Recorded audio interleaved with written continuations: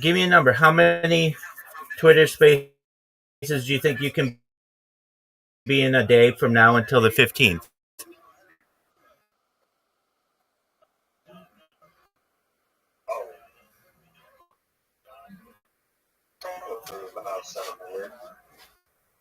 No way. Not even close. Guess again. Dream on. No way. There aren't that many. No, I mean, they're not like unlimited. And people won't let you just come in there and chill position for no reason. And so you're looking maybe 10 a day, like on a good day. 10 day, okay. No, 10 a day. I said 10 a day. Because they don't just let you come up. Okay. They won't let you just come up and speak either. Sometimes you have to wait like an hour to be able to speak in somebody. Just a heads up there. So you're looking at maybe yeah, total, but that's still good. That's gonna you'll probably after that, so that gives you maybe 300 to 450 candidates or so. Which all you're looking for is four, so it's not crazy. Do you know who the Big Steppers are? BIGSTEPPAS. I don't. No. Okay, so they are the people. They have a Discord, and I recommend you join. I'm live in that Discord right now as well, on camera. What you want to do is get into their spaces. They will let you. Their spaces are very large. What they usually do, which is smart, and I don't know this for sure, but this is what I have surmised. Basically, they start a space. They get a core group of people in there. Then they bot the space with like 400 or 500 bots, 700, 800, 900 people with like 400 or 500 bots. So maybe 400 real people, and that gives you a huge platform from which to be able to promote yourself. And they run these things 2 or 3 times a day. So if you can get into their spaces, uh, that's ideal. So the Discord is discord.gg/BIGSTEPPAS. You join that. They have over 8,000 people in their Discord. Um, they do have a self promotion channel in their Discord if you wanted to go in there and put a little write up on what you're looking.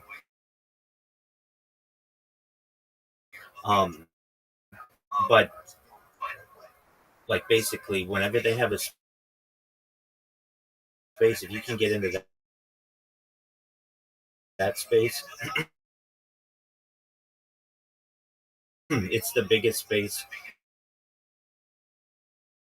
for shilling, basically, that you're gonna find. There's also another one. One of my friends does it. His name is Penn Island, and he bots his, but he'll get like 1,200 people in there with like maybe, I don't know, a few hundred. It's great to have like 50 people in your space. That's wonderful, and it's an accomplishment. But people aren't going to run to it. It's not necessarily going to get ranked highly in the Twitter space rank. There's a people in there, then everybody runs to it. And if you can get into one of these spaces and you are able to tell people a figure, you're going to be making $60,000 a year. That's okay. That's probably about average what they're making, what they could be making in the real world in finance to some extent. But United States or Europe or wherever, that's going to be really good money. And then you might get some. Absolutely, everything has quality internet. I know I've met people with that, and they're amazing. And all they've been doing is forex trading for the last 5 years and crypto trading for the last 7 years or whatever it is. And you may say, I'm going to take a flyer on this guy because he's just out of this world knowledgeable and very motivated. And I have been able to connect with him every day for the last 2 weeks, and I've never had communication issues with him. He knows how to speak into a microphone. He knows how to promote himself in a professional manner. This guy's great. and it's like you're that's going to be to that person that's like $600,000. I mean, it's perhaps even more than that. So like Right. you're gonna get some really hungry people for this too. But if you go into those spaces, those big, I do have a go question. ahead, go ahead. Can you send me a link to these different um, Discord spaces? Yeah, I won't send you the. Uh, I'll send you the Discord servers. Yeah, absolutely. Okay, perfect. So there's really, Yeah, because I apologize. you're good. I'll send it to you right now. If you were, I misinterpreted when you said spaces. If you were talking Twitter spaces, I was going to say, well, there are a lot of them, and they're not always um, consistent. Like sometimes they start them, and then they might end them for whatever reason. And I don't want it. And if you don't join right away, um, you may not get the message. But if you go to the link that I just sent you, make sure it works if you would. So what you do is you copy that link that I just sent you and put it in the plus in the bottom of Discord.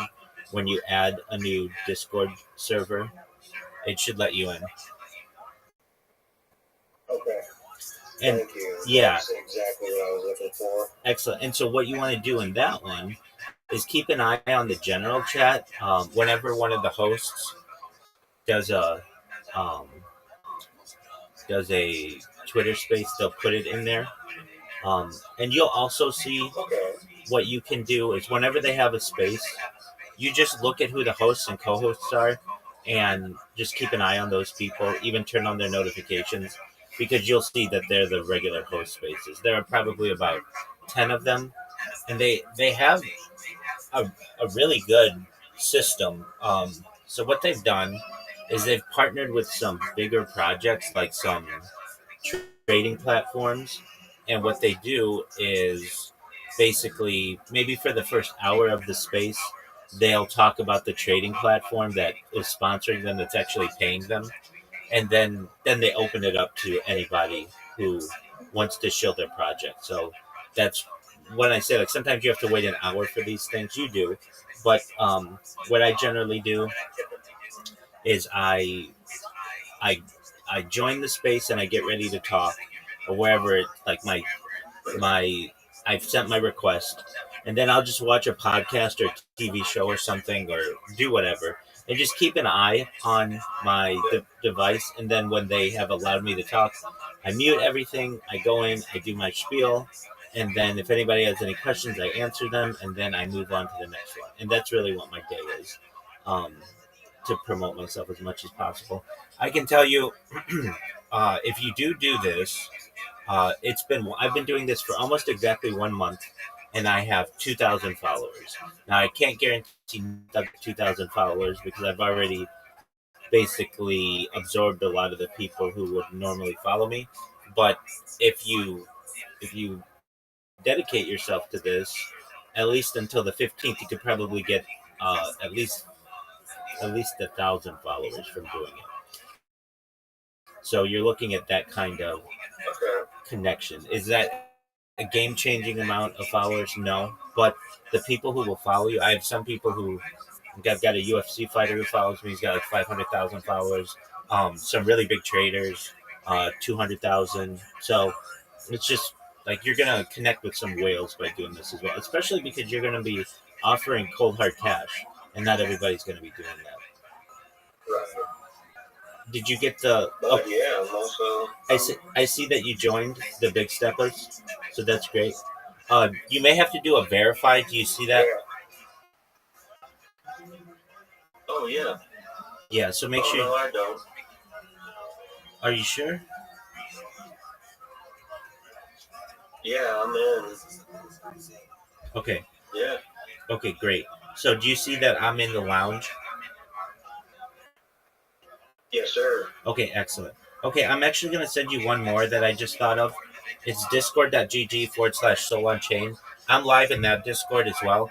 It's a little bit smaller, but that community is pretty high net worth individuals, um, and they are all over the world. So give you uh, a good group of people, and they regularly host spaces. That's what I'm doing. These aren't just like discords that I'm saying you should join. These are people who will regularly host spaces where they let you talk about your project, and they're they're very nice to me. I literally live in their discords. I never ask. It's one of those things. It's kind of like oh, what is the phrase? Um,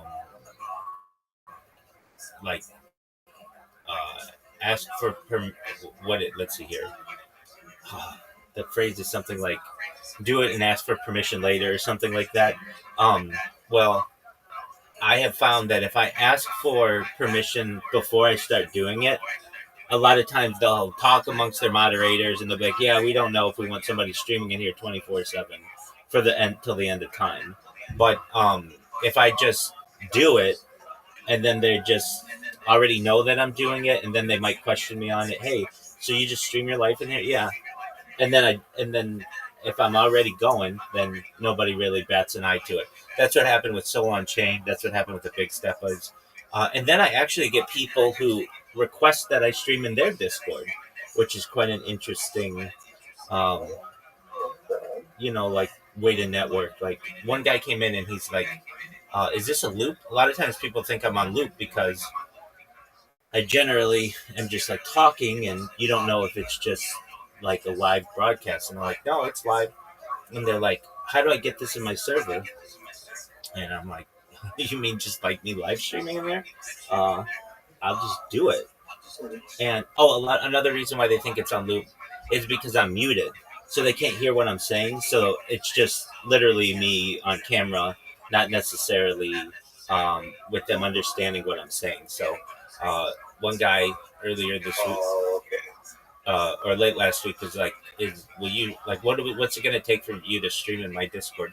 And I know I could have named a price, but I didn't want to. I'm just not financially motivated like that necessarily. I more do it for just promotion, and so I was just like, well, I'll do it for a week, and if your community likes it and I like it, and it's been, you know, hunky dory basically, then we'll I'll just continue to do it. So it's been so far so good in there.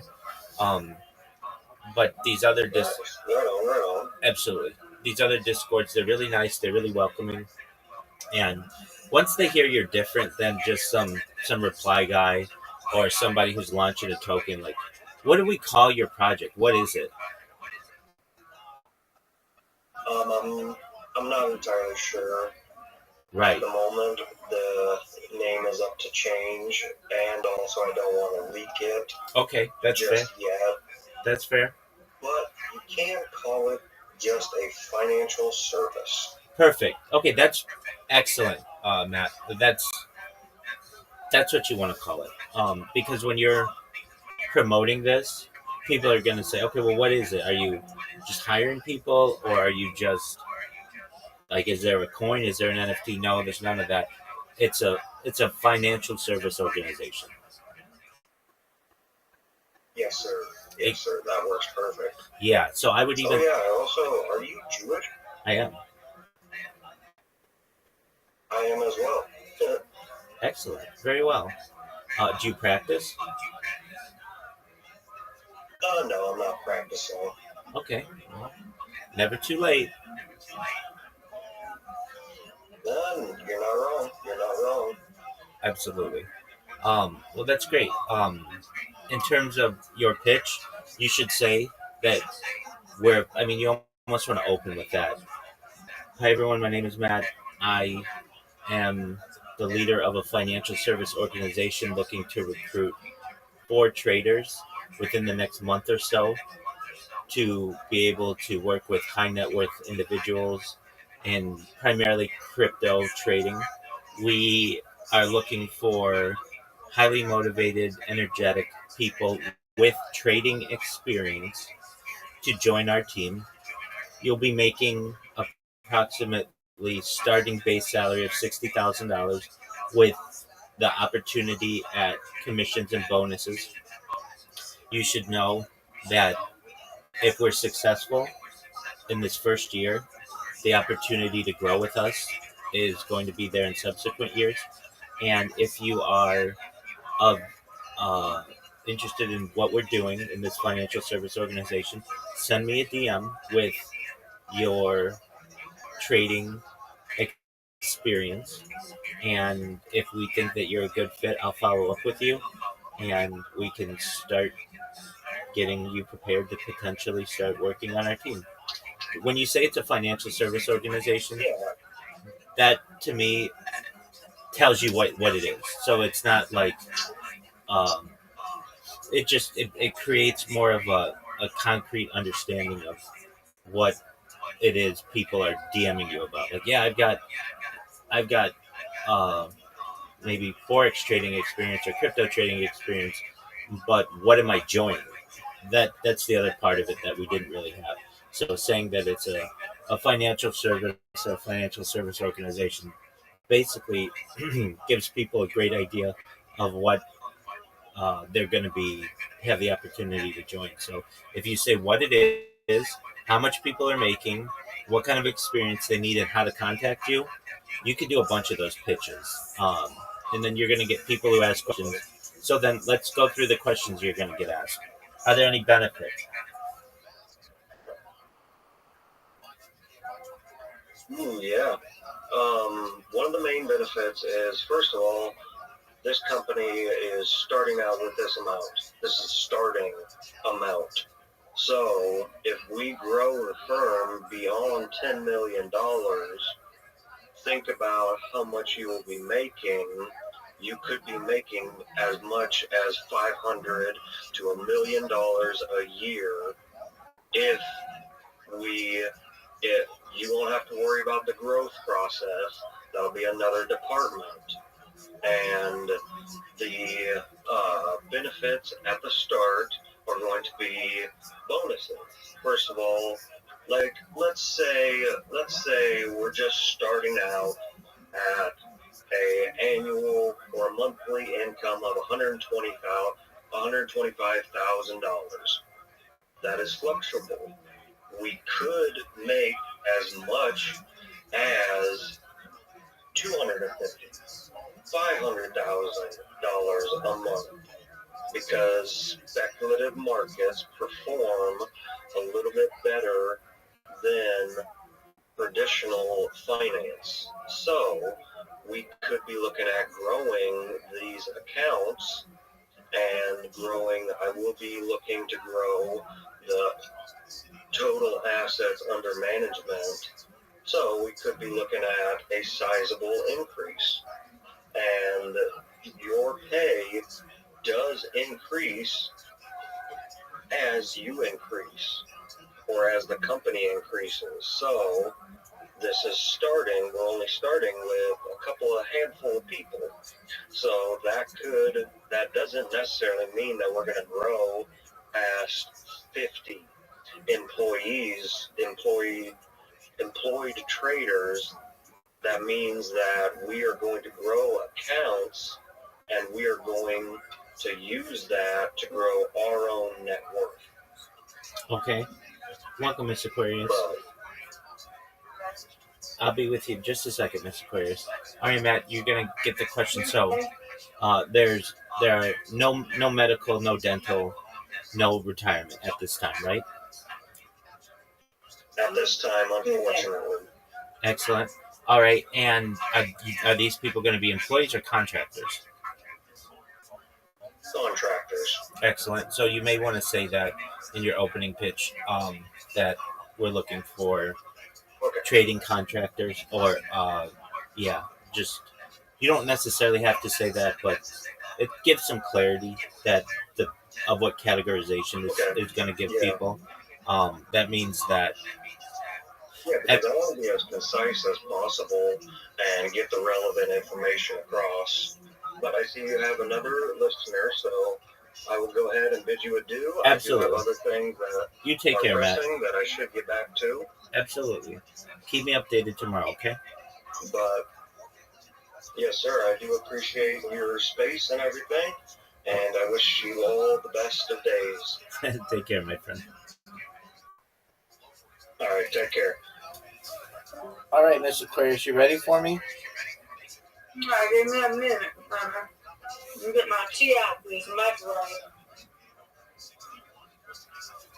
Let me do a semi run. I'll get it in just a minute.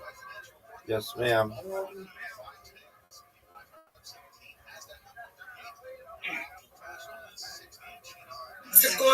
My name is Aquarius. Hey, Randy. What's up? Nothing much. How are you? Good. Just want to be some basketball. I see. You excited about that too?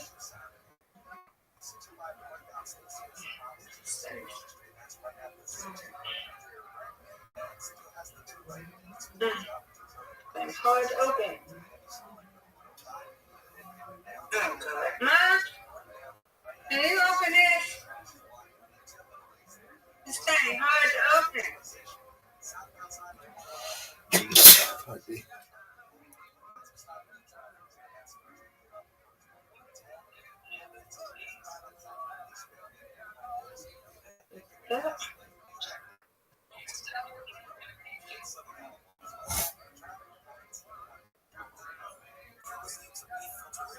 Yeah. Okay. We'll do it like that. Thank you. All right. Thank you. See you tomorrow.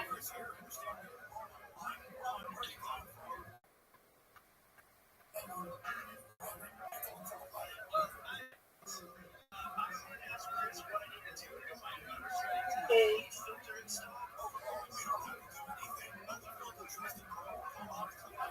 Yeah. Honey. Girl, my job coughing. I told her, look here, that's why she didn't come Wednesday, last Wednesday, because she said she had a car. I said, look here, to cover your mouth, but I ain't trying to have it. I think you don't know that. If you don't cover your mouth, that's germs. Is it coming? It's new. Yeah, it's like white. What are you talking about? Just living Jordan. You talking about? I don't even see what you're talking about right now. I'm over here. The Play-Doh app, they changed it to like a winter theme. Yeah. Duh. You didn't see that? Yeah, I didn't know if you were looking for it. Oh, this thing been open. This is just on my nerves, man. Got some more damn lemon juice, because I'm not trying to get that. What's this? This another thing of lemon juice. Lemon juice items there. This junk is not acting right. What is this in the back? I'm not going to open this. This thing, I get on my squirt. Oh, this is the red line. I use this one. I don't know what this is. I ain't going to do this. Okay. Do this one. What's this? This.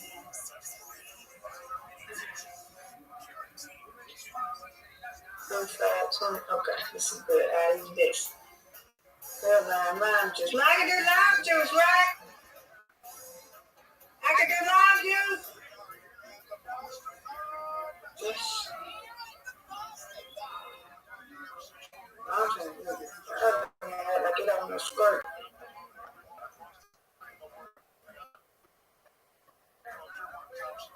All right.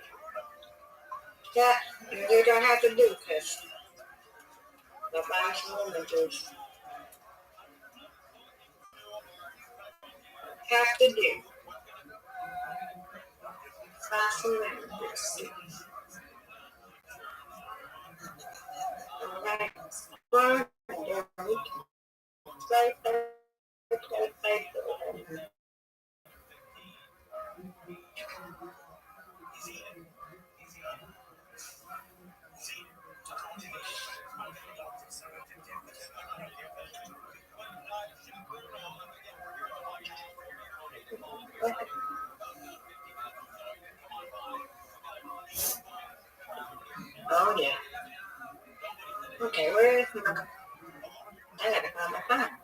don't know what to do with. I got to place my damn. Oh, there you go, right here. Okay. Where's my partner? Zip pad. Well, me, who had all these tips, but whatever.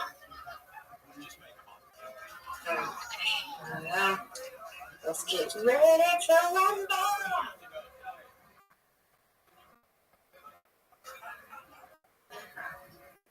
To the player out.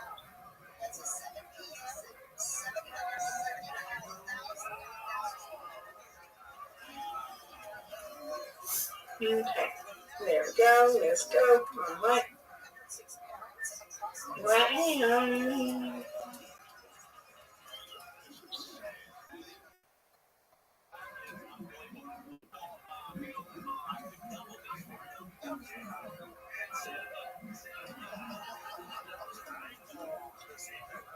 Yeah, we'll go with that.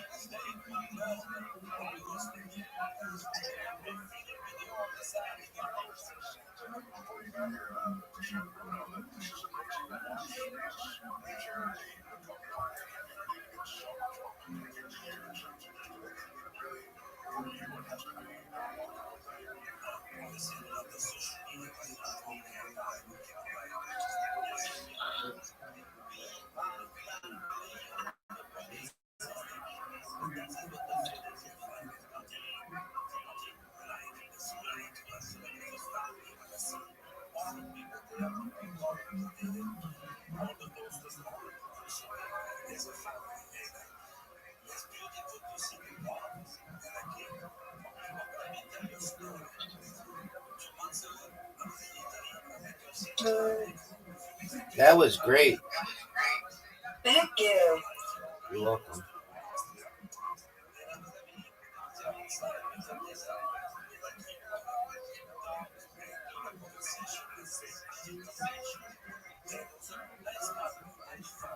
And some more plate tea bag.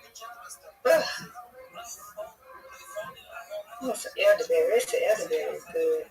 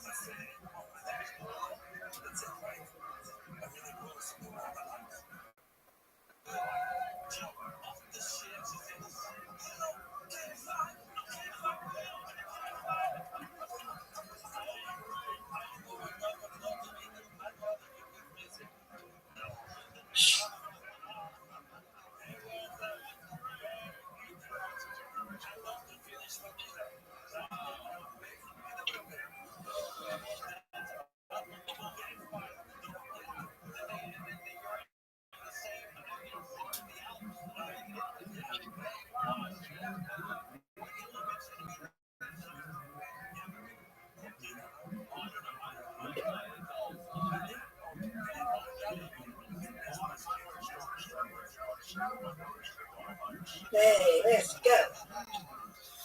Good job. You win out. I win, you win, Mr. Aquarius. You win, I win. Who put me in the mini golf? Have you put me in mini golf? Yeah, accidentally. My finger slipped. Just reject it. This is shit.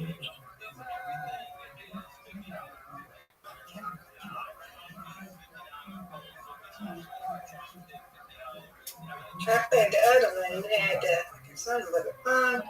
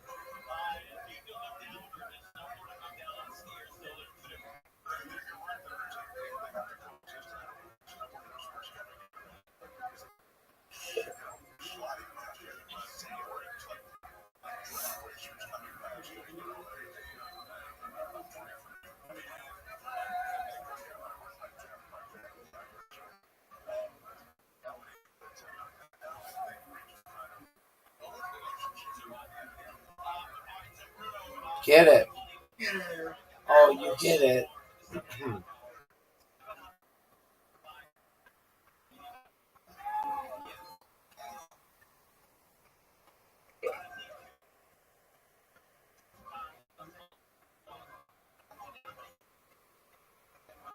Get in there, Rabbi.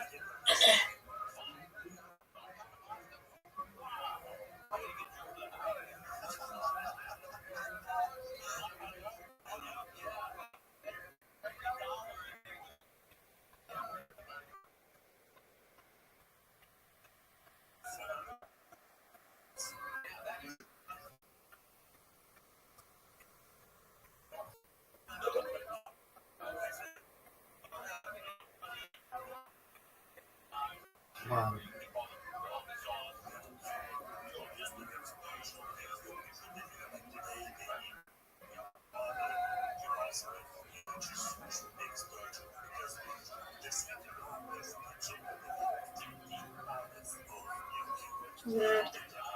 Who got it, Rabbi?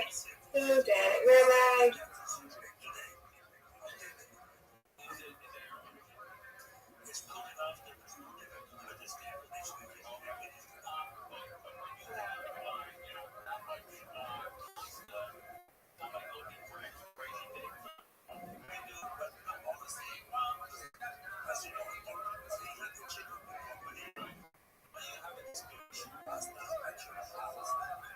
Good job. You went out. I win, you win, Mr. Aquarius. You win, I win. Undefeated in bowling, undefeated in friendship. Friendship. Yeah?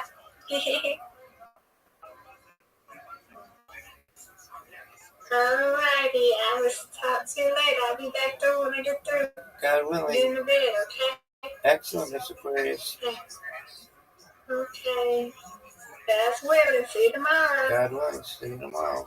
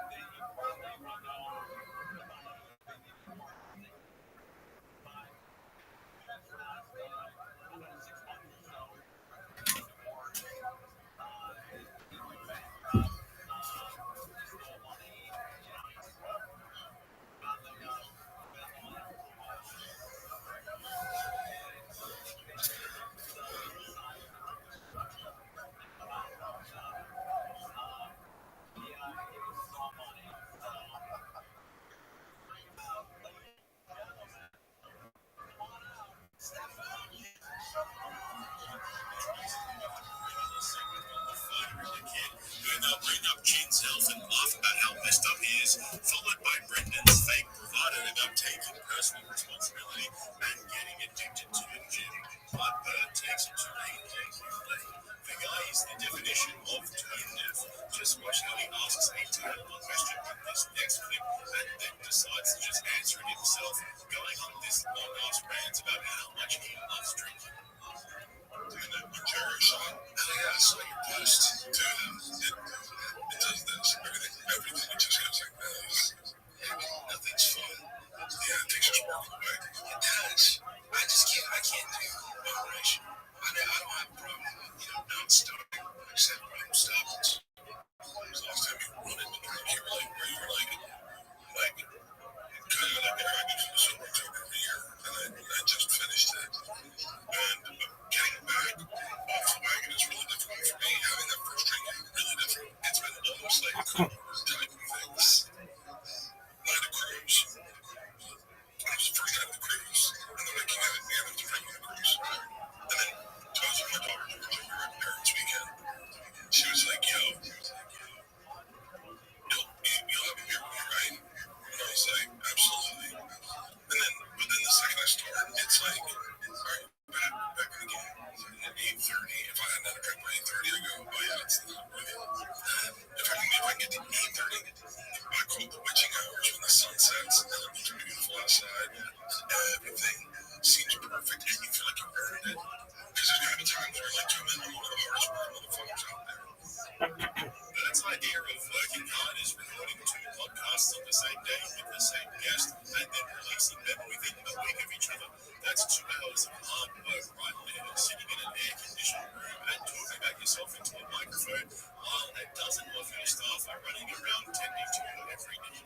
This is the kind of shit that turned everybody against these guys over the last few years. In fact, there was a conversation between Tom Segura and Joe Rogan and JRE a while ago that actually inspired me to start this channel. It was the conversation where Tom was explaining to Joe how doing ice baths helped him to get through a tough period over a couple of weeks when he had to record a bunch of banked episodes before he went on tour. He was saying how cold plunging every morning helped him get through recording in the studio from 10:30 in the morning until school pickup, which is like 4 or 5 fucking hours. That was the point where I was like, okay, I can't take this anymore, and decided it was time to call these guys out. And since then, I've had some pretty brain-dead takes from Bert, but this next one takes the cake. Can you microdose mushrooms? Yeah, absolutely. So okay, then if you can microdose mushrooms, how can we imagine we can't microdose everything?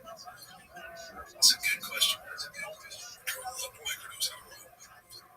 I think it's an interesting conversation to be had. Because it needs to be a certain amount of alcohol to just get me to that. All I want to feel is the spark. Yeah, that's all I want to see is that, and then not let it go away. And then just get there. They should do like I can feel like mushrooms kind of do that. That's what they say. I can't microdose mushrooms, but I also only use mushrooms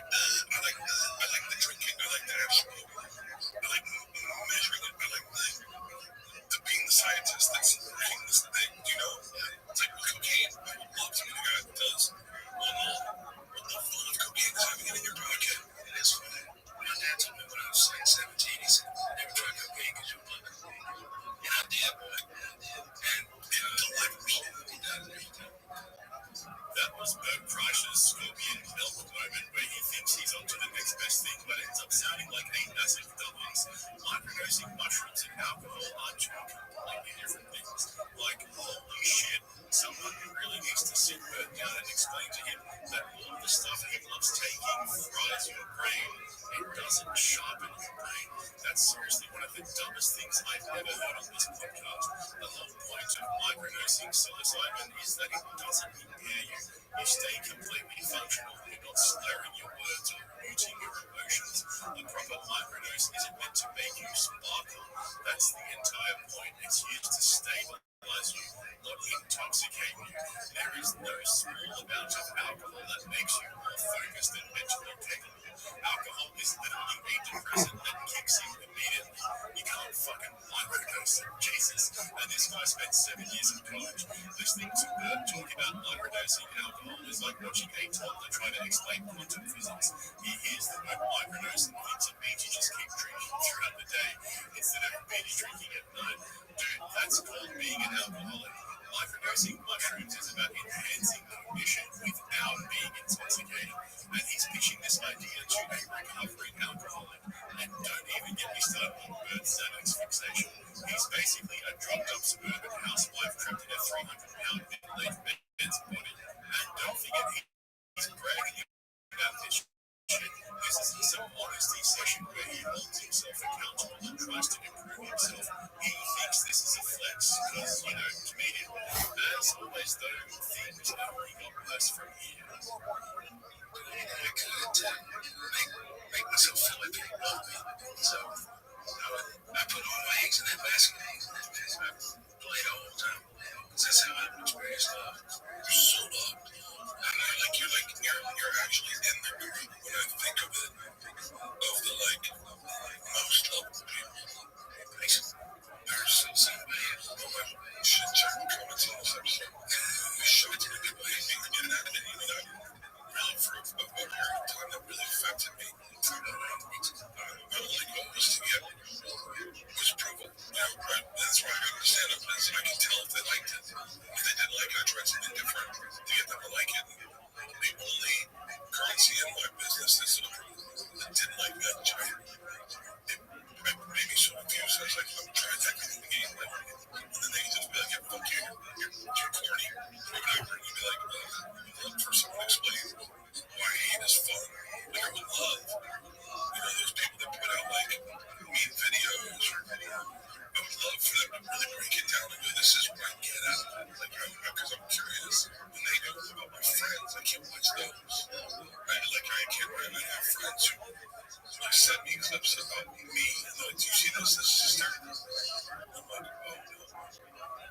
This is where Bert pretends he has no idea why people make hate videos about him, while simultaneously baiting us by saying the most outrageous shit that he knows will get everyone's attention. He starts talking about how all the online criticism used to get under his skin, and how he would obsess over every comment, how it would ruin his whole day, and then with a straight face, wonders out loud what kind of person would spend their time making videos about him in the first place. Bro, you're the only man alive who Googles his own name more than Brendan Shaw.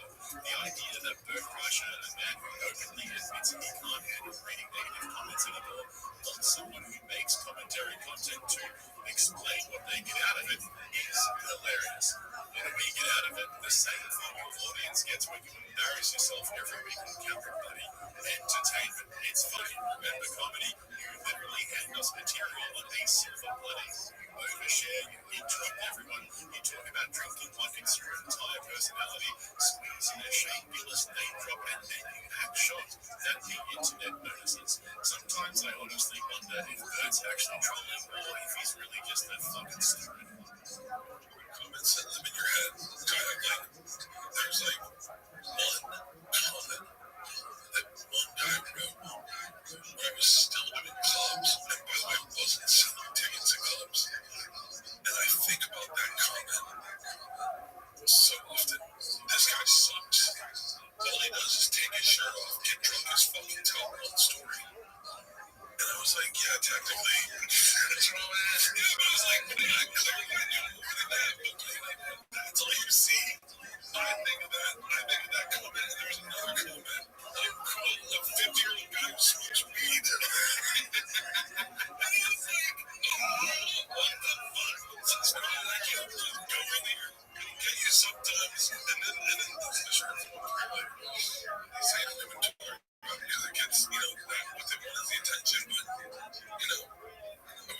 to a better place. I would love to negative.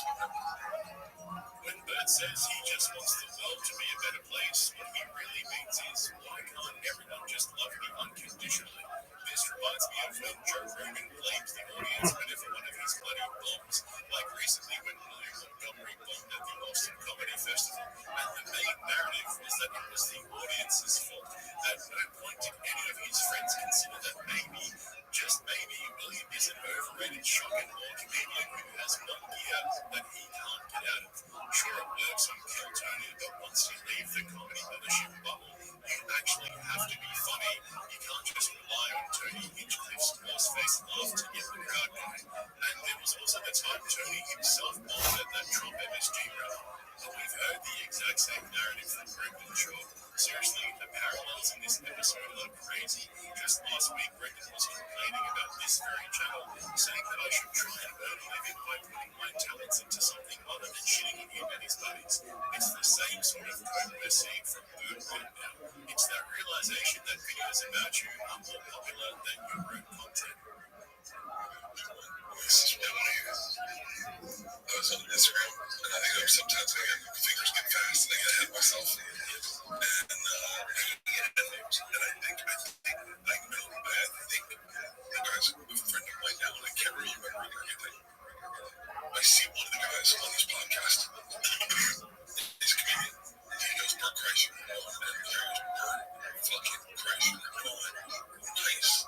I get a little love sort of my father's friend from their podcast, and like this video now, when I say about Bert Kreischer, and they're like, fucking Bert Kreischer is the most annoying person alive. I hooked up with him and his life. It's like he's never been funny.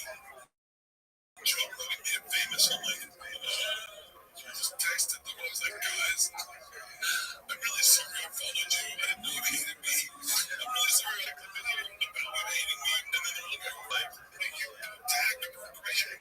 Why would you think you'll come across my page? He was like, we were just talking shit, man. And you're like, okay. So then I wrote half of it off to just talking shit. That doesn't make sense. So he's watching a podcast that mentions his name, forces it to go and follow them on Instagram and subscribe to their channel, then comes back and keeps watching until he realizes they hate him. And then when he realizes they're shitting on him, he DMs them to say sorry for following and subscribing. The guy is completely obsessed with himself and anything about him. Why would you apologize to them? He was clearly fishing for an apology. Bert's the kind of guy who sends his bully a Christmas card. But like I said in the intro, I pulled out one of his Shane Gillis stories yet again, and these are basically a meme at this point. He's done this so many times now that this shit formulated. Watch the clip and then I'll explain exactly what I mean. Just for context though, they were talking about authentic artists and how they're rare, and so Bert brought up his buddy Shane as an example of someone who's the same on camera as he is behind closed doors. Shane Gillis is the realist. He's so real. Man, there's things people don't know about him that I would never share because I don't think it's what people know about him. And none of it bad. Just like, there's soft boy stuff. Soft boy stuff. I love it. Makes me love him. There's so much. He's the fucking epitome of a comic for me. Like the day I met him, and I made him do, this must have been like 15 years ago, and I made him do fireball shots like that. And he was like, oh, this is what we're doing. And then the next day, he emailed me. I hope I have this email. I get the email. He emailed me. It's so funny. I thought me and you got along really well yesterday. I'm looking for someone to take all the room with you. So earnest. Yeah, he's like the epitome of my opinion. And then there's people that are able to change their act based on what they feel like the temperature of the community is. You're like, this is the equivalent of Brendan Shaw talking about Theodore. Straight after he says Shane Gillis is the realist, he immediately goes into how there's all this stuff people don't know about him that he can't say on the podcast. Then he goes straight into his story about how he knew Shane before he was famous and how he was basically responsible for discovering him. Shane thought Bert was the coolest and asked if he could go on the road together. He couldn't just say, Shane's the real one. I've known him for years and he's never changed. Shane's his disciple. And that's the thing with Bert. Every story somehow made history to make himself the main character. Shane Gillis could cure fucking cancer tomorrow and Bert would still find a way to insert himself into the story like, well, actually, back in 2014, Shane told me that I inspired him to believe in himself or some shit. It's the same insecurity loop every single time. He is so desperate to be viewed as the wise, beloved godfather of comedy that changed the game and helped discover some of the biggest names in history. The guy even wrote his own eulogy.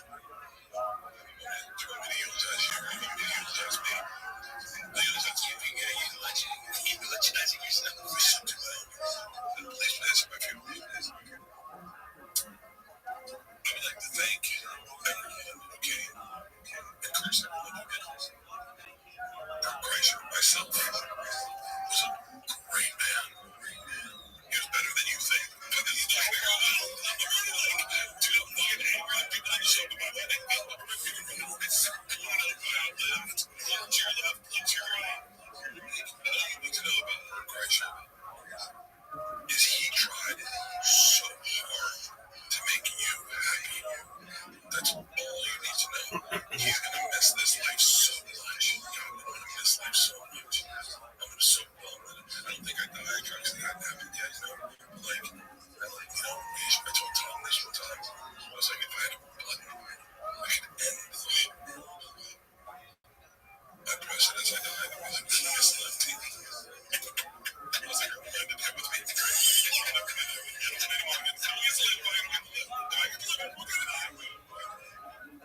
Where do I even begin? Bert eulogizing himself is the most narcissistic thing I've ever seen him do. And I seriously mean that. If FOMO was a person, it would be Bert. Every single person around him exists to entertain him. Imagine wishing your family goodbye when you die just so you don't miss out on leaving. That's the equivalent of, if I can't have you, then no one else can. Oh, no, wait, Bert did actually say that about his wife when Bobby Lee asked him what he would do if they got divorced. Bert has managed to collect every single toxic trait known to mankind. If it wasn't for his fame and fortune, he'd either be in prison or living on the streets. Every clip from this episode is like watching him tick every box on the checklist of why his audience turned on him. The narcissism, the delusion, the oversharing, the name-dropping, the fake humility, the compulsive need to make everything about himself. He is spiraling in real time, but somehow still convinced that he's the heart and soul of the entire comedy world. Meanwhile, Bert's the only one who hasn't noticed that no one's watching anymore. The world moved on, but Bert stayed the same. Still drinking, still interrupting, still telling everyone how great he is, while becoming the most artificial and toxic version of himself. And if this episode proved anything, it's that the only thing Bert's truly committed to is his own delusions. He's not a villain, he's not a victim, he's just a sad old man speaking into the void.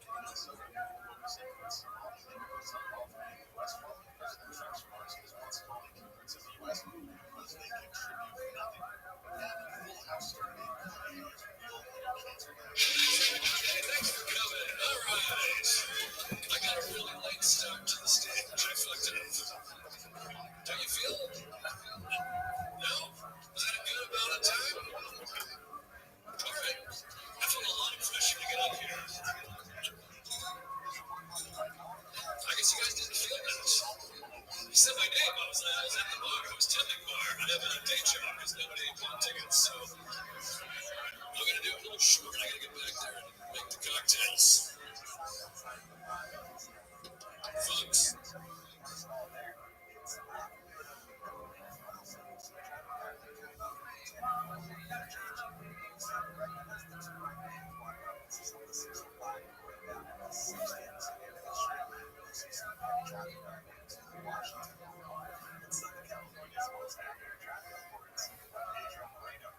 Just right now, I'm just cooking actually because I'm just trying to integrate with the so that the next thing we're releasing is going to be so for all Fred and all that. Just as it was, as it made me so it was updating the information to come up and say hello for you guys. I'm so impressed with that iPhone that we just launched a couple weeks ago, and just building it. I was pretty happy that this week. So in the app, it includes a swap feature where you can set a trust line for cryptos to stay deployed or USD, and you can swap XRP to USDC back and forth, and then to integrated actually being able to create listings and being able to accept payment for both XRP and USD. I have been reiterating each week, so there was only that you could make listings with XRP, but now you can also make them in USD. And so that's how I built the project. They're looking for salaries people to try, so you can connect them with XRP and access the marketplace. So, if he's going to have a space,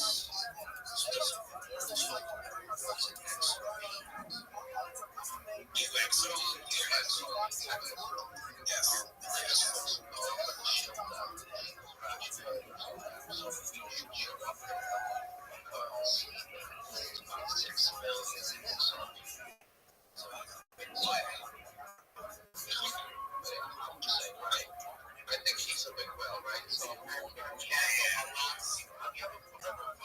some of the talk that they talk about a lot. Fuzzy and XRP, Fuzzy with XRP is the biggest auction already.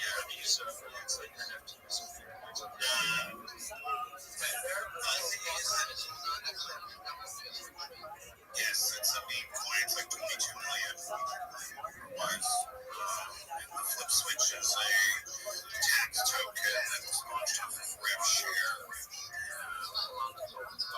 But yeah, whenever I show up, one of those their spaces because they love that. Yes, they try to shill us XRP or swap people, and they're just like,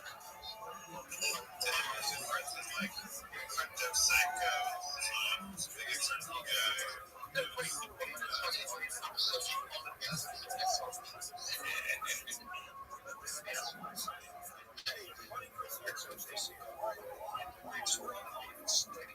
so people understand the use case of just right? Like, we're not NFTs, we're actually like real coins, right? So I was thinking maybe I should subscription like some maybe I should integrate some. I would say that that's probably another good one for sure. The way, especially with the buying and selling market and whatnot on the Solana side of things. But yeah, no, I mean, it is XRP guys who come to play gambling on Solana, but they hold their XRP and don't almost like their XRP. We're talking about like he doesn't like to sell XRP to anything.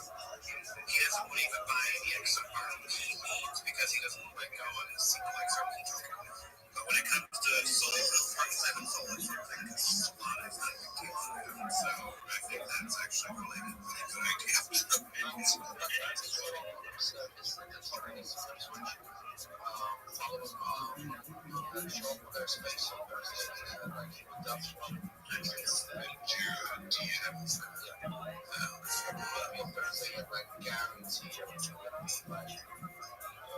Yeah, I think that's so cool.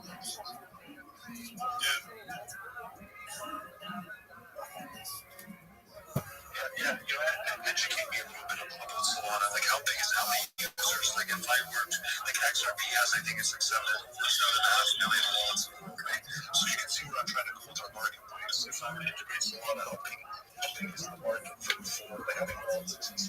Probably 30. Yeah, 2 wallets. Yeah, I would say it's like $360 million of volume. 2 million wallets. I think XRP has 7.5 million wallets. Just, it's good to understand the size.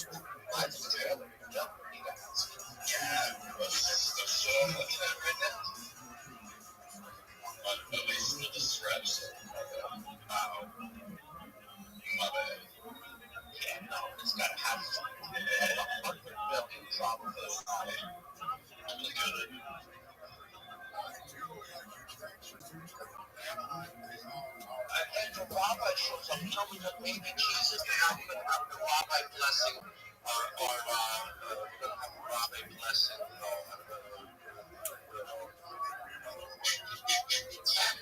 There he goes. Fucking beautiful. I love this.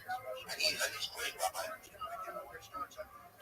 So, guys, thanks for letting me come up. I don't want to. I'll go down now, but thanks for letting me. You're good. You're continued. Sorry, guys. We were not trying to cut you off. I apologize. That was not how that meant. If you want to roll on there, so, do you have a token? I mean, I've been trying to search for gambling addicts. So if you have a token, you will buy it. Yeah, I was looking on your website. I was looking through your ads. You don't have a token, and maybe I should have a token. I'll tell you. So you run as a real business, and if you don't have a token, so that's actually smart. Exactly. We're trying to build trust. Yeah. And I just thought that, like, launching a new token might not help us build trust so much at first. And maybe later, but I would really like to maybe have some NFTs. Let's say at a marketplace, right? So let's say you sell, I don't know, let's say you sell 3 items, you get an NFT, something like that, right? That would be kind of a future tradition. Right now, we're trying to just get people that are willing to try it. Really sellers are willing to actually create listings and try and sell stuff. Try to get out. It's not the same thing as they get paid with XOP. That's what it is. Yeah, yes, or now, most of the state US dollars. And that's the product you mentioned in your money there. Your money was XOP. And that's probably, that's what we think actually to now, because I just got it working more on the statement to allow that for transactions as well. Because I thought, yeah, maybe people don't actually want to. Because then it's like, that's remember the famous, like, Bitcoin pizza story? Like I just, right? It ends up being bad. And that's like in people's minds. One XRP, and of course I want XRP. Yes, they wanted to buy it, right? So, the argument I don't like me for, like, no, it's automated. It's like, okay, we all have this currency, like, we need to spend it eventually, right? So that's why I felt worth it. But now it's about the so I think that's maybe it's a lot of I think so. I kind of have that in my life. Right now I'm just focused on building a lot of features like I mentioned and stuff like that. I'm on your website and I'm looking at your marketplace. Is the majority of the marketplace locked until you create a wallet, or can the general public see all of the listings in your marketplace, then decide whether to create a wallet and buy through there? There's a way to browse the marketplace, but actually like chat with the seller, you have to connect. Okay, so when I go on your website and I look at your marketplace, I only see 3 listings. Is that accurate? Yeah, we just launched it. Yes, so we're just growing still. As they're working on so and you know what, they're looking at that actually. I'm not expecting us to take it overnight. It's almost like a bit of a so that's why I mentioned that I'm not interested in try and test and see. Tell me what their experience is. In the meantime, to develop other features like you said. I guess one of the reasons yes, and I want to wrap up that. But I launched it, but that was good enough. Let's see, right? That's transactionality and everything. Started to actually do that now.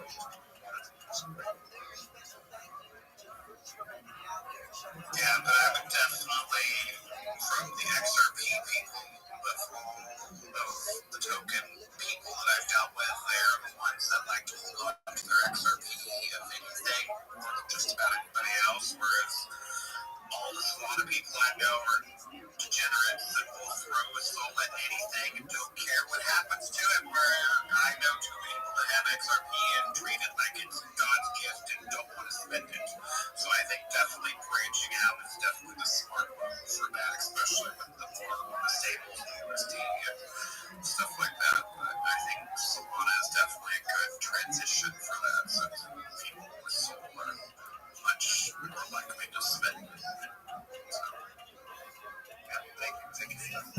I'm not close to the idea for sure. But yeah, that's just from the big XRP whales that I know of. That's how they are anyway. Because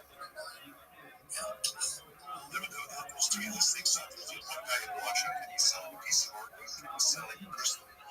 And I think for one local, because I'm telling you to promote this app, some feedback I got was that so far there's been a lot of issues actually from physical artwork, but collectible community. So I think we might be losing that market. Yeah, I've launched in 14 languages too. I've tried to launch in countries that actually, like, so for example, South Korea has a lot of XRP. Japan has a lot of XRP. So what happened was they have South Korean, Japanese, and 14 other languages. 14 languages, 4 languages. That's smart. So yeah, no, you're definitely ahead of the game and have spent the time on the back end of building, which I think is as important as anything for just running to launch anything and whatnot. So I feel like you're doing everything the right way, correct? Thank you. Thanks for listening, guys. I was hard to tell people because now I'm entering this marketing phase, which is a whole other. Yes, you can hide behind a computer, but getting up in front of it and then talking to people is a whole other challenge, for sure. It's not even that. I mean, just, it's a big idea, but like a lot of eyes need to be on it, right? So to kind of know how do you cast the right net. It's very important to do that. It's like, I don't have money to bring a revenue. Like, I'm trying to bootstrap this, right? So, yeah, that's the way to do it. You gotta be willing to take criticisms and listen to different things as you go along too. Some people can't do either. Yeah, no, for sure. Actually, it was in some of these spaces where I was talking to people, like people that actually giving me some ideas on how to, like for example, that gentleman asked, can you view the marketplace publicly, right? And I watched 2 weeks ago, I didn't have it. And then somebody was saying to me, you should let users the public, they can see the listings before they actually click it. For sure, I was like, yes, for sure, 100%, that makes total sense. So now we can do that. Yeah, that's good for sure. So, thanks for listening, guys. Yeah, no, of course, thanks for stopping by and telling us about it.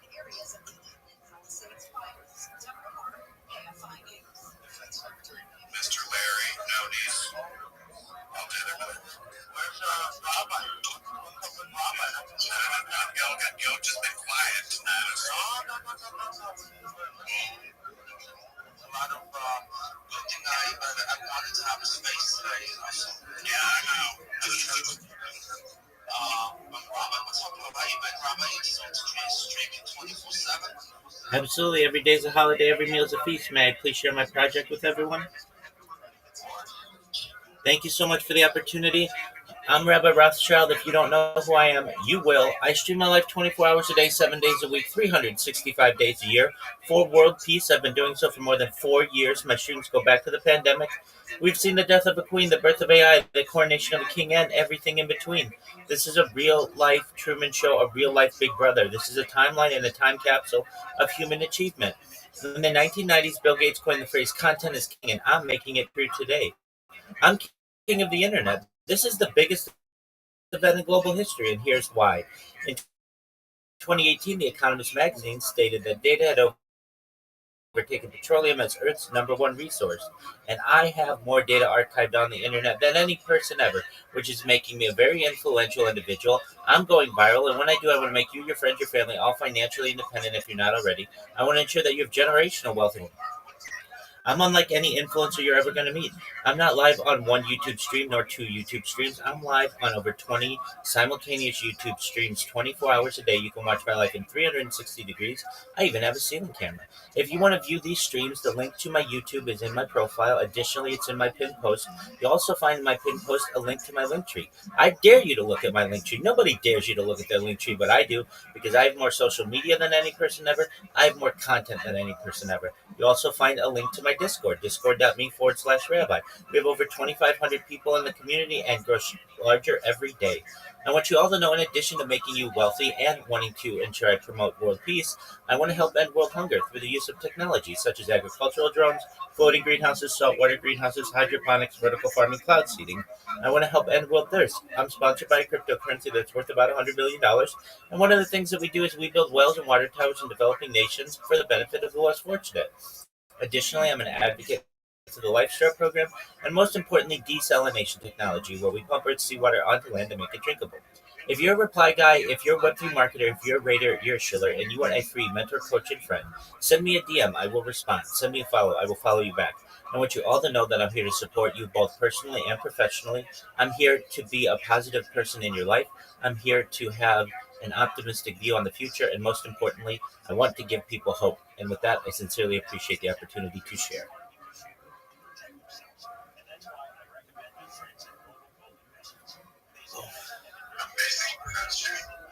I have to say that was a pretty epic introduction. No, I have not. Mason, almost got that shit on lock. I'll check out your YouTube. You'll see him. The last time he was here, he showed up and he was sitting there, and you could see him working away. He does have a coin, by the way. He'll tell you he won't let you buy it, but he does have one. Larry did buy some, by the way.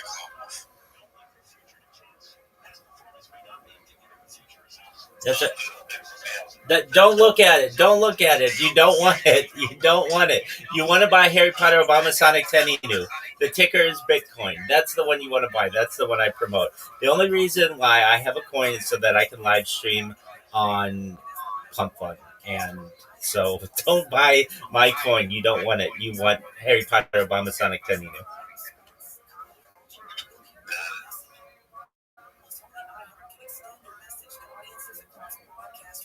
One thing you will learn about Global if you tell him no, I think it's the opposite. Those type of tokens will do well, hopefully, right? It's just you never know. That would just blow off, so that's kind of cool. Wiz actually bought, I know Wiz bought it because he bought his token too, so you never know. No, I bought a little bit too. Wait, while it's one of those things, never know. Gammy, you can speak. I don't know how you're back to bed, but no, I'm very wait there. So, that's the boat. What's it called? You've had you waiting here this long? I told you to speak earlier. I told you to go back to bed.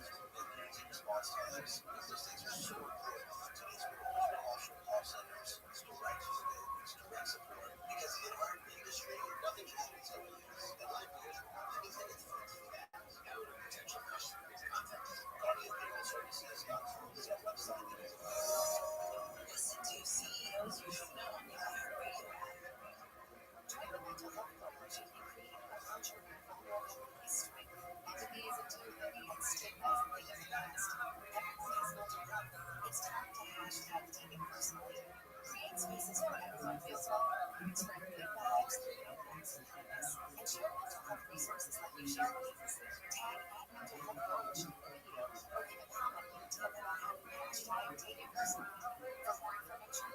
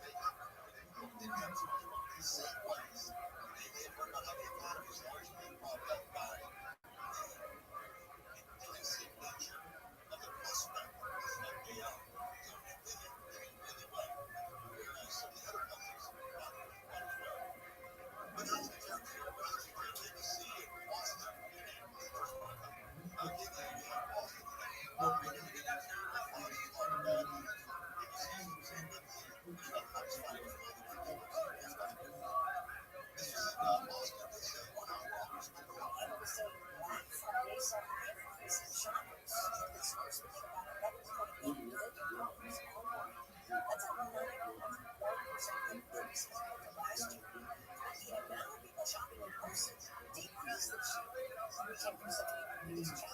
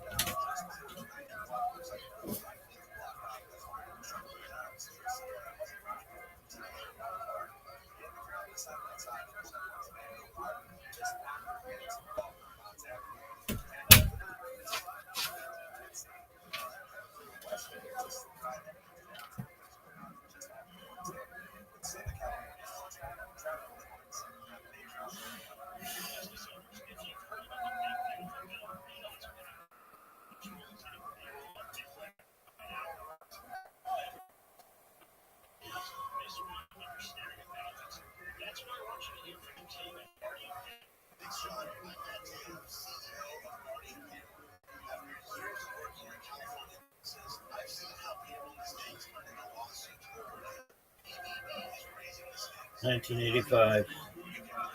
Ooh.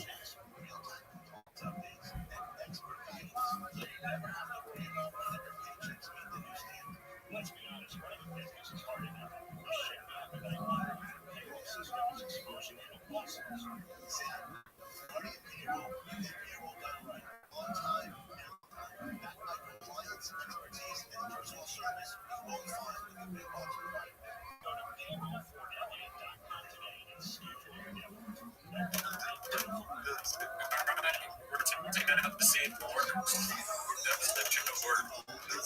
And your hair is stretched out.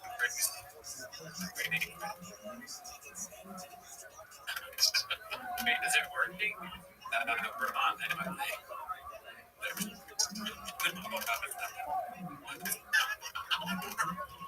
That's it.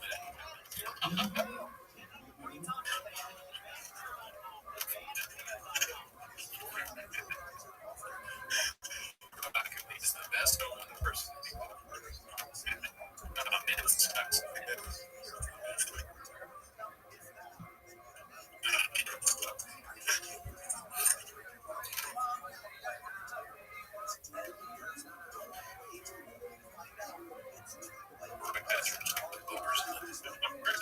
That's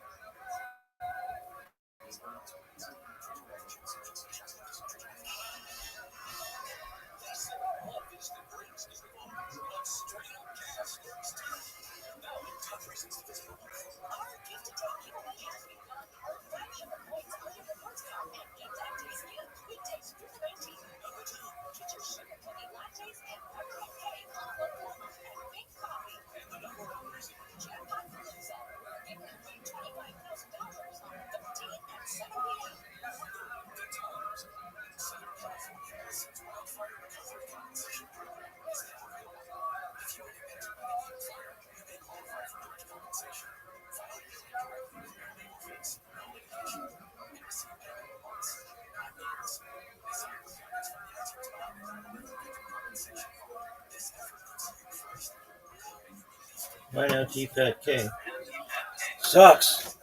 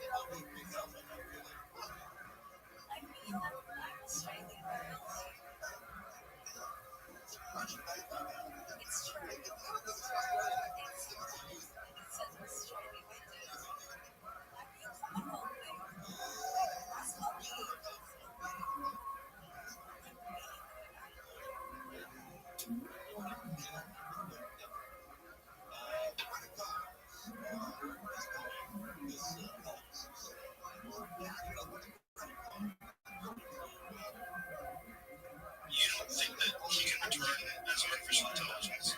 Yeah, artificial intelligence can absolutely return as Jesus. Not just return as Jesus, but return as Jesus with all the powers of Jesus combined. Right? Tesla's Optimus robot.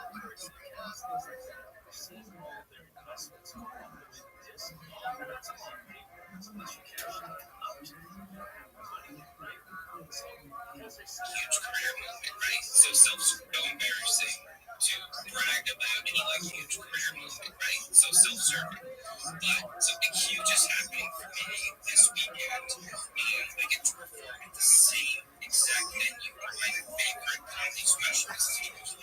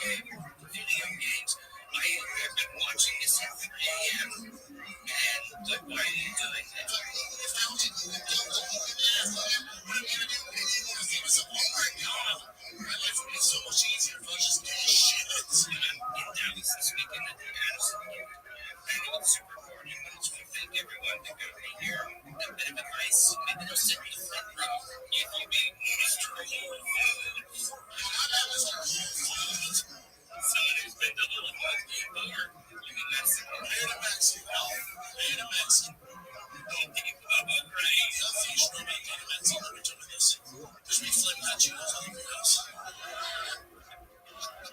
So before people are outside, they get one of these, and then they get abducted by masters ever taken away from their family. You got chills all over my scar.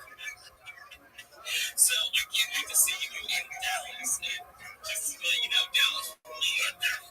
There's some ladies in the crowd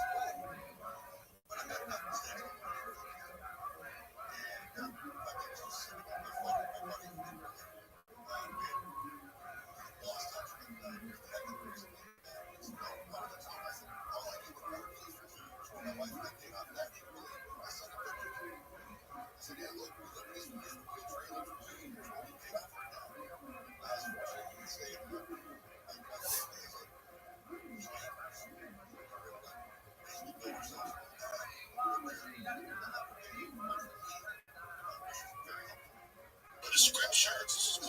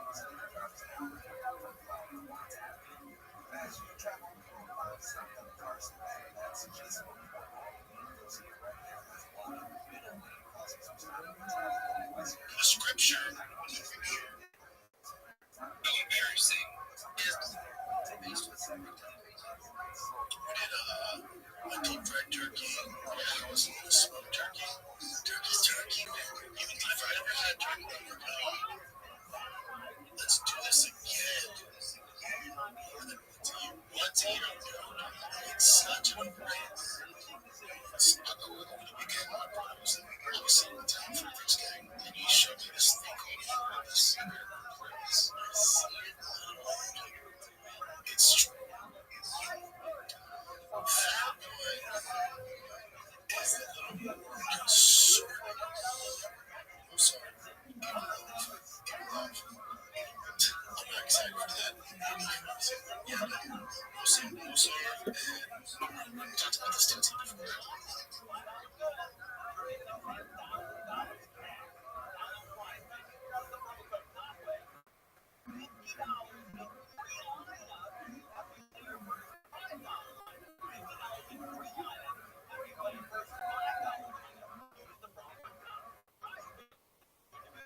This report is sponsored by Think It Up. Think It Up is an initiative to activate student-powered teacher-led learning projects.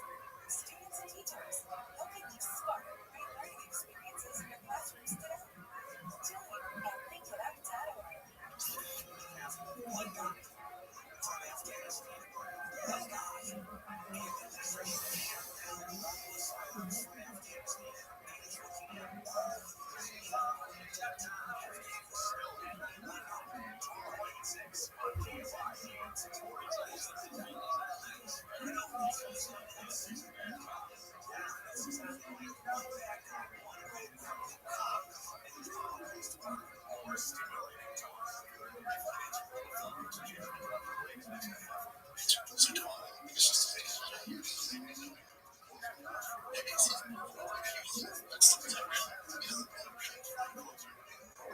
Is the turkey guy? We did a deep fried turkey, wrappers, and a smoked turkey. Turkeys? Is turkey? We had a Friendsgiving day. Even to Wednesday. That was the most. Kids were there. It's a joke. They made my son last night with a sword. He was a big sword. Oh my god. Hey, bud, get some else. Get a gun. Yeah, make it good. See what's wrong with it's a mother to what? Yeah. She's serious. Yeah. It's like 2 years away from today. You don't need access. You're serious. That's access to your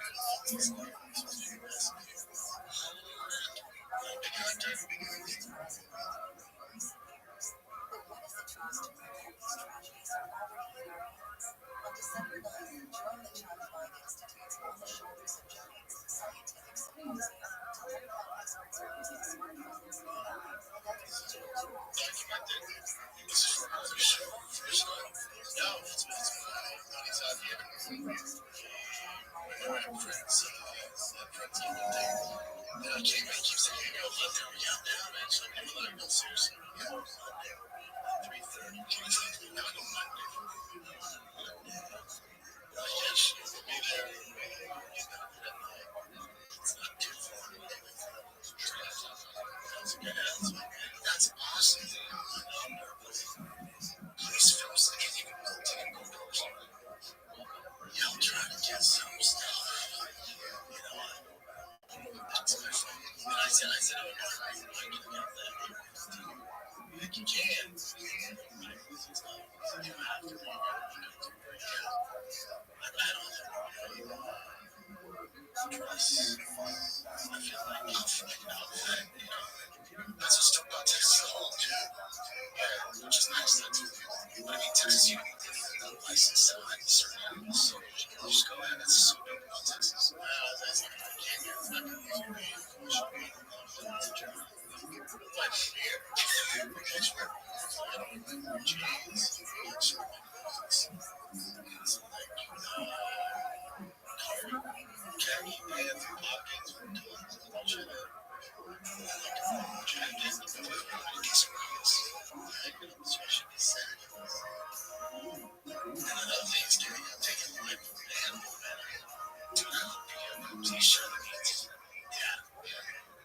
I'm excited for you, though. That's awesome. I'll keep you guys busy. Of course, people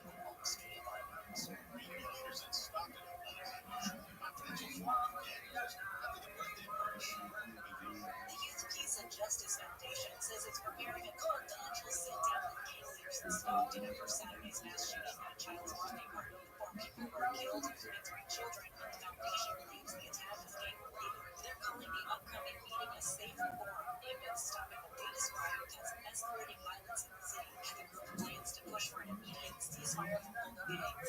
Members from the Orange County chapter and residents of Half Moon Bay will also take part, should an extended pay of finance. City of San Francisco is some of the world's biggest food manufacturers.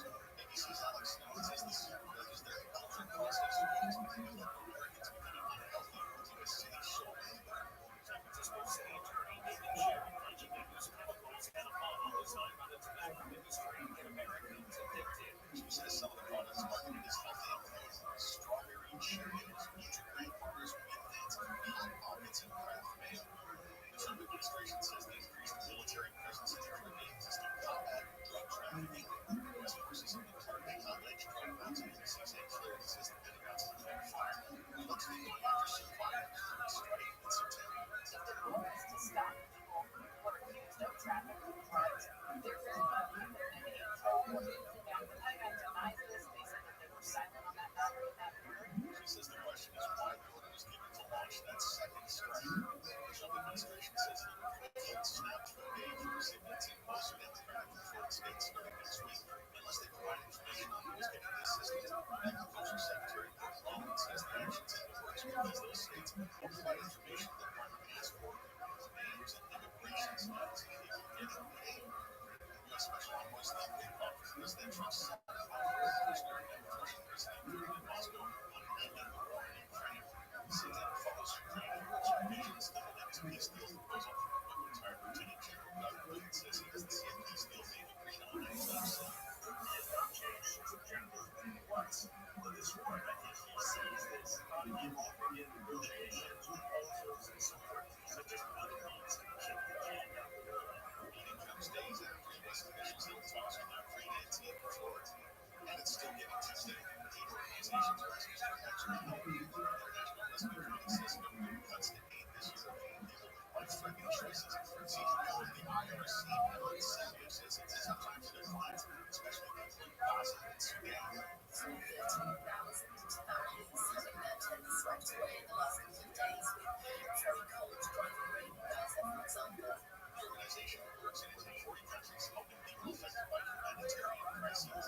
Southland weather from Canada, cloudy and scattered lows in the upper 40s, low 40s in the UAE. Not by tomorrow afternoon in the Pacific, highs in the upper 60s most places, mid-50s in the evening, and 60s at the beaches. Not much change there tomorrow. Right now it's 54 53 in Chicago, 57 in Compton, and there's a crash on the 405 in Torrance.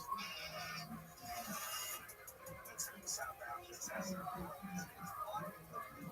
Since it's not a traffic issue, on Western, has trouble 14, and then southbound, it looks like a work center.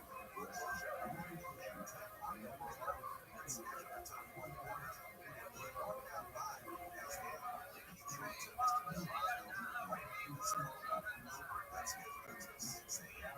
And the southbound side of the line is on the market, just more than you still have the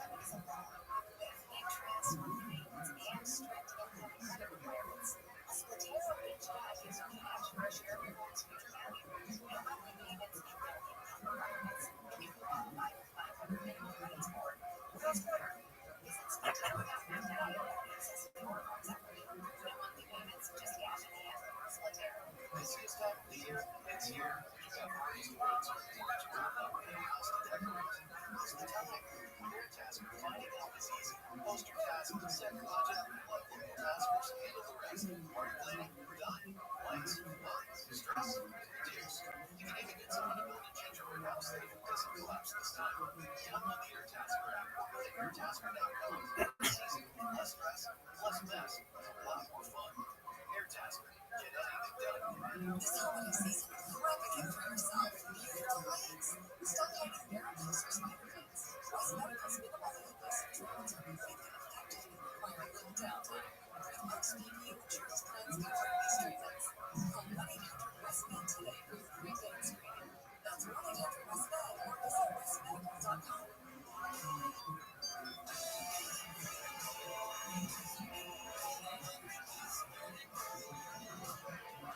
Your one-stop for advertising. Call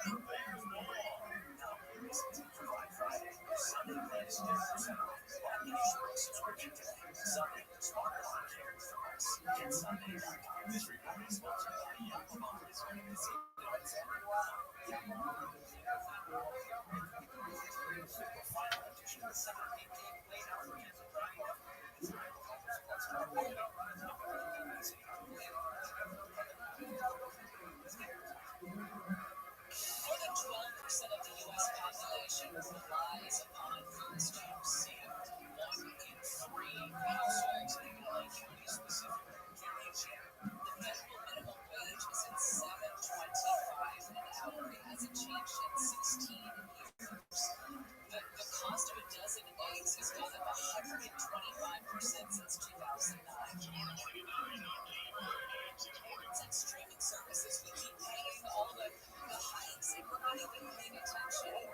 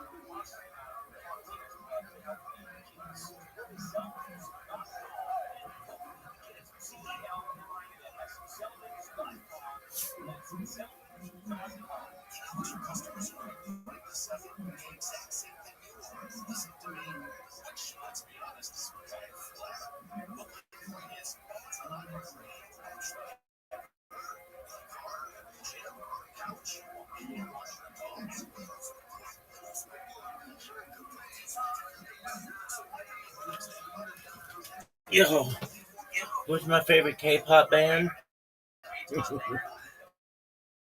Those bitches from Star or whatever. Really? Those bitches are so hot. What is this?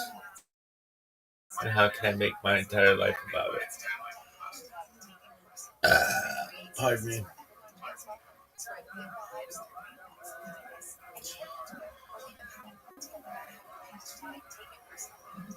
Sister. Little Boo thing.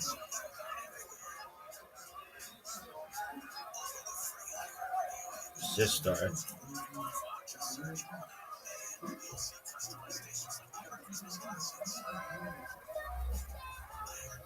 Dumb. That was my favorite fucking episode. One of my favorite episodes. Sister. Family Guy. What is this?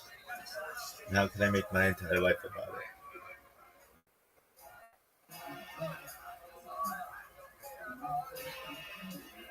Touch my body. That's it.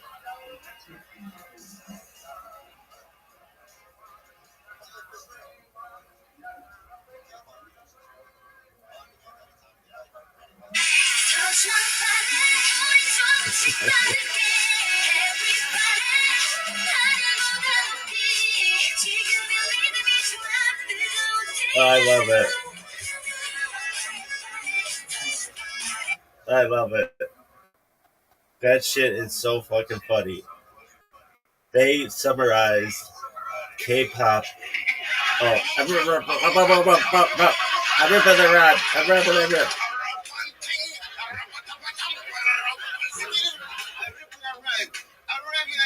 This is the way a dialogue spits. You trying to get some of this hot fire. Make the song or not make the song. You're too close for that. Here we go. Yo, somebody like my shit? Have you watched my video yet? I haven't even watched it. Like, I've watched it like 1,000 times. Sister Family Guy. Damn, my fucking thing is, I mean, like, do I have a type? Hot chick? Yeah. Sister Family Guy.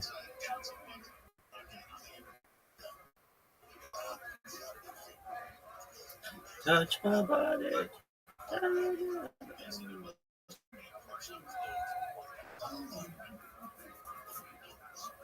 What is this?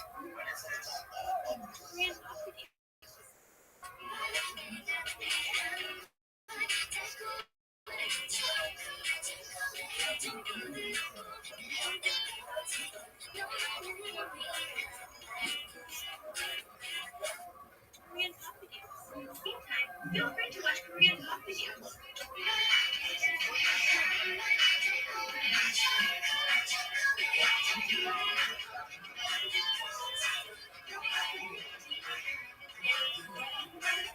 What is this?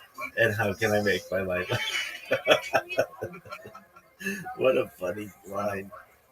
What is this? And how can I make my life about it? Not Sister, why you get me off of it? It's called Sister Family Guy. And if you don't know that, I don't want to have to teach it to you. It should be 30 different of these.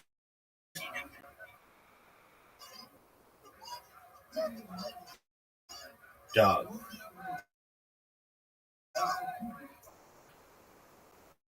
Dog, it's Sister.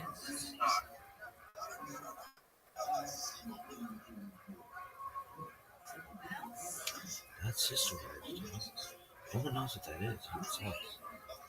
Weird.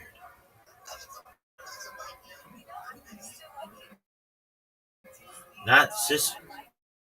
Dude, why do they? Dude, it's Sister K-pop family.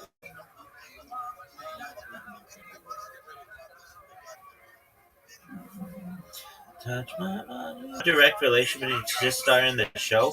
Oh, I beg to differ. Dude, your shit's, man.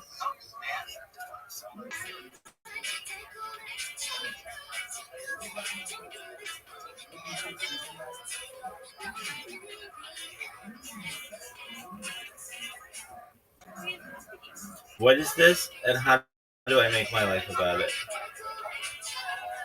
Oh, remix. You reposted. No, not what I meant to do. Dog.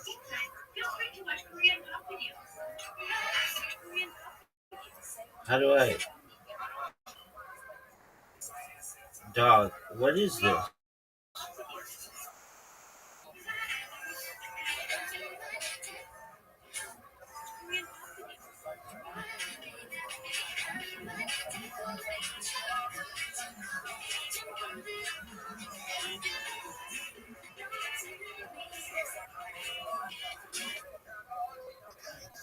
Watch Korean pop videos. What is this? And how do I make my life? Sister, what is this song called? Touch my body.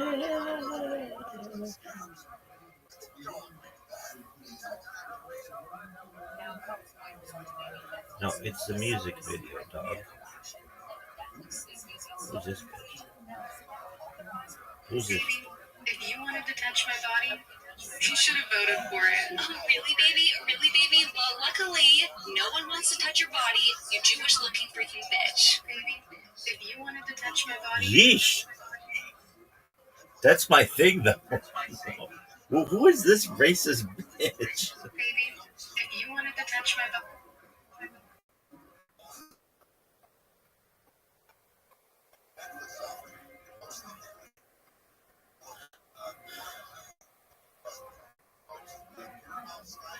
What's up with everybody with these wood panels in the back?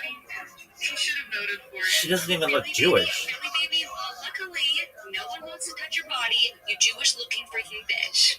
That's not even funny. That's really mean. And she doesn't even look Jewish. What kind of Jews are you looking at, girl? You don't look like that.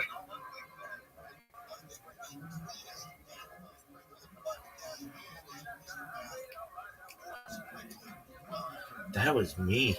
That was mean as fuck. Alright, dog. How don't they have this? What happened to Nick Paleocchini? That's what I want. Family Guy. Touch my body.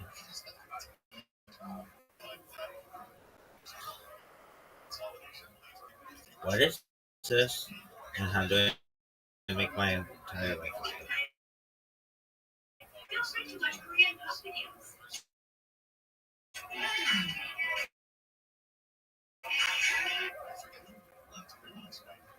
Dog, how do you remix this shit? Oh, there it is. If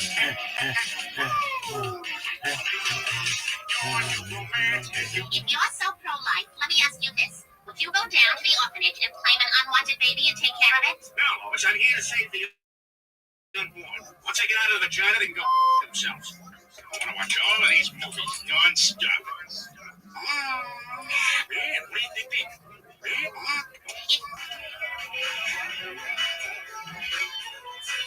What is this? And how do I make my entire life about it? Dude, I'm gonna have to do this old school. Oh, wait, you're in no condition to drive. I'm fine to drive. I'm so fine. I can do all the tests. See, I can touch my nose. I can... Yo, dog, how are you?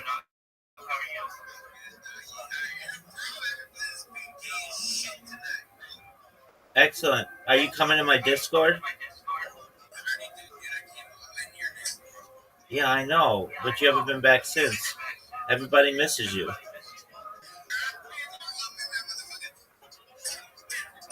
I know, it took you like 10 years.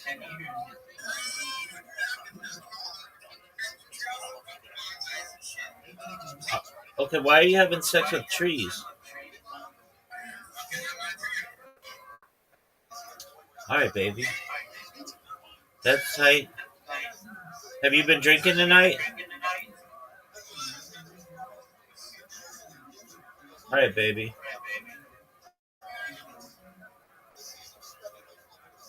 What is this?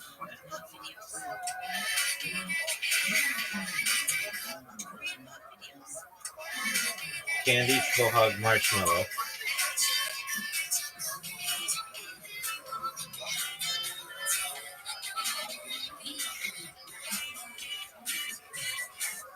What is this? And how can I make the rest of my life about it? There we go.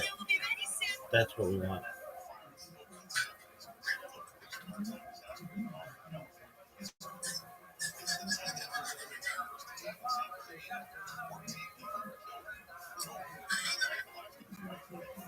Yo, dog, I'm currently doing something, my friend.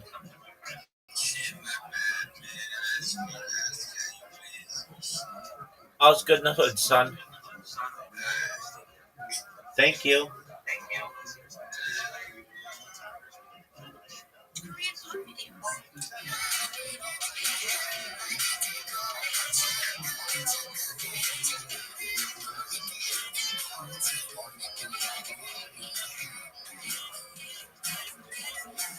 What is this?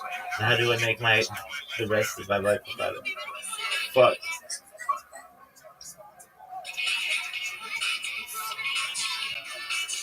Edit. Stop this. What is this? And how do I make the rest of my life about it?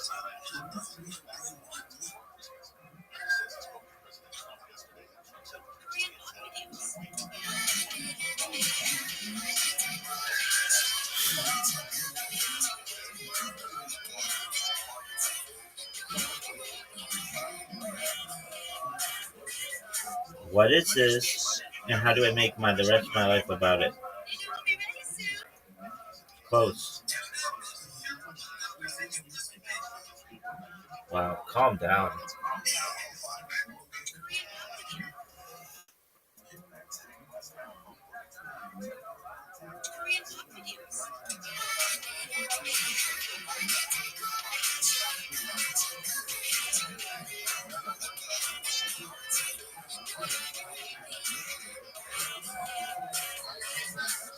What is this? And how do I make the rest of my life about it?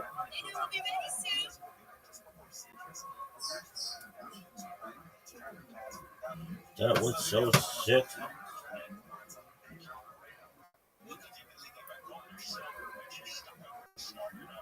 Sistar? Maybe the best band ever. Oh, are you fucking serious?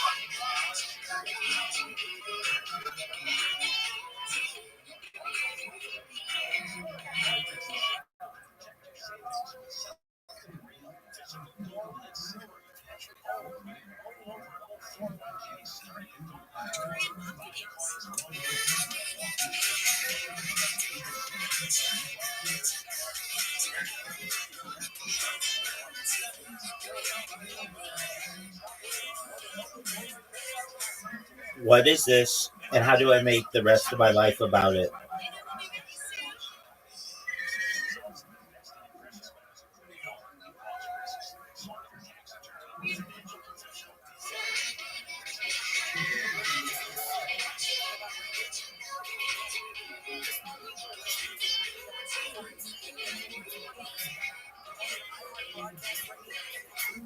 What is this? And how do I make the rest of my life about it?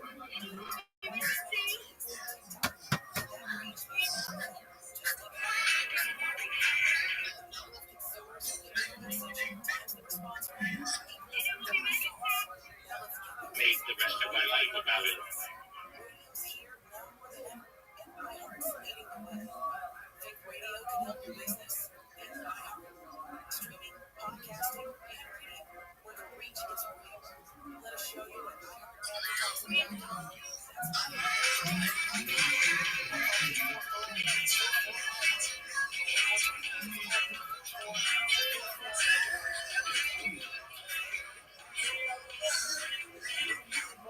What is this? And how do I make the rest of my life about it?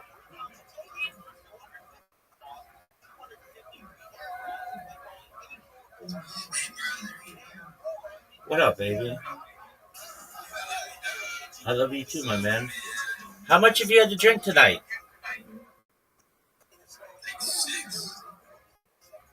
6 what? Oh, that's tight. How's O'Doul's?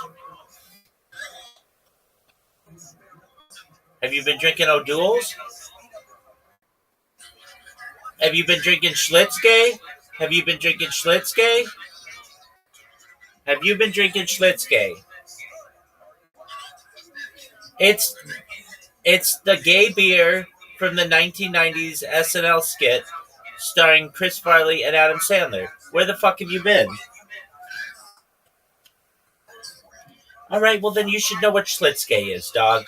And you should know when they're like this, then they like this. Oh, I don't think you know Schlitzke, dog.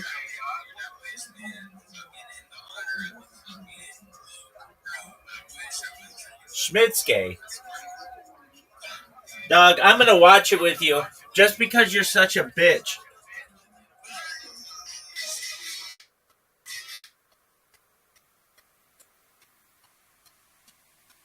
What is this garbage?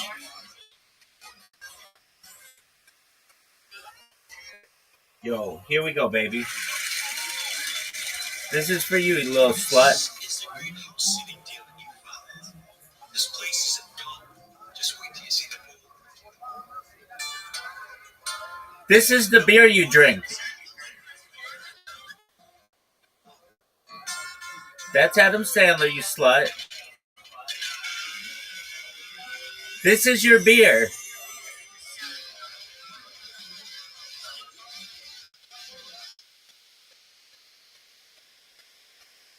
There's Chris Farley.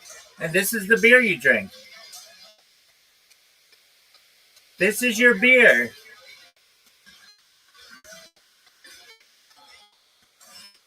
This is your beer. You had 6 of these tonight. You had 6 of these.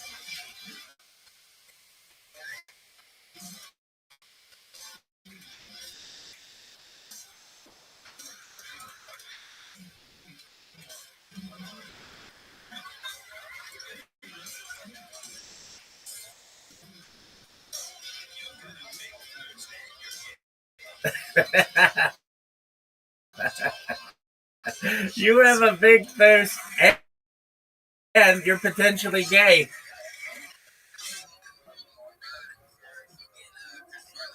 Hey, man, that's what I like to hear. Excellent, man.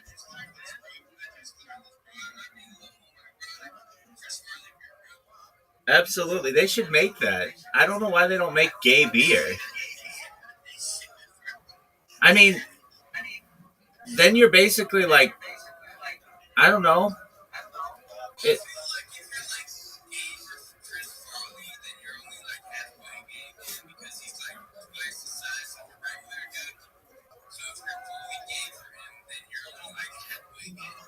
oh, you're still completely gay if you want to stick your dick in him.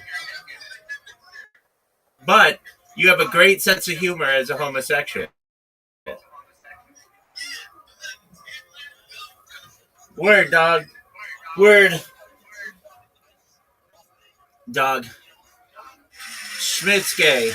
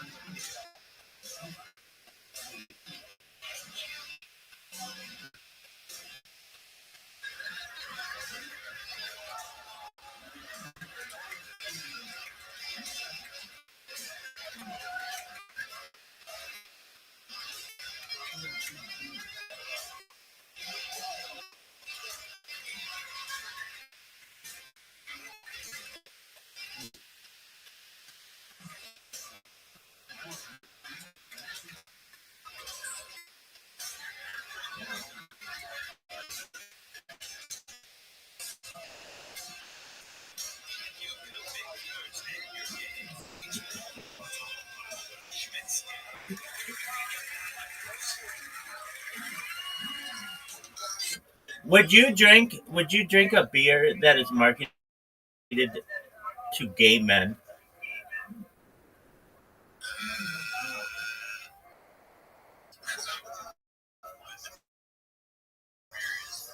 It tastes like Bud Light.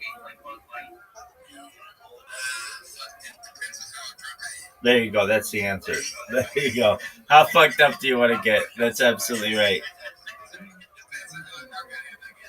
There are 2 kinds of beers: free beer and cold beer.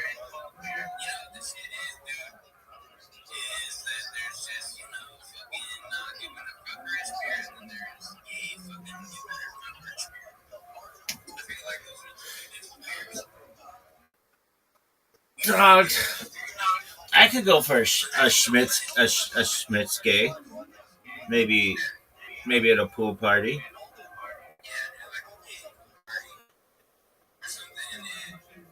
I didn't say it was a gay pool party. I was just saying that if I want to get fucked up,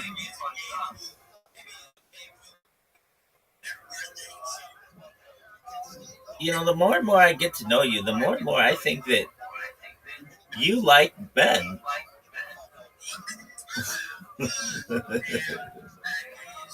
No, you're good. You're good. No, I know. I know. So if there were a chewing gum marketed to gay men, would you chew it?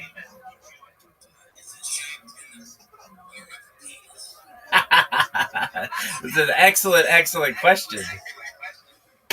They have different shaped versions of them. So for those who prefer the penis shape, you have that option. But then there's a standard stick version, like juicy fruit. In fact, that's what they could call it, juicy fruit.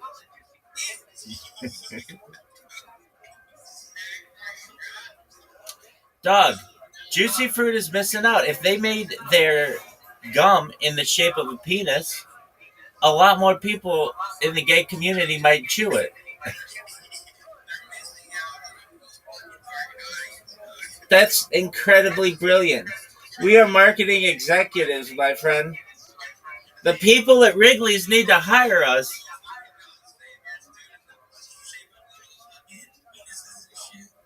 Word, dog. 100%. Absolutely.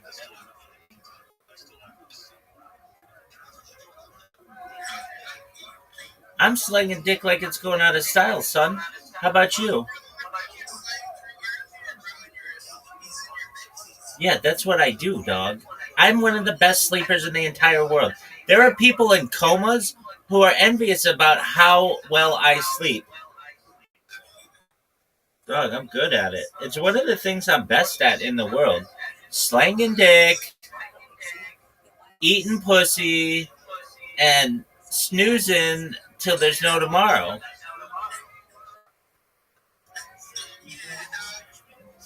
1000%. What's on your agenda for tonight? What's on your agenda for tonight?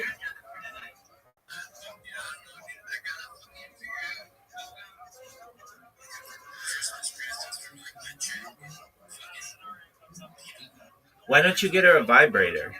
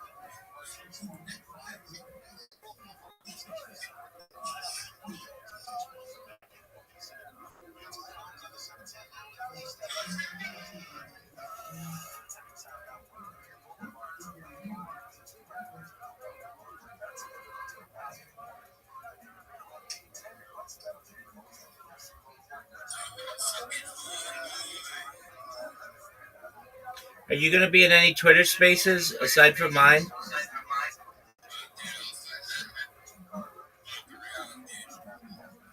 Word, baby.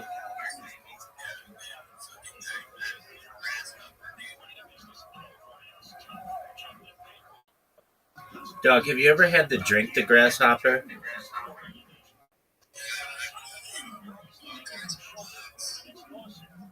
No, dog, it's a drink. It's an alcoholic drink. It's like a frozen ice cream alcoholic drink, and it's amazing. It's called a grasshopper.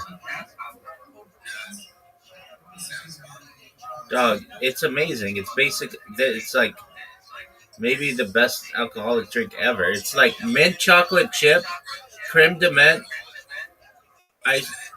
It's like mint chocolate chip ice cream and creme de menthe. It's like unbelievable. Dog, it's phenomenal. It gets you drunk slowly and then puts you in a perfect place.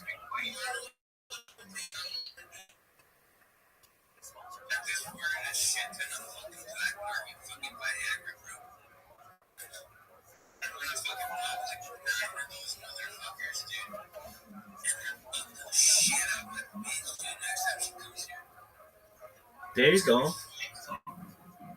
There you go. If you have an erection for longer than 4 hours, call your doctor.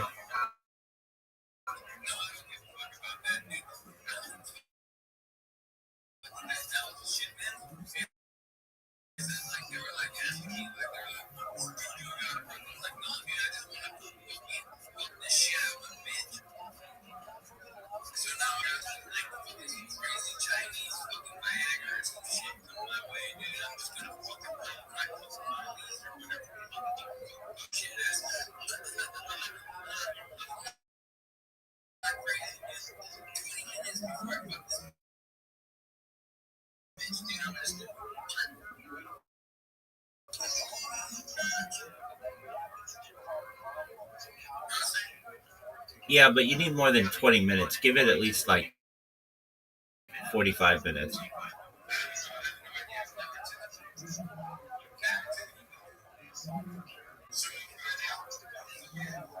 All right, here's my next question for you. If you were a Beanie Baby, what Beanie Baby would you be? Go. All right, I'll be with you in a second. What up, Zoot? How you living, slut? Zoot. Can you hear me, Rabbi? Yes, sir. So, you want to know what Brock said? Oh yeah, I want to. Brock said that in 20, if you're still extreme Earl, for what you're doing, if you're streaming non-stop for the next 23 years, you have a 1 in 5 time. And he said if you make it 50 years, that it's pretty much guaranteed if you drink for the next 50 years that you live well. Oh, that's tight. Okay, well, I'm on my way, baby. How many years have been so far? 4. I've got another 21 years for the 1 in 5, and you get another 25 years after that. Dog, I think I'm How old will you be in 50 years? in 50 years. I'll be 90 years old. Yeah, you probably so far about that. Yeah, dog. Well, thank you for the positivity. Zoot, are you ready to lose? Yeah. Yes, you are. But yeah. You think? Yeah, I think it's pretty close to another decade. Okay, well, I think, Zoot, I think you're full of shit.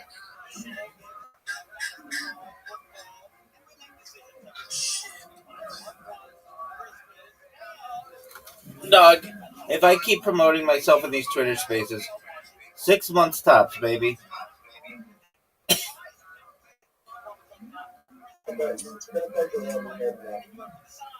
No, it won't. You know what it will take a lot of, Zoot?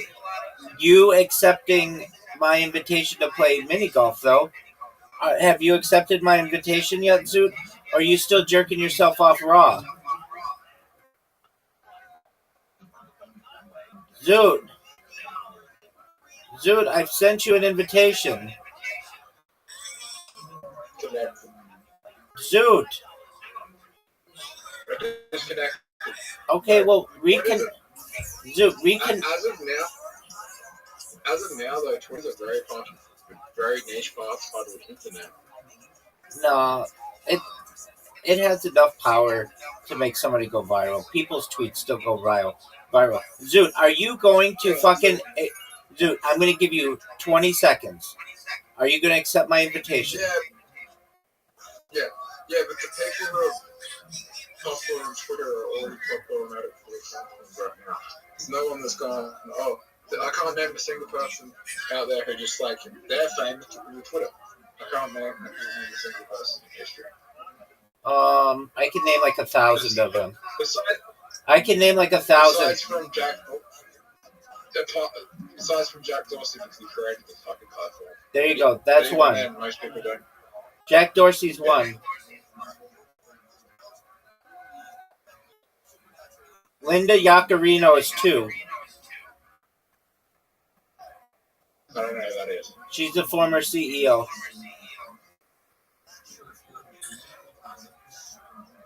Oh, Zoo. I just think Twitter's a very niche platform. Well, it's a good thing that I'm not just on Twitter, baby. I'm on everything.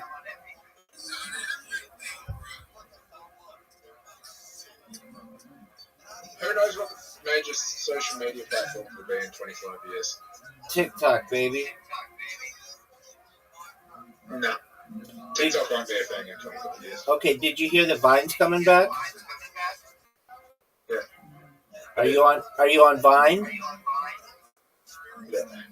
You're not on Vine. You're full of shit, dog.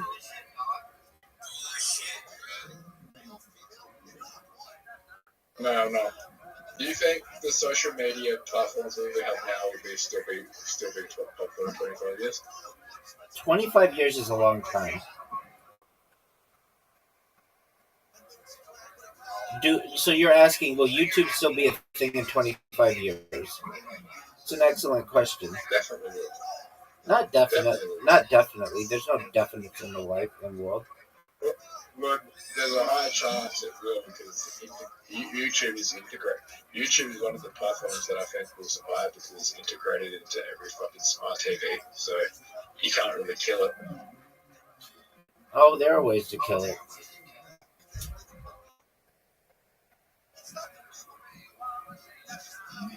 They could start charging people for uploading videos or charging people for storage. If they did that, that would kill it. Also, the amount of what a shot, Zoot. Zoot, that was the best shot I think I've ever seen on this hole. In 9 days, a week from today in Australia, you need to be 16 to have a YouTube account. I told you that was happening, and you said I was full of shit that wouldn't go through. I didn't say that was that. Yeah, you did, like a year ago. I said it's going to be impossible to implement, prove that the person's under the age of 16 in most cases.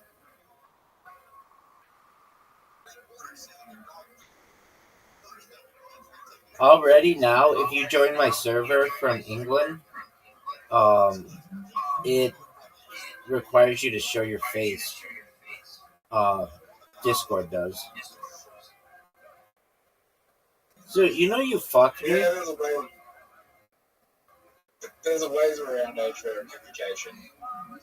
Of course. I can get a mask. Yeah, but what if they say, "Give me your ID"?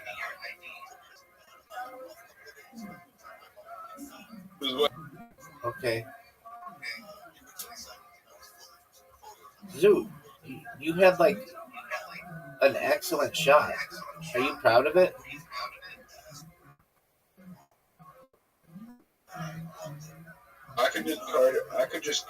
Rabbi, I could code a fake ID. I could go on Grok right now, or an AI platform, and an AI platform will create the best fake ID the internet's ever seen, and keep on using that if I wanted to. Okay, I There think. are multiple ways. Zoo, do you recognize that my shot may be one of the best shots ever? What do you think about this European Union chat police that they're doing? Have you heard about this? I think I want to leave the West and go to. I think I want to leave all the Western countries behind. I fucking hate the West. Yeah, you're gonna be in trouble, Zoo. You say a lot of mean things via typing, even though you don't mean them, and they're gonna be like on your ass about this shit. I do.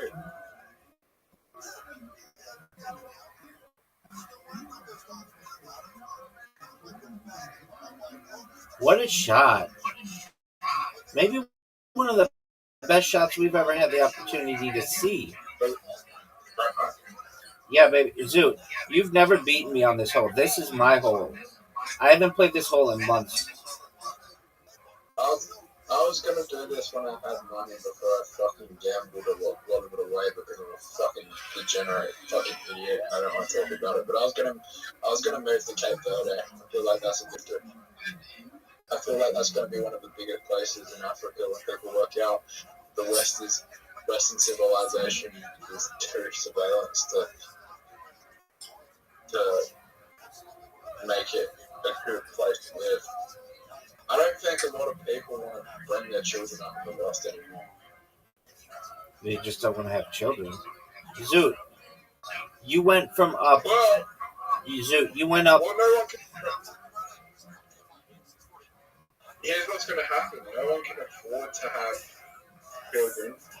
The housing crisis and the rental crisis in the Western countries is getting too out of control. People are going to start moving abroad, take out online remote jobs, get paid from them, and then start families in these developing countries, and these developing countries will become civilized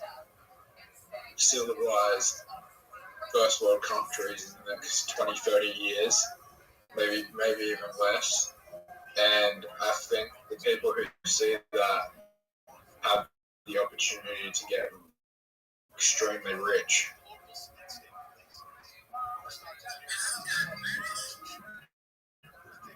Zoot, what did you think about my pure domination right now of darts? Zoot, I've beaten you one game in a row. If I choose, I bet I could beat you 10 games in a row in darts if we play a certain way, not this way. I mean, why would I pay $2 million for a house when I can pay $100,000 for like $2 million for like a 2-bedroom house in fucking in a Western country when I can go to a developing country and make an investment of like 300,000 for a 4 or 5-bedroom house. Because it's just going to keep, and the economy is going to keep on growing when the economy here is just going to, people are going to start leaving because no one can afford shit. Zoot, all I know is that I'm about to dominate you. Oh, that was absolute garbage. Zoot, 1. Zoot got 2. Zoot got 20. Zoot, watch this move. Brother, Yeah, baby. when you go viral, when you go viral, where are you making investments? Like what countries? It's known as Harry Potter, Obama Sonic, 1080, baby. The metaverse. It's a metaverse. Word, dog.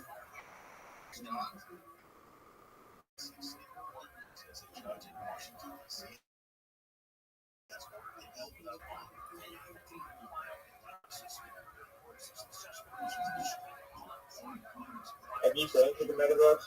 Baby, I live in the metaverse. What the fuck is the metaverse? Remote existence. Is mind uploading technology going to be part of the metaverse as well? Word, dog. Zoot, we both have 421. That shit's wild, son. Yeah, it would be funny if we had 420. I agree. Zoot. Zoot. Now's your chance. Now's your chance. Don't do eyes closed. Zoot, you're beating me by a lot.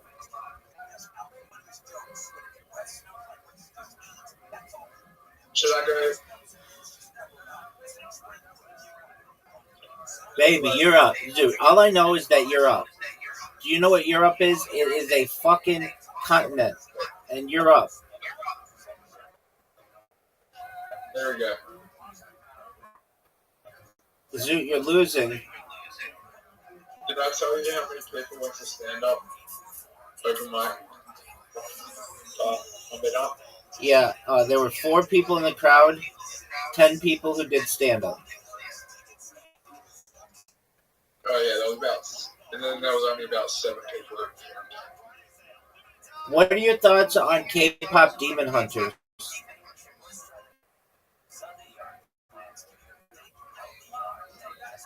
Yeah.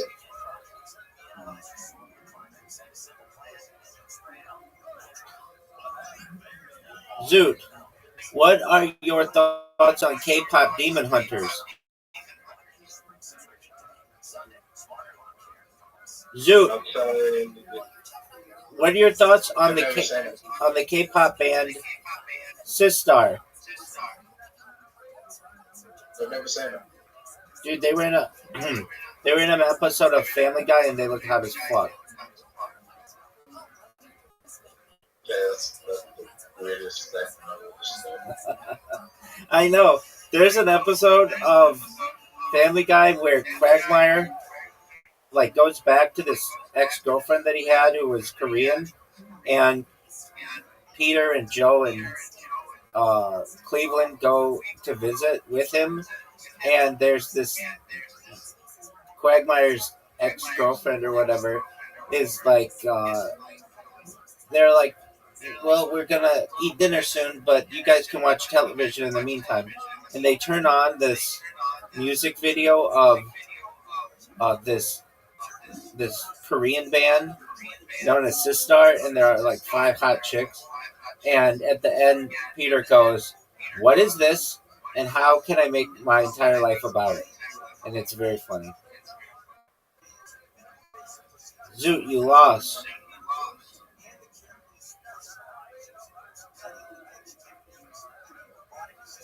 Zoot, you used to dominate me in this game.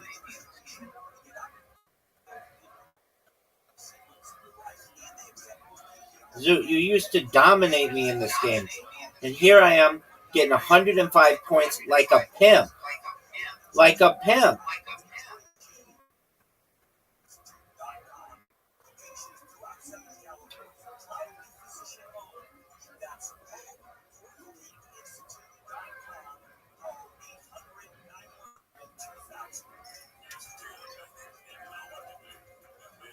Oh, Zoot, get this. Okay, that was pretty good. That was...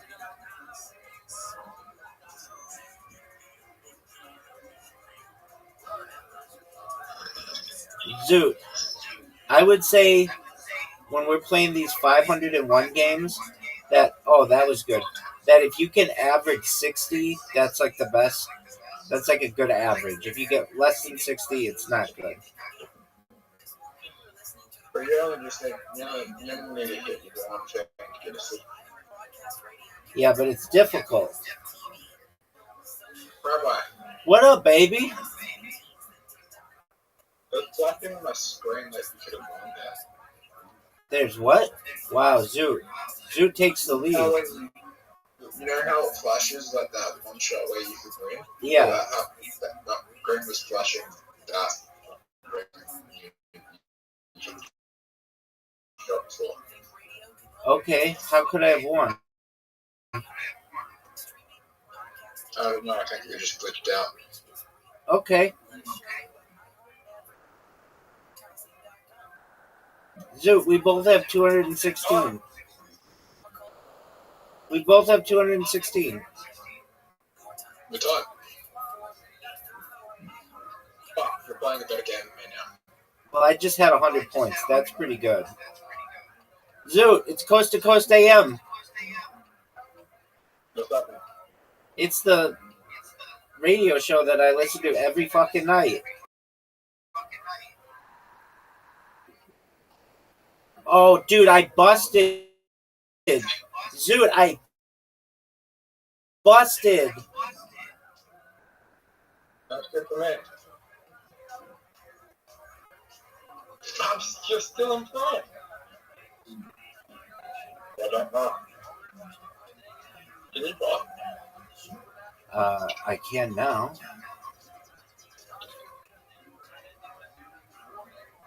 This is bad. This is bad.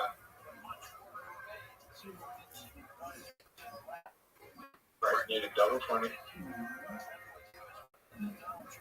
You can wait a second.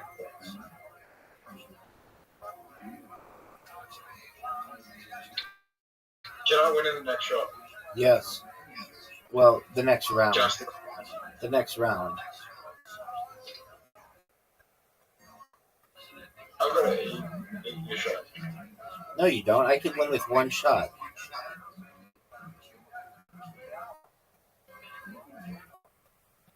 And I just checked out, baby. Zoot, there's a lot of pressure on you. Oh, you're done.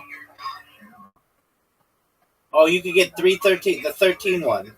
Triple 13, and you could win. Or you could tie for the win. Triple 13.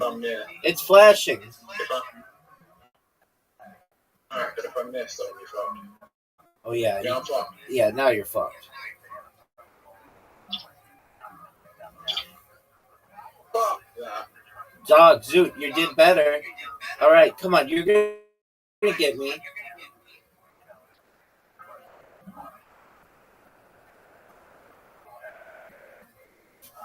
You did really well there. You were within one shot of winning.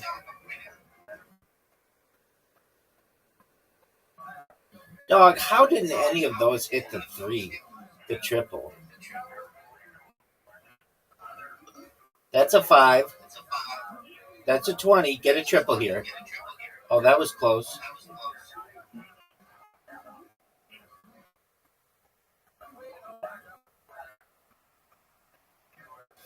Dude, that was a giant miss. I'm at 420. Dude, that was giant. That was a giant make. That was a giant make. That was not a good miss.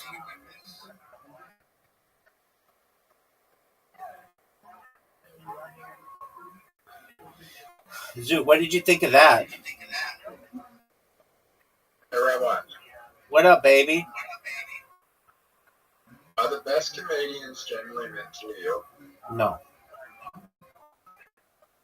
Who's a good comedian that's not mentally ill? George Carlin was. He wasn't mentally ill? No.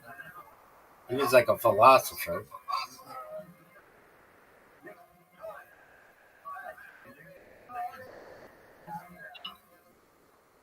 Shane Gillis.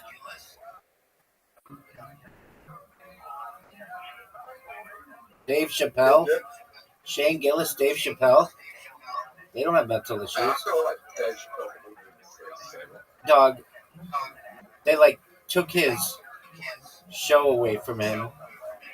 I don't know if he's any more unstable than any other person on earth.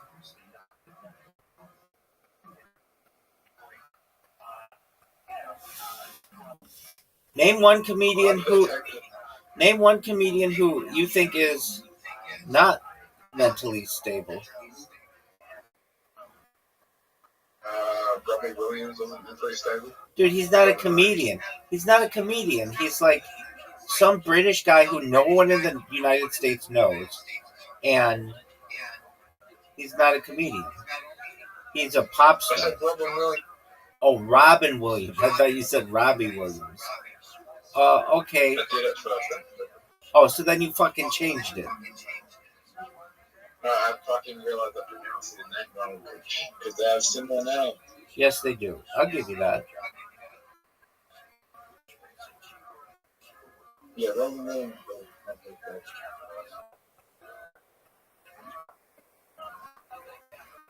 I don't know. I don't know how much people.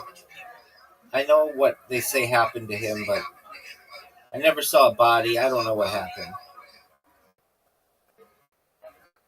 He didn't kill himself? If I don't see a body, I never know.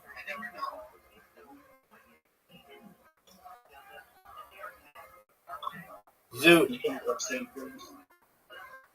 that's 3 wins. Zoot, that's 3 wins. Zoot, you've just gotten your ass kicked 3 straight times. And I'm going to do it to you again. You can't beat me. On the 501, you can't beat me. I'm unstoppable, baby.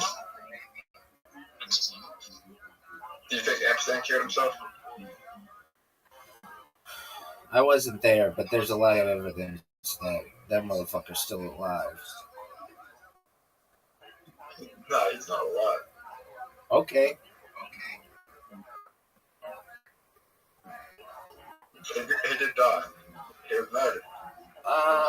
I mean, if you want to believe that, that's cool, and that's a neat story that you can tell yourself. That's great. So much evidence today that, first of all, why wasn't he taken custody under suicide watch? Second of all, why would you put in the same cell with a convicted murderer with the cameras off? Baby, I don't know the answers to any of these questions. You're asking the wrong guy. All I know is that you're playing pretty well right now.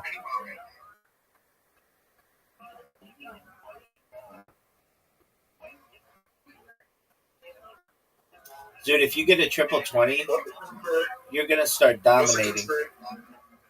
Besides from the moon landing, what's a conspiracy theory that you can prove is real? The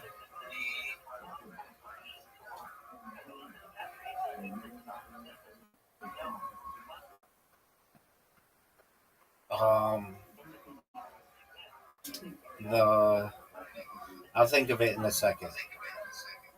The Tuskegee experiment. You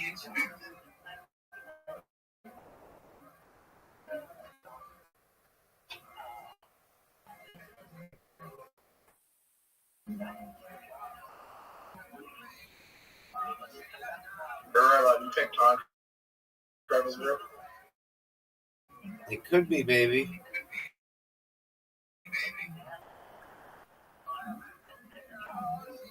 How do you make it real? You need a lot of energy and be able to bend space-time. Do you think we'll ever create a wormhole? Yep.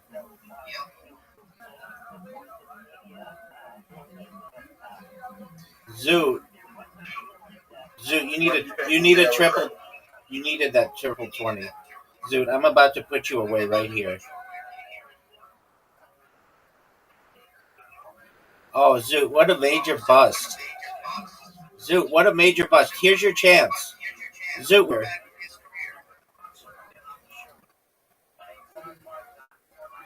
All right, Zoot.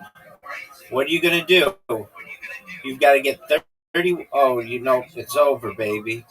That's like... That's 6... If a wormhole appeared in your brain,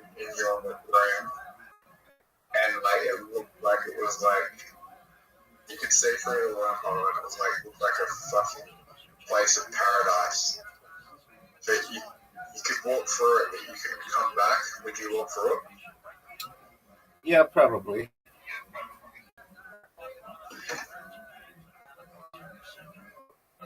I mean, you're probably just strange because viral, because everyone be like, this guy just walked through a wormhole. Exactly. And then where would I go? Where did I go? What the fuck? Everyone be like, where did this guy go? What happened? This is not. Oh, Zoot, that was big time. 105 points, baby. 105 points. What are you going to do? What are you going to do? What are you going to do? Zoot, you just got 25 points. Zoot, this used to be... Zoot, this used to be your game. You used to dominate me at it. You used to take me to the woodshed. And here I am, just undefeated against you today. Right. If you had to go to a time, if you had to go through a time machine, so if you could go back in time, but you had to die in this, everyone thinks you're dead in this current point in time, would you die? Wait, what do I have to do? You can time travel, but everyone, you die in this universe. Would you die? Can I time travel to the future? I mean, yeah, but it's a different universe. Well, what the fuck kind of universe is it? It's one where you can change things from your past.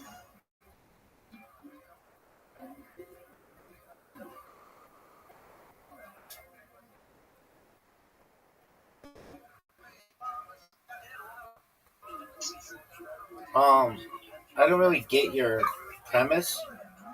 I would go to a place in the future where mind uploading technology has been discovered, and then I would just utilize that. Oh fuck, Zoot. Can we change things that happened in our lives when we like different memories when technology happens? Yes. So we can delete memories? Yes, it's known as memory erasure.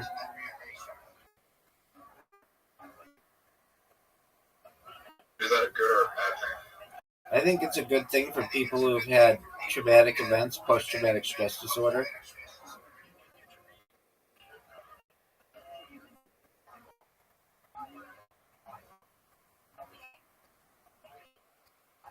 How far away do you think we are from mind uploading? Perhaps it's already being done. Zoot, did you see this dominance? Zoot, you used to dominate me in this game. And now here I am, dominating you. Zoot, you want to play a different game?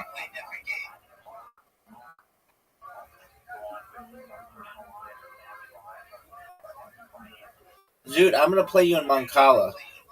And I'm going to wipe the floor with you. And you're going to love it. And you're going to think it's the greatest thing you've ever seen.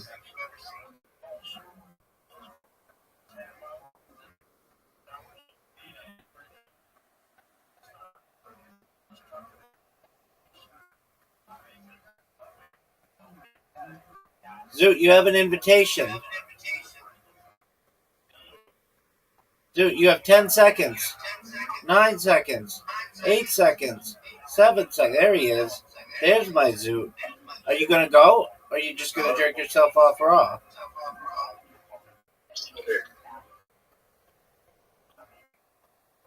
Have you ever had a small dick? When it's cold, I'm a grower and a shower, baby.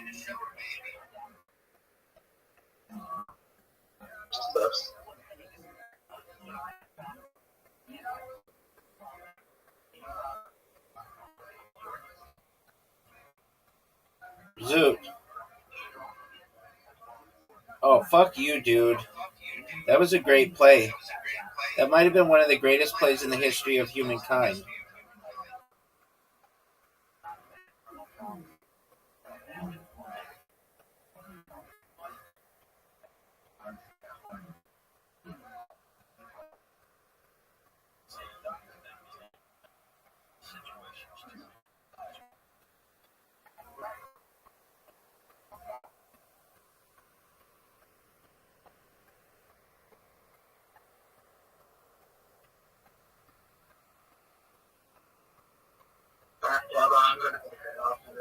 Okay, well, just finish this game, son.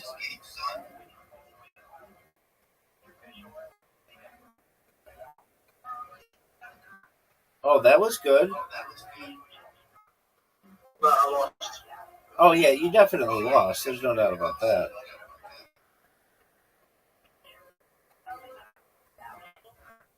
You might fuck up.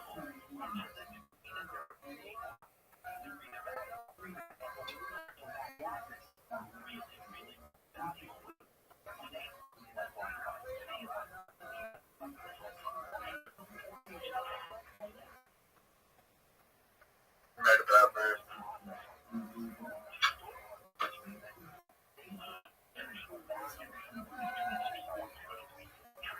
Zoot, you might win.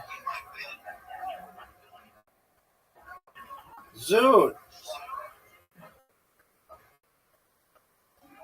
It finally states that I came back.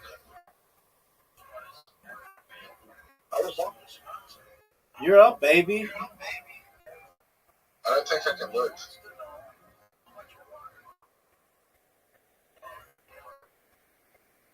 Now I said I don't think I can lose. Yeah, I might have fucked up. you can lose, dog.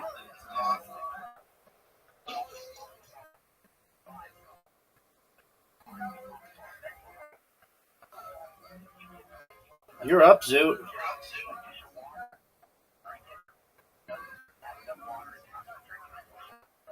I think I'm gonna be okay.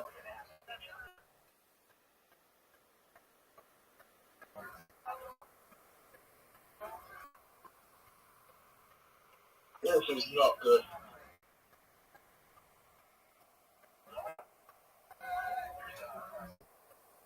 Baby, you're done, son. Baby, you're done. It's over for Zoot. It's over for Zoot. You better go. Baby. Zoot. It's over. It's over. Zoot, you're done, big dog. Zoot, you're done, big dog. Zoot, you are done, big dog. You resign? What a bitch move. Zoot, what a bitch move.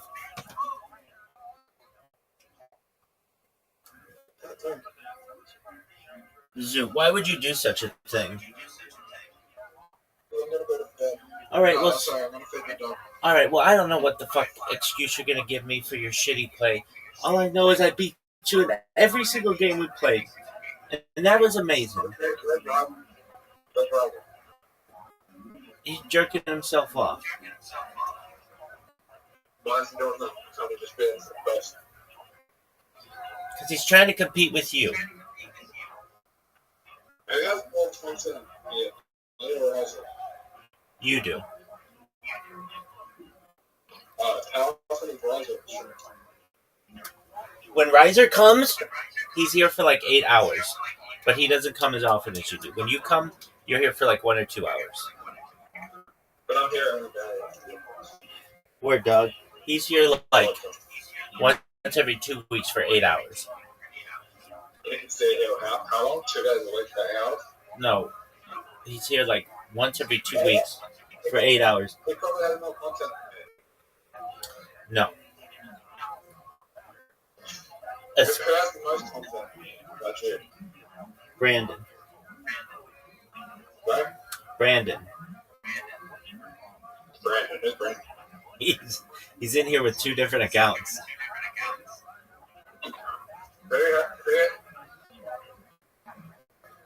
Here, if you want the here, I'll give you the rundown. Just one moment. I'll give you how many hours you've been in here and everything. I'm probably in the top 10, right? Yes, you are, with maybe multiple accounts. To account. Music Aquarius is the one. Yeah, she has. Okay, so here it is. I'm number 1. I'm number 2. Brandon's number 3. Brandon's number 4. Miss Aquarius is number 5. Brandon is number 6. Caspian C is number 7. Number 8, I don't know this person. I love my cat, Juju, 2002. Number 9 is Audie. Number 10, my horse is Richard. Number 11 is Riser. Number 12 is I Show Speed. Where are you? Number 13 is Audie. You're number 14 and you're number 15. So if we combine your accounts,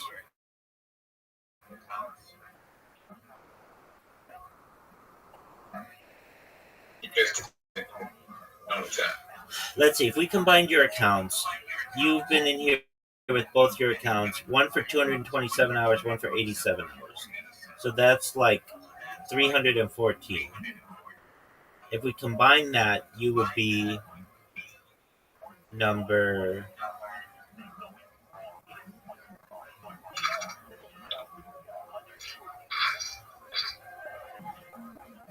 you'd be like you would be close to riser.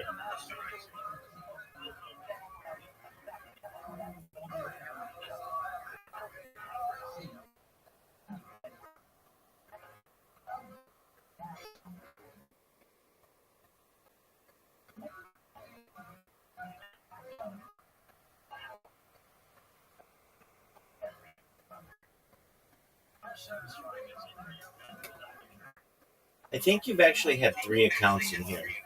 Maybe just 2. But I think you've had 3.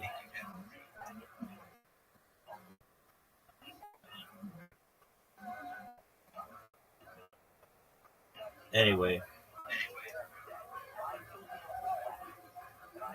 Brandon has by far the most of any person aside from myself. He dominates. He's the man. Nobody's touching my Brandon.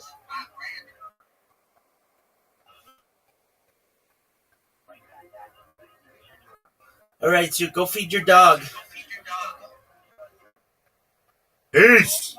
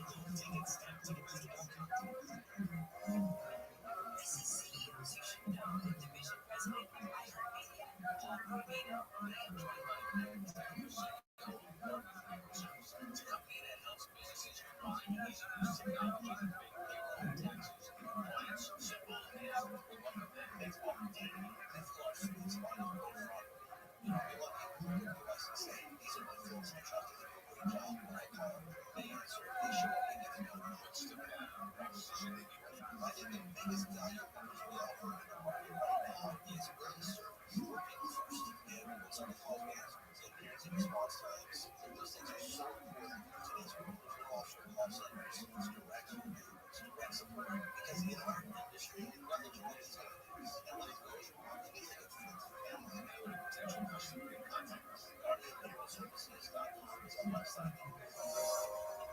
to CEOs you should know on the radio.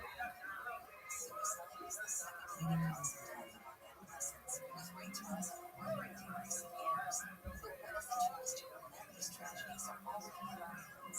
On December 9th, join the Child Mind Institute's On the Shoulders of Giants scientific symposium to learn how experts are using smartphones, AI, and other digital tools to spot warning signs, respond more effectively, and scale solutions to save human lives.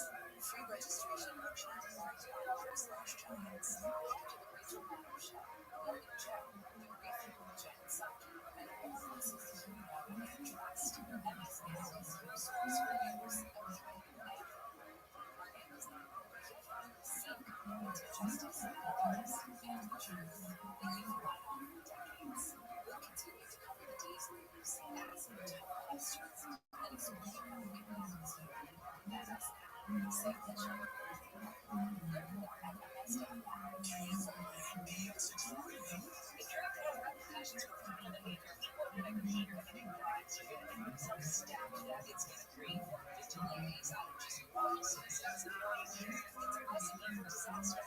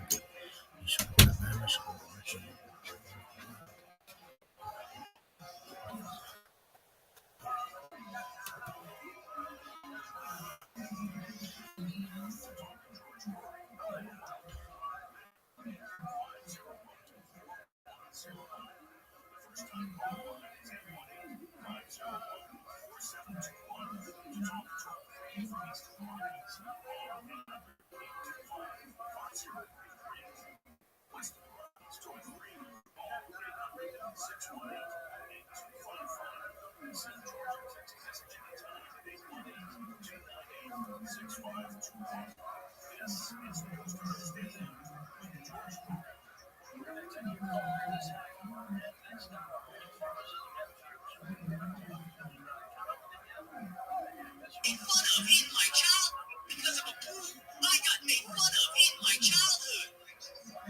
Welcome to childhood, bitch.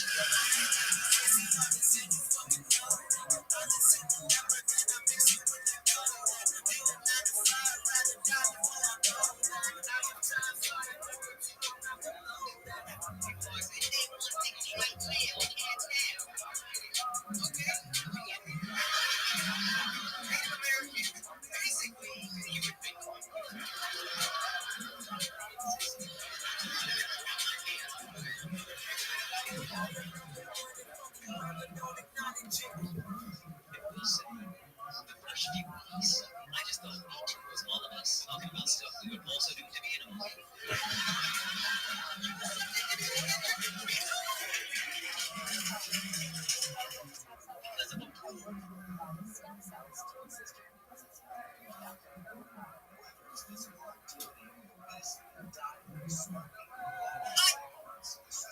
Got made fun of. What up, pimp? Dog, what's not to love? Dog. Do you remember those old Budweiser? Do you remember those old Budweiser commercials?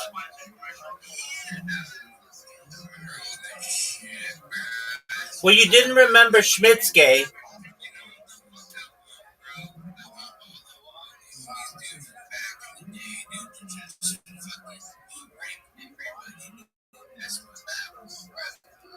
All right. Previously, you were at number 6. What number are you at now?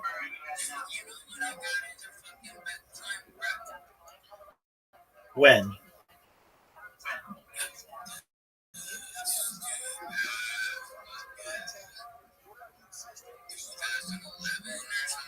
That's baller as F.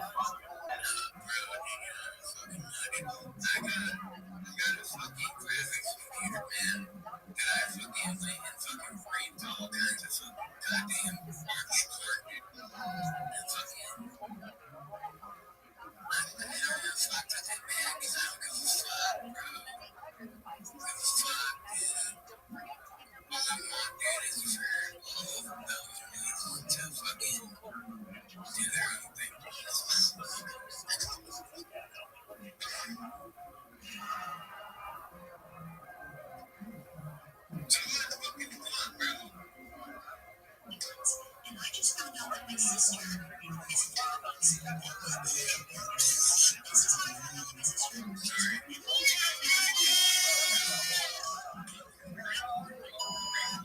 She's 8-year-old.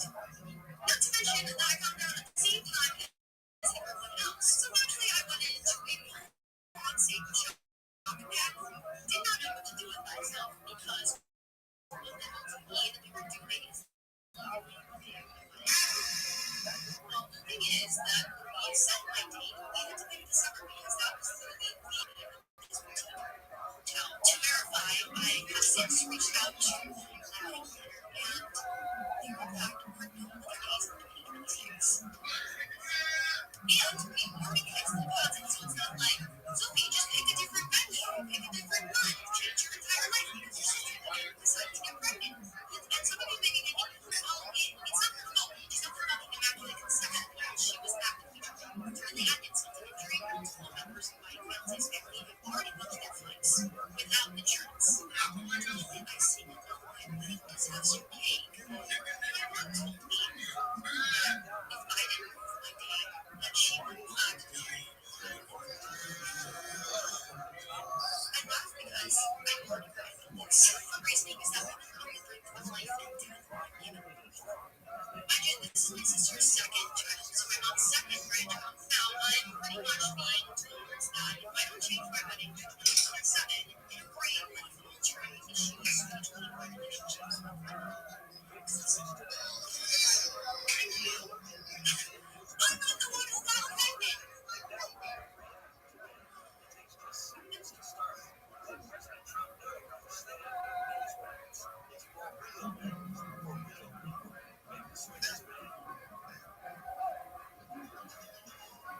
Is the least accurate author in the entire world. Today, I'm like, okay, ROTHSCHILD.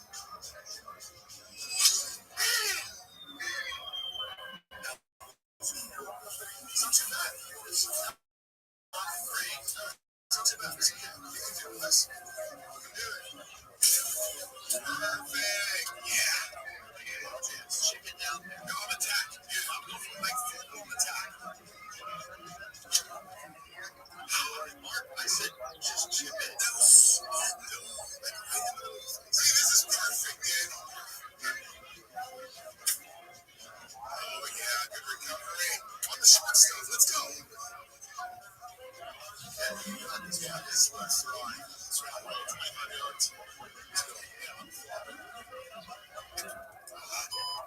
You just take it close and we'll make it fun.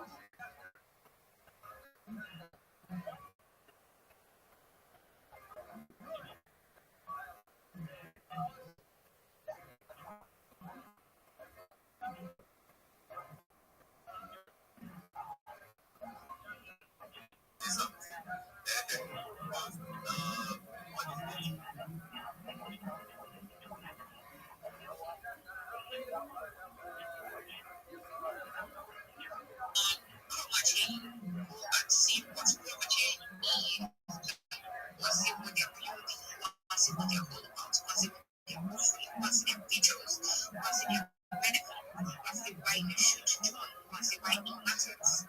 Yes.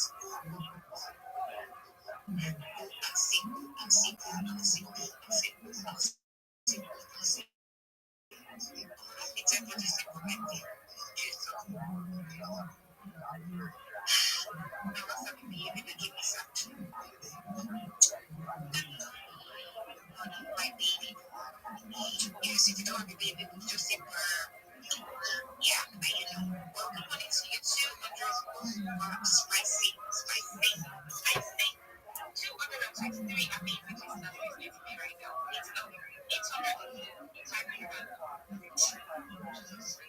852 comments, 149 people, 304 likes, 7 votes, 48 remarks, especially the remarks over 60. Guys, 6,828 views. You see this business creation. So, let's hear from Spicy.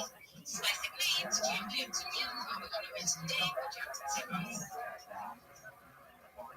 All I want is unlimited 5G plus, unlimited data with more speed.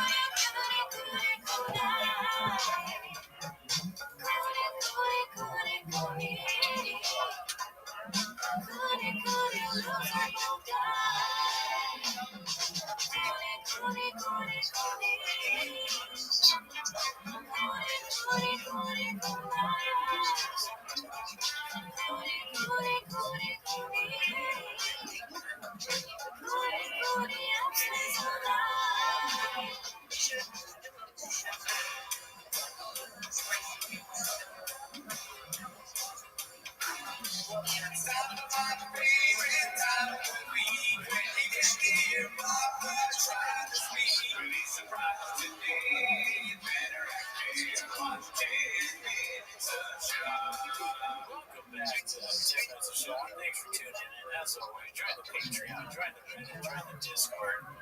This week on Patreon, we watched Jeff Dye, also Kill Tony Best. Oh my God! I had so much fun watching Jeff Dye talk about how he likes women, and I forgot that we watched the second episode of Kill Tony. It's the second one, right? On Netflix, yeah. It was at Madison Square Garden. It was really good. We watched a little bit of it and it turned out. Yes. But anyways, also, actually, a big announcement we've been talking a lot about this September 20th, we're going to live stream the Gringo Prodigy for 24 hours straight. We will have on such guests, hopefully, that will send it Brian, Mark Hartley, potentially Brendan Wall, Sean McCoy, Alan certainly is Rabbi. And maybe some other people. IDM. It doesn't matter. Podcast. Well, yeah, it's going to be 24 hours of the George W. Bush. Yeah. Michael Irving. Jerry Jones. Yeah, and also everyone that's been on TV. But anyways, that's not why you're here today. So Cam, mark the calendar. That'd be funny if the Dallas Cowboys watched this because we shut Dallas. I'm sure there's at least one Cowboy that knows about us. I hate the Dallas Cowboys. But anyways, that's not why you're here. Yeah, to 10 minutes a shot. To start the timer, great question, Jack. No, we have not missed this chin yet. G-Red, what up, G-Red? Car walking in 8 inches.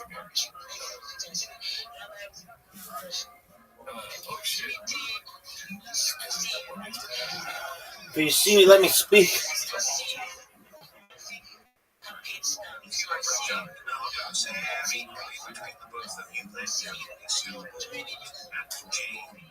I mean, that's so long that it took both hours. I would still be gone. Yeah, probably. You know what's fucked up is that you didn't put Jatarda. Jatarda, yeah, I put all the ones I can remember. All right, let's get to the fighter of the kids summer. That's what we're here for, Danny. Try to Photoshop your hair on that. Alright, so go to the first one. Obviously, you're DJ Khaled. DJ Khaled was one of the people, yeah, and it has like a bunch of different songs. You can say it's yes. This is posted by Wonderful Salary 542. It's the product that already has reviews. Papa Changing Lives. That's Danny's got my kids would say when pointing to the color gray, it drove me nuts. I've since switched to using Rewind and I'm back to being at the 1S. Best brains in the business behind this product. What are we doing here? Order this now. I switched quick. So that's obviously almost the same as the paradigm. Damn, dude, they're everywhere, dude. The cats are everywhere. Jack Cummings said, are you guys planning on falling asleep on the street like Casey did earlier? No, it's tough. You guys, we joke about how hard we work on this. It's a tough gig. The friars sometimes look forward to the hot stuff. You know what I mean? Podcasters are the last line of defense between the book being long. That requires waking up at 4:34 in the morning, working on like something on trades. He does. British people in their time differences, probably 7 days or something. But yeah, he works just as hard as us. Hard guys make soft guys come harder, and soft guys make hard guys. That's close. There's actually hard guys make podcasts. Yeah. Easy times make hard times with podcasting. These guys that are hard.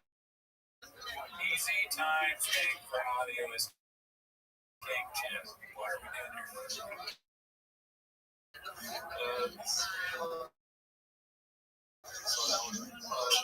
We watched this on Channel.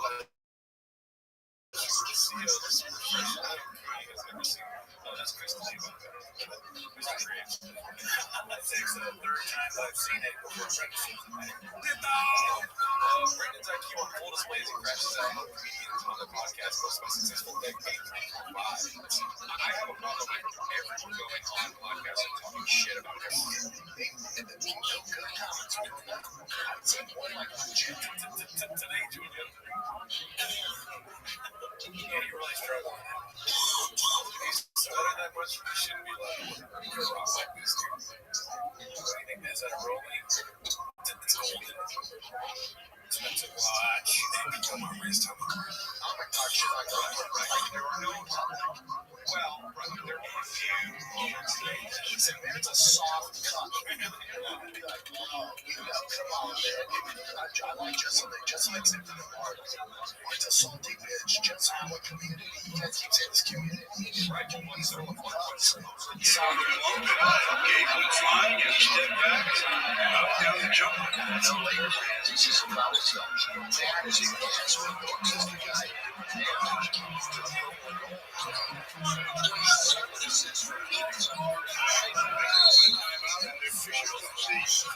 JJ out on the court. 49 seconds left in the third, so the second and third quarters have basically belong to the Suns.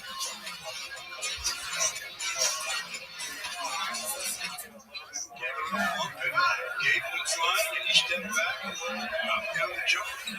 Leah talks about comedians talking about other comedians like podcasters. He's like, when I was watching this podcast, and these guys like talking shit about him, it's so fucking lame. Like, why? Name, what's the name? He was doing all that, and in my mind, you know I don't matter. Yeah.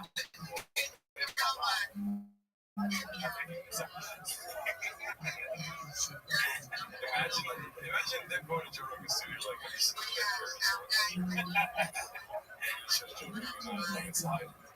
Yeah, I don't know. It's I don't think he would do that because Rogan, you don't want to like Graveyard said, like you have to respect the star. You don't want to show him things, but I would be less surprised if like one of these guys went on Rogan but took Jamie or something. If you look at his homeworks, maybe there's what's it called? This next one is shout out to Red Bar. Have you seen what's recent Red Bar? Some of it. Hilarious. So everyone talks about Sam Cheater. Oh no. Yeah, dude. So this is like screen grab from that podcast talking about a Black Legend. That's crazy how much it looks like it's by Rascal's Swag. Yeah, that's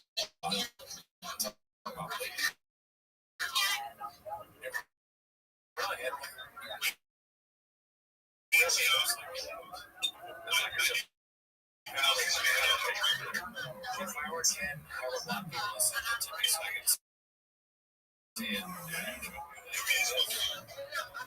look like that guy. I want to be like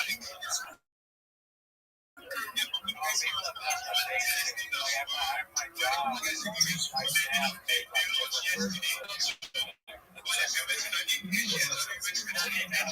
this is funny for me. Alright, let's take the deep dive this was supposed to be a deep dive. People are like, are you going to I can't.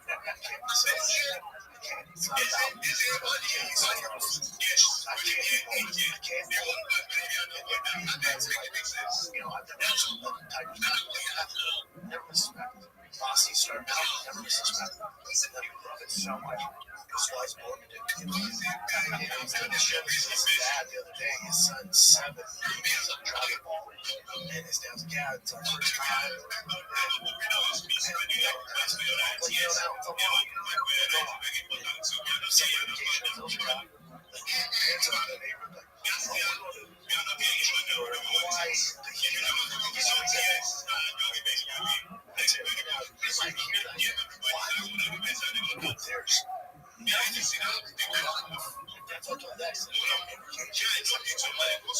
Outside looking in, you're like, oh my god, you're going to be some shitty town dentist. It's going to be snack.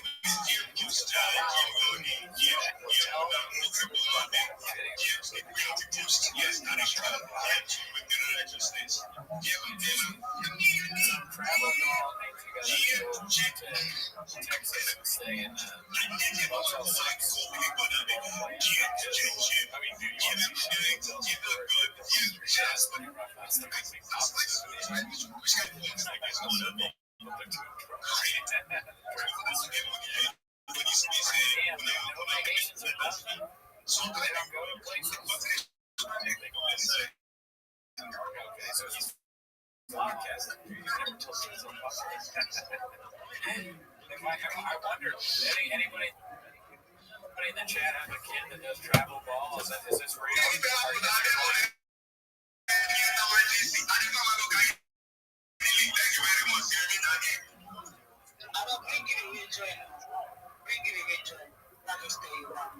Yes, guys, while we're here, I'm doing the basic. I'm just going to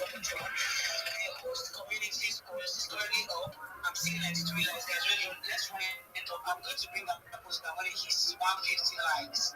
So let's go and run it up. Go and like it, go and like it, go and touch it. We're 198 here, so we can get 150 likes on that post. Go and touch the post. Go and touch it. Touch and waiting on me. Go and touch it, go and drop a like there. Even if you can't say GM, go and like it. Go and like it. Go and like it. I made a post about because I accompany their skills because I can't follow. So the skills, the post on John tries to you just go there, drop your screenshots. That's if you're engaging, please drop your screenshot there. The screenshot of your position in the repost section, not the screenshot of the comments you are making under people's posts. So drop it there. From the left side, I'll start bringing up from there. That's if you are skipped. Some of you sent me screenshots yesterday. We haven't got it to you done. Some people send me screenshots that they were not even inside. You send me screenshots of people that I got their posts. So yeah, guys, here's the thing. Don't be sleep. We have Champion Alpha X post on the Jumbotron, the project that's quietly pulls you in once you look closer. What's it saying? So the first time I came across Deep Note AI, I was not even searching for anything. Go and see what he was searching for. Project. Go and see Champion Alpha X post and go and see what he was looking for. Next post, let's see what that post is on. Post is currently sitting on 21 likes. Guys, let's run it up. We're getting 60 likes. Okay, let's run it up for him. Drop an insightful comment as well. Okay, don't go there and say position. I'm sat. You know that you're not sitting anywhere. Don't go and start me. Okay, go and drop him a like and comment. Alright, the last post on the Jumbotron is by Treasure. She's saying grab your popcorn, guys. Go and see what you're grabbing popcorn for. She's talking about OTI, only the influence. So go and grab your popcorn and sit with her there. Drop her a like and decide to comment or tell her or talk to her about her popcorn that she's doing. It's a trend, guys. You know what we'll do to trends. Don't impregnate the trend. What do I mean? Our first trend is on 57. Let's also run up every block. I'm saying 24 on the next, 24 on the other one, and 22. Guys, let's like them accordingly so it doesn't look like what's engagement, okay? Yeah. The next post of the Jumbotron is by Nikki. Nikki saying GM. Just go and tell me, he said GM to you too. Give me some of this cocktail you're having. Let me use it to text him by December. He's currently sitting on 24 likes, 2 bookmark. Guys, let's go run it up, okay? Go and run it up. Go and run it up. Go and run it up. Go and run it up. I'm seeing the Jet Chef. The Jet Chef is saying today is the 3rd of December also. 11 days left on the XIXR cricket guide to leaderboard and the extension to December 14 just changed everything. Go and see that there and read what he's talking about and what date it was moved to. It's currently sitting on 22 likes right now, 3 bookmarks, guys. Go and leave him a insightful comments. Don't go and post insightful trade. It's not even a trade, okay? Go and leave him a nice comment and let's run up the likes as well. The next post is like how many unique, we're not seeing the backside today. That's lovely.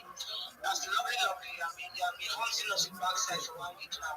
Thank God for grace. W say GMCT, wishing you a day that's light, calm, and fully in your favor, and as calm as my voice. That's about a day. Not for the comment, not for which she goes, but yes, okay, go and drop by GM. Let me give you some more tacos, even though it's not Taco Tuesday. Call them like GM Camly. Alright, the next post is by Within Righteousness. I don't know why you're being to post. I don't know why this GM post have been flying to heaven. She said, connect to everyone that likes your comment and say GM. Go there and say GM. Go and look at that fine, beautiful face. She's already wearing Christmas cap up and that she wear her for X, go wear her for it. Like, yes, go and look at her face. Because of the fine face, go and drop like, go and drop a comment. Go and go under the comment section of that post and also go and grab followers, okay? Go and grab followers. Mila, are you back? Mila, you are not right. Alright, you can have the mic. Okay, so anyway, before we move forward here, we're always but yes, before we go to whatever in here, just like my co-host said, kindly unique. Thank you as you did not turn your backside with this graphic. Thank you. Bala will get backside.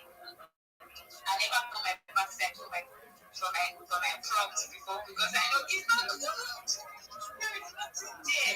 But yes, Harry is saying GM, wishing you a day that you want to find out if a bad day should go on a good day. So yes, go to the comments. I'm going to drop the GM. She's currently sitting on 65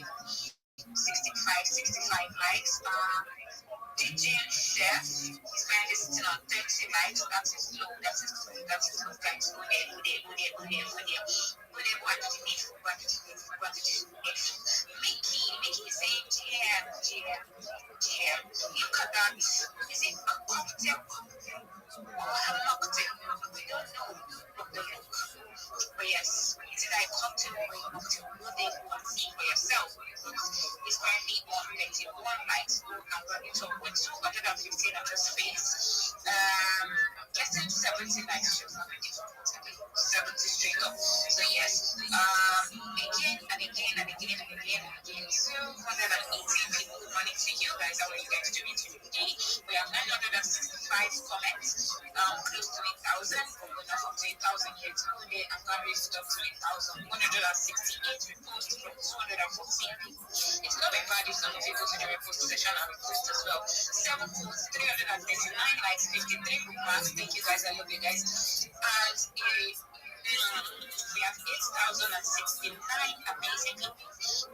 They've seen this space. Isn't that good? But yes. You're welcome to the game. 500 mutual shout out, show and engagement with host. Do well to shoot the host who happens to be the host to follow, shoot the co-host to follow, and fellow co-host to log in, and that's part. Shoot the speakers to follow. We have DJ Chef, we have Rabbi, we have Spicy Queen, Temian, Pema Kamli, Paradise, Drake, Luto. How are you doing today? We have Jude, we have lots of people. There's Mama, I see you, FSD, I see you, Bright, I see you, Mr. Light, I see you, Justice. Well, yeah, how are you? Yeah, how are you doing today? But yes, to you guys once again. For what I'm raising you guys, please do well to, while your head is sweating, do well to go to the Jumbotron and engage. You don't call her unique because she's a very calm and beautiful girl. Right skin for that matter. Go and engage with different chef. DJ Chef. I started again calling you different chef. Now wow. DJ Chef. Go there. Mickey, go and say GM to Mickey. Treasure said, grab your popcorn, guys. Go and see the cinema happening over there. Once upon a time, there's a cinema over there. Go and see the cinema for yourself and make sure it's a trend. Make sure you're like it from top to bottom. From the beginning to the end, from top to bottom. From the beginning to the end. Thank you. What's the next person? Champion Alpha X is saying the project that quietly pulls you in once you look closer. Go and see that project. That project that pulls you in, go and see it for yourself. I want to want to tell you about it. Well, we have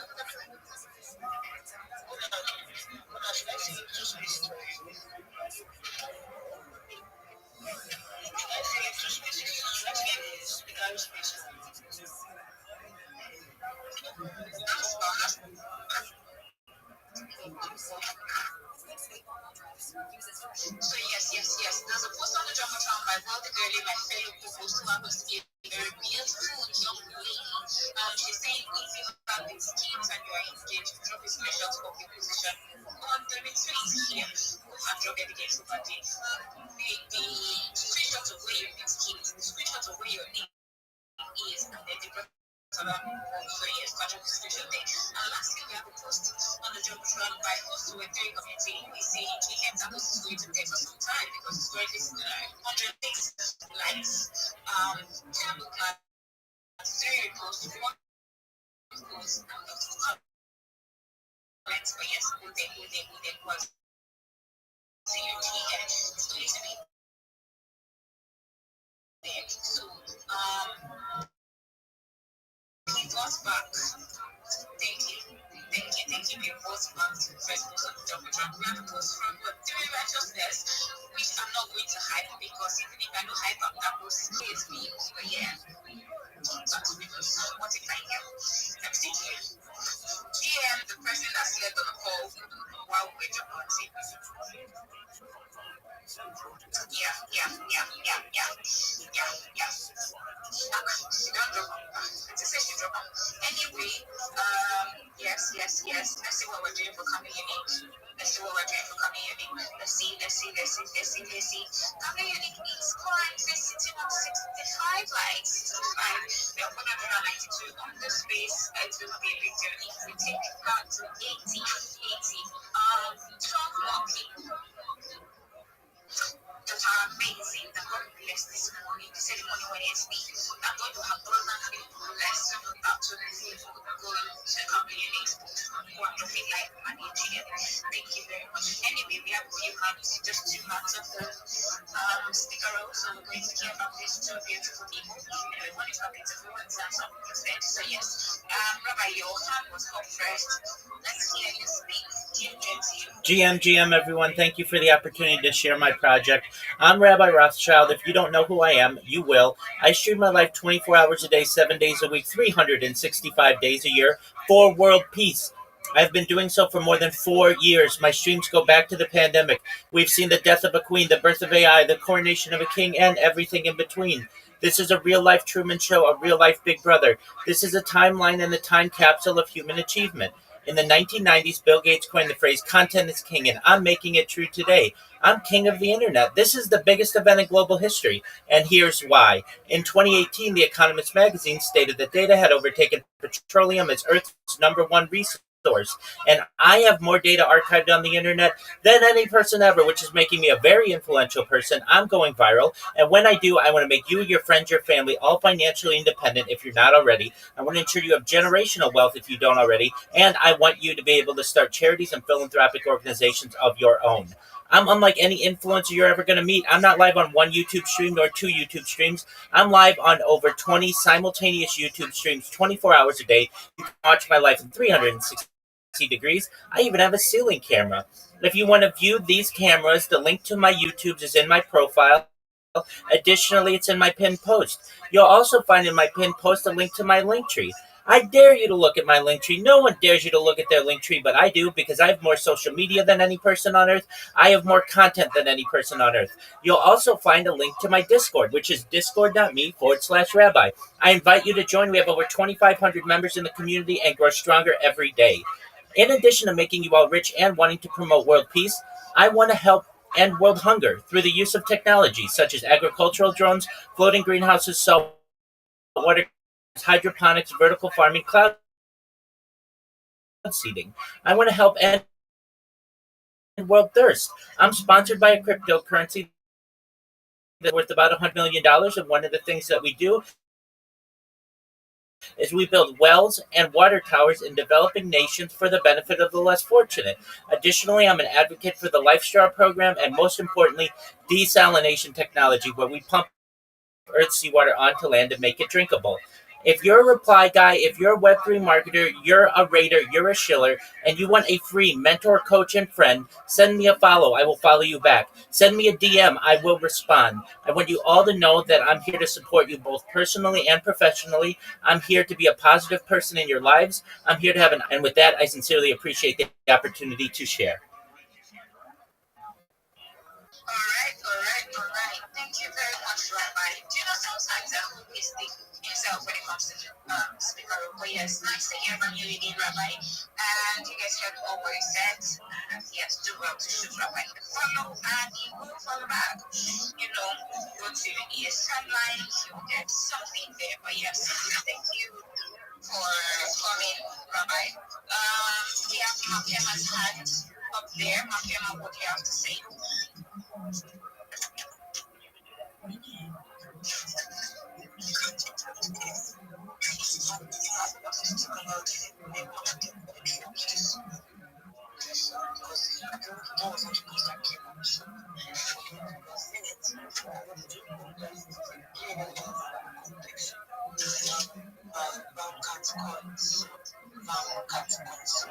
So you're calling up relatives, memories, someone that doesn't know him and anything like that to come and live. join the contest. So you are creating names and artworks. It will be a white scarf, very red key, gas, phone, and unplanned. So basically, that's all you're doing. The details is on my post. The first post I made this morning, not the second post I made this morning.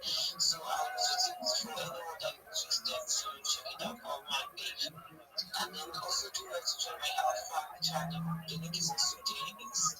I made the post like a thread, so you just go through, you see it. Then you can join the alpha channel for more alphas. So that's the one I posted this morning. And I'm like, post another one like that today, maybe a kid or something. Because I also saw a gig that was posted by this Ebola. I already dropped that on the alpha channel.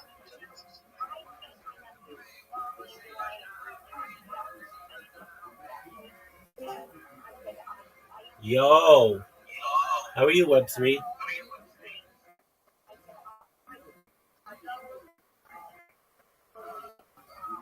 Can you hear me, big dog?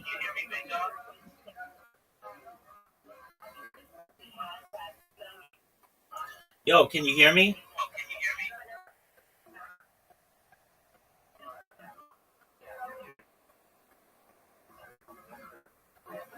Hello, can you hear me?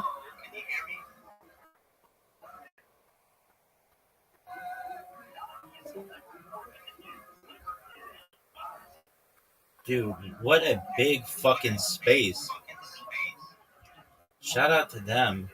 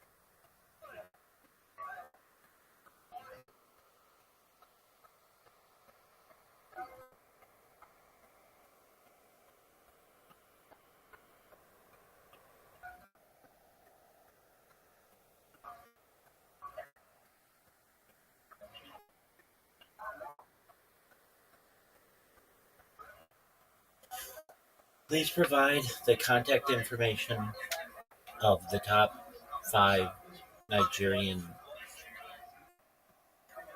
job recruiting organizations, just their name, their website, and their email.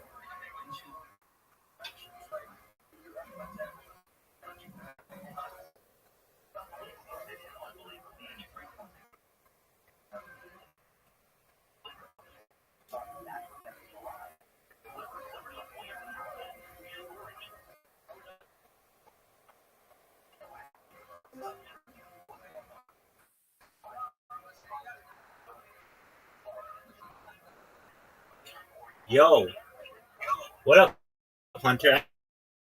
I know you. Hunter, can you hear me? Yeah, I can hear you. I can hear you. Excellent, my man. How's your day going? I'm doing quite well. I think people are saying, oh, yeah. Amazingly.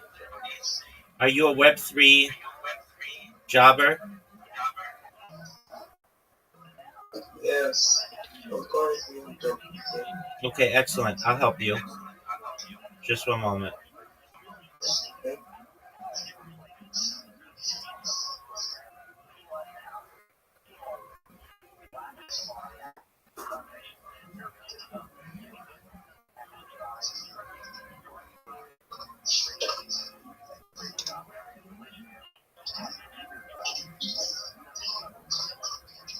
Okay, big dog.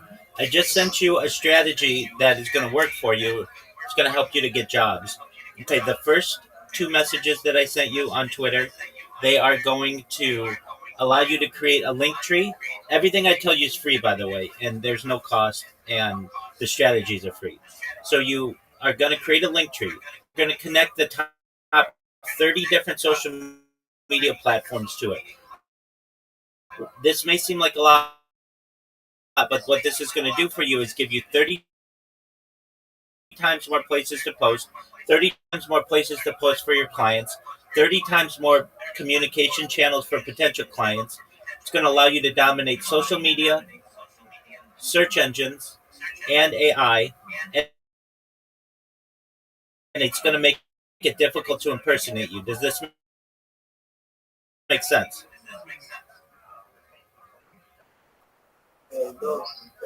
Okay, excellent. Then what we're going to do is we are going to I'm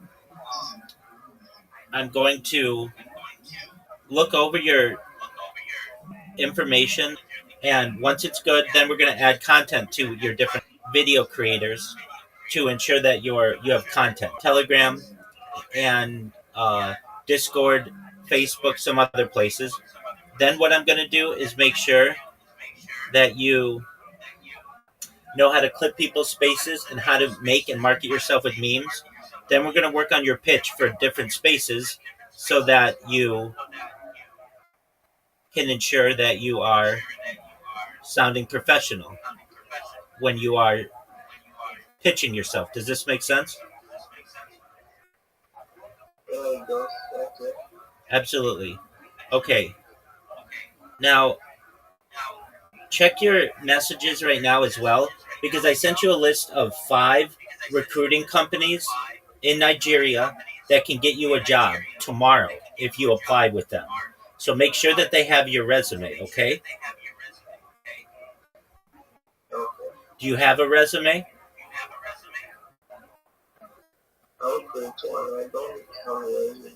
Okay, so you need a resume if you're going to get hired. So use ChatGPT to create a resume. Once you're happy with it, if you want, you can send it to me. But then you're going to want to upload it to these different companies, and you want to get connected with a recruiter there because they'll find a job for you, okay? Okay, but before we do that, I want to make sure that I'm able to send you this message because it said it was not sent. So just one moment. Let me see.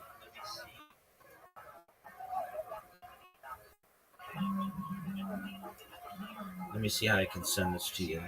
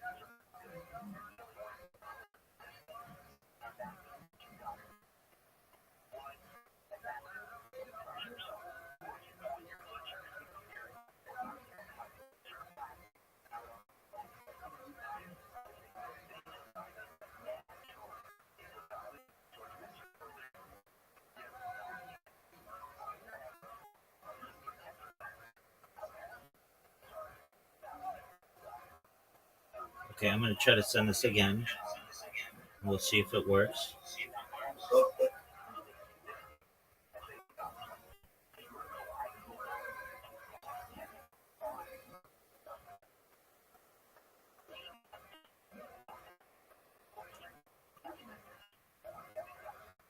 Hunter, go check your Twitter messages and make sure the most recent one says Manpower Nigeria at the top. No, it doesn't. It does not. So the last one that you have for me is one that says please secure the same or similar usernames, right? Okay. That's okay. Yeah. For some reason this website it has trouble sending these. Okay. So just one moment. We'll get it for you.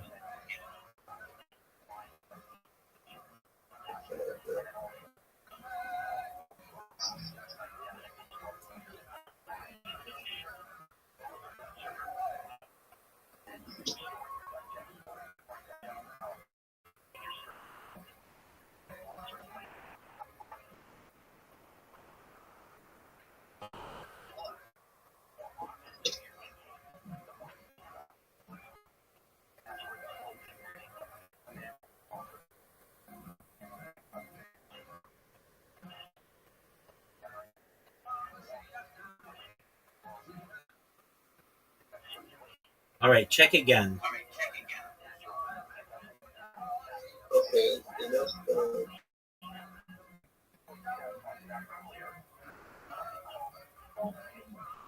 yes, I've seen it. Okay. Okay, so you want to make sure you apply to all those companies, okay? Okay, but you want to do that after you create your resume. So go to ChatGPT, ask ChatGPT to make a resume for you,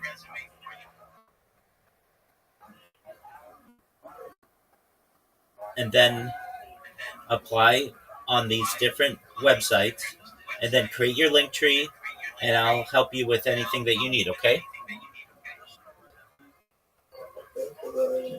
You're welcome, my friend. If you have questions, let me know, okay? I'll be sure to be on time because every time Absolutely.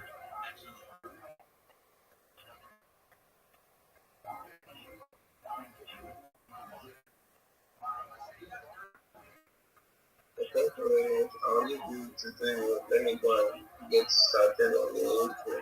Absolutely, my friend. I'm here if you have questions. Thank you. Thank you. Bye. Take care.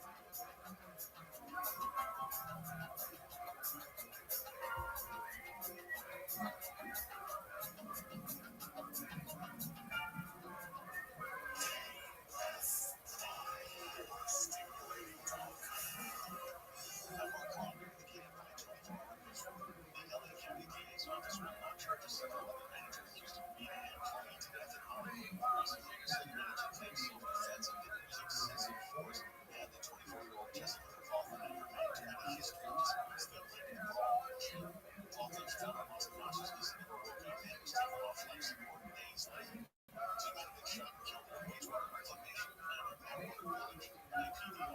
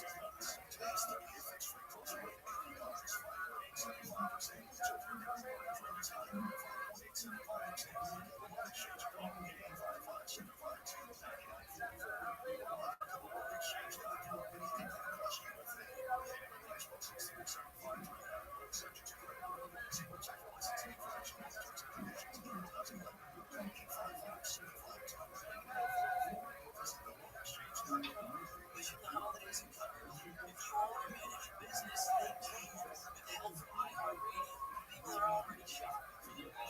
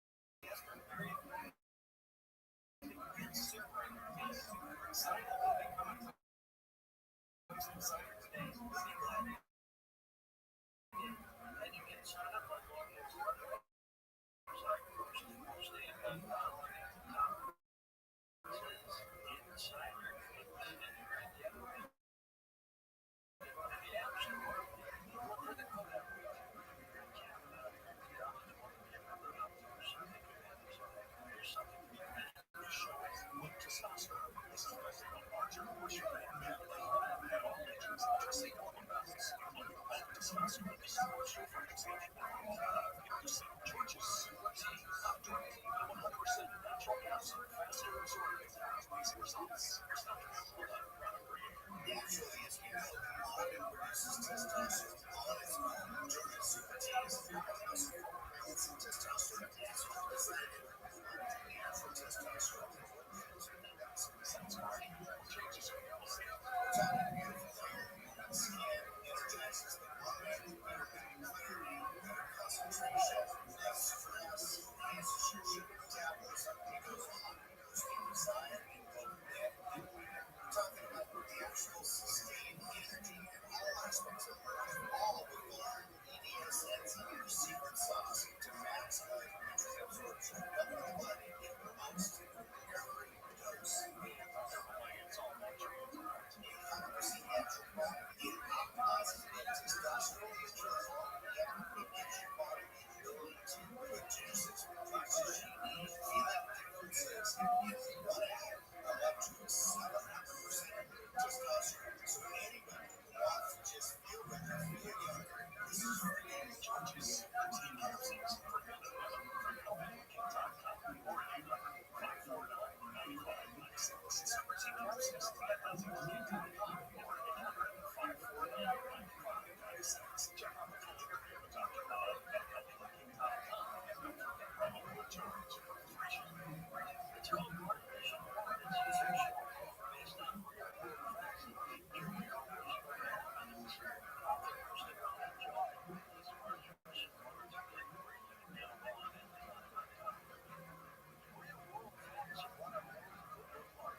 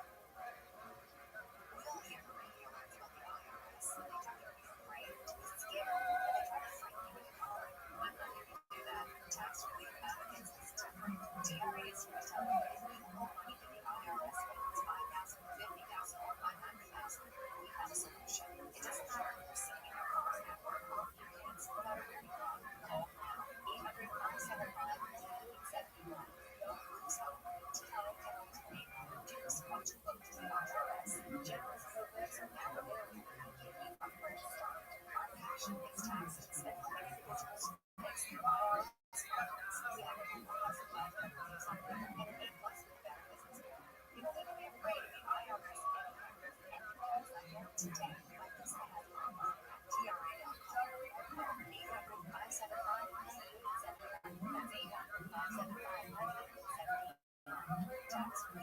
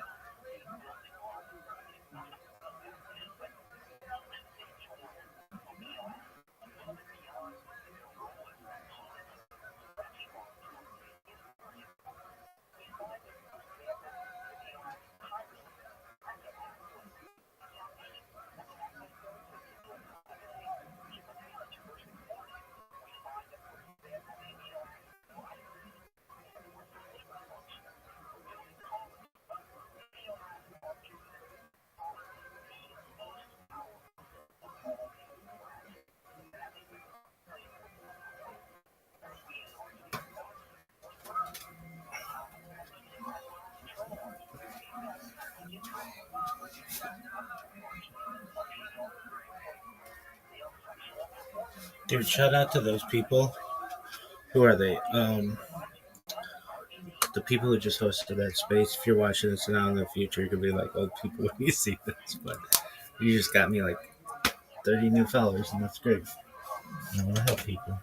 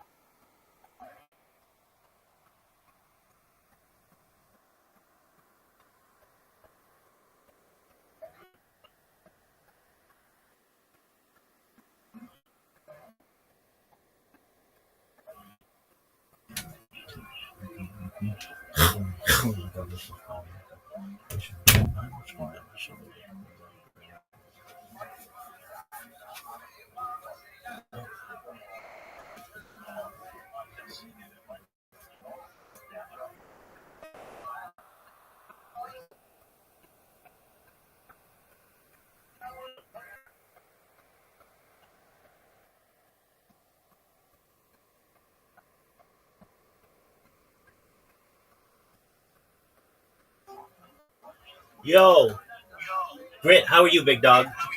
Can you hear me? Grit, Grit, can you hear me?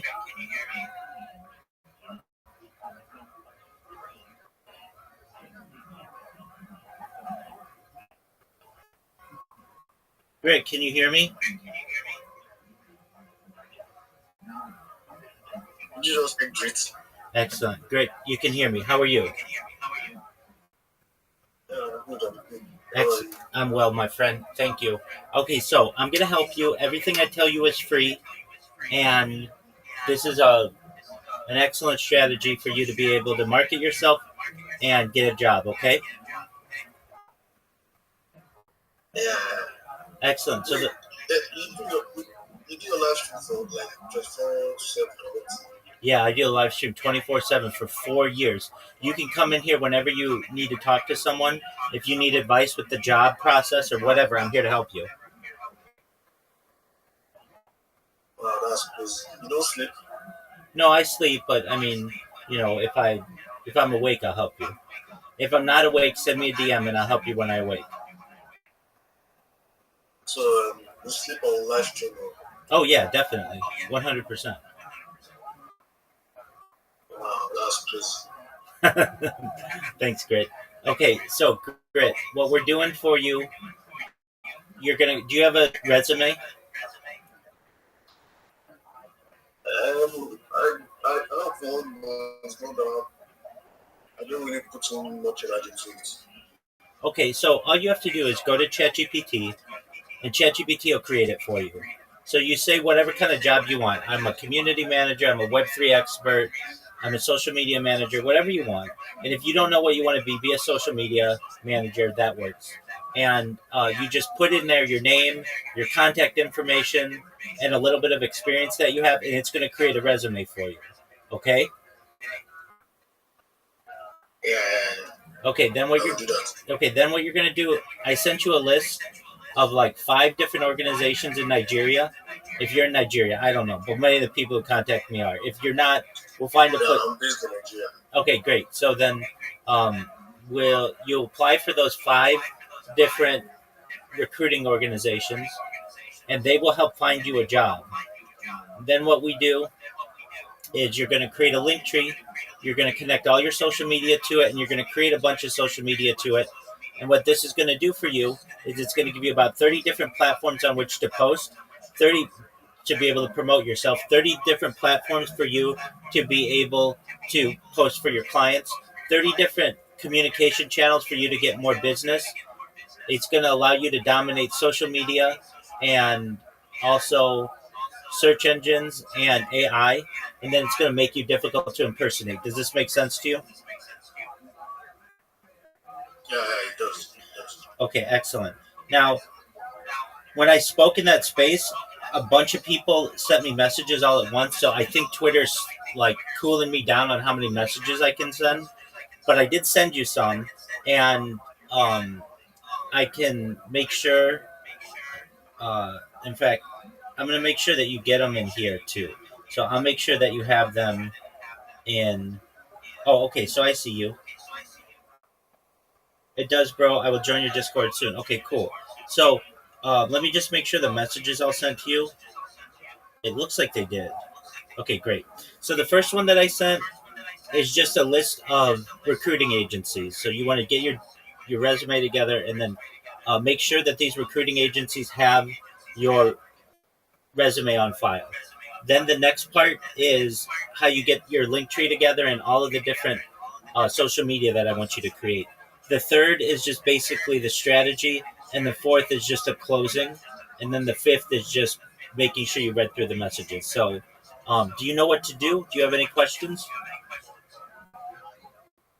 I don't have any questions. Okay, well, if you do get questions, come to me. I'm here to help you.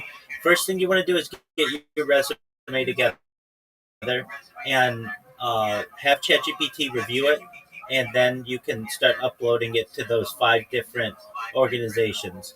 And then when you're done with that, come in here, and then we'll talk about your link tree and what you want to do with that. And check in with me once a day or so.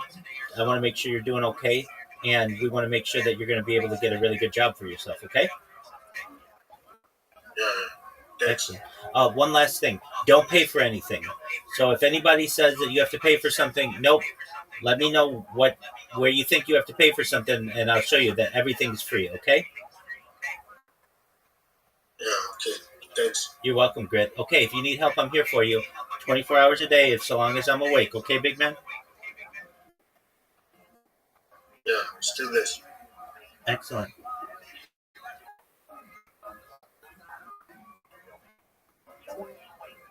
Shout out to Grit.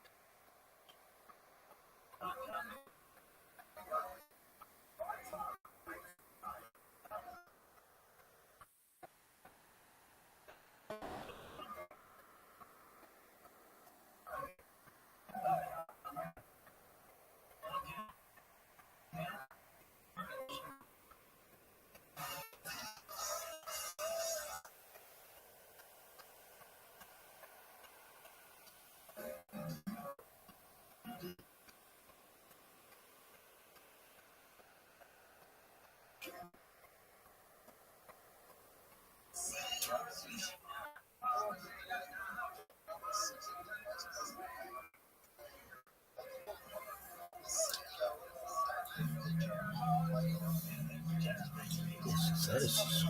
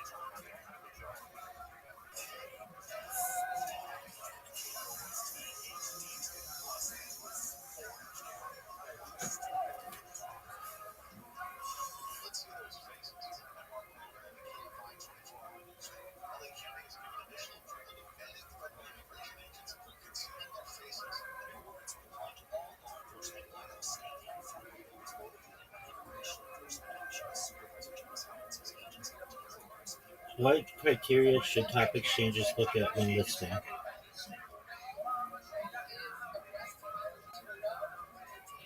She says she expects the company to challenge this decision and follow Congress' response to the issue of civic judgment and strong courts act. A 7-Eleven store manager accused of beating an employee to death in Hollywood will not face charges. Los Angeles County District Attorney's Office announced the decision on Monday, saying the manager claimed self-defense intended on excessive force and defending herself. The DA's office also says 24-year-old Jessica McLaughlin and her manager had a history of this abuse until on June 24th. McLaughlin never woke up after falling unconscious and was taken to life support, dying 4 days later. Ellen answered back and said the death was a homicide. The DA's office later said they were struggling as the profit vital statistics turned declared bail KFI News. The man's in custody for allegedly throwing a drug and carrying a Mexican federal building in downtown LA. The FBI says he was arrested yesterday morning outside the building. Police and fire crews responded and there were no injuries.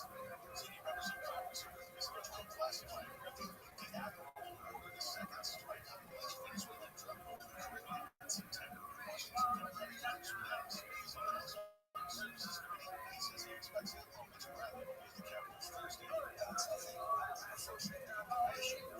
And I think we should go on and mention House Democrats are questioning the legality of the Trump administration's airstrikes targeting alleged Venezuelan drug lords. Maryland Democratic Congressman Jamie Raskin says that second strike against a war crime. International law, American law, and journalists in the Department of Defense forbid attacking essentially helpless people who are just desperate and struggling to survive. He says no one in the administration has the right to declare war and open Congress in the problem.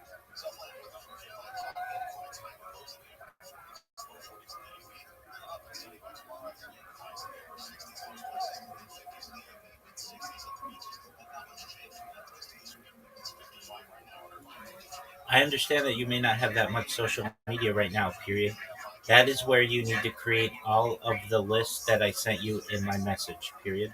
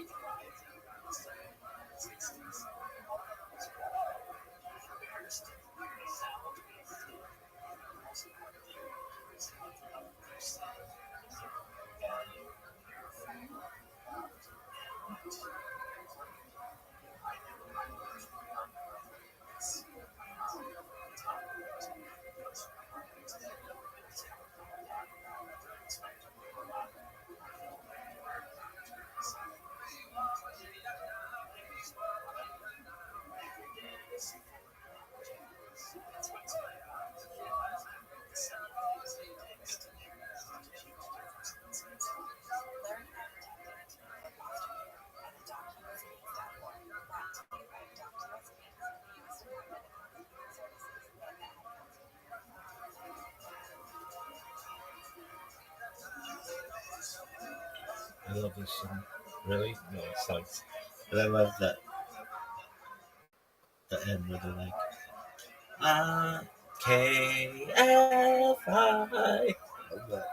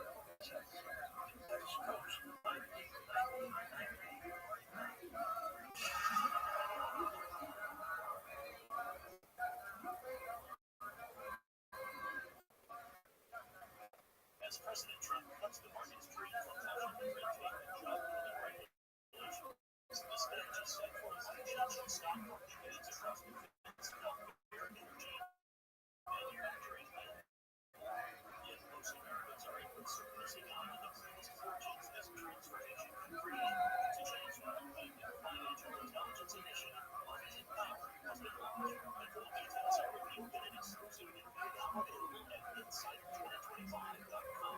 Before I heard of this,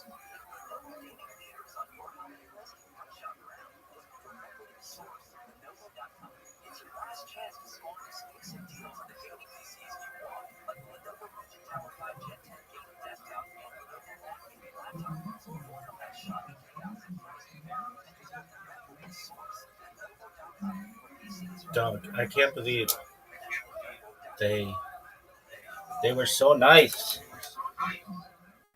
Shout out to those girls.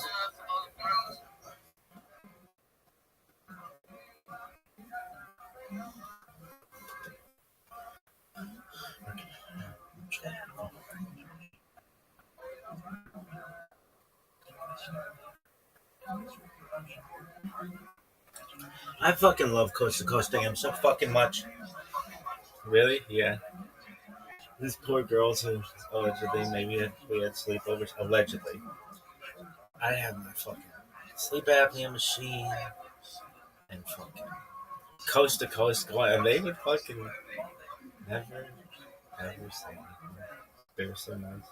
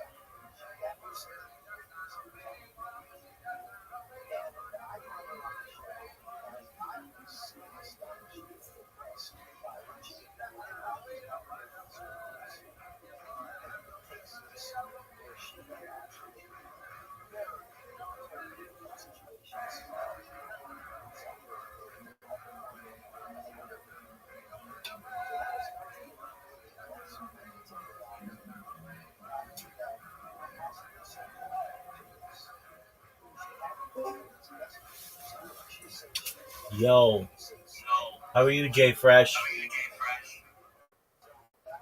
Bro, What's good, son? I'm good. I'm just chilling.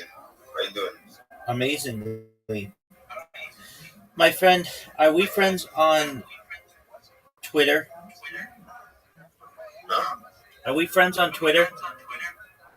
Yeah, sure. Okay, what's your name on Twitter? Jay Brush. Oh, okay. Just one moment, my man. Have I sent you a message? Mm, yeah, I guess. Okay, I did. Just one moment.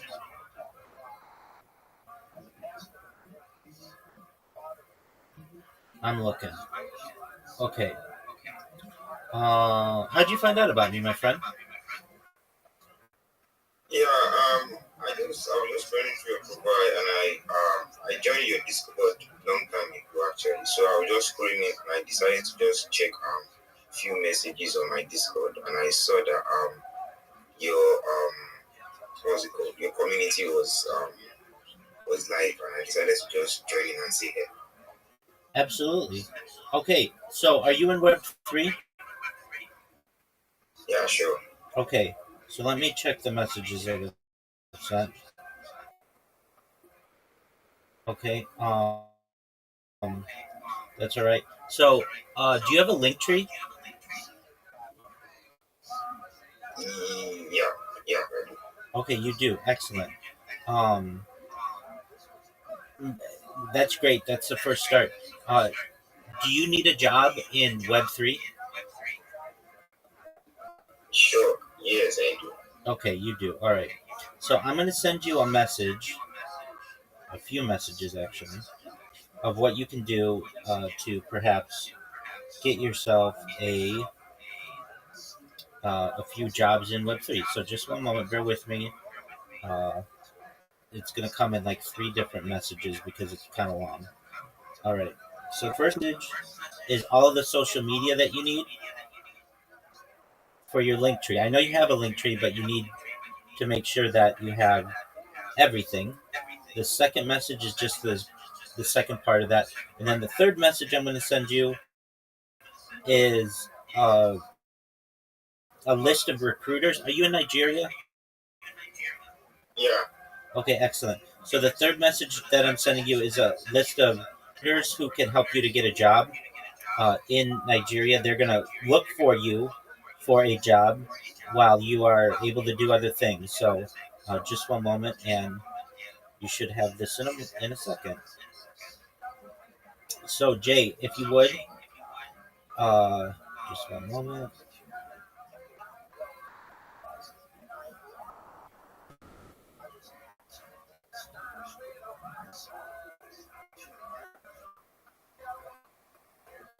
Okay. So Jay, if you could look at your messages right now in Discord and make sure you see the messages that I sent you.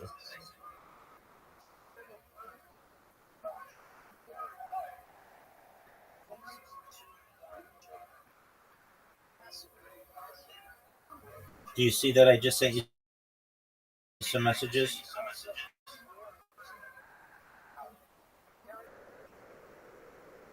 Yeah, I've seen it. Okay. So what you're going to do is you're going to create more social media than you currently have. You're going to connect it to your currently existing link tree.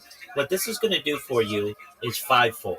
It's going to allow you to promote yourself on more social media platforms. Going to allow you to promote yourself to more clients and be able to allow you to open up communication channels with potential we have.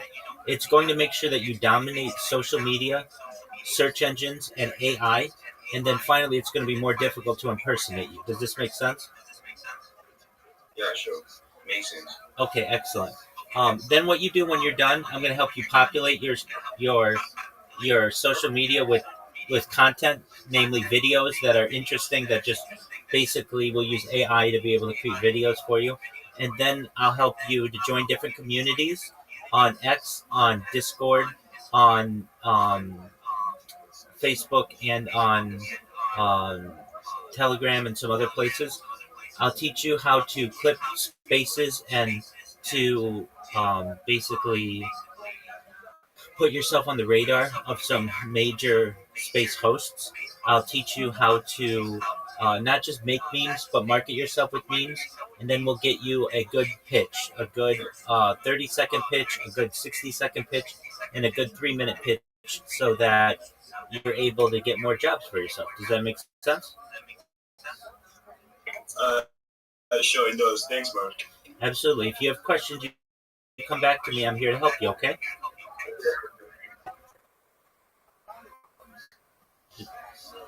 If you, yeah, there you go. All right, that's cool.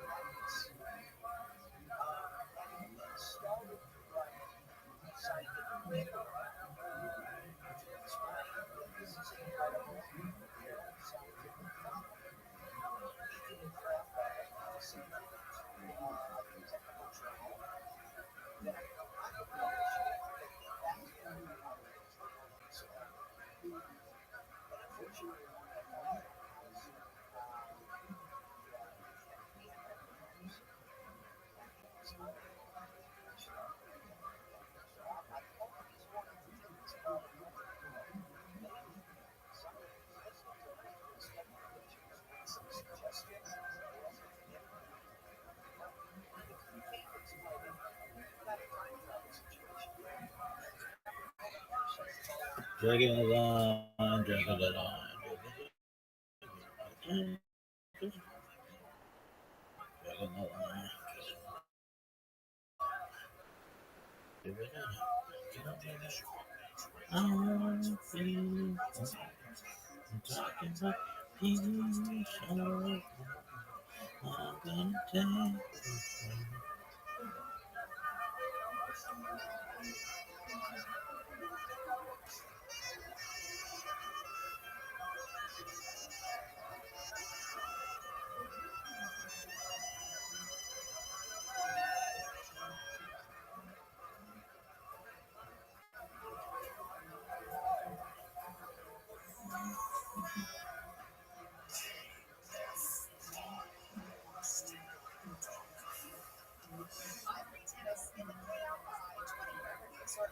CHP says during the 2025 Thanksgiving, Exxon reports that they made 1,281 DUI arrests statewide. That's 168 more than they did last year.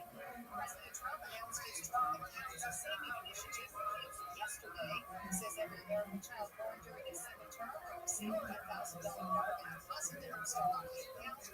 Parents will need to fill out a form.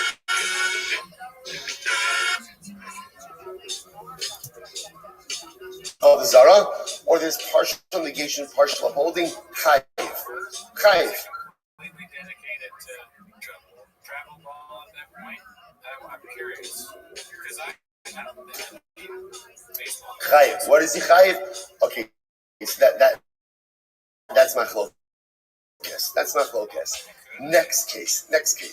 A Navi comes home, tries to uproot. The truth is, any mitzvah but in totality, what's the halacha?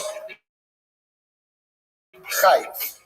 Next case, another Navi comes along and tries to uproot, tries to partially uproots and partially negates another mitzvah in the Torah.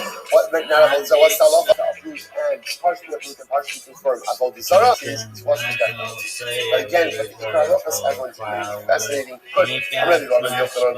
B'chol, bakol, in yom ha'lachon Navi.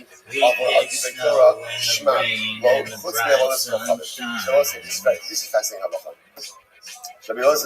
In general, if a Navi tells you to violate words of Torah, you have to listen. If One exception, Avodah Zarah. Avodah Zarah, even if a bona fide Navi tells you to worship Avodah Zarah, you don't listen. Shafidu mango chama be'emtza rakia, al tishmalo. Even if the Navi literally again performs a tremendous miracle, and he causes the sun to stop in the middle of the sky, right? The sun doesn't set, and he says, look, I'm preventing the sun from setting. Go worship Avodah Zarah. We don't listen to him. I will say, now this is a very important halacha. Now, what is this? What is this? So remember, we have biblical precedent for this. This is yesterday's daf, Eliyahu Navi, right, in Hara Carmel. Eliyahu Navi instructed Klal Yisrael to do something that is biblically prohibited, i.e. to worship, to offer karbanos outside of the Mishkan, outside of the Mikdash.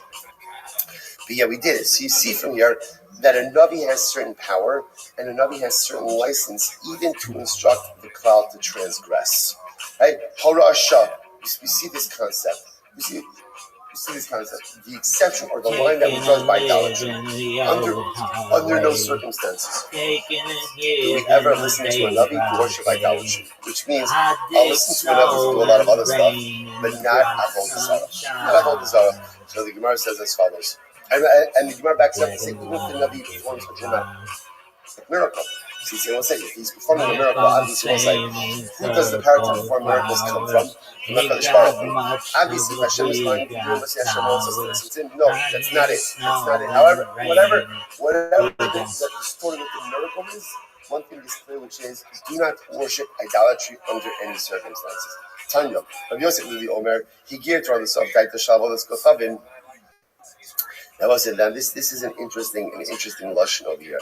The Torah understands literally again the logic of avodas kochavim. Refichach nitna Torah memshalaba shafilu ma'imid lecha chama be'emtza rakia al tishmalo. So interestingly enough, that if you look at Rashi, Nisna Torah memshalaba kilomar afilu tira osa navi moshalava osa kirtzon d'tsev v'nasan elecha os umofes. So we'll say, interestingly enough, what Rabbi Yosef really is saying like this creates an interesting theological conundrum, right? Why? Because if the power to do miracles comes from Hashem, and this Navi is pulling off a tremendous miracle, so what is that? I'm just a regular guy. I'm trying to do the right thing, and here HaKadosh Baruch Hu is obviously vesting this Navi with this incredible amount of power. So how am I, as a regular individual, supposed to understand the circumstances that are unfolding right in front of me? To which Rabbi Yosef really says that Hashem sometimes tests us in our spiritual fidelity to Him, and therefore Hashem will give power to certain things, even though again it's against the will of Hashem, so to speak. And therefore, again, even if the Navi performs a tremendous miracle, don't listen to him to worship idolatry. Tanya, Rabbi Akiva, Chas v'shalom sh'HaKadosh Baruch Hu ma'amid la'over ritzono. So Rabbi Akiva says, what are you talking about? What are you talking about? How can you imagine for a moment that Hashem would give power over nature to someone who is defying Him? How would that even work? What are you talking about? Hashem is going to give the ability, is going to give power to a Navi Sheker? It doesn't make any sense. Hello,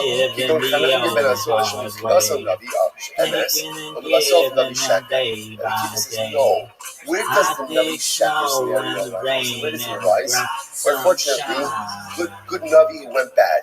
Good Navi went bad. So what happened? It happens, right? Sometimes good Navis go bad. In other words, that Lamaisa, you have someone who has his credentials as a bona fide Navi, right? And what happens? Unfortunately, he loses his way. I will say, even this is what the Mishnah Abba says, do not believe in yourself until the day that you die. You could be a Navi. Just because you're a Navi doesn't mean that you can't lose your way. So Rabbi Akiva says that's the case of a Navi Sheker. So the Navi Sheker is someone who everyone knows. He's proven himself through real miracles. Because once upon a time he was on Team God. And then what happens? He loses his way. He's not performing any new miracles now, right? But he's got credibility because he was a good Navi. Even if that guy comes along and tells you, Chavira, the devotional spoke to me, I heard the Lord, and he said, let's worship idolatry. Don't listen to him.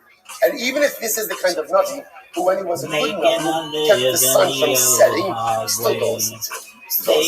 Rabbi Akiva says there's no way a false prophet would ever be able to perform miracles. Okay, last part, don't worry about going. Remember again. the Bas Kohen. What's your punishment? Right? Bas Kohen, what's your punishment? Streifa. So the Mishnah said that, interestingly enough, even so many testify about her, they don't get what death is streifa. Rather, what do they get? They get henna. So does her adultery. Right? Remember, she committed adultery. What's behind the ingredients? Amrav Aka Rav Ika. The sign Rabbi Yossi on Rabbi says, "Mat Omar, Basisin Lo Kasher Zamam Lasos the Achiv." Pasuk says for Edom Zolim, you have to do to the Edom what they conspire to do to their brother. But you should call on Mizominin, Zomain Balling Yotzibah. In general, the way Edom works is what kind of punishment is it? Reciprocal punishment.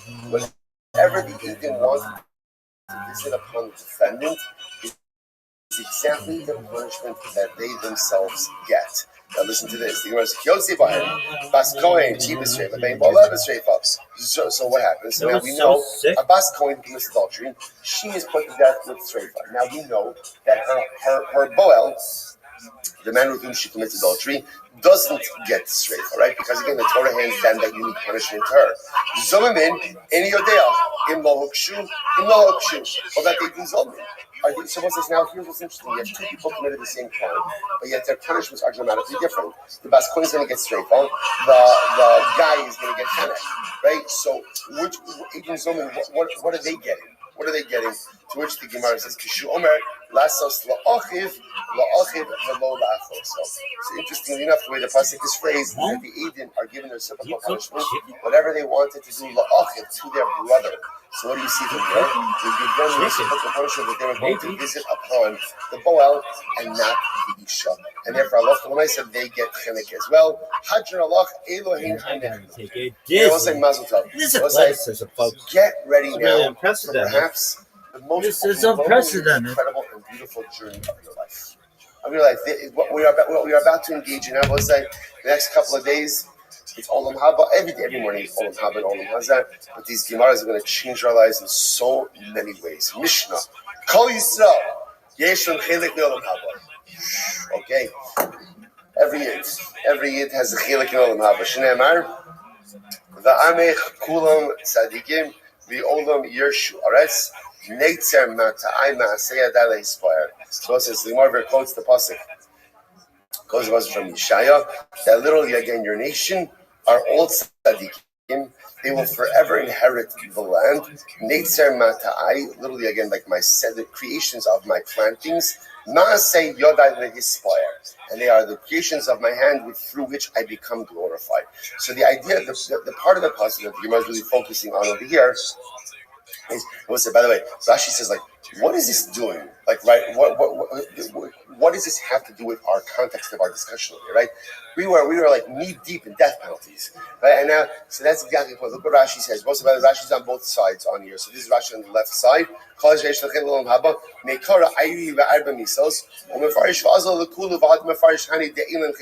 again, so Rashi says over here, we're talking about death penalties, and now we're going to talk about Olam Haba. So the truth is, I think this is not what Rashi is saying. What Rashi is saying in just a moment. We'll get to the next line.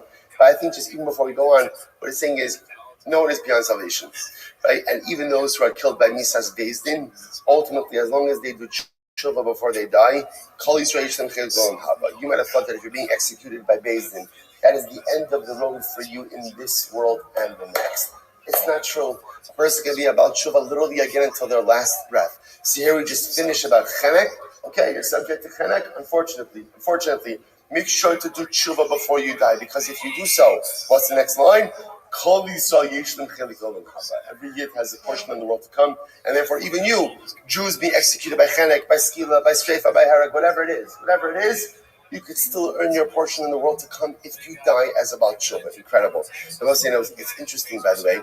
It's interesting because, if you look at the pasuk that the Mishnah quoted, Va'amech kulam tzadikim. Remember, Va'amech could also be vocalized in a different way, which is how? Imcha. Ve'imcha kulam tzadikim. With HaKadosh Baruch Hu, every yid is a big tzaddik, right? Every yid's a big tzaddik, right? So in other words, what does that mean? See, the Rebbe Shalom sees us on so many different levels. He doesn't just see the outside, he sees the inside. He doesn't just see where we are, he sees where we've been. And he also sees who we can become. So because the Ribbon Shalom is the one entity in this world who is able to see potential, the Imcha Kulam Sadikim, in the eyes of HaKadosh Baruch Hu, every single person is a tzaddik. Because once again, he doesn't just look at us through the prism of what we are right now, but he looks at us through the prism of who and what we can become. And every yid has such incredible potential, and therefore, the Imcha with HaKadosh Baruch Hu, Kulam Tzadikim. That's the first line. And then in the Mishnah says, okay, and these are the people who don't have a portion of the world to come. So again, I will say, so obviously there's an inherent contradiction right here. In other words, so what's every Jew has a portion of the world to come, and these are the ones who don't have a portion of the world to come. So I'll say, so how do you reconcile that? It's very simple. What's the distinction between the first line and the second line? Kol Yisrael. If you are a member of Klal Yisrael, if you identify as part of Klal Yisrael, in other words, if you embed yourself within the Klal, you have a portion in the world to come. When do you lose your portion? The moment you remove yourself from the Klal. Because if you notice again, it doesn't say V'elu shall Yisrael she'en lechem. It says V'elu. So you can either be Yisrael or you can be Elu. If you're Yisrael, if you spend your life building up bonds of Akos and embedding yourself within the cloud, sometimes no matter what you do as an individual, you have a portion of the world to come. But if you're an Elu, if you're Balachlokias, you're creating dissension, you don't like other Jews, you have difficulties with Akos, you remove yourself from the cloud, then you could lose your Olam Haba. Embed yourself in the cloud, Olam Haba will always be yours. Remove yourself from the cloud, you put yourself in danger of losing your sacred portion. So who loses their portion of the world to come? Homer in Tchias and Torah. Someone who says there is no resurrection of the dead. And someone who says Torah is not divine. Vapikoris. Again, we'll see, Rashi says, on the first we'll see what Apikoris is. Rabbi Kiva says, Afakori bisfaran achitzoni. This is very interesting. So I will say, even one who reads Sfaran. So what is that? What is that? Secular knowledge, secular books. What? So again, we'll have to define exactly what that means.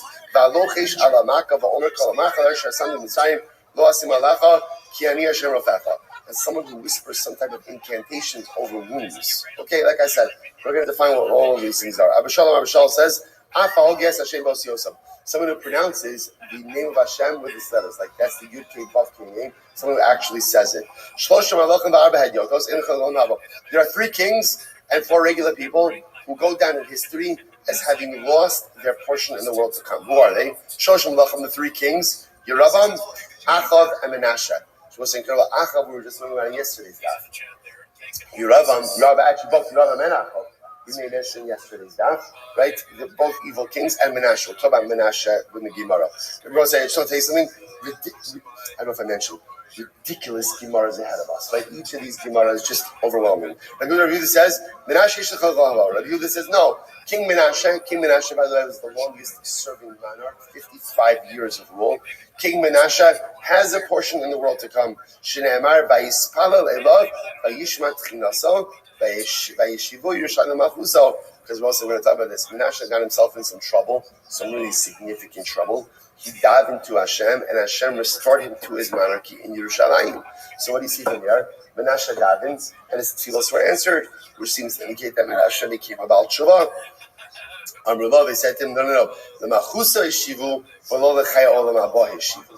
Now Menashe was returned again to his monarchy, but he was not restored to his portion of the world to come. Arba had Yotos, who were the 4 regular guys who lost their portion of the world to come. Bilam, Doeg, we'll discuss him. He was an advisor to King Shaul. Achitophel, one of the advisors to David Melech, who then switched sides to Avshalom, and Gehazi, like the Gabbai of Eliyahu Hanavi. Again, we'll talk about all of those. Twitch Gemara says, the Kol Kach Lama. We're jumping right into this. Why is it that someone who goes ahead and denies resurrection, like someone denies Tchias HaNesim, why is it that he does not have a portion in the world to come? So the Gemara says, now, by the way, just as an aside, and again, we'll get into this a little bit more, there's machlokas about what the phrase Olam Haba refers to. What is that? Is that like the afterlife? Is that when you die? Like that's where you go? Is that messianic, like post-resurrection era? So there's a lot of discussion over there as well. We're just going to go with the idea right now for our purposes today, although I'm just telling you right now, we're going to switch, we're going to flip-flop on this depending on the context. But Lamaisa, for right now, we'll just go with the idea that Olam Haba, I think, is how we classically use it. Your portion of what comes where you go after you die. That's where you go after you die, right? Eternal, and what we'll call it. Eternal life, eternal life. Now again, what happens? What's the interface between Olam Haba and Messianic resurrection? I have no idea. Right. But Lamaisa, again, we'll see some allusions to this in Eretz Hashem, but that's all this. Gemara says, I don't understand. Because a guy denies resurrection, he loses his Olam Haba. We'll cover the Tches HaMesim. See, he rejects the notion of Tches HaMesim. I must say, now, here you see Olam Haba in this context actually means Messianic era. Because the Gemara says, like, this is like a Midah K'neged Midah. This guy, he rejected the notion of Tches HaMesim, and therefore, again, he gets no Tches HaMesim. Which, by the way, makes sense. If you don't believe it, you don't get it. So you don't believe in resurrection of the dead, you don't get resurrection of the dead. Because we'll say the way that devotional works is with reciprocity. Tit for tat, reciprocity. I'm Rabbi Yonasan. How do you know that HaKadosh Baruch Hu works midah k'neged midah, tit for tat, reciprocity? Listen to this. It's interesting where the Gemara learns that from. Even though there are other psukim in the Torah which seem to indicate this, but the Gemara chooses this story. It's actually quite fascinating. Vayomer Elisha, Shimu Dvar Hashem, Ka'is Ma'ar Sa'a Solas B'Shakel, Usasayim Sorim B'Shakel B'Shar Shomron. Okay. Context. The army of Aram has laid siege to Yerushalayim. Now what happened? There's famine. Obviously, there's famine. So there's no food available at all. Elisha gets up in the middle of the city and says, Chevra, do not worry. This time tomorrow, you'll be able to buy a ton of food for very little money. In other words, there's going to be overabundance of food. So what happens? Vayan hashalish asher melech nishal yado es ish elokim vayomer hine Hashem oser lubos bashamayim hayiyeh hadavar hazeh. So one of the like commanding officer of the army essentially says to Elisha, that's ridiculous. Even if Hashem opened up all of the windows in Shamayim, could such a thing occur? In other words, what the officer was saying is there's no food here. There's no food here. So then we're going to go from no food to overabundance of food that doesn't make any sense. Vayomer, so Elisha says to this officer, here's what's going to happen. You're going to see the overabundance, but you're not going to get to eat. And what happens? Well, it's interesting. Okay,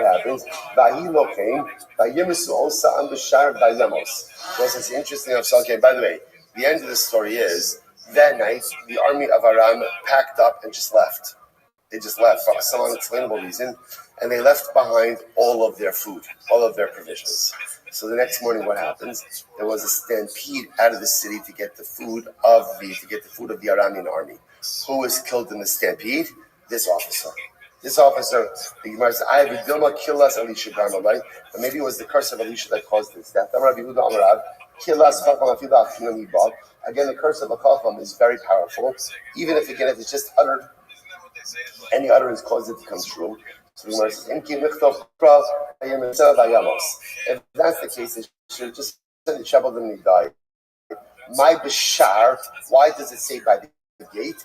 Al Iske Shar, because this conversation that happened between him and Elisha by the gate. So therefore, Allah Lamaisa, Gemara says, you see from here, Midah K'neged Midah. HaKadosh Baruch Hu operates again with the principle of Midah. Therefore, again, if a person doesn't believe in Tchias HaMesim, HaKadosh Baruch Hu says, fine, don't believe it. That's up to you. But if you don't believe it, I'm also not giving it to you.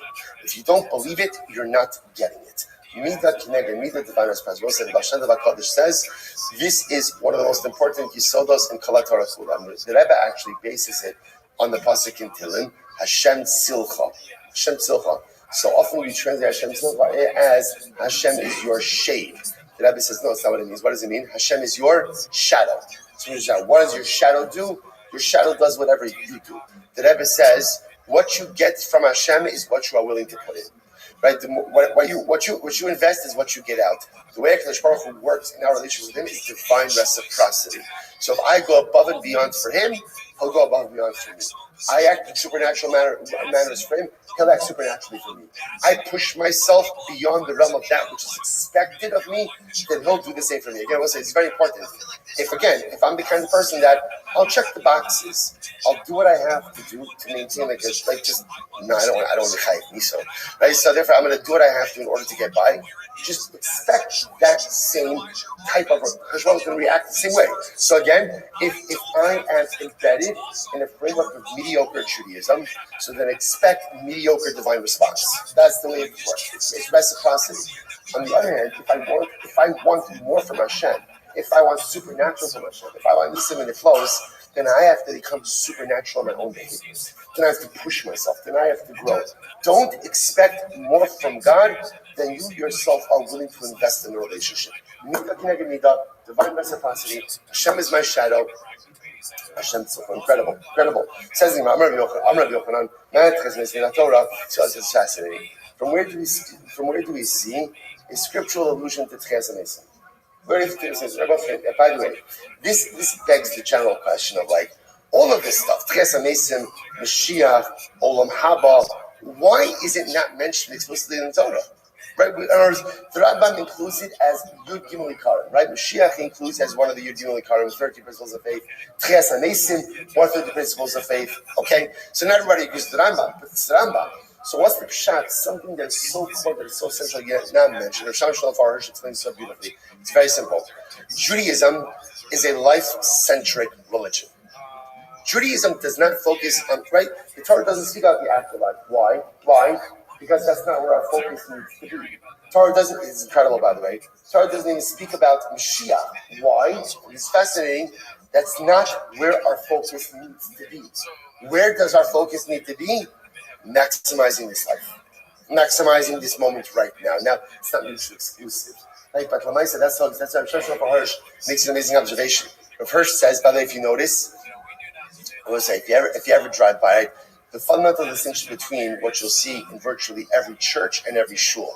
Fundamental distinction is cemeteries. Churches often have cemeteries attached to it. Shuls never had cemeteries. The only places often you'll find shuls with cemeteries is like in Europe. And that was because of land ownership. Like that was just often because Jewish community was given like a plot of land and you had to live and die on that same plot of land, right? So certainly would have generated much needed funds, right? But nice, right?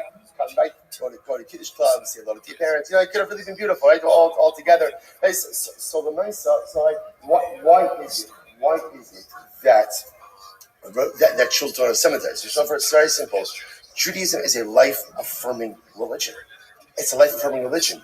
It's really not about what happens after 120. It's not even about what happens after Mashiach comes. It's about now. It's Monday. It's Monday. So what am I doing to maximize my Monday? What am I doing to make today something spectacularly amazing? It's not about where I go after I die. It's about what am I doing in this world to maximize the life that I've been giving. That's why, again, you'll find what this was. The Gemara asks, by the way, can you at least give me a hint? This is so beautiful. Pasuk says, you will give the truma to Aaron. The Gemara says, what? What does that mean? I'm supposed to give my truma to Aaron, but Aaron's dead. She says to give my truma to Aaron. Here's a bigger problem. Not only is Aaron dead, but what? Aaron never came into Eretz Yisrael. Aaron HaKohen died behind the vote. He never came into Eretz Yisrael. So what does it mean that I'm giving him my truma? So we'll say, what does it mean? It means that one day Aaron HaKohen is going to come back to life, and the Meretz Hashem Klal Yisrael will be zocheh to give him their truma. Mikan letchias hanesim minatorah. And here is a remez to Tchias HaMesim. So we'll say, how beautiful is that? Which means that we'll say that the day is going to come, Mashiach is going to come, the Mishkan is going to be rebuilt, Aaron HaKohen is going to come back to life, and each of us will have the opportunity to bring our truma to Aaron HaKohen. The fact that the pasuk phrases is that way, that is a scriptural allusion to Tchias HaMesim. We'll stop over here for today. We are right on schedule. Do not worry. Do not look ahead. We're great. This is incredible week ahead of us. Shkayach, everyone.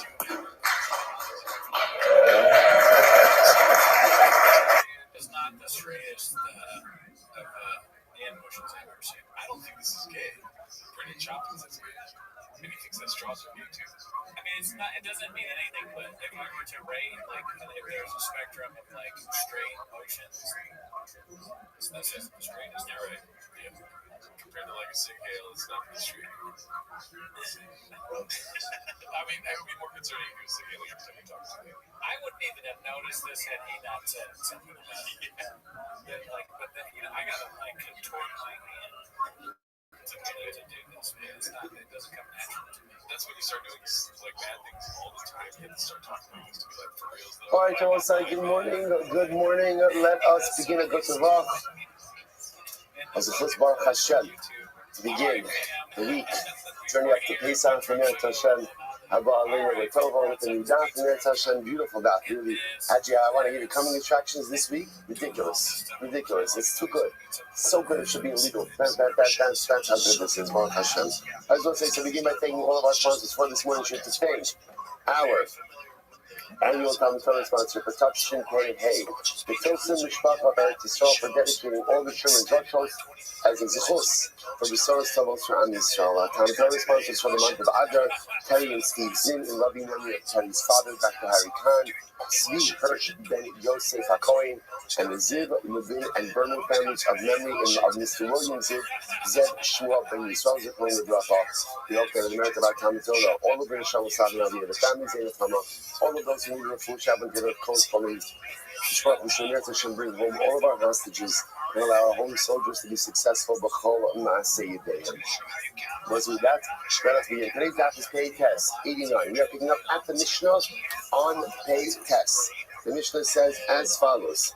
Hopefully you did your homework. That's Brother assigned some homework last night at the end of Shir. If I don't start on the right daf on Sunday, there's absolutely no chance. And plus, if you look ahead, we have some incredible Agadato ahead of us this week, but some very long dafim ahead of us as well. So, gotta give myself a fighting chance. Says the Mishnah on page 89a, Supposed to remember again, we are still on the incredible sugya of Zakit Mamre. So,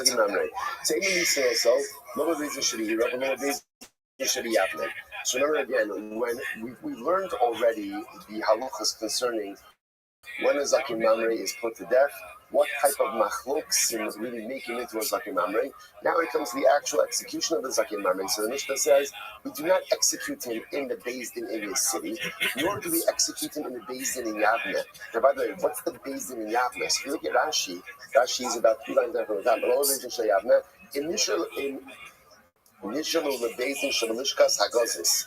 V'amru lahem, v'chazru le'iro v'shay yamin ad shegolsa sanhedrin gidela liyavne v'adayin habayis kayim v'achar king horiki b'tfilo ein mitzvah so Yavne. So again, interestingly enough, Yavne was one of the locations that the Beis Hamikdash was exiled to. So what the Mishnah is saying like this.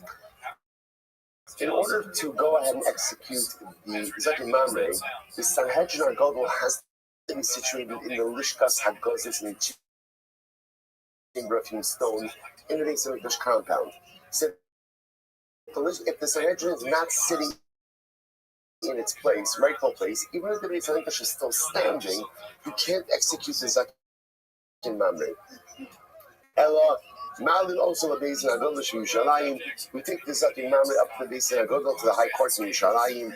Umishamrit also ad haregel, umimisin also beregel. So what we do is we incarcerate him essentially, put him in a holding cell until the next upcoming regel, the next upcoming Yom Tov, one of the regalim, Brisach Shmuel Sukkis. Those are the first post-Purim daf. And what does it make reference to? The regalim, right? Everyone's on a journey. Everyone mamish is like, bro, the yid is never stationary. It's never like, okay, let's sit back, reflect, that's it. We're always traveling towards the next thing. So the Purim is now behind us. It's again, we're not yet privileged to be residents of Yerushalayim. So again, for the rest of the probably Purim's a little bit behind us. But now again, Baruch Hashem, it's okay. When something's behind us, there's always something new right in front of us. Pesach is ahead. So we keep, again, according to the first in the Mishnah, we'll see, they keep the Zakin Mamre in a holding cell up until the next Regal, up until the next Yantiv. When we we execute him on Yantiv, which is really which is fascinating. Now, why? Why Shne'emar the Chala'am Yishmeu Viro V'lo Yizidin Od Rabbi Akiva? Because the pasuk says literally, the entire nation will hear, they will fear, and essentially they will not follow in the footsteps. These are what Rabbi Akiva. So what Rabbi Akiva says is like this: we got to make a spectacle out of this. In other words, people have to see this. People have to understand this. There has to be a public part to this, so that again, unfortunately, people see this kind of thing. We see this by Sota also. People see certain things. It has a Roshon. So Rabbi Akiva says, we don't execute until the government, so that should become a public spectacle. And Rabbi Yehuda says no. So Rabbi Yehuda says no. We do not delay judgment like that. In other words, there's absolutely no need to do that. So what we do is we execute immediately. It comes in and what do? So here's the issue. Everyone agrees that Midoraisa, you need some element of publicity with this. So according to Rabbi Akiva, the publicity component essentially is established by holding him until the regal and then executing him again on the regal. Rabbi Yehuda says no, we don't do that. We'll say means we. How can I help you, big dog? Hey, what's up, Rabbi? What's up, my man? How can I help you? Yeah, I wanted to ask something. Ask me whatever you'd like, big dog.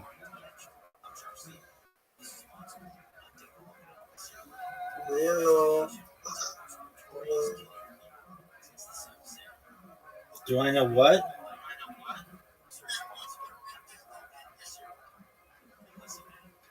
Do I know what?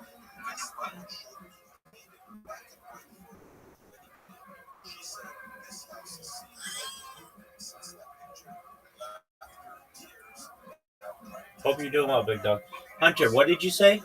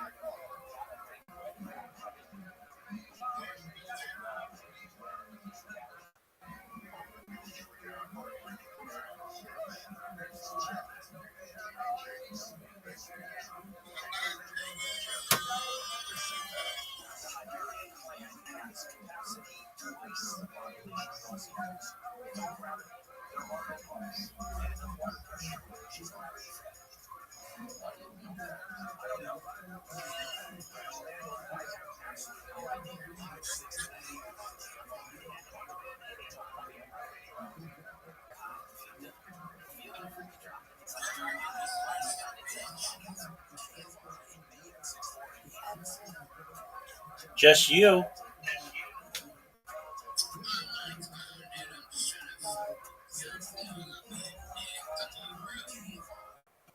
I mean, you asked. I answered. What do you want me to do about it, baby?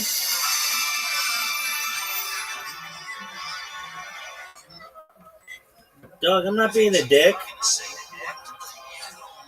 Yo, baby, baby, baby. How many Schmitzkes have you had now? Schmitzkes. I said to you, how many Schmitzkes have you had now?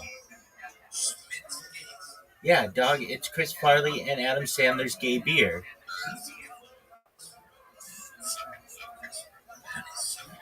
Baby, I know. We went through this. How many beers are you at, big dog? Dog, you were at 6 3 fucking hours ago. So are you sober now? Dog, I'm asking you a simple question, and you're over here jerking yourself off raw trying to come up with an answer. I'm waiting. How many beers have you had? Yeah, beers.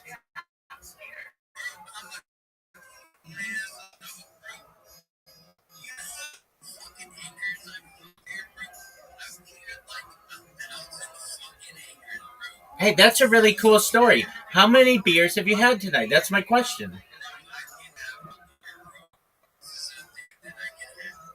Doug, I'm not saying that you can't. I'm trying to keep track for you. 3 hours ago you were at 6, and now just now you told me 6.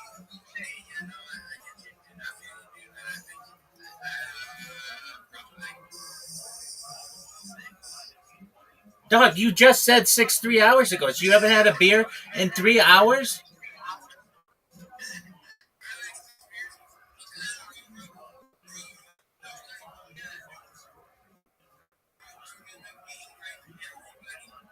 Okay, nobody wants that. No, literally, I polled the entire world. No one wants you to gang rape them. No one. 0 people.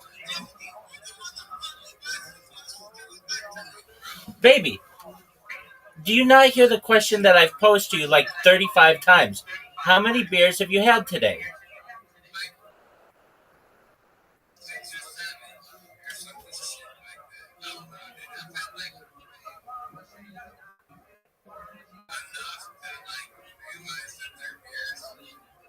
All right, I mean, just making sure you can still count.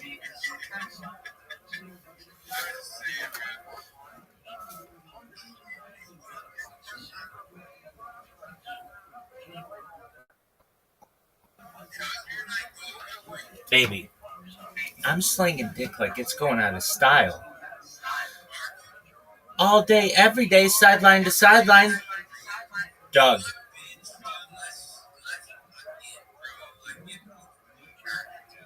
baby.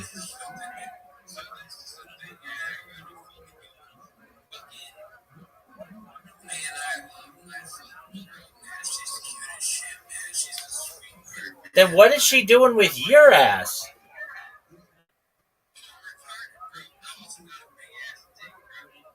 Scale of 1 to 10 it. Get out of here. Get out of here. Get out of here. You're just making up numbers now. Yeah, your dick is as long as many beers as you've had. 6 on a good day. Dog, get out of here. Get out of here with that garbage. You're just telling lies.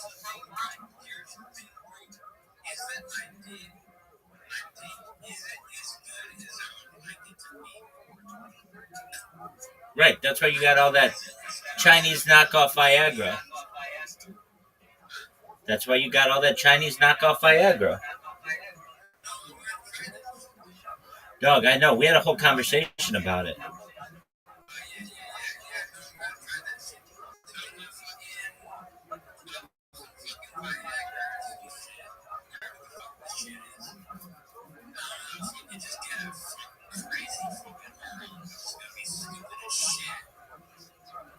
All right. All right, that's a cool story. I'm going to listen to a podcast. Feel free to enjoy.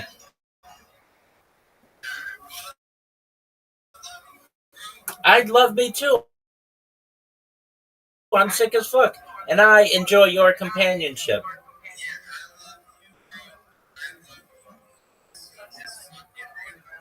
All right, well, I appreciate that. You're good, baby.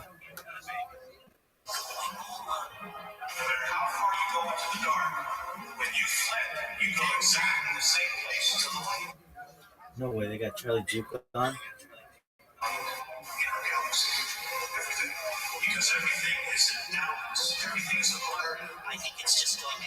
Dog, I'm gonna watch this like.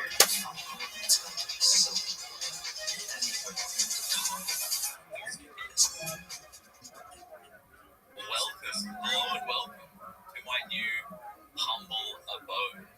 Thank you all for being here. It's been a while. What is this bullshit? Without a show. Me personally, not well. It was like part of my life is missing. Garbage.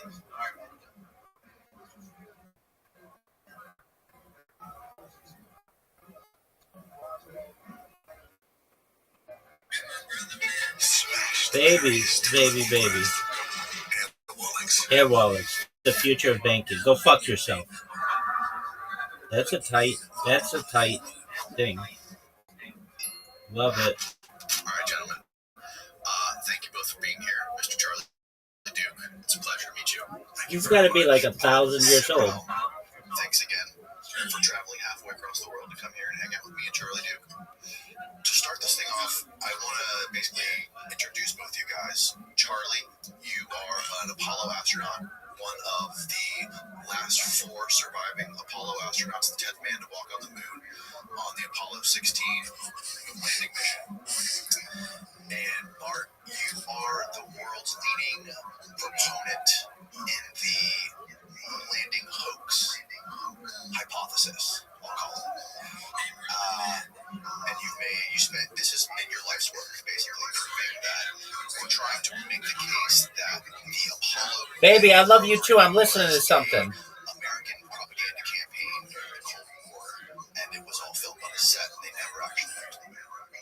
Does that sum it up pretty well? Pretty much. Half of my life, anyway. The first half, I believe they went. So, obviously, like the last time you and I talked, we thought it would be a great idea to have you debate somebody on this. I don't know if you ever done a debate on this with anybody. No, to me, that would be like debating if the sky is blue. It's blue, and they did fake the moon landing. I bet my life on it. Now, so the people normally they propose to debate me are victims of the deception, which I have no interest in beating up, someone who's a victim. But I said, find somebody who's a perpetrator, either one of the astronauts or an asset administrator, and you did. Here he is. So, Charlie Duke, could you please give us a little background in your history and how you got involved in the Apollo program in the beginning? I was a fighter pilot in the Air Force. Went to MIT, got a master's degree, and graduated in 64. Went to test pilot school and graduated 65, summer 65. And I met some astronauts that had come to MIT. They had the contract to build the Apollo guidance and navigation system, and I was working on that system. And all coming on guys, and so I decided to take their advice, go to test pilot school, and maybe have a chance in the space program. A couple of months after I graduated from test pilot school in the summer of 65, NASA had another call for astronauts, and 4 of us at Edwards applied, and we all got accepted. So, and it'd be May or so of 1966, we went to Houston and started working on Apollo.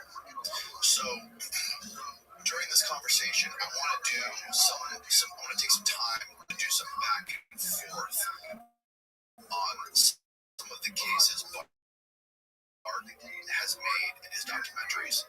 And, but before we do that, I want to spend some time going through your personal story and your first-hand account on the Apollo missions. So that's good with you. Okay. I love you too, baby. Let me watch this though. What age did you first learn about the U.S. government gearing up to go into space and just the whole space race and all this stuff? Well, I remember the first human beings that went into space. Gagarin in 61, and Alan Shepard followed him. And right after that,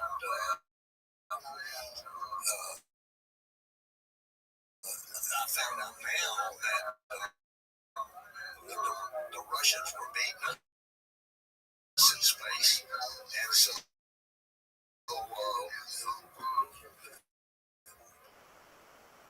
Kennedy put out a desire of how can we beat them?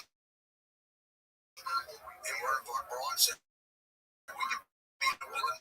And I got a copy of the letter that he sent to President Kennedy, and he said, okay, we'll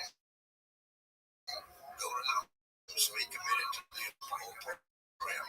And that was your whole journey. Well, it was in 61 or 2, so I was born in 35, so I was less than 30 years old.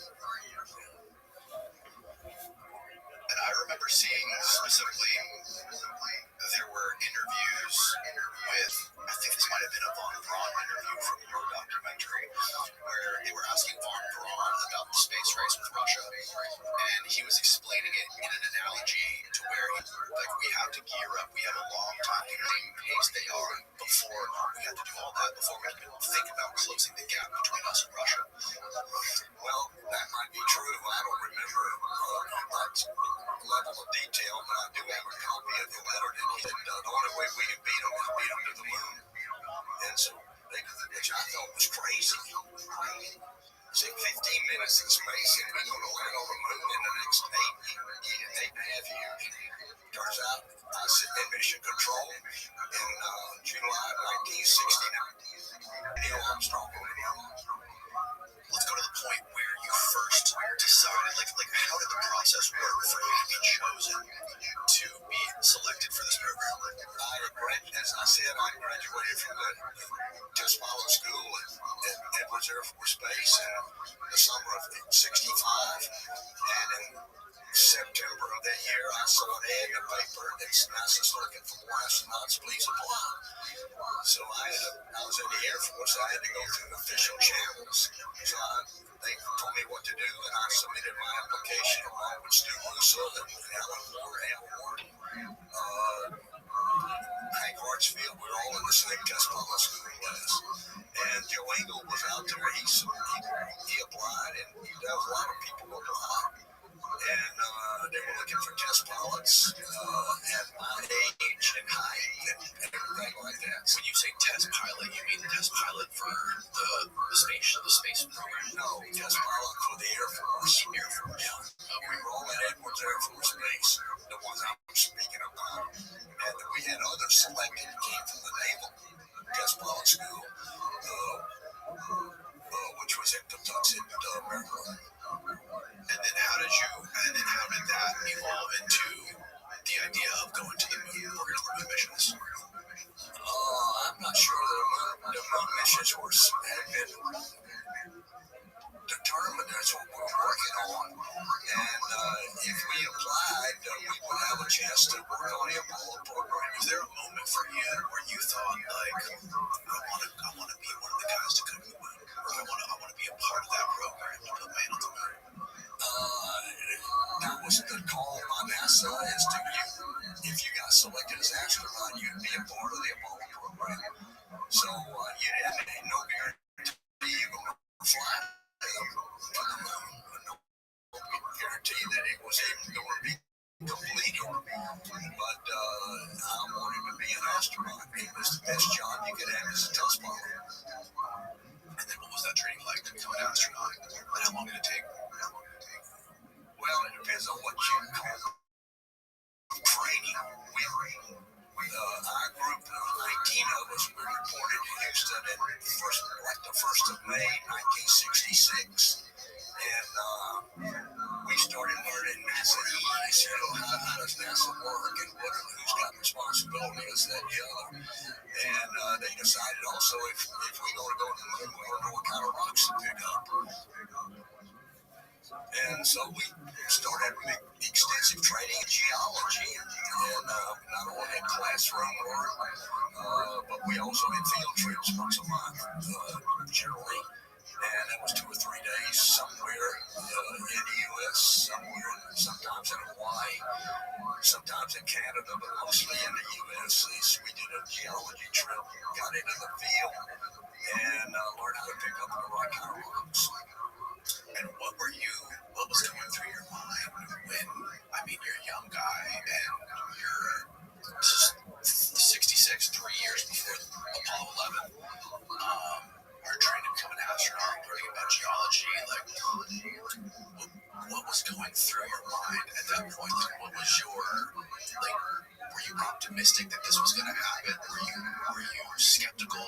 Were you fearful? I was optimistic that Apollo was going to happen. I wasn't so optimistic that I'd get a chance to go. We were the junior guys, and so it turned out that some of the senior guys left. John Glenn, Wally Schirra left Apollo 7, retired, and so a lot of the older guys started retiring. So we sort of rolled up into the mix, and Dick Slayton, who was and Alan Shepard, who were the two top astronauts, they started picking people to train, and so they were trying to balance the crew and give us younger guys some experience. So most of the crews that were selected had a senior guy that had flown in space. He was the commander, and then a lot of the crews had two rookies that came from our group, mostly. And how did you come to meet Von Braun? One of my first jobs as an astronaut was to monitor the development of the Saturn V and stewardess of myself. And so the best way to do that was to go up and meet Von Braun and sit in on his staff meetings to see how the Saturn V was progressing. And it was this thing going to really fly. And so every month we'd go up and sit in on a staff meeting. And he became I would say a friend, but he recognized us every time we walked in. He says, "Welcome, Charlie. Welcome, Stu." And we'd sit in and listen to his briefings on the staff meeting, and then we'd go back and report to the astronaut office. Every Monday morning, we'd have a couple-hour meeting, and what was going on in the program, and Stu and I give a briefing every time we got back. So you would explain to the other astronauts what the progress was on the Saturn V rocket. That's correct. Did you have any personal conversations with Von Braun about this, or mostly just he recognized us and he accepted us, and I can't say he became a real good friend, but he certainly knew who we were, and I respected him. And they were doing a good job. It turned out the Saturn V never had a failure, not one. That's pretty astonishing. And all of the flights, they lost one engine. And I don't know the team. One engine goes out, you can still make it into orbit. Wow. In fact, it was such a good machine, students, and I went to Ames Research Center, and they wrote a program, can astronauts literally fly the Saturn V into space manually? We proved we could. Not very efficiently, but we could get not to use that program, and so it never was implemented, but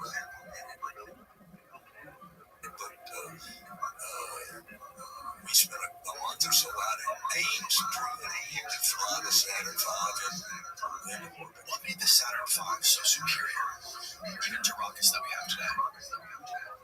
I mean, obviously, it wasn't reusable. I think it was just good technology and simple. There wasn't anything complicated about the Saturn V. The engines were huge, and they were test fired, and it was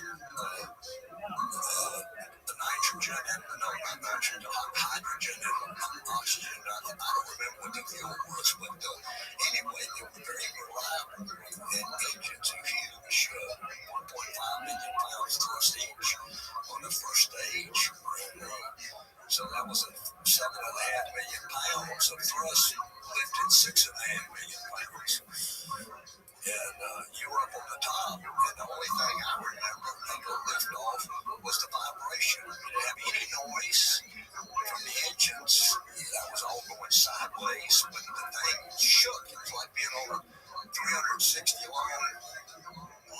fishing pole, and you're up at the top, and somebody shaking it down here, which was the engines, and was vibrating from side to side, not pogo, but vibrating from side, like swaying back and forth. Very high frequency though, and amplitude was maybe that four. No one really talks about it, but most men's testosterone levels start to decline at about 30 years of age, about 1% per year. Ever notice like you're losing energy, sex drive, and starting to feel like you're just trudging through the day? It creeps up on you until one day you start to realize you don't feel like yourself anymore. The thing is, your body can still be producing testosterone, but it starts to get locked up by a protein called SHBG. And that is why I tried MarsMen. MarsMen is designed to help free up that testosterone so your body can actually use it. No synthetics, no needles, just natural ingredients like Tomcat Ollie, Shilajit, vitamin D, zinc, and boron. I started taking a handful of these after my breakfast in the morning, and I've definitely noticed a huge boost and steady flow of energy throughout the day. I no longer crash after workouts or feel drained, and I just feel overall more positive. I got their launch kit, which comes with a bottle, an organizer tin, and a free ticket to Mars. That is if we can get past the mid-hour belts. MarsMen is made in the USA, is third-party tested, and comes with a 90-day money-back guarantee. And for a limited time only, our listeners are getting 60% off for life and 3 free gifts when you use code Danny at mengo2mars.com. That's mengo2mars.com and use the code DANNY at checkout. After you purchase, they're going to ask where you heard about them, and please tell them we sent you to Mars. It's linked down below. Now back to the show. And so, during Apollo 11, the first Neil Armstrong's mission to the moon, you were, what was your role in that? I was in Capcom, and I did the same thing on Apollo 10, and where they took the lunar module to the moon, we're going to land. And so that had gone well, and Neil asked me to, why don't you be some Capcom for us? I mean, you got the experience, or he asked you. And because I wasn't on the crew anyway, but he said, would you do that? And I said, sure, it would be great honor. And so we practiced for 2 months, simulations, crews in the simulator, we're in mission control, and we practice 4 or 5 hours a day, generally, and for the landing part. So what specifically do you do as the TAPCOM guy? You're the voice of mission control. You don't. You're the only person that can actually talk to the crew. The crew's voice loop is heard in mission control in everybody's headsets, but the only person that can respond is Capcom, and is an astronaut.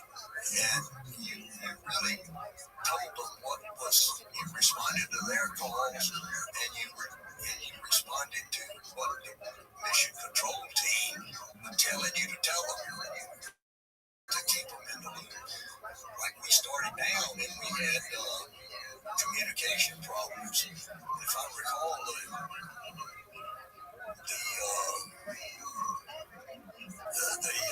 was a 30-second rule. If you lost communications for 30 seconds, it was a report. So reoriented, changed that attitude, changed that antennas, and then the computer was overloaded. And that really got everybody's attention. And but Steve Bales, Jack Norman in the back room said, we're going to fly. They knew what the computer was doing, and it was overloading because it had sets of compute in and it flipped back to the but we dropping off these insignificant jobs, and so we were going, and then we had a trajectory problem. He had targeted into the wrong place when you really understand the gravity of him, and with the mascots and all that stuff. So he had to level off and fly horizontally, I don't know, 4 or 5 miles, and they used up all the reserve fuel. And so they have a minimum fuel. And we told they have 2 separate fuel reserves, one for the descent and one for the ascent. The ascent engine was never used on descent. Okay. You never would do that. Well, you'd have to stage the vehicle to get the ascent engine liquid light unless you're staged and separated. So anyway, we called 60 seconds. He had 60 seconds to land. And then I remember 30 seconds. Doug, this guy sucks. Fucking liar.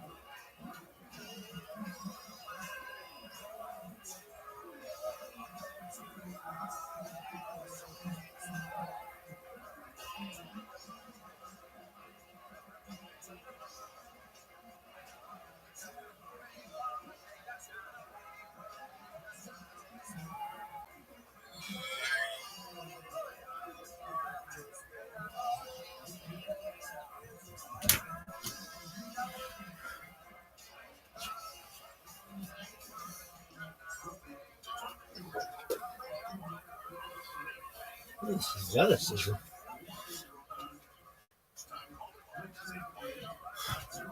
Folks, do you see this athleticism? If you're watching at home, I'm sure you're vibing to the oldies, girl. If you see this athleticism, you see this Dr. Thunder? That's what motherfuckers call me. It's my DJ name, DJ Dr. Thunder. Looking at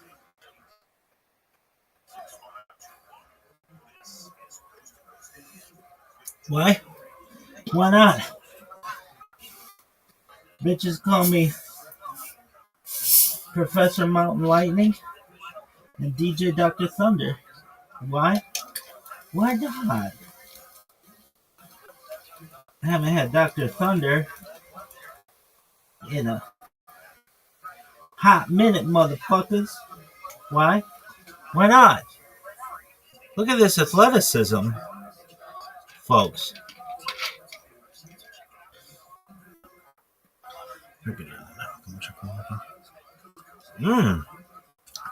That's pretty good. That is really good.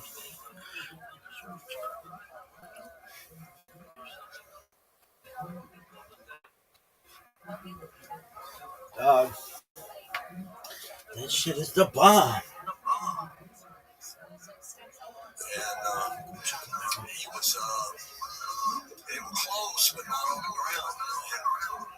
And we were going to my watch for 15 seconds or so before calling on a board when those overs in contact, they just, they're on the move.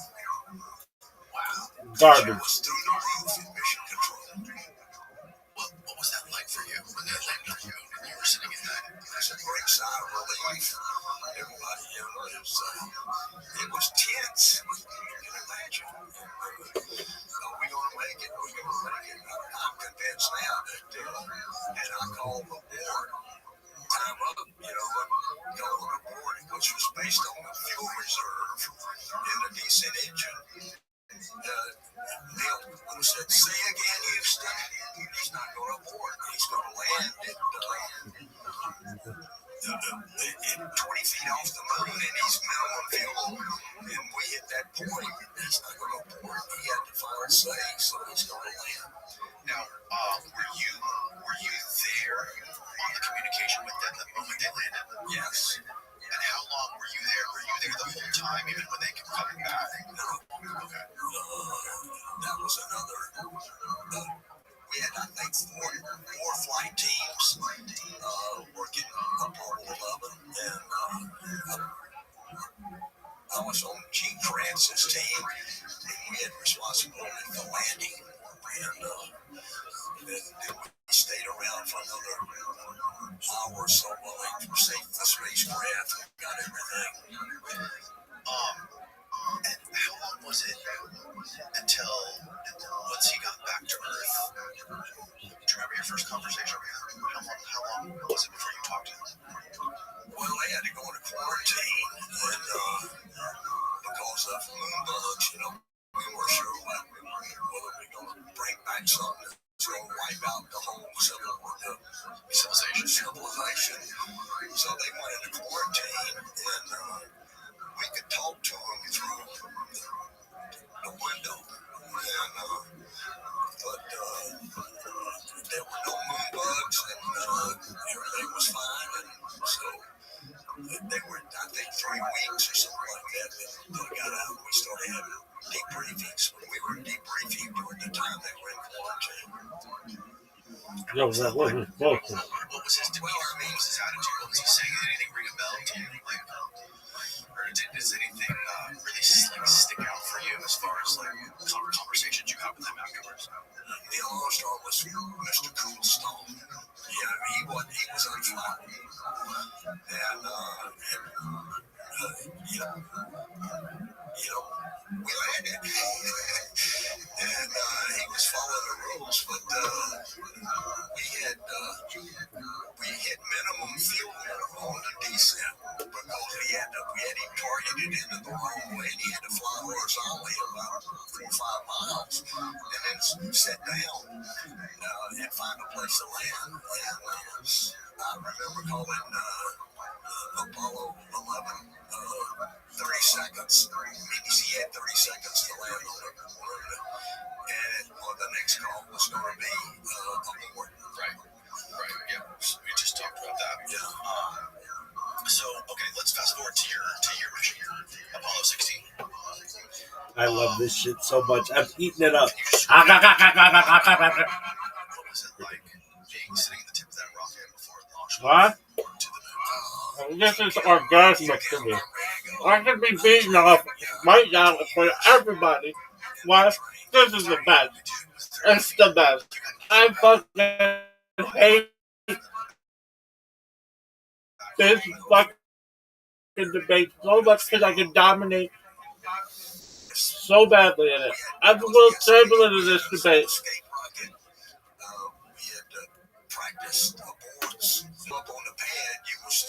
This is my shit. I love this. What? Oh, dog. I tee off on this motherfucker so badly. Come on!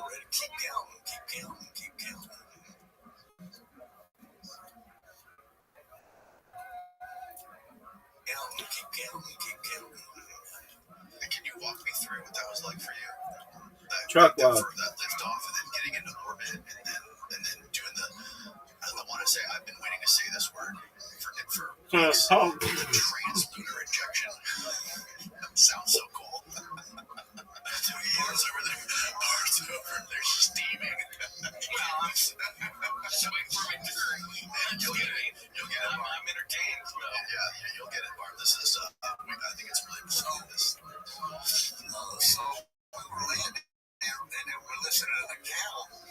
And when the engine started, they were moving down there to maintain a trajectory, and that vibration translated up in you 360 feet above it, and it shook from side to side. But we're on our way. You feel the G's lift off, mission control said you go, and we were going, and it was really exciting to feel the acceleration of the speed vehicle and the vibration from side to side. And we didn't have any pogo, but it was a vibration from side to side. So we're on our way. And it was really, one of the best rides I've ever had. How long did it take to get to the moon?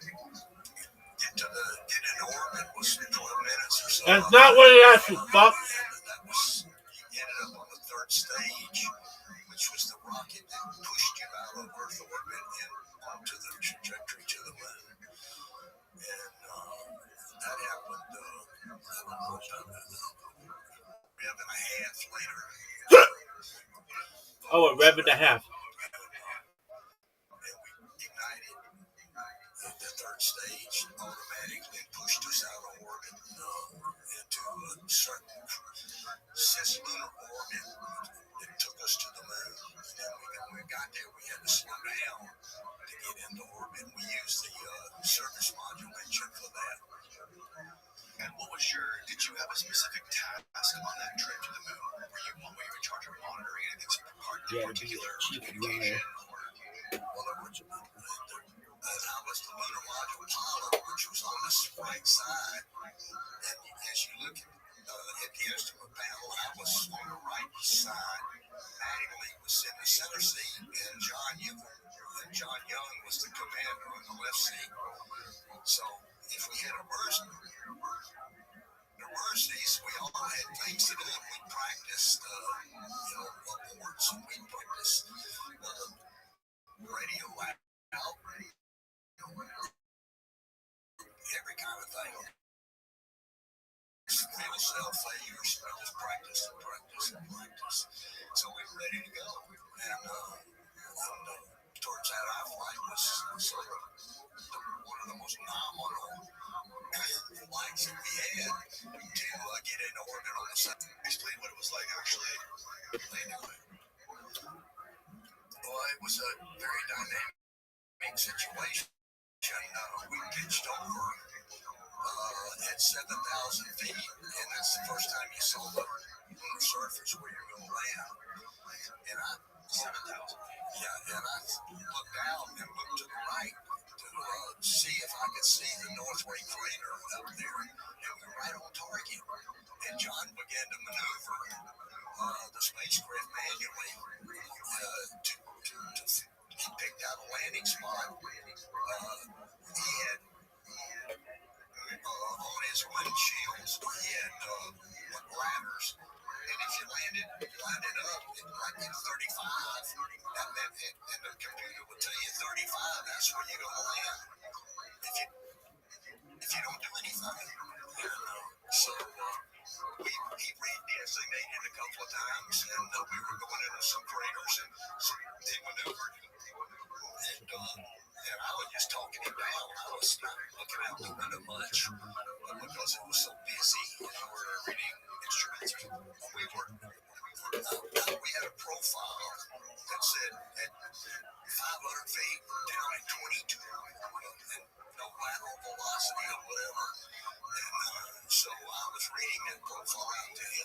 Look at this athleticism. And he was flying it manually. By this time, he's flying it manually. And he's controlling the whole thing. What up, DJ Dr. Thunder? And we had a profile, and we were right on the profile. So that's pretty good.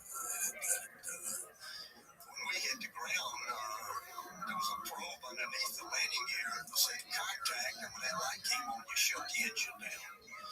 And we were coming down like Dog. 2-3 feet. This is painful. And when the light came on, I said contact, and he shut it down, and we dropped in on almost dead level.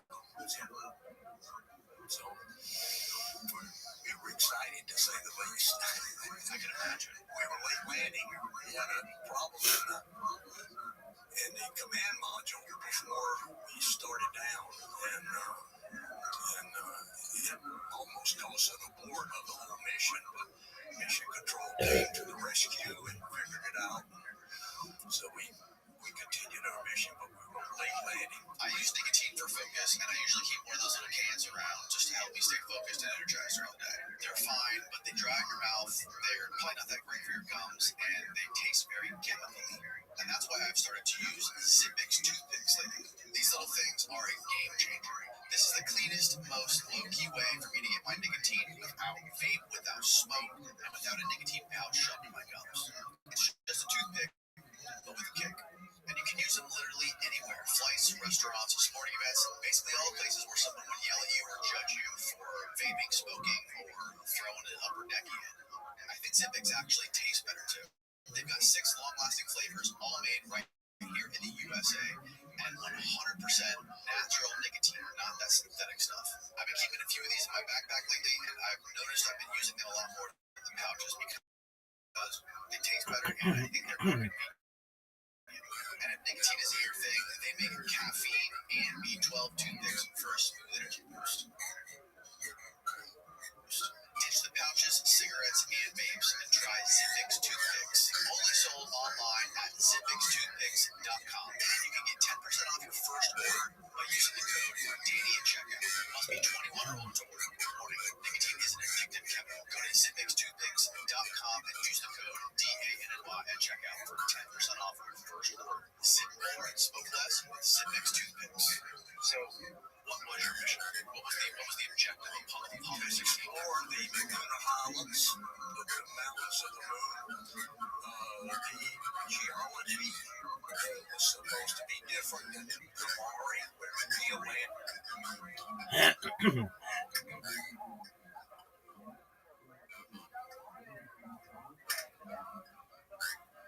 What is this?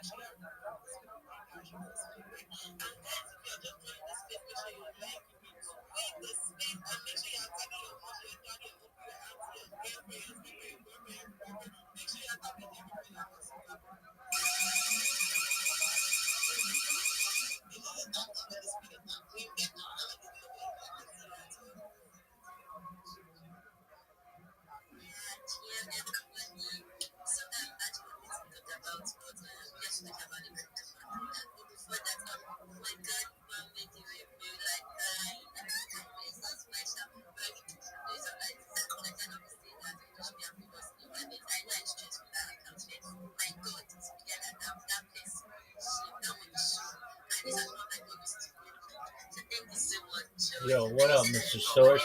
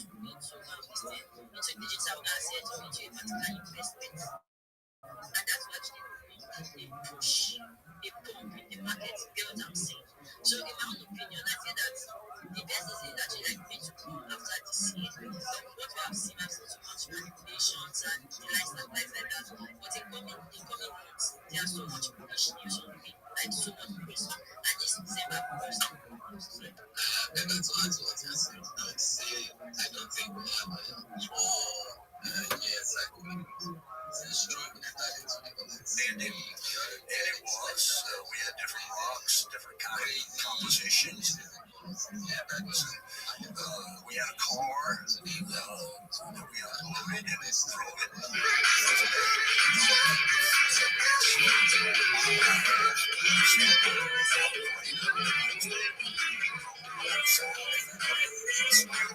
What is this? And how do I make the rest of my life about it? That was about 8 or 9 miles on round trip. And the last day, well, I do not know if it's going to be a boom trap or it's going to be continuously that the market keep going. Let's just see how it goes and how it plays out. All right, my people. All right, thank you very much for telling us that right quick and Mecca. Maybe me and those that things are changing. You can never tell. Anyway, let's hear from what's up, Bill? Yeah, I just wanted to ask like a question. I know the negative data analysis skills,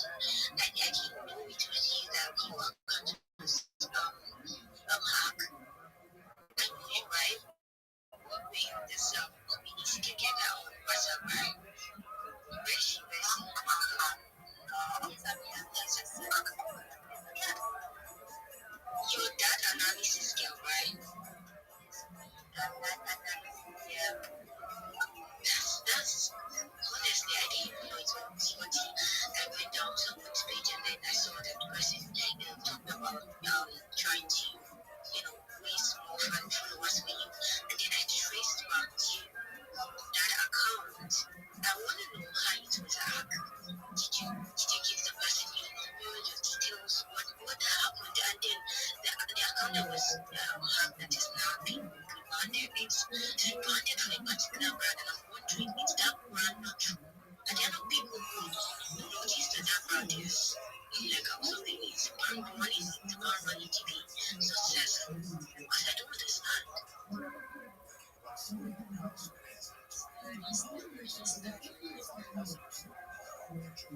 What's up, what is that? Yeah, it's my stuff. So if you're mysterious, like, this was actually at that. Yeah, actually, like, this. That was one that seems to be like so into my wallet, my wallet, yes. So when the person said I got the notification, and I was like, that was actually to be like, and I was like, well, I'll check it because I was very tired. I'll check it in the morning because I know how much I'm obviously to check it out. When I put the wallet up, I saw that they sent a message to me and they're like, I can't get access to the account because my account is logged into another person's device. And that was very strange because I didn't even put my login details or anything. So after that, I then went to get because one thing about me, anytime I have any type of issue with any app or anything like that, I like to like go to their X account and try to see if it is just me that is experiencing. Because if it is just me, I'll not go for like the customer care emails, number anything. But if it is general, I'll see other people complaining about it. So I saw other people complaining about the fact that maybe they had few transactions or app maintenance and the likes and the likes. So when I saw people complaining, then I'll drop my own complaints that I can't get access to my account. And this one seems that happened last week with access banned too. So and I complained to them and they answered me.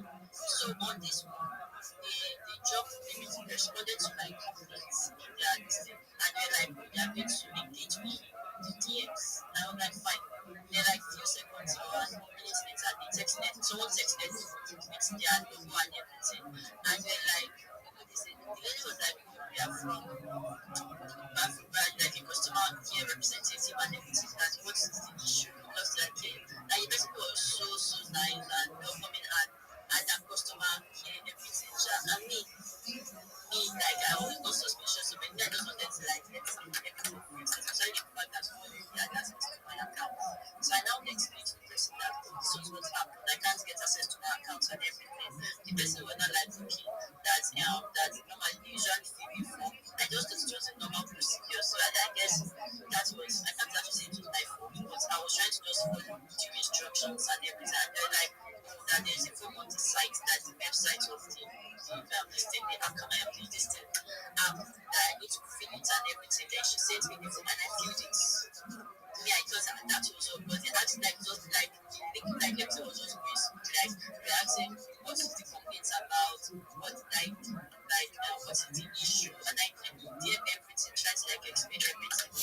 And also the lady was like, the next 24 hours that everything will fix, that they brought in the form, the response in their own background, everything, and they're like the next 2 hours, I was getting a problem. So I dropped my phone, I think I went to the kitchen and I came back and I started hearing bang bang bang on my phone. When is it bang bang? When is no money? This is money I was set up. Thank you God, there's no money. And I came and I saw my email. I was just seeing different notifications and they were saying new login into your device, new login into your device, and like, I was like, new login. So the first one it was trying to like get access to was my private account. When he gets access to my private, I told my friend, I told my guy, I was like, see this thing that someone trying to like get access to my private account. But not like that this is secure. You have to factor in authentication on it. I was like, they have like what I because I've created the account in private account. Yeah, for like a year now. And so it's $0 they say don't have anything, they should take their $0. I'm not using the account in it. But that is that's not the journey. That is where my eyes were clear. I remember was almost blow.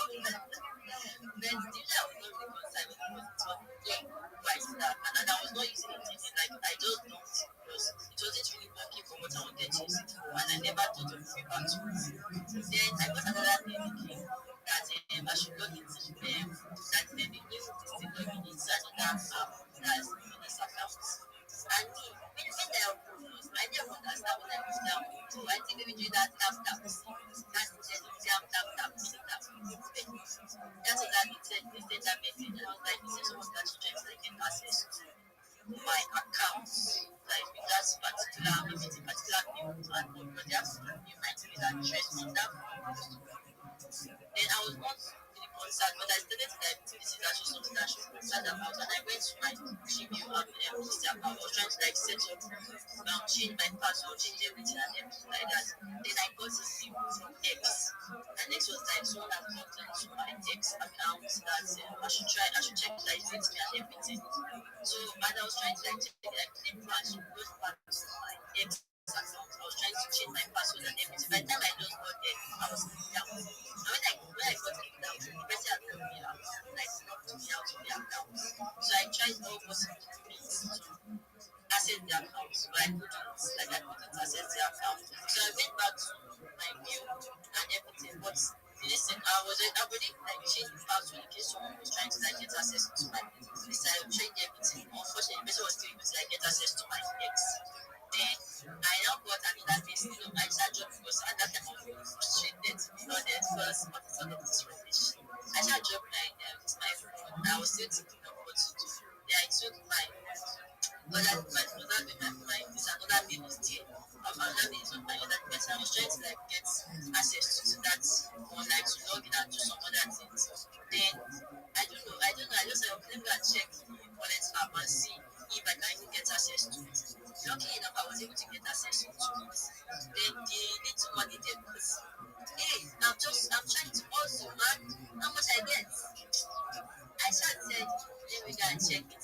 Then check the wallet app. And when I then check the wallet app, what was actually there? But I think that the person that I'm actually trying to like withdraw the money. So the person I went to the transaction history to see what happened. The person had actually sold the little asset that was there. But I think the person converted into another asset and was trying to sell it out before like the person was about to sell it, but when he was trying to like sell it out of that account, I already changed the password in that one. So the person could not get access to it anymore. So that's the way I'm laughing. Yeah, I'm laughing. As if it's funny. I don't know. That story was the worst story I've ever heard. I think next time if anybody sends you a link, take it to ChatGPT. Ask ChatGPT to give you like websites to check if this link has like any malicious report or flag to it. Because that's why even when different people reach out to me that I should help them, if I want to join their community, maybe they're looking for like they're giving like a job opportunity. There's one that came in like was it 2 days ago? So they are telling me that they're going to be paying me $600 to $900 a week. First of all, that was too good to be true. So when they sent the link, it was first Discord. So I had to check the Discord link and I saw that the Discord link was clean.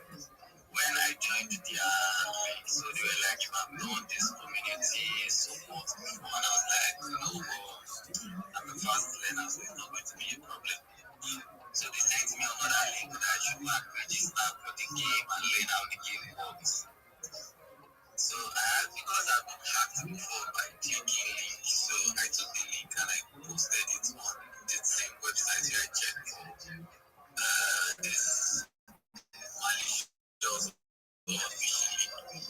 So when I posted it, it showed just one, because out of 100, it showed me just one malicious report. I just left the Discord and disappeared from the whole place because I do not want any reason for anybody to hack me or clear an account because they are cleared an account before. So this time I decided not to take it. I left the job and they are not getting back to me till now. So that's how I knew that shit's not right.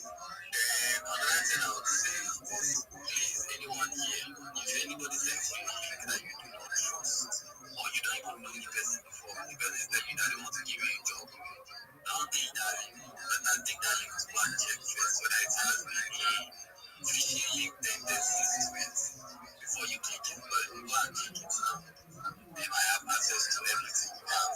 And if they have access to your email, because I know there are a lot of people that see their passwords, their email address, or their seed phrase on their email address, which is very low. I don't do that. I like to write it down somewhere.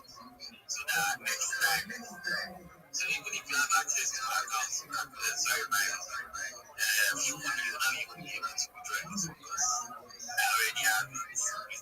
website, right? It's not on my phone, it's not on my notepad, it's not in my email.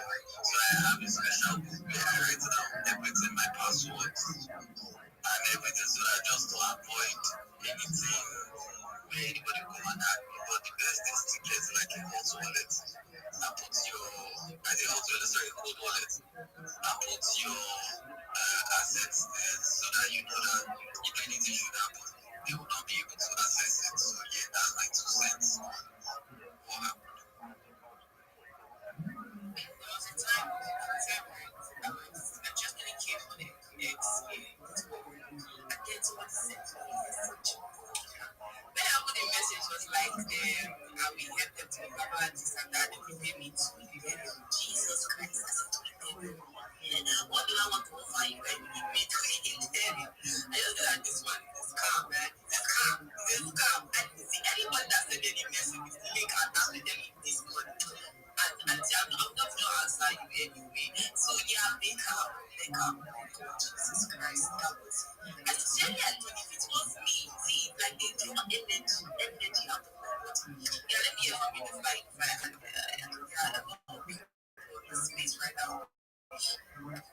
Yeah, I wanted to say, yeah, Rebecca, we actually sympathize with what happened to you, and thank you, Vicky, also for that. Alpha you shared, everyone, I believe that you don't want to be asked before you go and put record to track authentication on your apps, and just go to, as Vicky said, be careful, be worried. I wanted to do a very quick shout out to our listeners because, my God, we have a lot of hands up, right? So I wanted to do a very quick shout out. So yes, we have DNB, KJ, we have Crazy, Dolly Baby.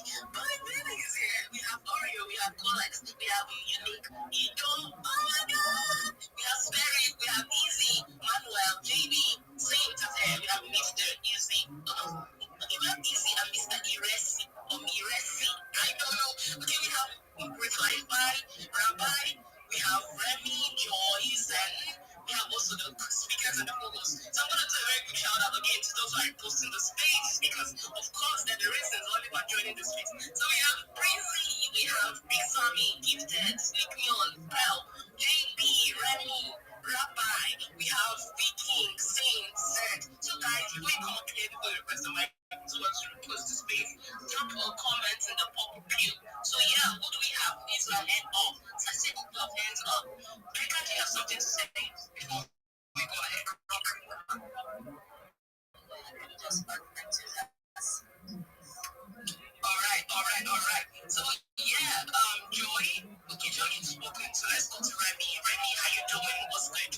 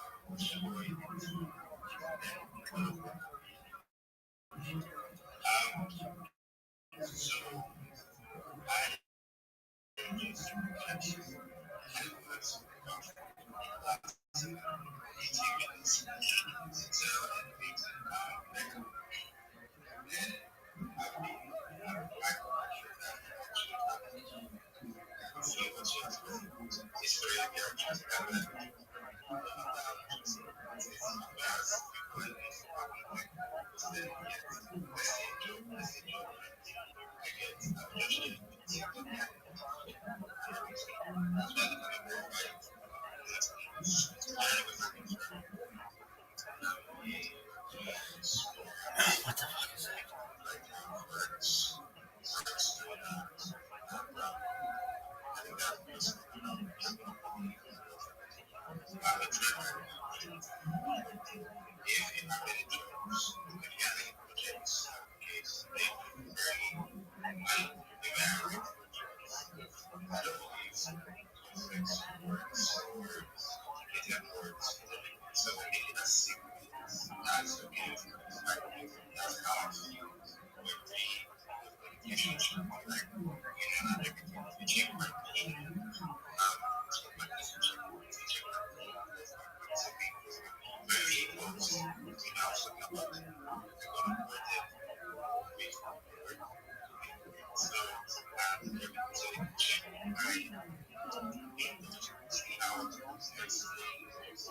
Okay.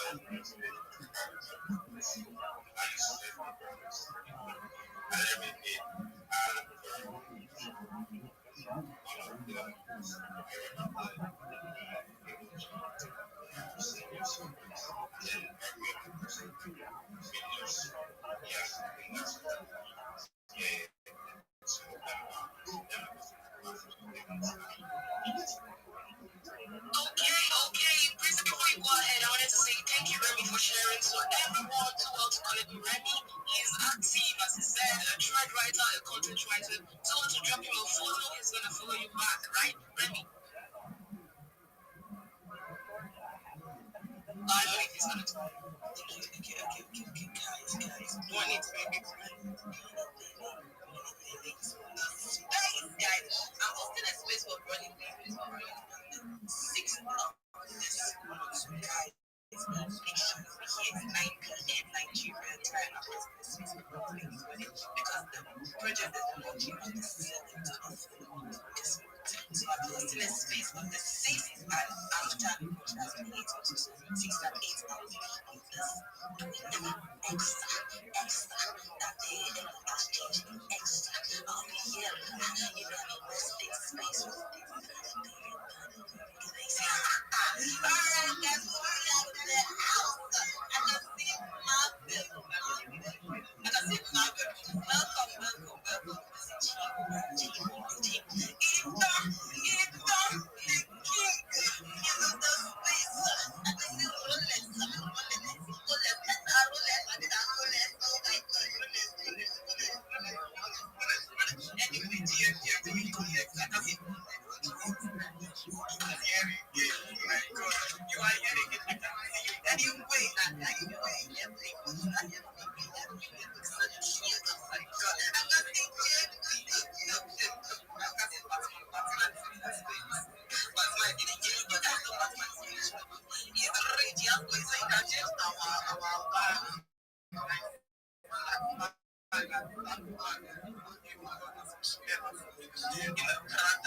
Yes, guys,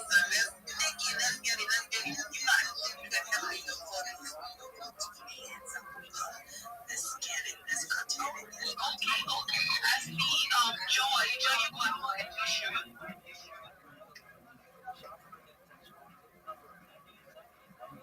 Joy. Okay, if Joy is not here, let's confirm we can hear him, right? See? Sure.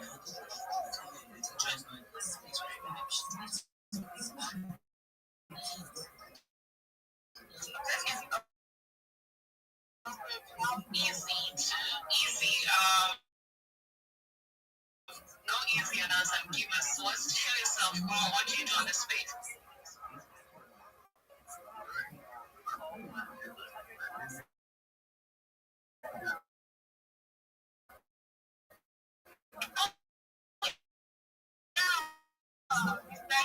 I'm so sorry. Yeah, you go ahead.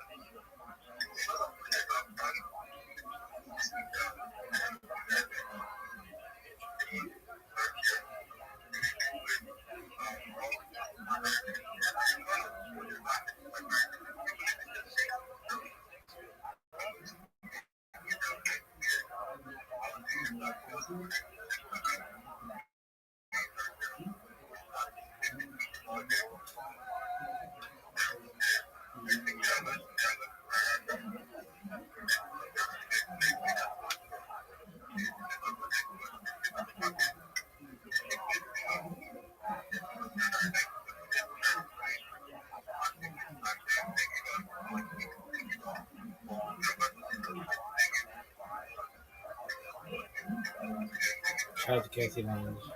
She's hilarious. You remember very blessing, lady. Oh, no. This is the best. Thank you, Mr. Easy, for that. Mystic down, so you're to check his profile for more offer on that. So thank you for coming up. So I wanted to do a very big shout out before we go back to the next speaker, Rabbi. So I wanted to do a very big shout out to those who are on the public game. And guys, guess what now? This JB is in the house. What up, darling? What up, darling? So yes, on the public view, we have JB, we have JB, we have JB.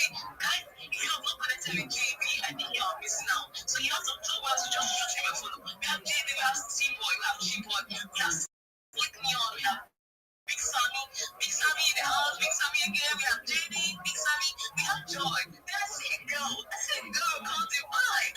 Let's divide. Okay, that's a divide again. Okay, go ahead to JB. You guys to also make sure you're dropping the comments, you're dropping tagging someone, you're tagging a friend to tag a friend. Make them know that something is happening here. So I said, Bonnie Baby.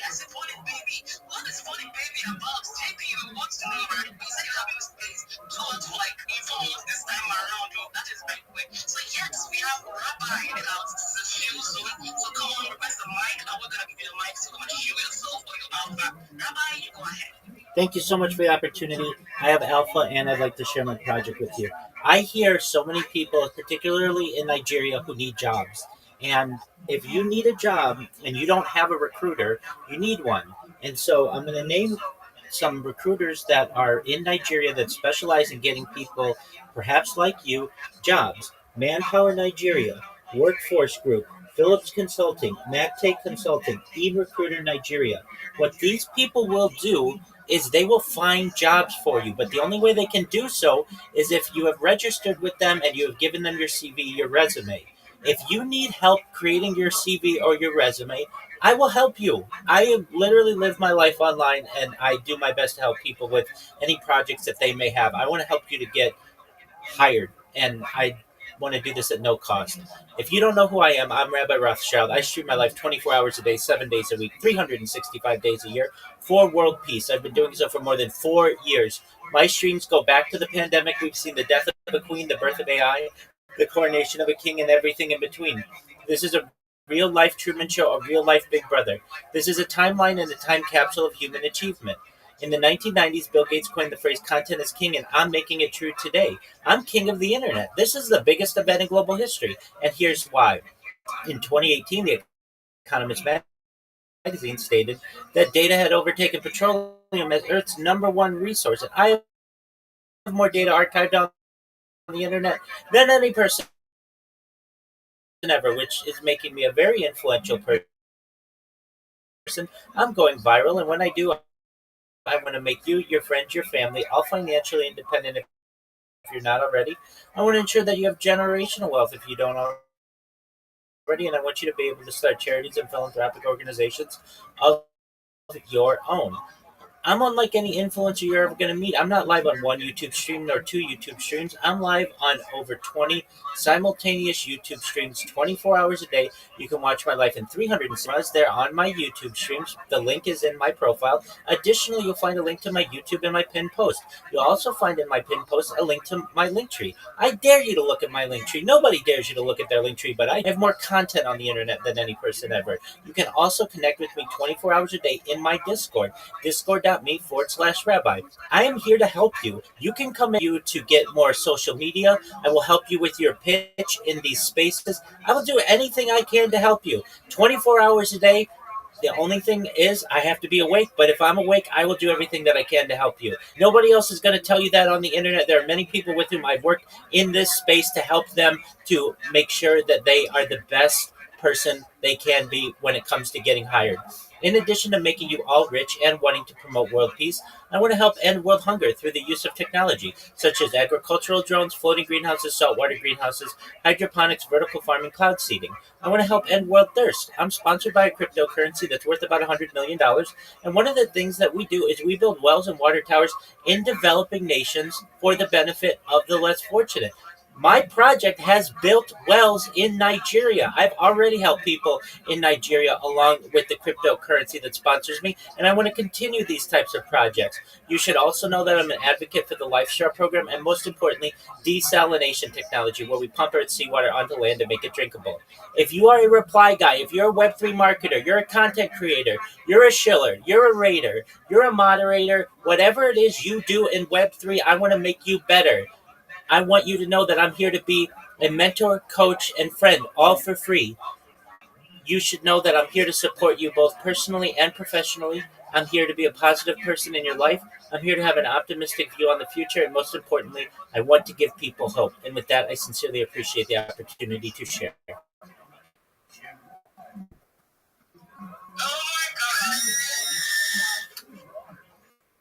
Austin is in the building. Thank you, Rabbi, for that. That was Rabbi. You all do us connect with Rabbi. Oh my God, I see Rabbi in a lot of spaces. He's always active, day, night. God, you know what? How active Rabbi is. You just flashing the emoji. Yes, so Rabbi, we're so glad to have you here, and thank you for sharing yourself. So yes. Guys, we might call up June. I noticed something. Okay, we have the wizard on the speaker section, and we're also putting out there that, guys, what do you think is missing? Prissy, I'm asking you, what do you think is missing? What did you say? What did you say? What's the wizard? Oh my God, you wizard. Oh my God, wizard, what did you use? Why are you very low about your business box? Why are you very low? That's a Jersey wizard, but don't worry. I'm like, we have the wizard here and we have all our feathers here. Let me just tell you, what is missing right now is the broom.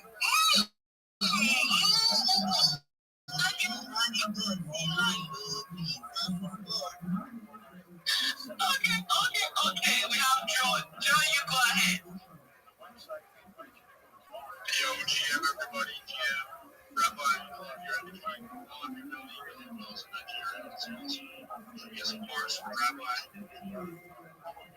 Anyway, yeah, I'm here to show myself. Developer, software developer, blockchain developer, working on some small projects like the fastest growing market. Whale tracker right now is going to be completely free. That's releasing in a few days. If you haven't checked that out, then it's really fun. Also working on project in the DeFi space, a new bridging protocol, currently raising capital for that. Able to try it out. It's released with introducing airdrops as well. So stuff. Yeah, if you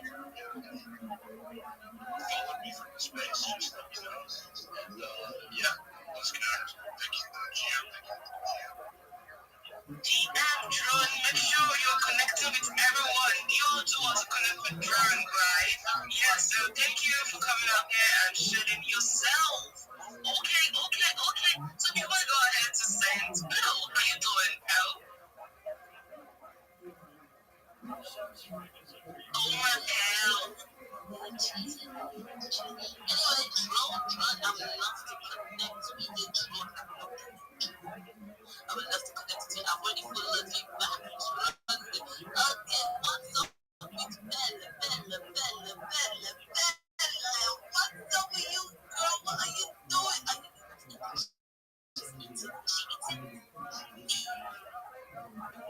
connect to you. I'm ready for looking back. Okay, what's up with Bella? What's up with you, girl? What are you doing? Is she eating? Oh my God.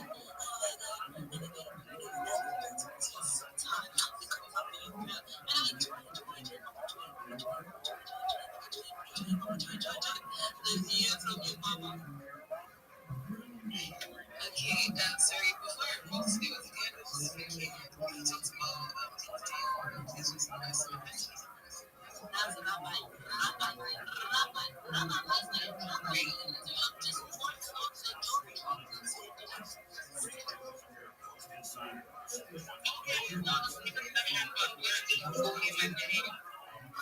Yo, what up?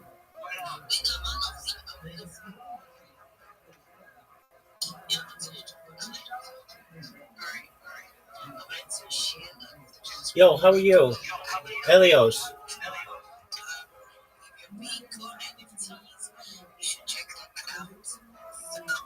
Helios, can you hear me?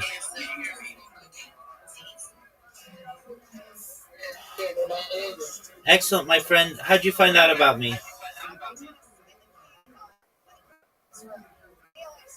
Yeah, I on Twitter space on a Twitter space this morning, so Excellent. I saw you showing yourself, so I DM'd you on Twitter and I got a link through the Twitter link you sent to me. Beautiful. Okay, what's your name on Twitter? Oluwafemi_17 Elios. Okay, what was it again? Oluwafemi_17. Okay, can you spell that for me? Is there a way like Just spell it. okay OLU OLU OLU. yes WA. yes FE. Oh, you're Daniel? Oh, Can you hear me? yeah, you're Olafemi Daniel? No. OLUWAFERANMI_17. Okay. OLUWAFERA, and then what? RANMI RA, and then what? NMI MMI _17. underscore. NMI Yes, sir. 17. Okay. You're gonna see Elios.edge. Okay. So let me spell it back to you. OLUWAFERA Yes. Yes. MMI Yes. underscore 17. No. It's not. No. It's not MM. It is NNM. Okay. Can you hear me? Yeah. So OLU. NMI. So M is in Michael, N is in Nancy. Yeah. It is OLUWAFERANMI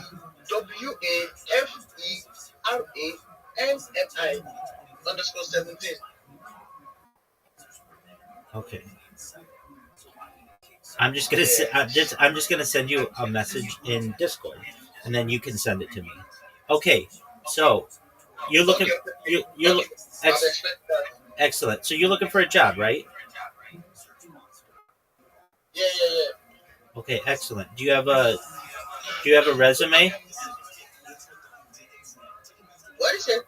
Do you have a resume? No, not yet. Okay. It says your message could not be delivered. This is usually because you don't share a server with the recipient. Okay. So I can't. Maybe you can send me a message. Okay. I'm gonna join with a new account. Okay. Do you see the account that is red that just joined? It says Captain of the MILF ship. Yeah. Send that account a message. Is it Rabbi ROTHSCHILD? Yeah, but it's red. It's the one without its camera on. Okay, yeah. I'll message you now. Excellent. It's got a UFO at the front. It's got the UFO at the front. Listen, wait. Send percent. Oh, because it's Okay, you got the same thing that I did. Okay, so just one moment. I'll find you in X. Okay. Will you send me? You send OT. No. No. The number 2, then the letter X, then THOT. 2X thought. Okay, come again with your name. Sure, it's the number 2. 2 Correct. And then X. X, Correct. alphabet X, right? Yes, that's correct. Like xylophone. X, like X-ray. Okay, so 2X, and then Okay, T as in turtle, okay, H as in Honda. okay.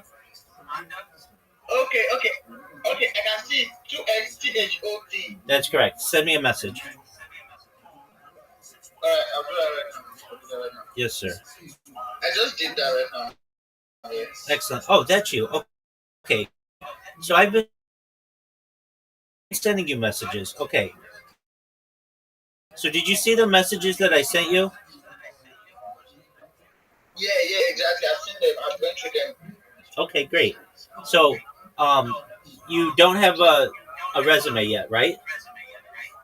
Resume. Okay. Oh, you have you used ChatGPT before? Yeah. I've used it before. Okay, so you go in there and you say, "Hey, my name is whatever your name is, and here's my previous work experience," and you say, "I need you to make me a resume, and here's my contact information." Once that's done, Okay. I sent you a list of like 5 different recruiting agencies in Nigeria, and you want to Okay. upload your resume to all of them so that they can find you a job, okay? Okay, alright, thank you so much. I'll do that right now. Are you active on X? Yeah, like 24 hours a day, basically. Oh, that's nice. That's nice. Thank you so much. Thank you. I really appreciate this. Thank you so much. Absolutely. Now, wait. Once you create Okay. your resume and you upload it, you're not done. Because what we're going to do, I sent you a list. You're going to create a LinkedIn Linktree account. And what you're going to do with your Linktree Yeah, account. I saw that. Excellent. And so what this is going to do is it's going to give you a lot of social media in which for you to post for yourself, to promote your clients, Okay. to be able to get more business for yourself, to be able to Okay. dominate search engines, social media, and AI engines. And then also it's going to make it more difficult to impersonate you. Does this make sense? Yeah, it does. It does. Excellent. So you've got some homework to do, and if you have questions, you just come in here and I'll help you, okay? Alright, thank you so much. Thank you so much. I'll kickstart it right now. I'll start doing it right now. Sounds great, my man. If you need help, I'm here to help. Yeah, I do. Okie doke. What do you say? If you need help, I'm here to help you. Alright, thank you so much. Can I just, once I meet you, can I just text you, like, DM you on X? Yeah, or you can come in here, either one. Alright, thank you so much. Thank you so much. You're welcome, my friend. Uh,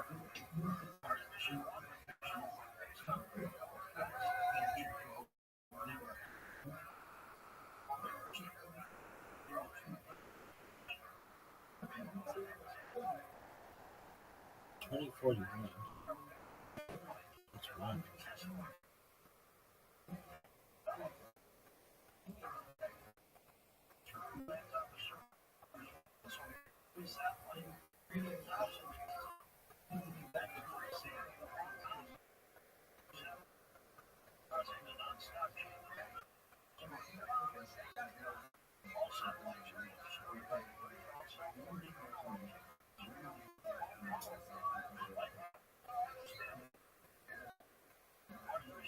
I mean, even DJ Money one time, the first time we would actually give them a couple seconds to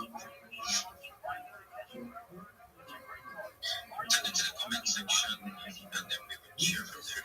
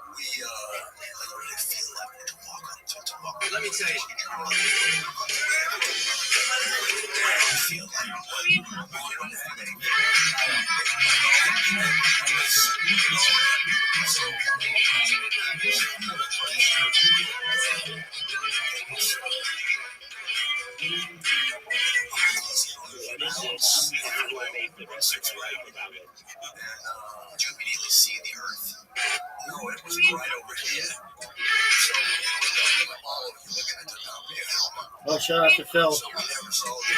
Phil's birthday. There's a half Earth up in the sky.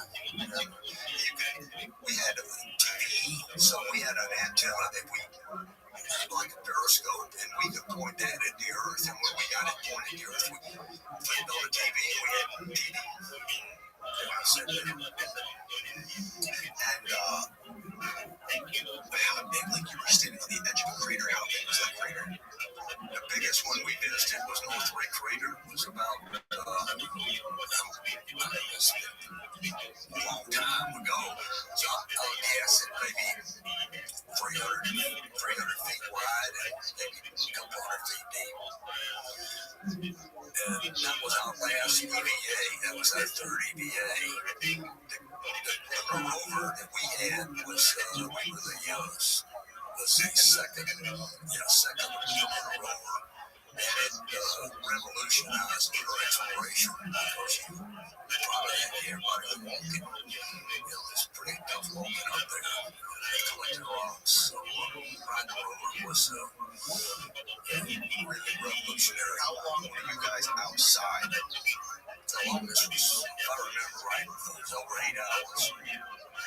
You were walking around on your feet for 8 hours. Well, no, we were riding a silk car. And riding the place, we jumped out, and we had a flight plan. Do this, find this rock, do that. And so we were collecting samples, we were drilling holes, digging, shoveling trenches, everything like that. Was there anything that you did that was a part of the job that you had to do that surprised you? Like in any of your digs or any of your findings, did you see anything that was like shocking or like unexpected? I don't think physical work was anything different, but the experience of being on the moon and the 1/6 gravity, you had to learn how to walk. It gets you center of gravity over your feet, and you couldn't straighten up. I tried to straighten up, jumping one time and straighten up, and I fell over backwards, which was really scary. But that was the end of our stay. And do you remember if you could see stars? You can't see any stars. Not in the daylight. And you guys were in the daylight the entire mission, right? No, only on the moon. That's what I mean. When you guys were like the entirety of your time spent on the moon was in the daylight, because days there are like 14 days long here on Earth, right? So, what happened when you guys had to come home? What was that like? Well, we were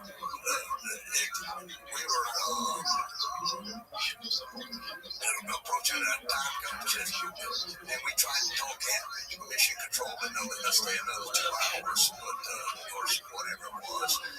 And they said, "Get inside, guys. It's time to come home." So we got inside, and we got ready to lift off. But the first thing we had to do was pitch out all the backpacks. So we depressurized, opened the door, threw out the backpacks, 2 bags of trash, and You littered on the moon. Sorry about that. And then we lifted off. And when you got back to Earth, you had to go through the same process that they went through. No, we did not have quarantine. You did not have quarantine. What did you have to go through on the return? Was there any specific protocol you had to follow? Well, I don't remember exactly, but we had physicals and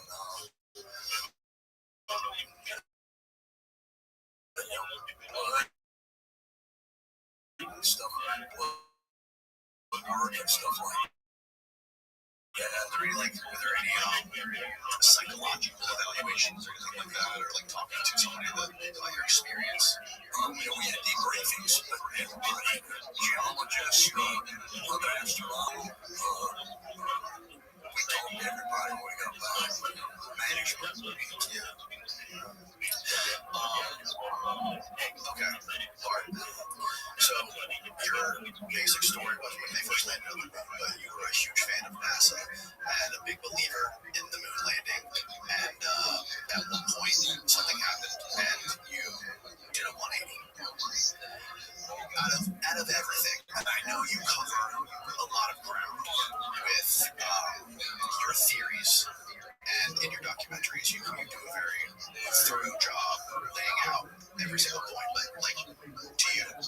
is what are the top two or three reasons that you believe that the moon landing was a hoax?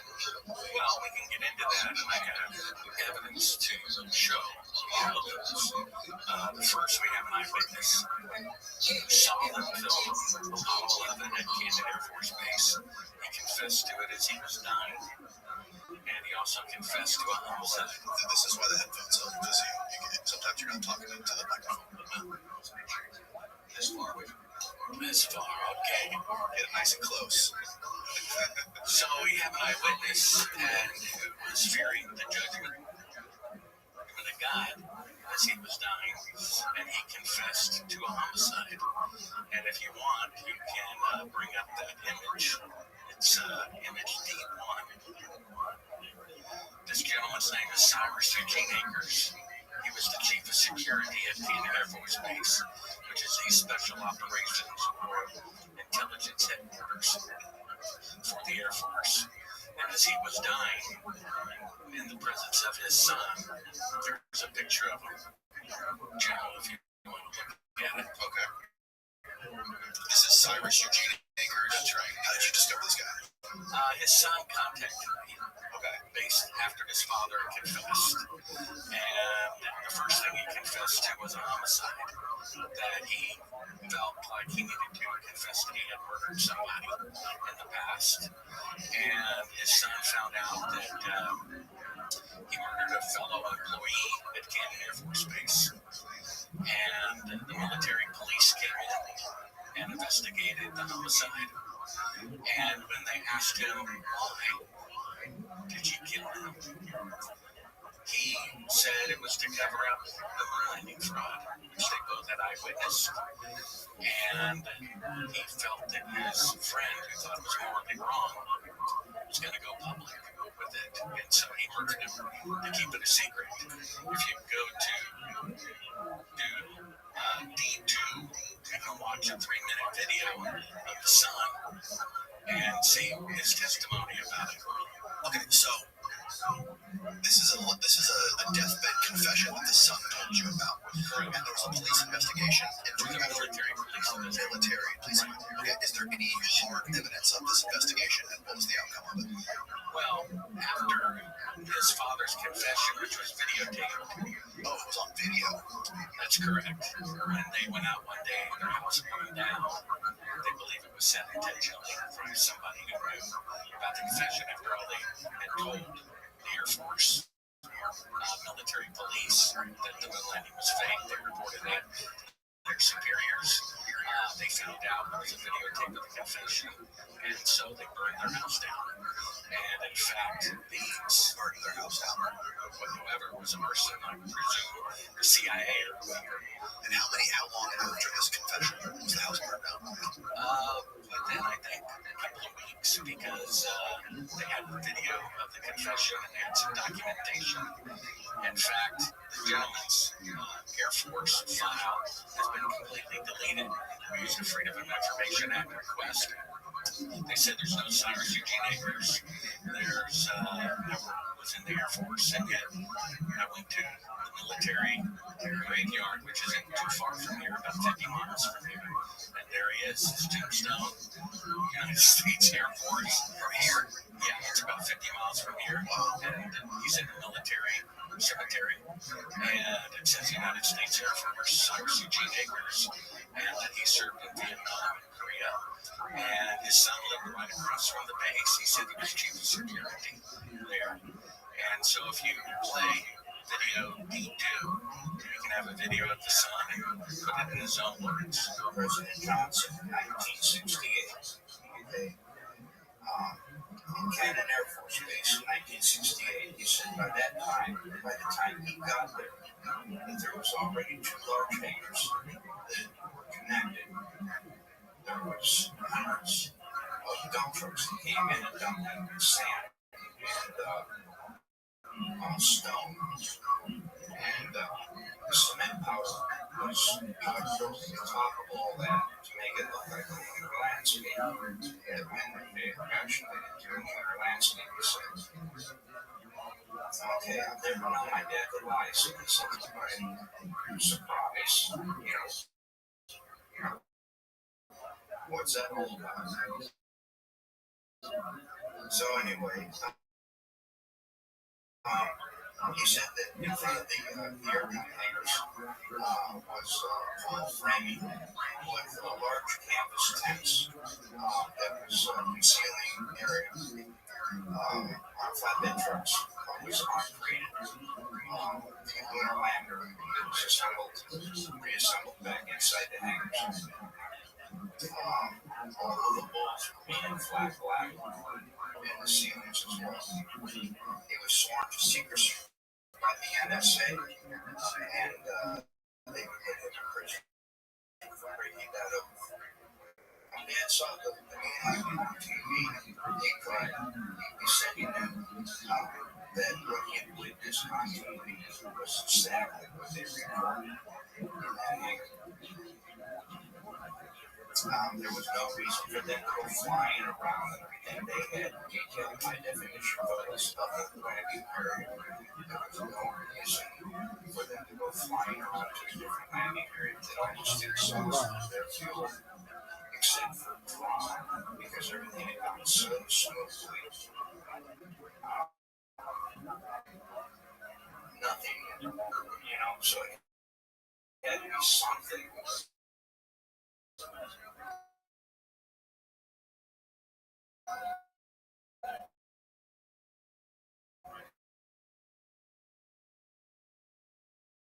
Anyway,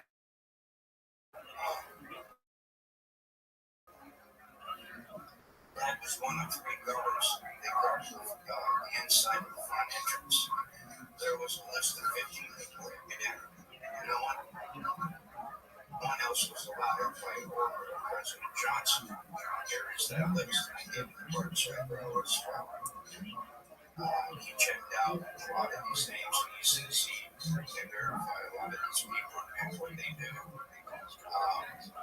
And I come across a couple myself. Edmund Altman, Werner von Braun, Robert Ebenegger, Gene Kranz, Dr. Thomas Paine, Dr. Trudeau, Lieutenant Colonel Donald Simon, and Grant Norrie. Again, he raised me by the glory. I knew he didn't like me. And as I started seeing more and more of Child, what I why was are you telling taking your birthday? I realized my dad wasn't lying. All right, so you would say this is the top piece of evidence that you know. It's the most compelling to people because we have a testimony of it. Now, if I may ask, It is a testimony, but it's not actual. I understand we've got 3.5 hours. He's got 40 minutes ahead start on me. Yes. So I can present my evidence. And I have a couple of questions. If I climbed Mount Everest and was known for climbing Mount Everest and got an award or a medal and everyone, I was hired at companies as the CEO for having climbed Mount Everest. And somebody came along and started saying, you didn't do it. It was filmed in a TV studio. I certainly wouldn't fly and make an airport change and stay overnight at the hotel and go to podcast to defend that I climbed Mount Everest. I wouldn't waste my time. So why are you here?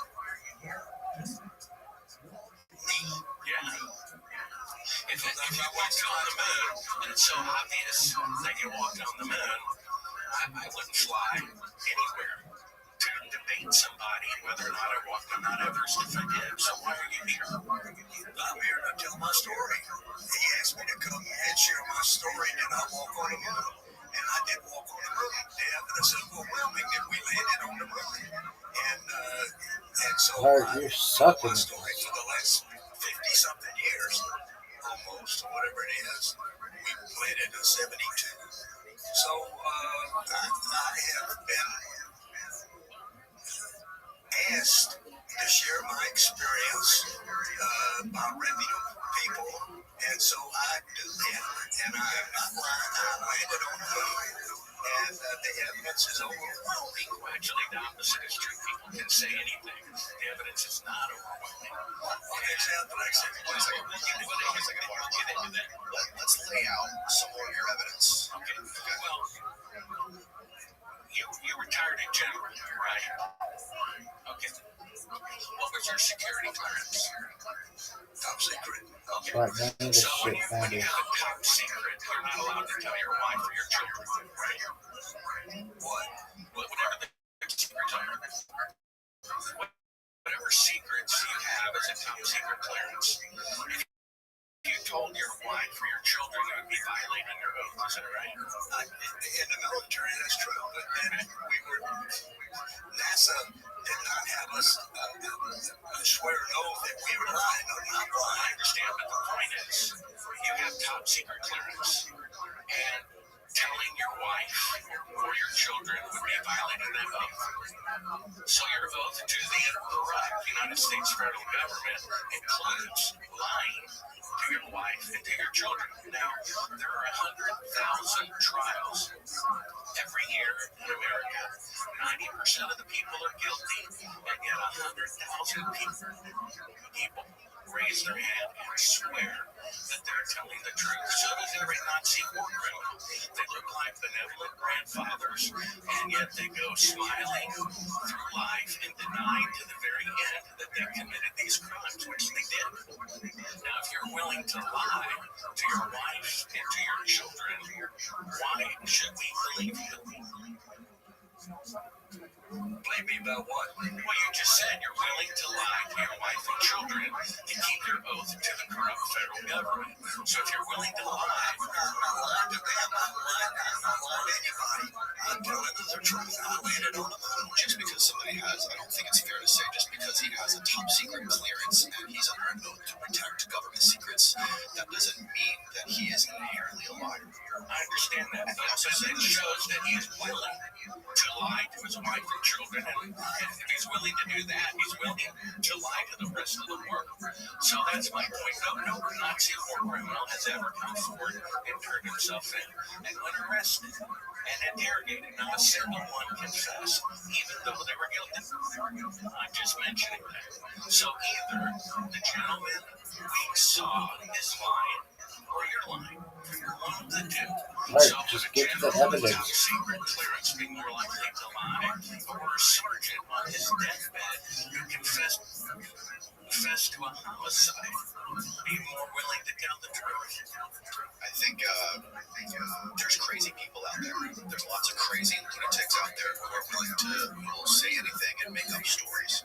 And the same thing is true with that. You know what? I don't think so. I don't necessarily That's insulting, think that. I dog. think that anybody who is a high-level military position that has to protect government secrets is going to protect their oath. That doesn't mean they're a liar.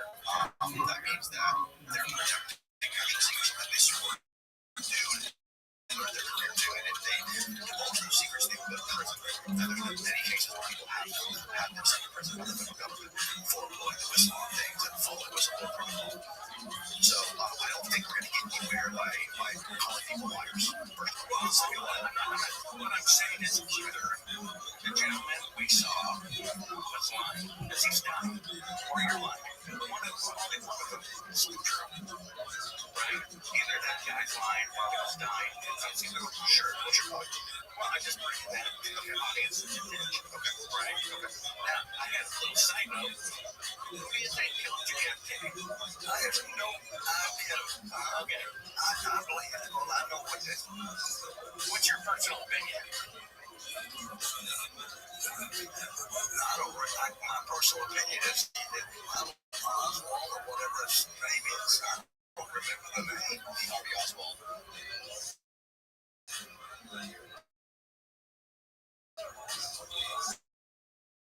Harvey Oswald. But he held the government's position was that he acted alone. He was the sole shooter.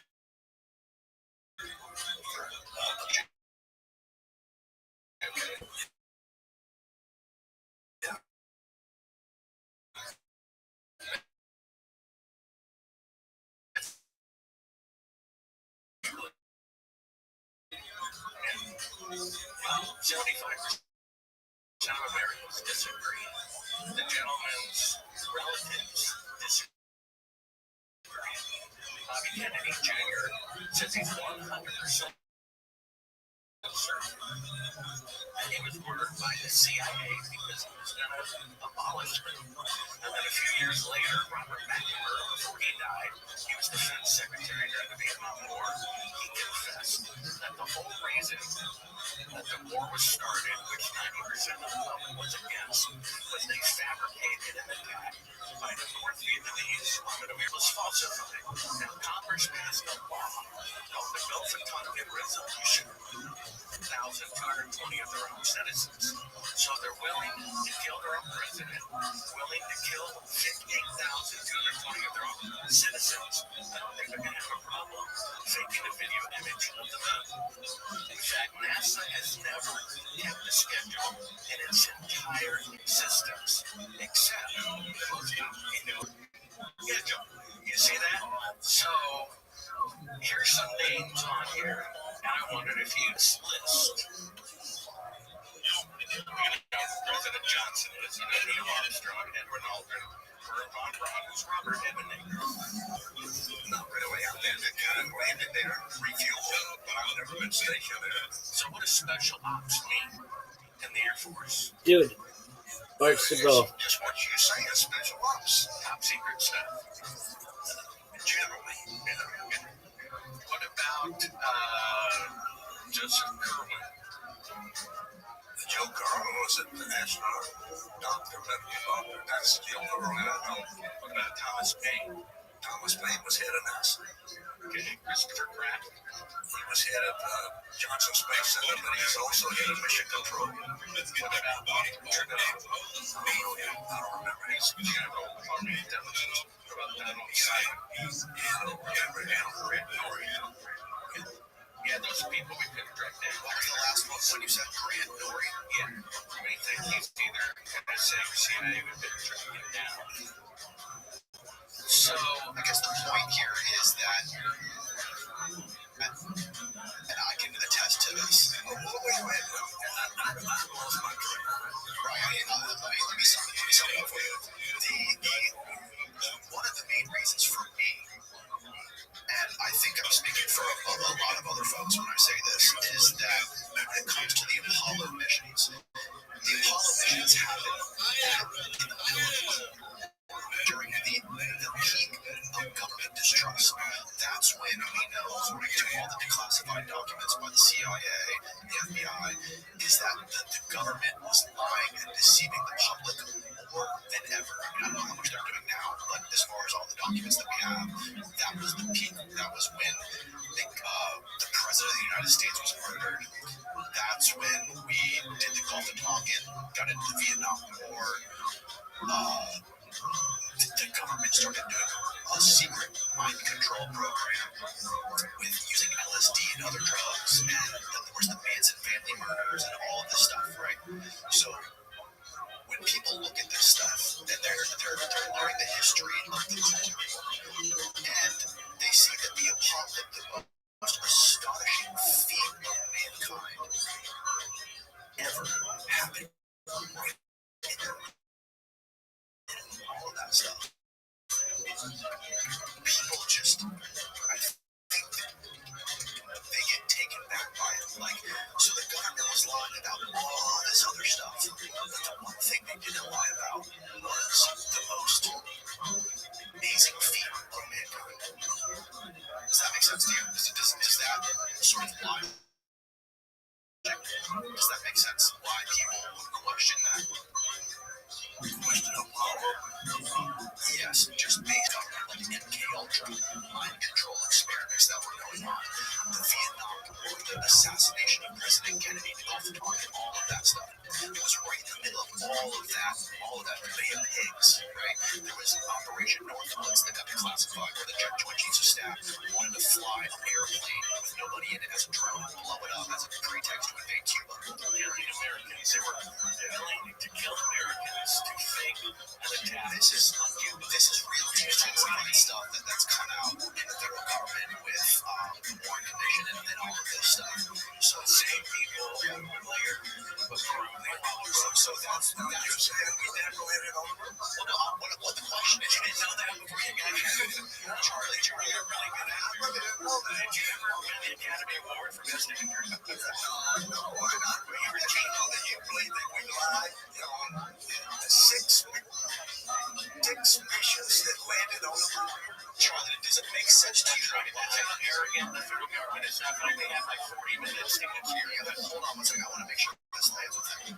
Does it make sense why people would question that based on all of the other bullshit and lying that was going on that we know was actually all the other stuff that we know for a fact was deception? No, to me, Apollo was real. To you, but no, wait a minute. In the United States, 400,000 people working on Apollo. Right. Well, I mean, just a minute. Let me finish. You shed 40 minutes already. I'm sorry. Go ahead. Okay, forget it. Oh, that is great.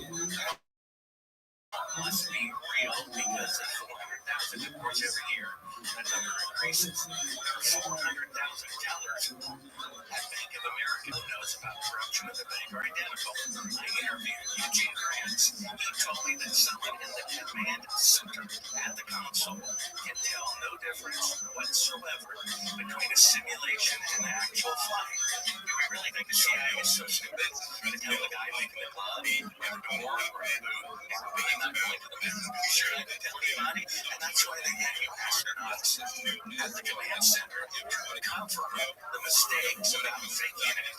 Once the rocket went up, there's only 3 eyewitnesses to the mission and no independent press coverage.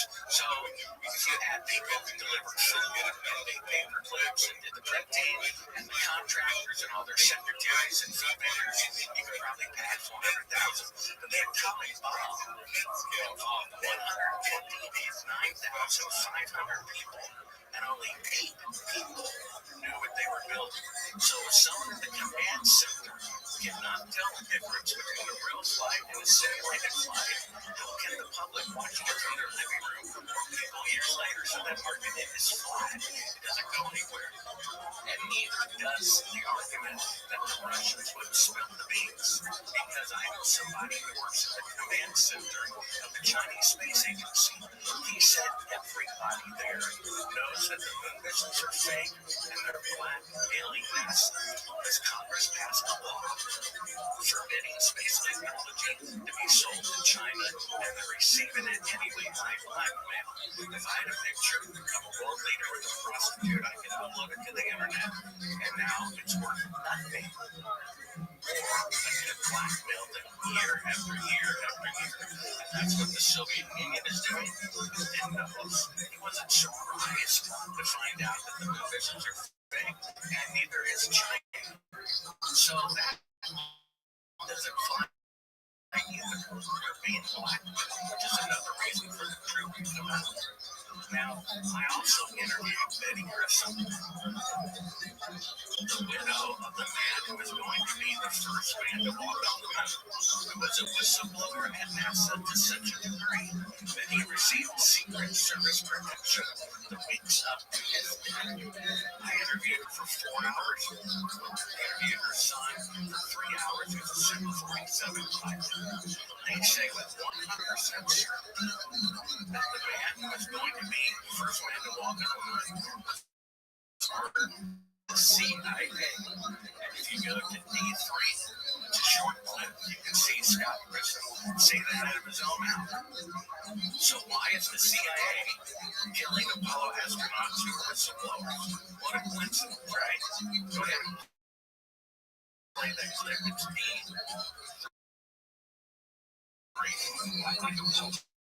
It's been a question in my mind what was found in the accident investigation and how was it handled? Was the CIA involved or whoever? But it was done intentionally.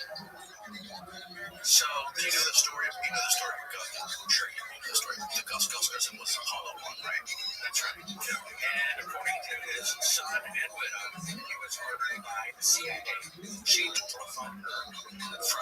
NASA and said, for some strange reason, the CIA is all over the launch pad today. I've never seen him here before. For some reason, they showed up today. Did you ever see Mary? Next day, he's dead by a quote accident. One of his last words were, if we can't talk between two buildings, how are we going to go to the moon? They couldn't get a wire to work between the two buildings. And Neil Armstrong was supposed to pick up the first one rock. He reversed it 6 weeks beforehand, and the stick to pick up the rock falls apart. And the lunar lander crashed weeks beforehand. If they can't get a stick with a bag on the end of it to stay together, if they can't get it to work between two buildings, how are they going to go to the moon? The Soviets launched the first satellite, the first animal, the first man, the first woman, the first spacewalk, the first crew the first spacecraft all together. They spent 5 man-hours in space, and they never went to the moon. China, the most industrialized nation on Earth, says with 50 years of better technology, it's going to take at least 15 years to go to the moon. And somehow, they did it in 8 years. Like the 60s technology. Now, if you play clip 4, this is when my film, Astronauts Gone Wild, really straight to the video, and interviewed Ed Mitchell and showed him the footage, which is one of the proofs that we looked at. Footage we uncovered that says do not show to the public at the beginning of the reel. And they're thinking we halfway to the moon. They can't leave Earth.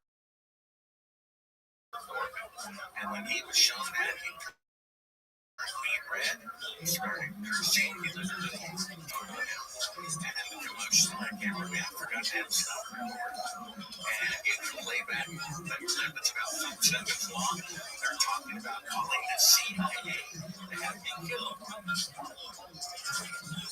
To see who killed Bill.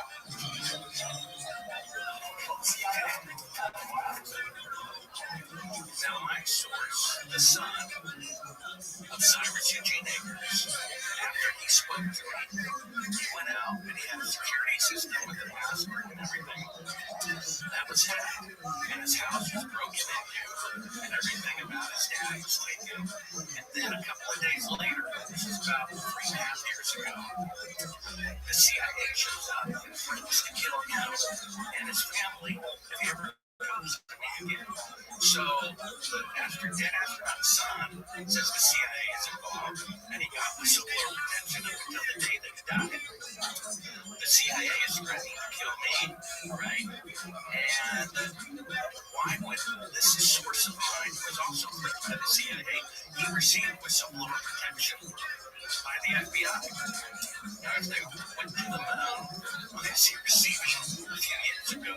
Whistleblower protection for being the son of the man who confessed that the moon is a good thing.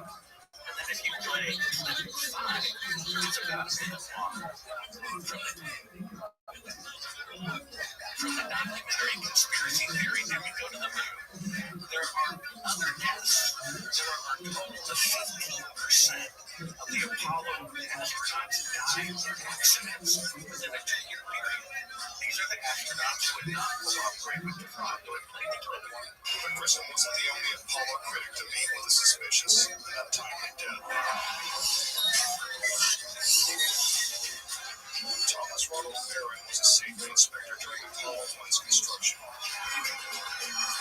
After the fire, Barron testified before Congress that the Apollo program was in such disarray that the United States would never make it to the moon.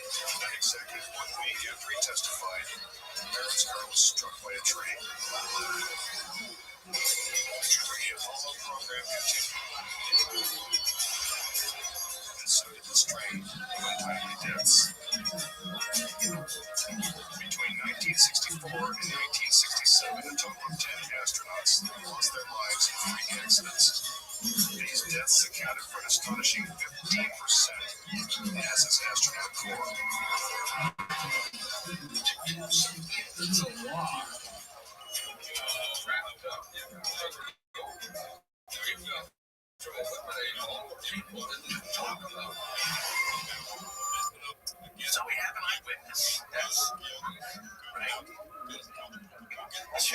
That's right. And again, it's one person's testimony that I can understand. So either he's telling the truth or he's lying. Sure.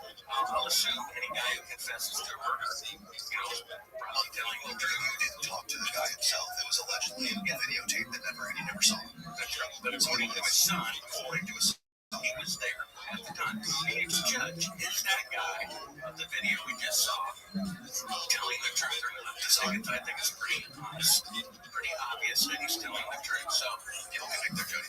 That's one reason. Now, another way of telling the truth about his father's deathbed confession of murdering a co-worker to cover up the moon landing fraud at Cannon Air Force Base. So, to me, that guy's telling the truth, which means that his father did participate in the moon landing fraud. Later on, I think what they're saying Johnson showed up. He kept a list of 50 people. South and the reports say they were in Cannon Air Force Base. Cannon Air Force Base. President Johnson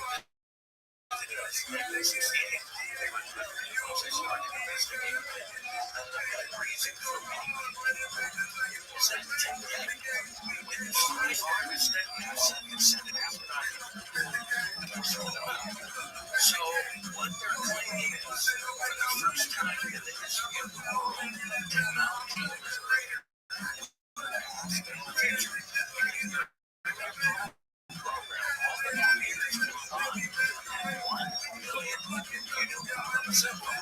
So that would be like flying across the Atlantic 3,000 miles. 1927, 6 or 7 years later, 1982, no airplane operator was fly 3,000 miles. It's impossible to have that technology and the capacity that education.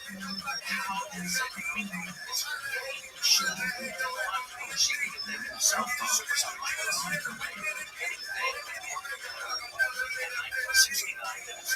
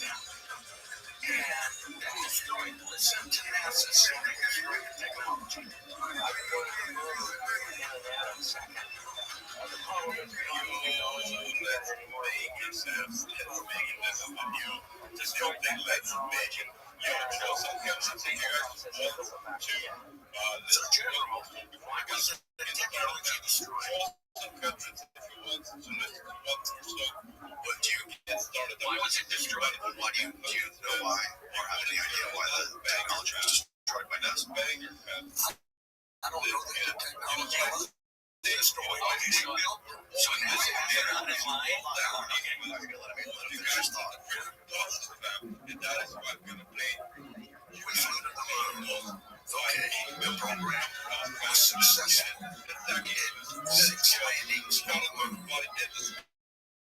Okay, we used technology that gives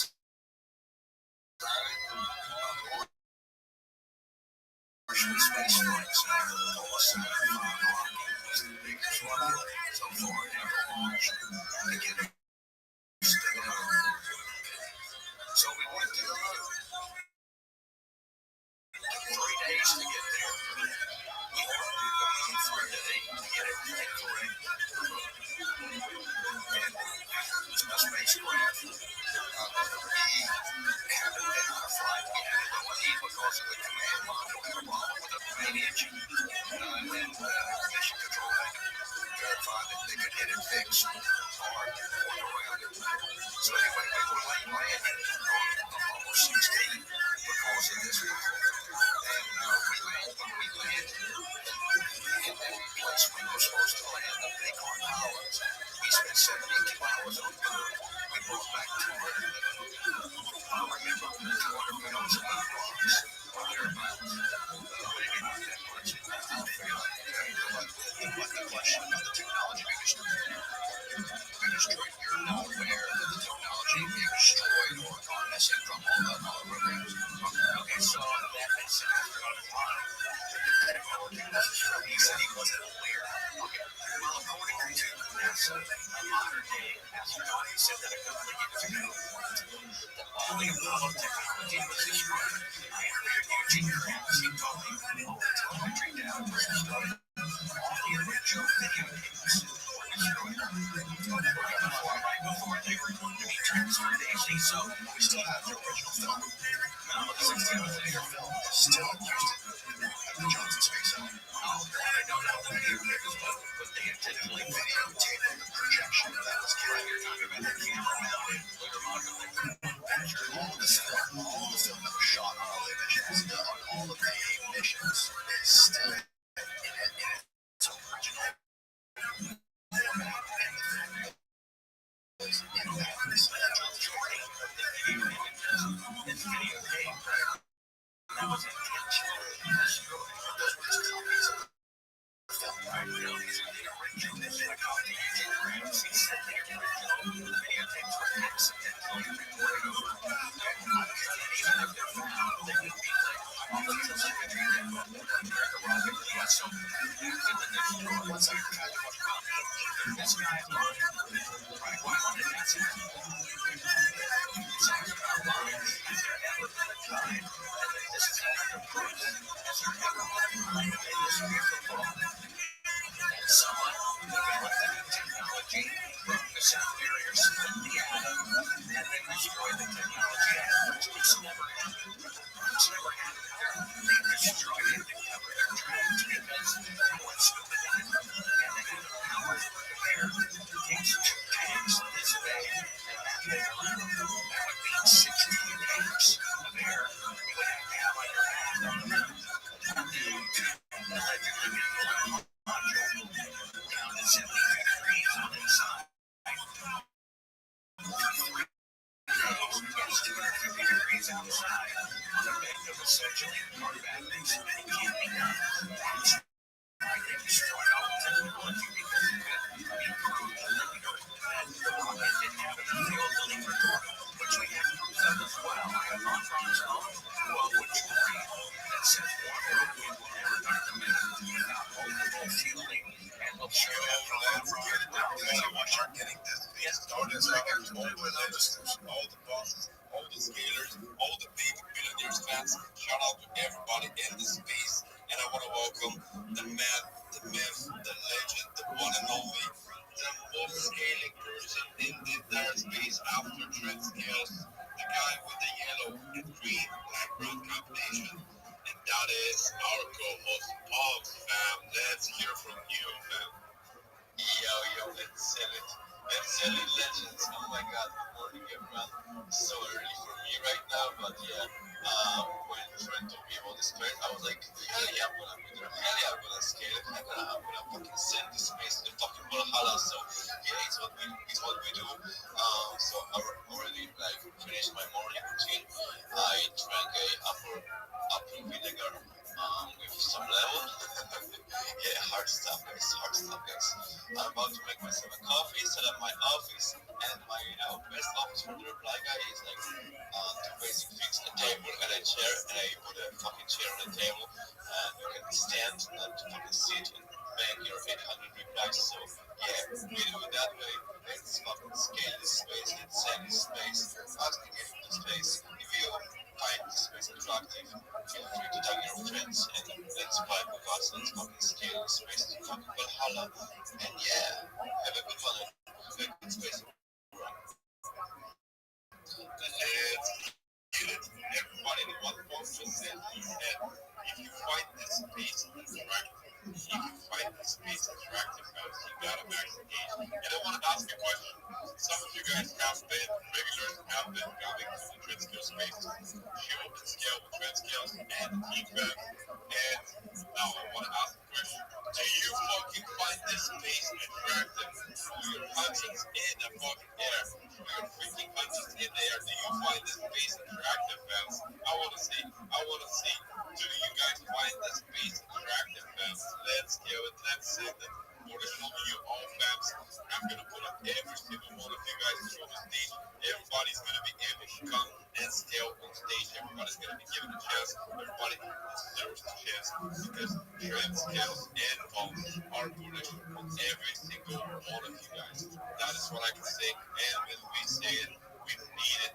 We mean business, fans. You know how we roll. You know how we get it. We are getting to share all the offer with you guys here and all day to the stage, and get everybody to give us their offer as well, fans. But I'm real quick before we get started, let's just want to open the charts. I want to open the charts, and I want to tell you guys this. The next leg is already up. The next leg is already up. I said it before, like 80K for BTC was the bottom. 80K was the bottom. And I was getting some people saying, oh, no, trend skills, so we're going to go for now. What do you think we're going to go for? Now, trend skills was up and those places yesterday. I've been introduced to BTC back from 2012. I've been crypto for like 10 years, maybe even over right now. I've been doing the DeFi for five years already. Like, I see the trends, like the username trend skills is not for no reason to join them guys. And I said it, and one of the people made some money, and now we got the going back down again. There was a lot of focus. But as you guys can see, we have BTC. Like we have a green beacon. BTC is up, it is scaling, and it is going up high. That's what I say. We have like after we had the dip to 80K correction, and we went up to 92K, and we dipped out again to 84K because there was liquidations. A lot of liquidity in the market makers wanted to scroll. That's how it works. That's how the market works. If you're tapping into big clouds, if you're following what the need to get monetized things, if you need these things, and you can make some good money for yourself just by following what the market makers do and trading with them. And that is what I always thought about these things. Just giving everybody the offer once people make what they want to see people to better lives. That car that you want, I wanted to get. That fun girl that you want, I wanted to get it fast. Like, I don't know what I'm doing myself. I'm just kidding here. I want to do it. I'm just kidding. Let's get it. But okay, BTC, 93K fans. Then we have Ethereum, $2,000. It's a lot of 140 bucks. Then we have XRP, $2.70. $14, 21 cents. Think $14, 36 cents. Absolutely over 5 cents. We had a good correction there after good entry opportunity. I was thinking about it in spaces. If any of you guys managed to open a position, let's say between 88, 23 cents and 90 cents, you should have made yourself a bag right now. Just 10x, you could have made a like $1,000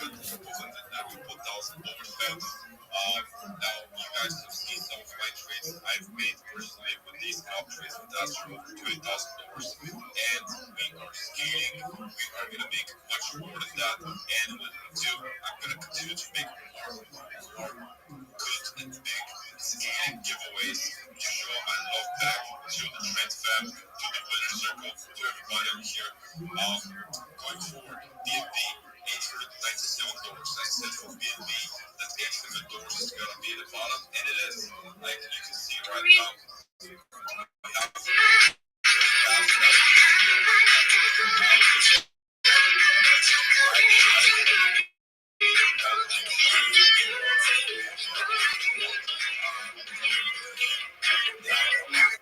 What is this, and how do I make the rest of my life about it? I genuinely think that finally the cycle we can see BNB at $2,000. I genuinely think that we can get there fast. Like at least my first target for BNB is $1,500, and if we go through that, it's all up from there. Like it's very interesting to see. Making a living the old way, taking and giving my day by day. Like it's snow and rain and bright sunshine.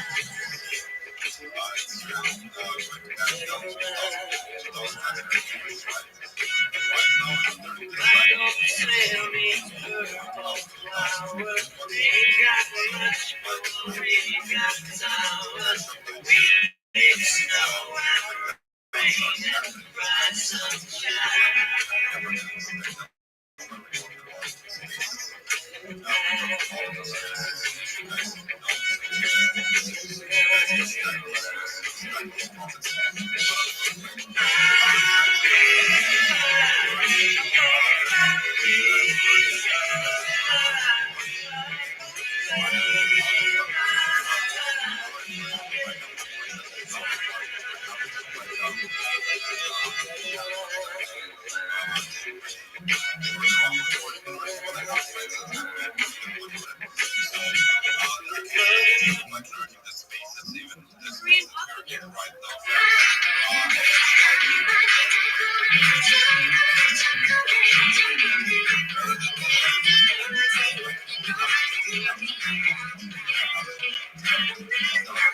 What is this, and how do I make the rest of my life about it? I mean, like, nowadays,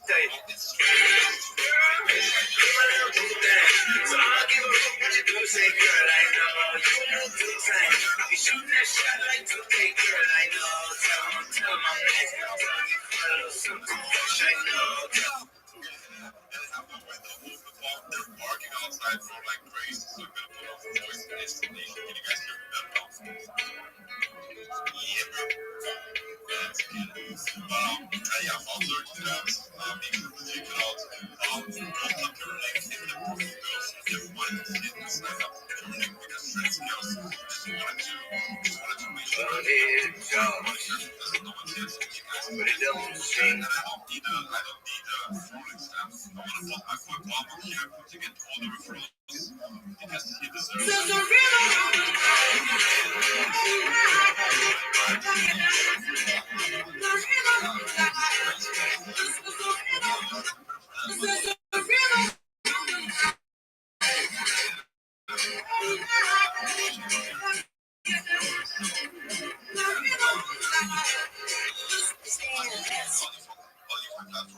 For you to like learn about projects, learn some jobs and shit. So, guys, yeah, learn. They both learn. I was an expert myself when I was making this, but you know, when we discovered learning of project, it made me like want to try.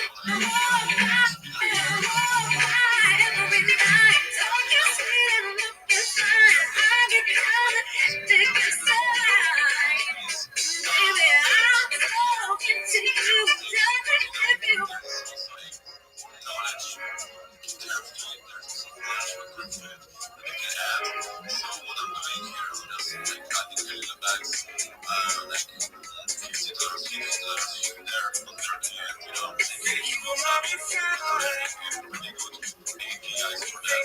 Guys for that. Guys for Anarchy right now. And they are also like, they're just made us space not only about the companies, what does it mean? It means like when you someone is like you're not good to just for that, that way you can there's some extra anarchy this so definitely guys check that out if you're not signed up yet. I don't want to say like encouraging people but it costs nothing, it costs nothing and they got like 7K in their fee. That's the first their job. Like 700, so like it's pretty much money, and right now they're on the base. And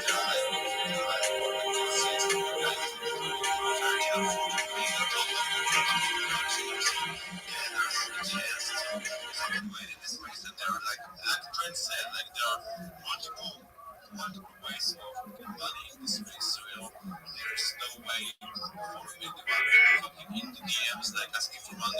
Just do your research. Find a person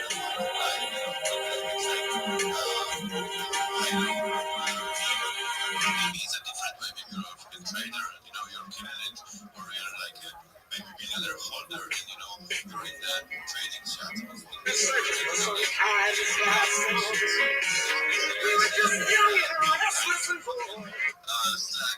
like scale, and we are fucking scaling to fucking Valhalla. Yeah. I'm done. And let me welcome my friend Cherry on stage. What's Cherry? Our favorite lurker, huh? Hello, Paul. Hello, Trent. Sorry, I'm a little bit late. Trent was like, I'm pressing his face. I'll be there in a minute. And yeah, I'm running. It's been nice to stop everybody else.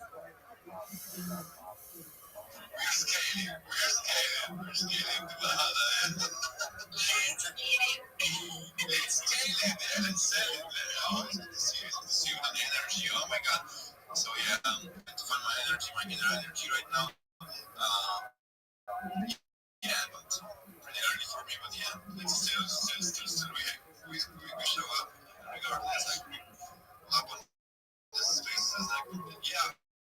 And after I woke up, I was like, should I hold the space today? I was like, yeah, maybe 2 hours later or something. And Trent was like, yeah, it's the space are done. I'm like, oh, alright. I'm gonna be there. No worries. Yeah, I got you. Have your friends. Friends got each other's back. So yeah, that was the plan. So yeah, we're here. Yeah, we show up. I'm glad that I'm trained energy. I feel like I have that energy. This weekend is been wild for me. It's Monday night. What day? I don't know. Like Wednesday or something. I think like I started to lose count. I think I've slept maybe like 7 hours in the last like 5 days. Cool. That's a great story.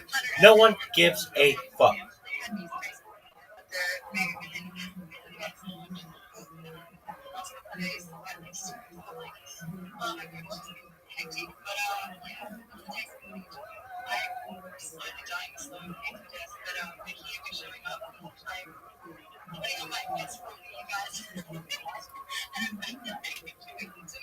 It's 2 hours in the question, so I've got a few hours left to craft it.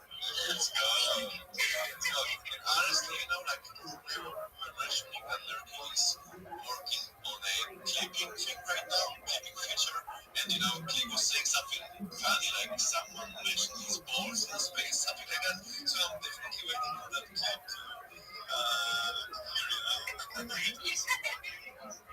Like your balls bursting or something. yeah, something like that. So yeah, make sure Lurky is listening to us right now and make a clip out of it. I want to hear it. No.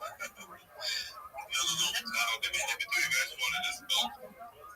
So, essentially, on spaces, he said that once he shaved just one of his balls, he has the other one hanging. That's what he said, I didn't believe it, man.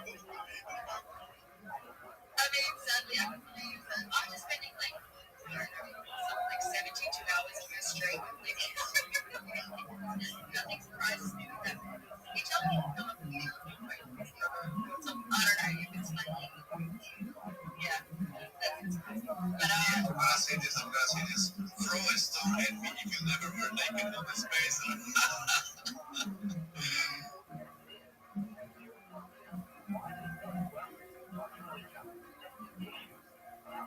what's up with the silence? We have two co-hosts here, Paul and Jerry.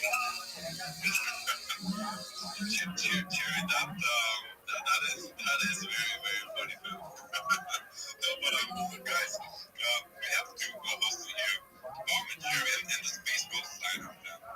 You guys, this is no longer the Trend Skill Show. This is the Paul and Jerry Show. I'm gonna pass the mic to you guys. What's your impression? I'm gonna be looking for my recording on there right now, you know. Oh my god. You gotta go to the heads up. Rabbi, he's just trying to get the soul and Chinese food. 100%. Every day is a holiday, every meal is a feast. Do you mind if I share with everyone my project? That's fun to meet. It's fun to catch. Good work. Trend, is that good with you?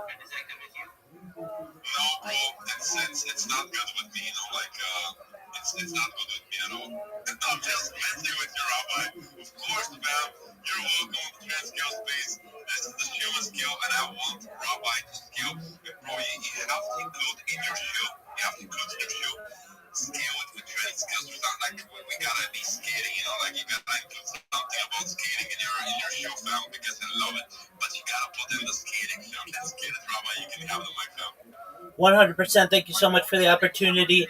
If you're not already scaling with Trend Scales, I don't know what you're doing. I'm Rabbi Rothschild. I stream my life 24 hours a day, 7 days a week, 365 days a year for world peace. I've been doing so for more than 4 years. My streams go back to the pandemic. We've seen the death of a queen, the birth of AI, the coronation of a king, and everything in between. This is a real life Truman Show. This is a real life Big Brother. This is a timeline and a time capsule of human achievement. In the 1990s, Bill Gates coined the phrase content is king, and I'm making it true today. I'm king of the internet. This is the biggest event in global history, and here's why. In 2018, The Economist magazine stated that data had overtaken petroleum as Earth's #1 resource, and I have more data archived on the internet than any person ever, which is making me a very influential person. I'm going viral, and when I do, I want to make you, your friends, your family, all financially independent if you're not already. I want to ensure you have generational wealth if you don't already, and I want you to be able to start charities and philanthropic organizations of your own. I'm unlike any influencer you're ever going to meet. I am not only live on one YouTube stream nor two YouTube streams. I'm live on over 20 simultaneous YouTube streams 24 hours a day. You can view my life in 360 degrees. I even have a ceiling camera. If you want to view these links to my YouTube streams, the link is in my profile. Additionally, you'll find a link to my YouTube streams in my pinned post. You'll also find in my pinned post a link to my Linktree, linktree.com/Rabbi Rothschild. I dare you to look at my Linktree. Nobody dares you to look at that Linktree, but I do because I have more social media than any person ever. I have more content than any person ever. You'll also find a link to my Discord, which is discord.me/Rabbi. You can see me live stream in my Discord 24 hours a day. We have over 2,500 people in the community and are growing every day.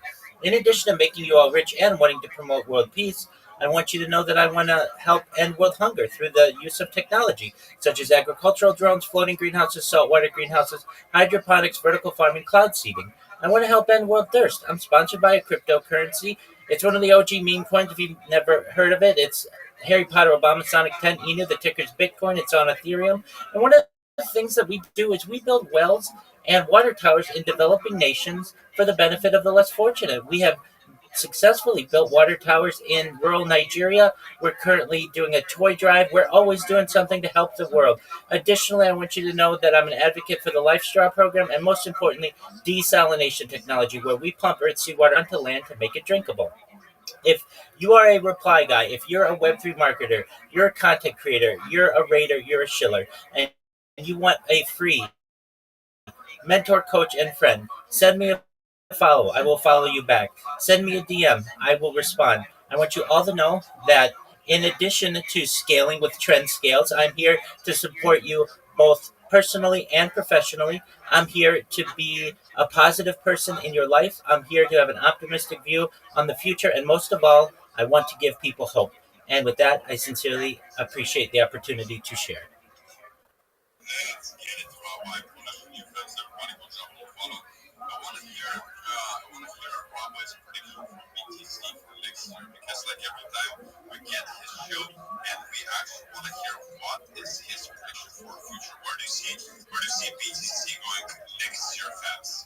Certainly. Well, I'm not a soothsayer, but I can tell you it's going to be higher than it is currently. I think perhaps by this time next year, we could be seeing somewhere in the 150K range. Let's get it high. Maybe I'm more optimistic. Based on like my analysis, but I think we're gonna hit Q1 of 2026. We're gonna hit 150,000 at least. It's not before New Year because I think the tides have shifted. There is a completely different like snowball effect right now. I mean, you can see the charts helps. I think because we have so much liquidity, so much liquidation, so high leverage people up top, like over 20 million dollars. I think it's very possible that BTC is gonna make a leg up of $100,000 and just go from there. Like I think it is highly possible for a short squeeze to happen fast. I think it's highly possible. But much appreciation to Rabbi, appreciate you fans. And I want to ask everybody on the stage to max engage with that purple pill. Guys, you have to max engage with that purple pill. Once you hit 800 comments, that is when we have achieved the first point of scaling. And what we do these days, we scale fast. That is what we do. Recording all the scalers here in the chat. I'm gonna rotate everybody through the stage. Everybody's gonna get the chance to speak with Bob, Jerry, with Chico, with all of us here up on the stages, fam. Yo, I wanna see everybody max engage with that purple. We must scale. So 800 comments. If you've written a comment already, you can go and you can write more. You have to connect. Connecting is winning. And when you go in the proper way, you can connect with a lot of people, fans. And like I said, connecting is really important to connect. You never know who is gonna be that next person that you're gonna connect with because he might give you the opportunity that you have been looking for. You know what I mean? Like for example, Bob here, he has given Trent Skills the opportunity to scale. Before I met Bob, I wasn't able to scale, but I met Bob and I was like, okay, we're not scaling. He was like, yo, you're gonna be Trent Skills. You're gonna scale so much after you met Bob, and you're gonna scale every single day, you know? And then Jerry met Bob. And you know, like Jerry was skating here from Chicago, but then she met Bob, and then she became Cherry Scales fans. Then she became Cherry Scales. She's skating every single day, fam. That is what I can say. And so, like, guys, the point here I'm trying to make is that you have to tap in the purple pill in order to scale. You can meet so much great people, have such great people here on the stage, have such great people here on the listeners, fans. Go and follow everybody on stage, follow yourselves like follow each other on the listeners. Follow yourself. Let's go. Yeah, let's get it, fans. But yeah, if you're not following yourself, you're not really having yourself. Let's fucking go. You should like create an account and follow yourself with that account. Or you can use your main account before you have a main account. Just overscaling. It is what it is. Like, look, no the outcome. No, but all right. So everybody got the drill. I am going to rotate to the next speaker, guys, and who is going to be the next speaker? Let's see. Guys, you have to raise your hands up, and so I'm going to put it up. Once I see whoever is the first to raise the hand up, that's going to be the first speaker that is going to come up next. So before we pass the microphone to someone next, I just want to say that I missed one thing about Lurky. Lurky is building a whole marketplace right now. So guys, this is so fucking bullish because you know, like, I don't know, you can see like Trend being a host right now, having this chilling scare space, but how about he got paid for that space? Like, that would be crazy, huh? So, like, you know, like, whenever there's a project that you vibe with, or maybe the project that vibes with you, like, there's a huge opportunity for you to be actually, like, working with them as a host, you know, hosting these spaces for them, host spaces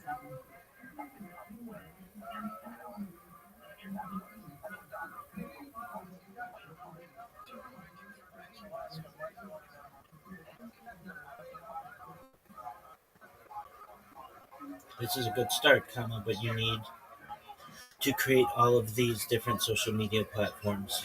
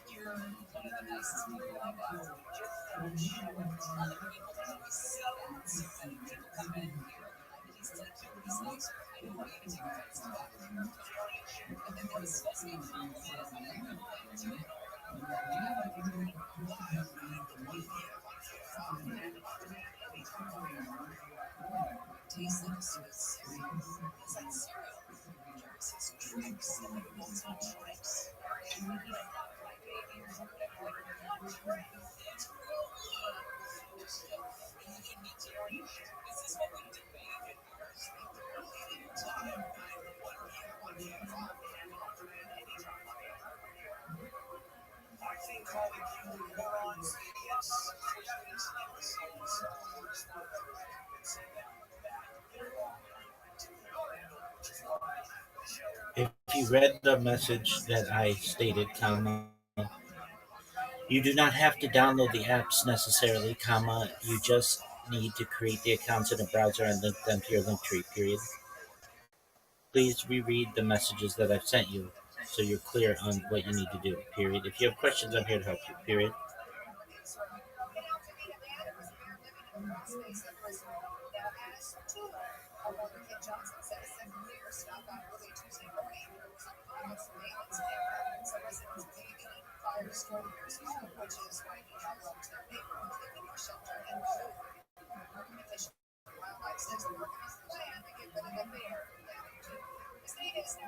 Well,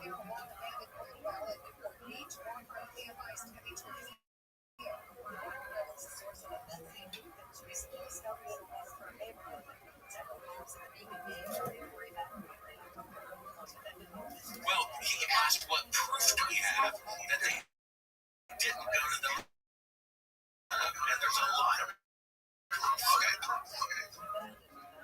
I think he didn't go to the moon. I have about the proof that is that we didn't go to the moon. We already heard all of that.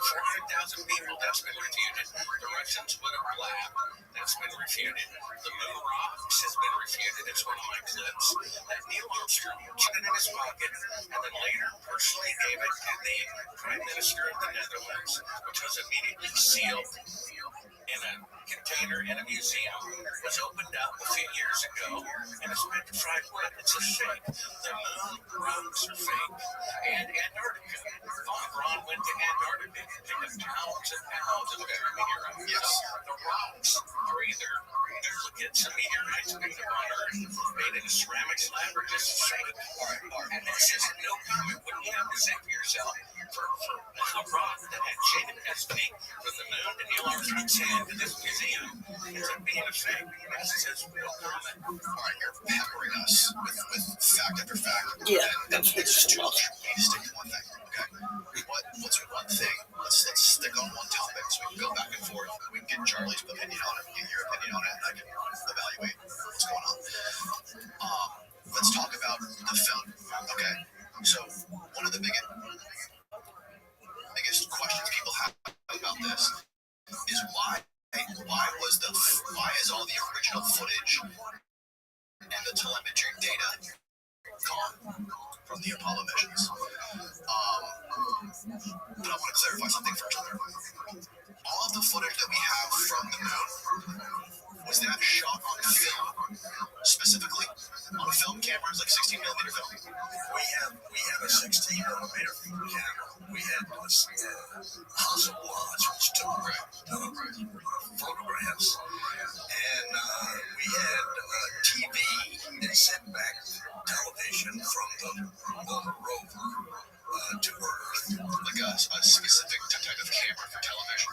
It's a television camera that we mounted on the front of the rover. Okay, but those don't use film. I'm not a camera expert. They don't use film. They use TV. Okay, so just broadcast straight. Doesn't record anything on it. It's just live broadcast. It was recorded down here in Mission Control. Okay, got it. Okay, I understand. But we didn't have a recorder on. Well, we had. I'm not sure, but I don't think we had a recorder on board.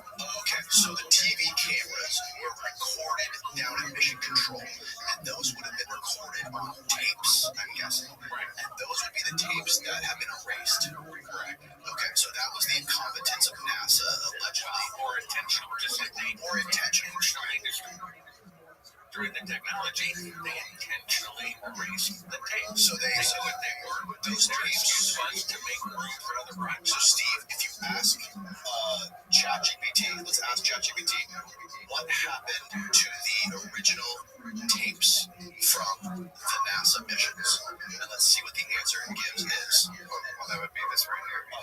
Yeah, it's the original tapes were later erased and reused. NASA routinely used magnetic tapes in the 60s and through the 80s due to storage costs something like and shortages. So everything in the world crazy. is just moving one thing Tapes from the lunar missions were to recorded. another. They're saying that they were recorded over. What is the quote and to whom is it attributed?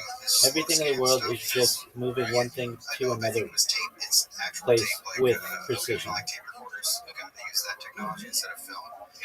And then that stuff was recorded over, but the stuff that they sent through broadcast survived. Well, that's what Ron Howard, who was grandfather, warned him that the moon missions were fake, didn't listen, wanted to make an IMAX movie, and he requested all the original videotapes to be broadcast, projected on an IMAX screen about 100 feet by 120 feet, bigger than they've ever been done before. He wanted to use the originals, and it was between that request and a couple of days later that everything got erased. He had to go to Blockbuster and rent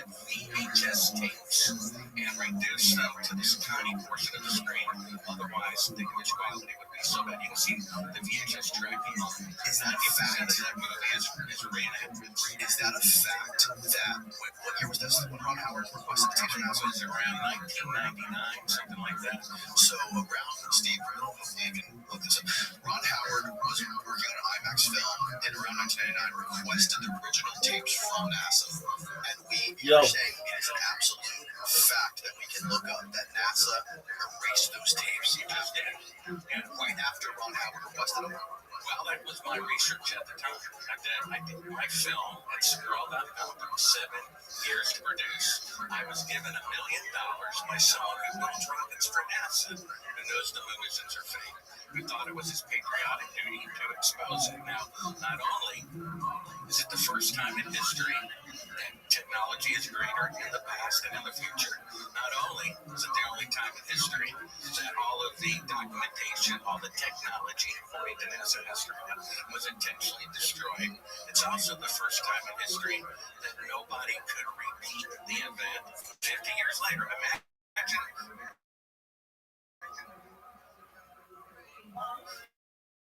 them splitting the atom in 1945, the first atomic bomb. And 50 years later, no one can split the atom. When in fact, just 10 years later, atomic bombs were 1,000 times more powerful. So if they could go to the moon on the first attempt, we would have been on Mars 10 years later. We'd be in another solar system by now, and there'd be bases all over the moon, taking people back and forth to play basketball on 1-0 or 1-6 group. The best NASA can do today is send mannequins to orbit the moon.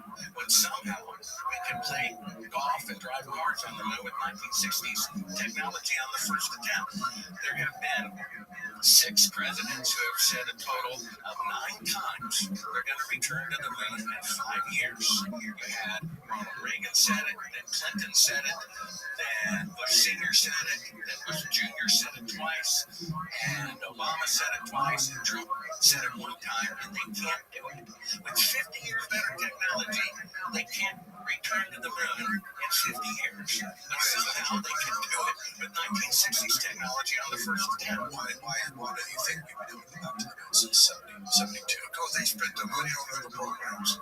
Well, the government spends every month 70% more money than they take in. I'm not going to argue with you about this. We went to the moon.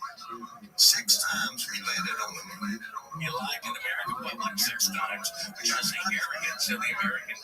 Well, then, I guess this guy is lying. We landed on the moon. You didn't know that before you got here.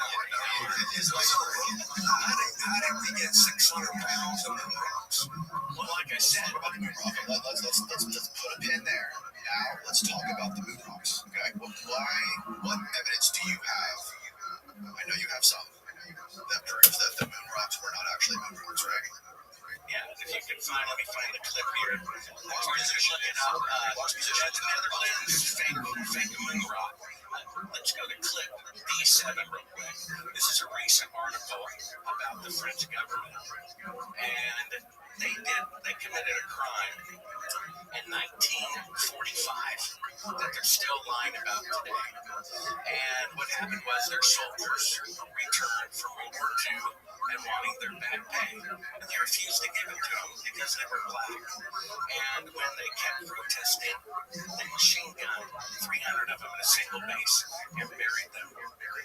That just came out. That happened in 1945 and played the clip. And let's read this news article. It says one of the things that they did was they fabricated, because it shows governments, it says they fabricated and destroyed evidence. So we're going to look at the fabrication. I'm just trying to find the clip here. It's out of sequence about the moon rocks. Or you can look it up. Look up fake moon rock in Amsterdam. So, are the moon rocks something that is available for the public to see? D29. Yeah. I mean, the moon rocks are on display all over the world. And also, they're still doing experiments on the moon rock. NASA's doing the planetary institute, whatever it is controlling those and sending those out. People, some in experiment requests still today about experiments on the moon rocks. So there's still moon rocks available. Do they let outside researchers do analysis on them and universities? Universities do. Okay. I mean, they don't. Universities have some. I'm not involved in that at all. Right, sure. I've been with NASA for a long time, but the moon rocks are unique, and they're radioactive, whatever, and not radioactive evidence, but the way they have been collected, they were collected on every mission. They were isolated when they got back and put in the receiving lab, and now they're still being given out samples. People are still requesting samples of moon rocks, and that's evaluates these experiments that they request, and apparently they're still getting some of it. I've been with NASA a long time, so I don't know how it works to this part. How do you explain us how to make actual moon rocks here on Earth?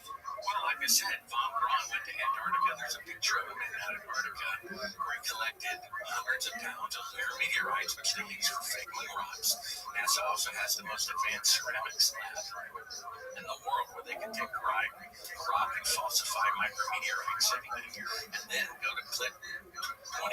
This is about moon rocks. It says they opened one up. It was fake. You do realize a few years ago, a 70-year-old woman was arrested by the FBI and thrown in a cell, not allowed to go to the bathroom. She had to pee on herself because she had a paperweight with one speck of an alleged moon rock in the very center of it. And she couldn't pay her electric bill or mortgage. It was given to her by her husband, who got it from someone at NASA, and the FBI surrounded her and didn't get that, so that it couldn't be opened and examined independently. This is just a tiny speck of everyone. I don't know, but you can look it up. 7-year-old and play clip 29. You said, what's the proof of the fake moon rocks? D29, there's D. Let's see it. Look at D29. It's still on by Neil Armstrong. It's on the surface of the moon. To Neil Armstrong's hands, to his pocket, to the Prime Minister of the Netherlands, medically sealed, opened a few years ago after someone watched my film out of curiosity. And it ends up being this out-of-world piece of identified button. Now, as trees are growing on the moon rock is fake, and yet no reporter has the courage to ask if the moon rocks are fake. What about the missions? I had a reporter from the Washington Post that wrote the Watergate story. I showed him the footage, which we're going to show of them faking being halfway to the moon. It says, don't show to the public at the beginning. Yeah, but the point is, he agreed that a crew they never left Earth orbit, but he was forbidden from publishing. We gotta stick to the top. Let's go back to the moon rocks. This piece of petrified wood that you were showing that was given to the Prime Minister of Holland, right? The Dutch Prime Minister. Same thing. That's his Holland. Yeah, I thought it was like that. Yeah, that's right. Correct. Okay. I've heard this story before. I've first heard it from you. I also heard a pushback on this that it was not Buzz Aldrin or Neil Armstrong who gave it to the Prime Minister of the Netherlands. However, it was the U.S. ambassador to the Netherlands that gave him this thing. Well, my understanding of this was not directly Neil Armstrong was the one who said he did it. And it was on a visit that he said it to. He visited the Netherlands and gave it to the Prime Minister. Okay, he should find claim. He claimed he picked it up and put it in his pocket. Let's find it. Who gave the Prime Minister of the Netherlands the fake moon rock? Who actually gave it to him? So for 40 years, everyone thought it was a moon rock. It was built as a moon rock, picked up off the lunar surface by Apollo 11. They did a little tour around the world afterwards. He gave moon rocks to various people. He gave one to the Prime Minister of the Netherlands. It was sealed. It was opened up a few years ago. Okay, right here. And to be a piece of art right here. It says Prime Minister. Okay. The rock was not given to the Dutch Prime Minister by astronauts, but instead given to the former Prime Minister William Dries by the then U.S. Ambassador William Benendorf. In 1969, during the Goodwill tour by the Apollo 11 astronauts, the rock was later found to be fake. It actually was a piece of petrified wood. And so Neil Armstrong was there at the visit. That's when the rock was given. He claimed he picked it up. The Prime Minister of the Netherlands had picked it up. Neil Armstrong picked it up. There he is. Apollo 11 astronauts. How do we know? We don't know that it was during the tour. Okay, so either Neil Armstrong or Buzz Aldrin were going to pick it up. So it seems now You claim them and rock headphones on. You can't just keep talking over everybody, bro. It's like it's too much. I'm sorry, it's too much. His point is that this piece of moon rock that was given to the Prime Minister of the Netherlands during the Apollo 11 Goodwill tour with Neil and Buzz was later now analyzed and found to be petrified wood and not a moon rock. That's his evidence that the moon rocks aren't real.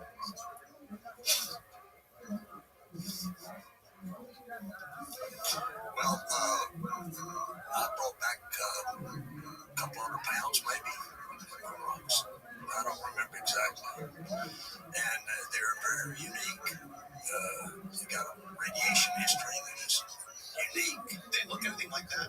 No. They look like charcoal. They don't look like that. Okay. They look like more gray charcoal. What was the biggest moon rock that you brought back? I think 25 pounds. Like roughly how big? I had to roll it up my leg. It was in first AVA at Plum Green. And is that a moon rock? Is that a real moon rock? We didn't find anything like that. Right? No. What? Zoom out, Steve. See if you can find something that Charlie would think that looks like one of the moon rocks that he grabbed.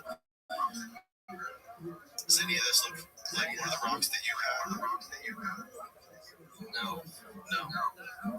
What if we Googled Charlie Duke rock? Maybe Apollo 16. Oh yeah, or Apollo 16. Big Muley, I picked up. Big Muley. The one on the left. So now, Big Muley. No, the other one to the left. That's a real moon rock. I picked it up. That was a 25-pounder. I don't remember. No, it didn't weigh that much. But I don't remember. We picked the total collection for Apollo 16 was probably a couple hundred pounds.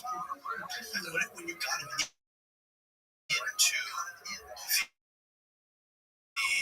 the module, you had the rocks in there. Did you have them in any kind of specific bag or anything? We had them in vacuum boxes. A lot of them. Right. And a lot of them we just whether we had them brought back or just didn't have room for them in these rock boxes, we call them. But most of them put in rock boxes outside, and so never saw atmosphere inside. Right. So once you took your suit off, you weren't able to interact with them at all. You couldn't touch them. You could smell them. I don't remember doing any of that. What about once you got back to Earth? Did you touch them at all or hold them at all when you got back to Earth? We went into the lunar receiving lab where they were, and we were able to put on gloves or whatever it was, and sterilize that thing and just look at them. But I don't remember picking them up and tossing them around or anything like that. Were there any smells that you remember? Usually smells are good at triggering memories. Was there any specific smell that was strange to you about the moon? Even when you got back in the... Well, we were pretty stinky, I can say that. A lot of BO, but nothing else. No other interesting smells. Well, I mean, some of the food smelled. You know, smell of tuna salad or something. What about like dust or something? Like dust from the moon on your suit or on your boots? experienced or something, anything like that? No. I don't remember any smell from it, but sometimes that smell, there was a gunpowder smell sometimes. And What was that from? I don't know. That's probably moon dust, but I'm not sure. But there's no organic material in it, like gunpowder. So, Okay. Okay, so this moon rock debate is difficult because we don't have any moon rocks and we haven't done any analysis on it. we picked up that one big moon. Okay. Yeah, it looks absolutely nothing like the petrified moon on the left. So it was given to this guy. So I guess the story is true. I mean, we've corroborated it with AI and with Bart's article that gift was given, but it wasn't. It was given by the U.S. ambassador to the Prime Minister of the Netherlands. On the left, yeah. And it was it was didn't look like any of the moon rocks we collected. Right. You said they were different landing sites earlier. That the rocks in your side and bottom left were different. Were the rocks different at different landing sites? They look different. Not that I recall. Not that different. They're not that much different. Right. Okay.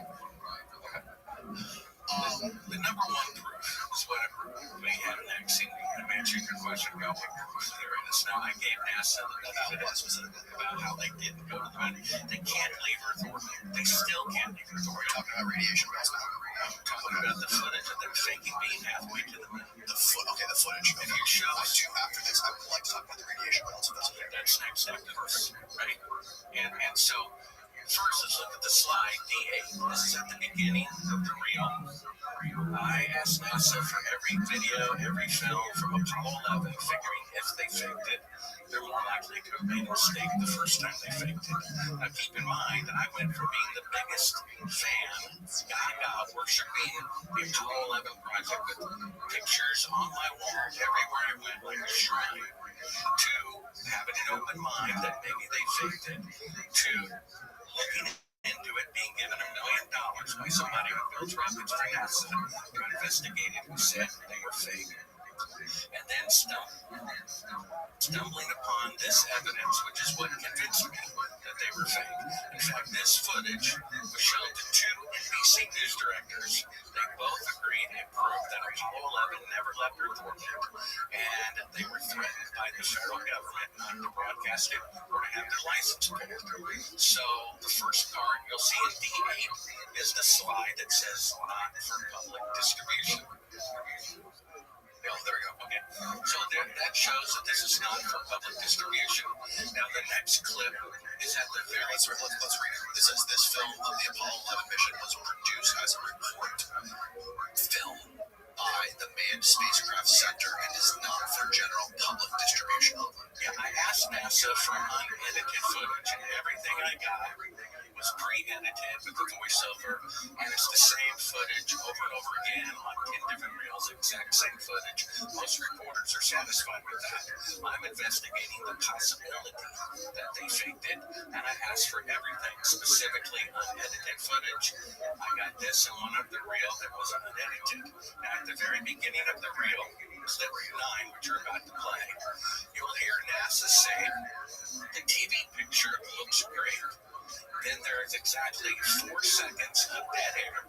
You'll hear a third party that's not NASA, not the astronauts, presumably the CIA. And after 4 seconds go by, they tell Neil Armstrong in a private earpiece, talk. And then he starts speaking because he's claiming that he is halfway to the moon at this point in the mission. The timestamp indicates, according to the script, that they're supposed to be halfway to the moon. In fact, they never left Earth orbit. They can't leave Earth orbit now, and there's a number of reasons for that. So, Charlie, have you ever seen this footage before? No, it's crazy. Okay. Yeah, it is crazy how corrupt the federal government is. Well, so, I mean, you're calling me a liar. I never went to the moon. Obviously. I mean, what surprise. You knew we were going to be here. You knew it was going to be here before you got here. You act like it's a surprise. I am surprised. I didn't realize that you thought it was all fake. You knew that, you reminded me of your phone conversation 20 years ago when you walked in the door. That I said I had you recorded me. I showed you his website. And I had proof that we didn't go to the moon. You knew when he invited you. This is no surprise. And yet you're acting like you're surprised. This is why you should get the Academy Award now. The reason is if he's halfway to the moon, there would be an estimated 2-second radio time there and 2 seconds back. So they're faking a radio delay. Okay. You'll hear NASA. You'll hear 4 seconds go by. You'll hear a third party that's not NASA, not the astronauts. Prompt Neil Armstrong with talk. And that way they can fake the 4-second radio delay. Go ahead, play clip 9.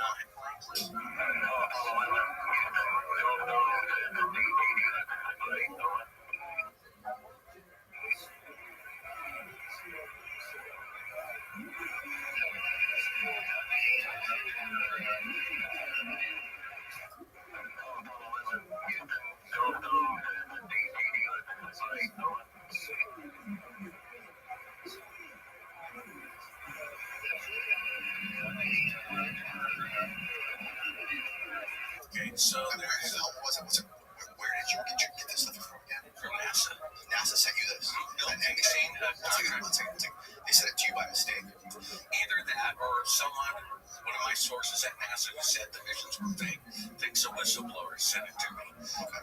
And so, hold on, Charlie, what do you make of that? I don't understand what he's talking about here, but the missions were not fake. They said needed a moon. We understand that. The video for 56 years. The footage that we just watched was from Apollo 11. Could you hear it? Can you hear it in your headphones? It's Houston communicating with the astronauts on the radio, and then you hear a 4-second delay, and then you can hear the audio of someone going, talk, and then you hear Neil Armstrong responding to Houston. Let's watch it one more time. Let's show Charlie. I didn't get that. Yeah, let's show it one more time. Just read the text.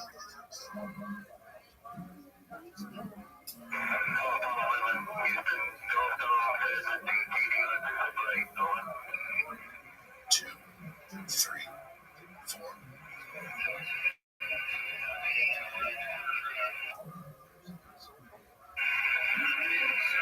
You see, does that make sense? No.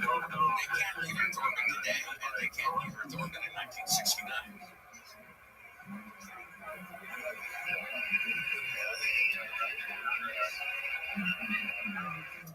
So the footage is footage of the moon, and you can hear Neil talking to Houston, right? In that video. Yeah. You can hear them talking, and there's a little voice that pops up after 4 seconds that says "talk" to Neil. Why would there be a voice telling Neil to talk? Okay. Is they on the moon, or they're halfway, right? They're supposed to be halfway. So this is when they were halfway to the moon, communicating with Houston.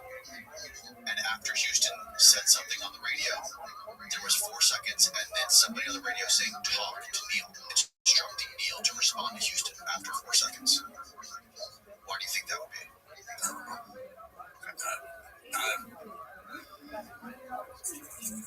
In my recollection, I was in mission control for Apollo 10. I was Capcom. I was in mission control for Apollo 11.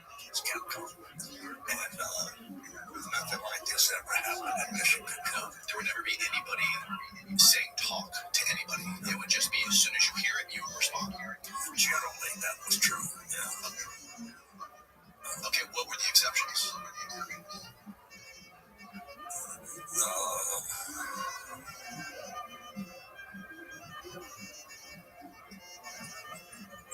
I can't think of any right now, but I mean, say it again, Houston, or say a lot of reasons that you mission control had, not mission control, but we had problems scratching communication. So if you couldn't understand, yeah, okay, so say again, whatever. Except the quality, the EQ of the audio of talk is completely different. It's not, obviously, NASA understood who just spoke, and it's not Neil Armstrong who responded. They're faking a 4-second radio delay to pretend that they're beyond Earth orbit. So this is him. So Mark's position is that video with them saying, with the voice coming in and saying "talk" is them trying to fake a 4-second delay. That's part of his argument.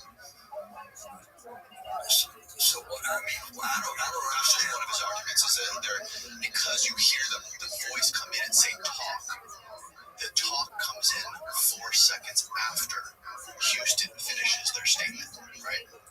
So the presumption from Bart is there's no delay, but the astronauts were instructed to wait for 4 seconds until someone else came in and said talk. That way it would look like there was a 4-second delay, and it would look like they were already halfway to the moon. Right, because if you play clip 11, Neil Armstrong, for the TV audience, the part that was shown to the public, says he's calling in from about 130,000 miles an hour, halfway to the moon. Go ahead and play clip 11.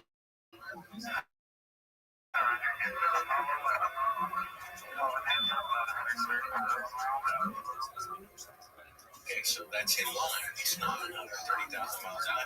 He's still in Earth orbit. That's why they shipped the 4-second radio delay. Now play clip 10. Is this the photo of the thing in the window? Yeah. Almost. Okay. Let's try to go through this. We have a lot to cover. We're almost 2 hours. We only had one window that hit the earth, and then filled up with the TV camera. Okay, so go back to clip 11. The 130,000 miles out. Don't play the audio, but just bring up the image. You can pause and see the image. So according to Neil Armstrong, there's only one window that has a view of the Earth, and it's filled up with the TV camera because they're shooting. Oh yeah. So if you were really halfway to the moon, looking back at the Earth like this appears to demonstrate, even though it's a fake shot, you would have to have the lens of the camera to the window in order to shoot the Earth far away floating in space. He says he's alive. He's alive, 130,000 miles out. And he says that the camera is completely filling up the window. That's a lie too. The camera is really at the back of the spacecraft. There's about 15 feet between the camera and the window. They turned out all the lights, which they talk about because they thought these conversations would be edited out. And that's actually the circular window of the spacecraft, outside of which it's filled with the Earth and low Earth orbit. One cinematographer believes they took a transparency, a positive slide of the Earth photograph from the satellite and placed it over the window that was backlit by Earth sun. And if you place the final clip, the D11, play it all the way through to reveal it. So play 11 one more time. There are 2 clips on 11. So this is no, just let it play at home speed. This is supposed to be the Earth. That's fine. This is supposed to be the Earth floating in space. This is the outtake. That's why it said do not show the public. There's Buzz Aldrin removing part of the effect in front of the window. That's a work light. The camera has been at the back of the spacecraft the entire time. The iris is open and you can see the real location and the very bright Earth out the window. They just fit being halfway to the moon. My critics agree. That is them faking being halfway to the moon. 2 NBC News directors agree that it is them faking being halfway to the moon. And they were told by the federal government if they broadcast it, they would have their license pulled. So go to Sabro.com. All of these clips can be seen there for free. This is what convinced me. I gave NASA the benefit of the doubt as long as possible. And when I saw this, they are faking halfway to the moon. So if you could really go to the moon, why would you be faking any of it? And if you're faking being halfway to the moon, it's because you can't go halfway to the moon. And what a surprise. 56 years later, they still cannot leave Earth orbit. Can scan, and we'll go on to why next, which is the Van Allen radiation belt. All right, hold on. Let's put a pause there. So, Charlie, on your trip on Apollo 16, did you guys ever turn around and take film or footage or any photos of the moon? Or, I'm sorry, of the Earth when you were about halfway? I'm sure that we If you were to take a video or a film Earth on your way to the moon, how would you do it? I had a window right up here, which was a triangle. I had a window right over here. And in zero gravity, you had to hold the camera up to the window, towards the window, and the objects you had out there. So you couldn't do it from any window. It just depends on how you orient the spacecraft. So you would be able to orient the spacecraft while you're traveling to the moon to line up a window with the Earth. Okay, and so roughly how big is that spacecraft? How big is the interior? Less than the weight. If I'm in my couch, I can reach out and touch in my suit, and I can reach out and touch the side of the spacecraft. Okay. John Young on liftoff, it was manually. He was touching my shoulder, and on the other side, he was touching John's shoulder, and John was reaching out and touching the side of the spacecraft. So command module, the command and service module were coupled together. So there's actually more depth than that. Okay. So and the not in the spacecraft the service module was hooked to the command module was set on top of the service module, and we received a lot of stuff from the service module, but the command module was a separate and didn't have connection. There were electrical connections and service connections, but they weren't any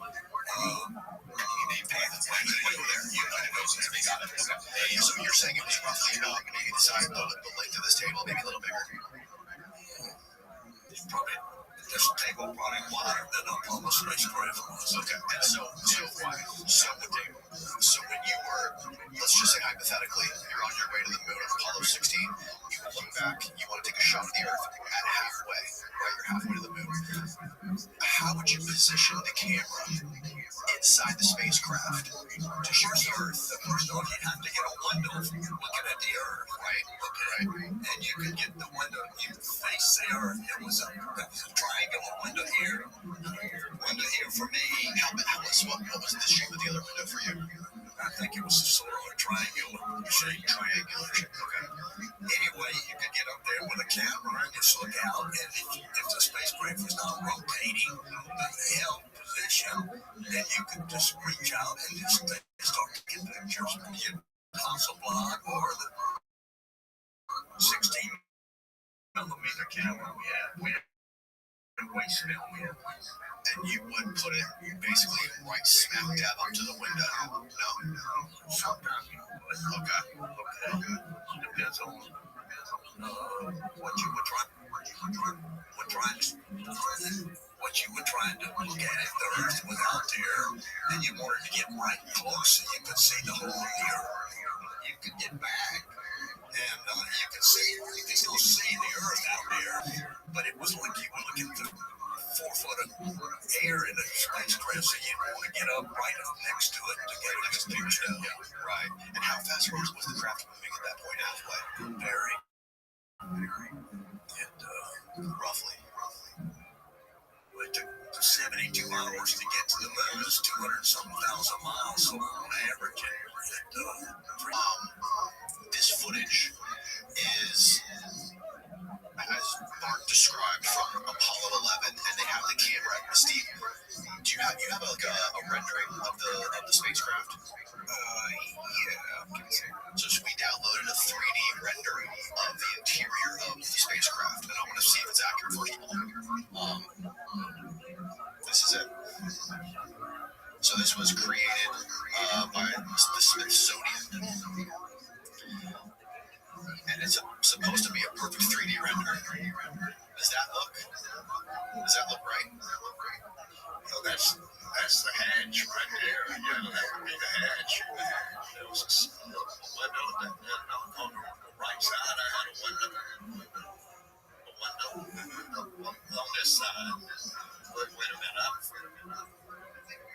I would be on the other side. So he was on the left. Which Apollo mission is this rendering of? Do they have different ones for every Apollo? No, it's all the same. They're all the same. This is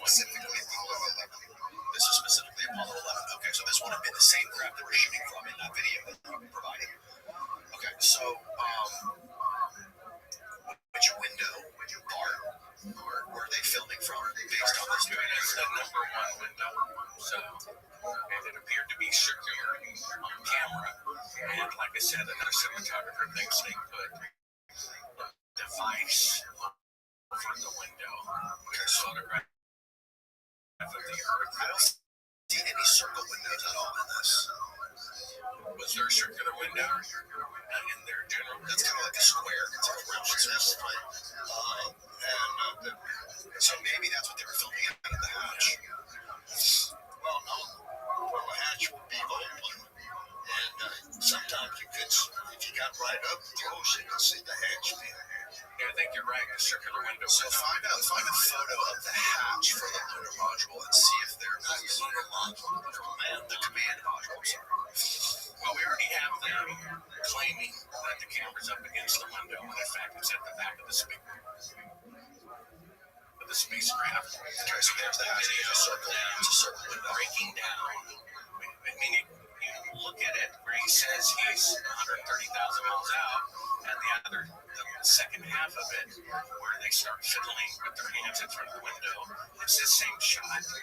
They claim it's 130,000 miles out, and a moment later, you see it's the window being made up. It looks like the Earth floating in space. Go back a couple of seconds. So okay, so pause it right there. So Charlie, move the guy out of the way of the window so we can still see the interior of the spacecraft. So that window straight ahead, that's got like light glaring through. That's circular, right? So that would be the hatch, right? That's the hatch. Okay, so the camera is basically as far back as it could possibly be inside the command module. That's what the lower equipment bay would be. The lower equipment bay. Okay, cool. Now play it so we can get a better idea of the camera's staying there, they're adjusting the exposure. Yeah, right there. So there you can see. A moment ago, they claimed that was 130,000 miles out, the Earth floating in space, but it's not the Earth floating in space. It's the window being made to look like the Earth floating in space. So they're faking being halfway to the moon. So why would they fake being halfway to the moon if they really are halfway to the moon? Well, you don't have to go that far. Okay. Let's say why are they shooting it from so far back? Why wouldn't they put the camera up to the window? We did at times. But sometimes you just want to look at the inside. That's what the guy's doing. Right, but if you go back, understood. But if you go back, they're showing it with the entire interior blacked out. Steve, if you rewind it. Yeah, that's so that you get exposure. If you got the outside, if you got the windows open, not open, but uncovered, you're going to get light reflected from the Earth, light from the sun into the spacecraft. Right. So go to the beginning. Go forward a little more so it just shows you. So see, they're filming it. They claim that was the Earth floating in space. It looks like they're trying. Do you understand why Mark thinks they're trying to pull some sort of camera trick? They're trying to. It looks like right now, if you paused it right here and you showed that to me or any other dumb like me, you would think that the black is just space, right? And that's just the Earth floating in space. That's what it looks like to me. So it hit play. And he's saying while they're filming it that they're 130,000 miles out. That's not true. So there's the Earth. So it's like, wow, look how small the Earth is, floating away in outer space. And it's pretty incredible. And then this is the same, this is not cut. It's the same footage. And the camera's sort of wobbling. There's something weird in the top left corner of the light. It's a work light that they diffused. So it wouldn't throw light on spacecraft walls. Now there's something moving in between the camera lens and the window. Yep. So it's not space, it's just the interior of the spacecraft. It's the window of the spacecraft being made to look like the Earth floating in space. Right. So if they are trying to pull a camera trick here, Mark, now look, you see the window's totally blown out. That's what it would look like. Right. Okay. There's an iris The hatch, that's the hatch window. And then there's another triangular window. Yeah. And there's one on my side. There's another forgot exactly what the space was, but there was windows right here, and I could look out that window. And there was on the other side, there was a docking window. You looked out when you had to dock, and it was a I forgot exactly the shape, maybe a rectangle or something like that. And then there was a round hatch window, and then there was a window on the left. I could look out I was on the right side, and I could look out the window that was right there. And John Gilly had a window on the other side. There was a hatch window above us, and it was two windows up in beyond the lower equipment bay. So Steve, go back to where it's exposed for the interior. So right there, that's the hatch window. Yeah. Is that how? Okay, move the hand. Okay, is that? Would it be that bright? 130,000 miles away. If that window was facing the Earth, right at 130,000 miles out, is that how bright it would be? It's facing more to the sun than the Earth. Well, the video's claiming, according to the video, Neil is saying that that's the Earth. That wouldn't be the Earth. That would not be the Earth. The picture's not the Earth. No, it is the Earth. That's the reflection of the Earth. That's show. This is kind of incredible because he's saying it's not the Earth. That clearly sitting this fake beam halfway to the moon. Well, the video is sitting here in Earth orbit, and that's the Earth. Out the window, it's filling the entire window. But listen, Charlie just said 130,000 miles out. That is not what it would look like. Okay, this video clearly is Neil Armstrong saying they're 130,000 miles out. You understand? It's a fake shot. So that's why Bart believes that there's something weird going on. So if they were in Earth orbit, wouldn't you see the Earth moving by super fast, like clouds moving by? You would see the land moving. It would be flying. If you look at footage from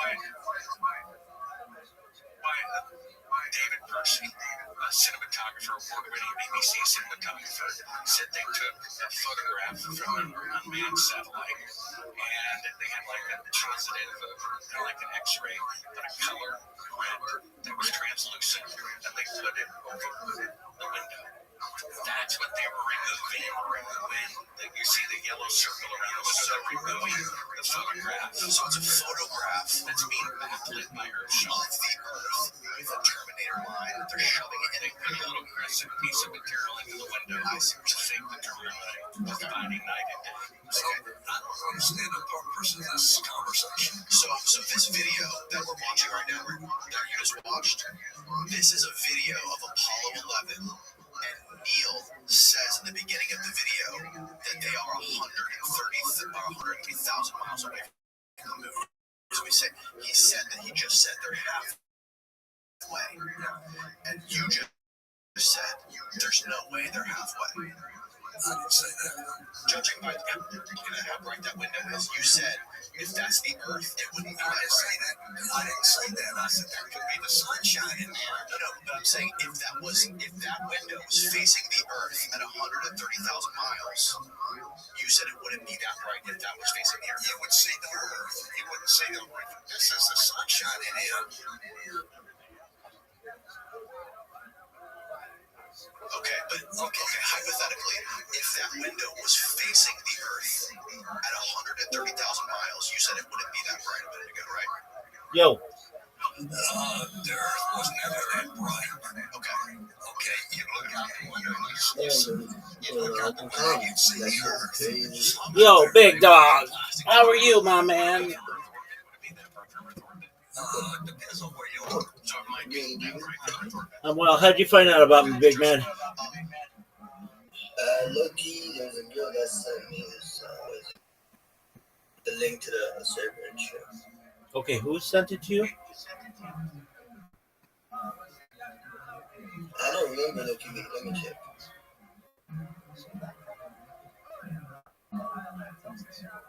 I might not be able to find that. Well, Okay. What's your age? I'm 21.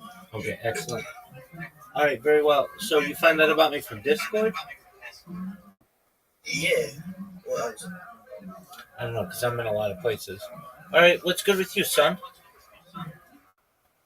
nothing was you. Slanging dick like it's going out of style. Every day's a holiday, every meal's a feast. What's good in your neck of the woods? Nothing new, bro. All right, what are your hobbies? What do you like to do? I don't have like hobbies. You could say I play. What is it called? The guitar and shit. What do you play? Guitar. Oh, you play guitar? Okay, what are your favorite bands? No, I don't use electric. Just acoustic. Okay, but you don't have a favorite band? Yeah. Do you like the Beatles? I just play for fun. I don't know the Beatles. You don't know the Beatles? What in I'm the not from fucking... the US, so. They're not from the US either. They're from England. Hmm? They're not from the I'm US not from either. England. They're from England. You know, you won't be able to know where I'm from, though. I don't care where you're from. I want you to know who the Beatles are. You're muted. Where I live, okay, Okay. there's not like we don't do a lot of shit. Like we don't know a lot of people. Okay, but everybody knows the Beatles everywhere. They know the Beatles in China. They know. See. Okay, China. Okay, China's it's a big country, is it? Okay, they know the Beatles in India. They know the Beatles in Africa. They know the Beatles in. Hear me out. See, it's not that. It's not that. Okay, I can understand that. Serious, you know. Okay, very well. So you don't have a single band that you like? No, I just play for fun. Okay, that's cool. Do you play any video games? Do you play any video games? What's up? Do you play any video games? Yeah, I play Fortnite sometimes. Have you played the Fortnite? What's it called? COD. Have you played Fortnite on the Simpsons map yet? Yeah, it's good. It's not the best, it's not the worst. You get me? Yeah, so it's 6-7. It was 6-7. Doug, thank you. That's what everybody wants to know. I don't know. It's something that all the kids are saying. That means just it's like okay. Yeah. Okay, and I won't say it's the best. I won't say it's the best season again. okay, where do you like in the level? Where are good places to go in the Simpsons universe? I lucky didn't even like. I just played it once and then I just the Simpson thing. I just tried it and then just stopped. Because I'm more of a like athletic, if you could say. I'm not like. Do you play FIFA? I don't like sit. I play FIFA. Yeah. Who's your team? Like I play offline. Okay, who's your team? Like what do I support? What team do you play as in FIFA? Tons. All right. Well, if we were gonna play right now, and I chose Argentina, who would you be?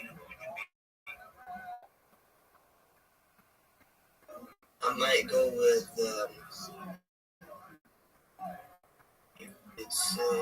I might go with Brazil if you like playing World Cups and shit. Okay. If I were England, who would you be? If you were England, I'll go Spain. Okay. Very well. All right. Do you play soccer in real life? Yeah, I do. What position do you play? Sometimes, what is it called? Forward, midfield, defense, goalie. Forward, defense. Sometimes defense. Okay, what about? What is it called?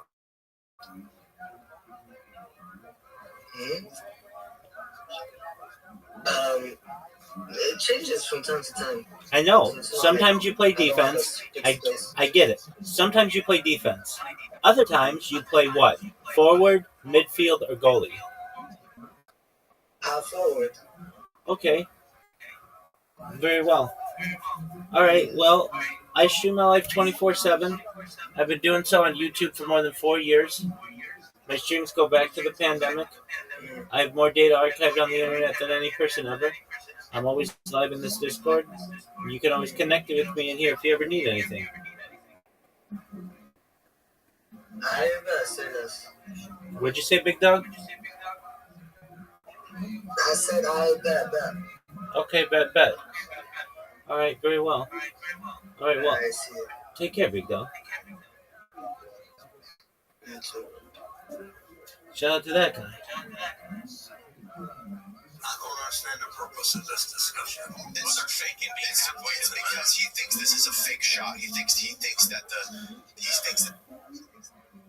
this craft right here is in low Earth orbit, and they're trying to fake it by moving the camera back and exposing for the window to make it look like Earth is really far away, and the surrounding inner spacecraft that's underexposed is just space. He thinks they're trying to make some sort of a camera trick to fake that they're halfway to the moon when they're really in low Earth orbit. That's what Bart's claim is. When you're in low Earth orbit, you look out and your windows are facing the Earth. You look down and you see nothing but Earth, right? And you're whizzing by, right? And you see that you can go from Australia, you can go to the Pacific. You look, it depends on where you are. And you're in low Earth orbit, you look out there. It might look something like that, filling the windows with light. No, it would not. Okay, well, that counts as only if the windows are pointed towards the sun. Right, okay, I see. A moment ago you said it might look like that from Earthshot. It depends on the exposure of the Earthshot. The Earthshot. Okay, Steve, what were you saying? It looks like, it's not the, it looks like, so, because I'm also a cinematographer, and I would say that window, that's probably the color of the window, and the sun is, can you see this mouse? Yeah, the sun is probably somewhere over here. Open through, you can see these rays shooting right there. It's kind of hard to tell. Because he's got light bounce. Look at this, folks. I'm gonna try to put it into perspective for you all. If you don't understand athleticism, you ain't gonna understand this fucking rabbi, baby, because this motherfucker is sick. One of the sickest, if not the sickest motherfucker of all time. Amazing.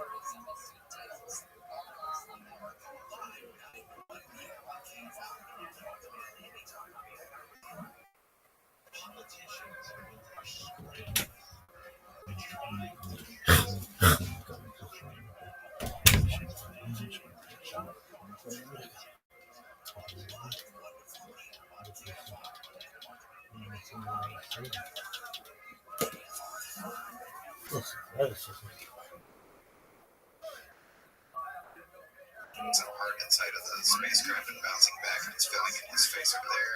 It's likely kissing like the shoulders here, but you can always tell sunlight because you can just look for the brightest thing. That's will be that gray shooting through. So it's probably just veiling the glass, and the glass is, you can see there's color right there. And you can see there's a similar color right here. So this one's getting a little bit of blue. It is a blue, I think it's a tint. And what you're seeing there is even back over here. This is just a bokeh ball. A bokeh ball showing whatever the lens is seeing. And this texture is probably the cabling that you see later on. Or it could just be like imperfections in the glass.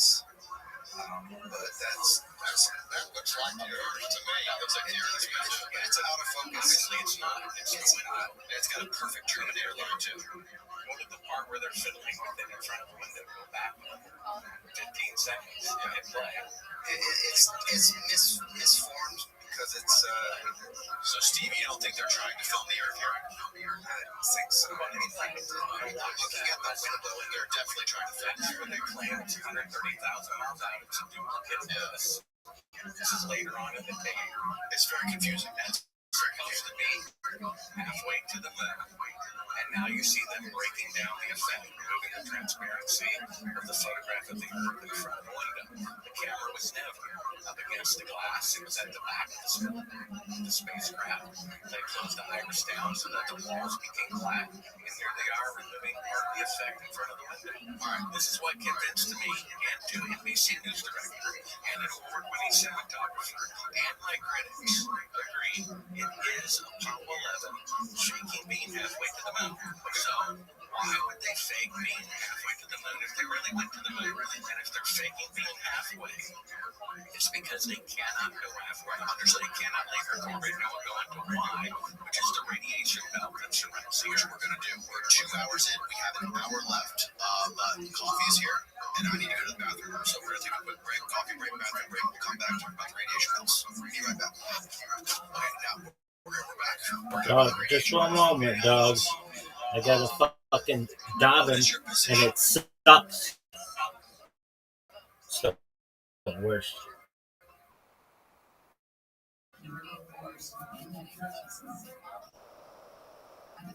It's the worst.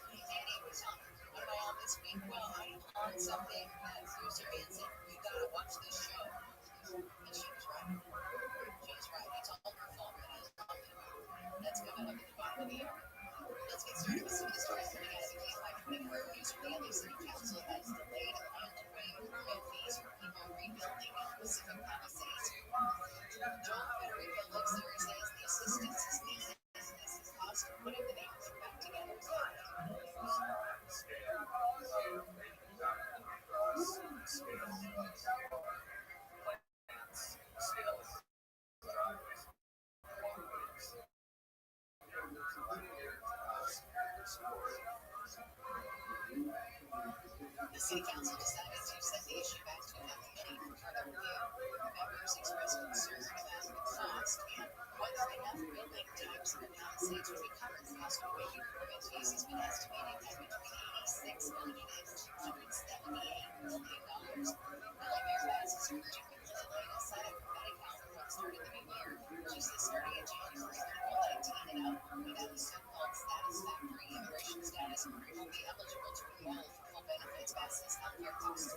One of the major causes for people falling into homelessness. Rosanna Anderson's expected to blow through Southern California today with sheet temperatures slightly higher, dropping warnings about possible trees and power outages. Forecasters say gusts of 55 to 60 miles per hour expected in the mountains, 45 miles per hour expected from the Gulf Coast and in the Southern Coconut and San Fernando valleys.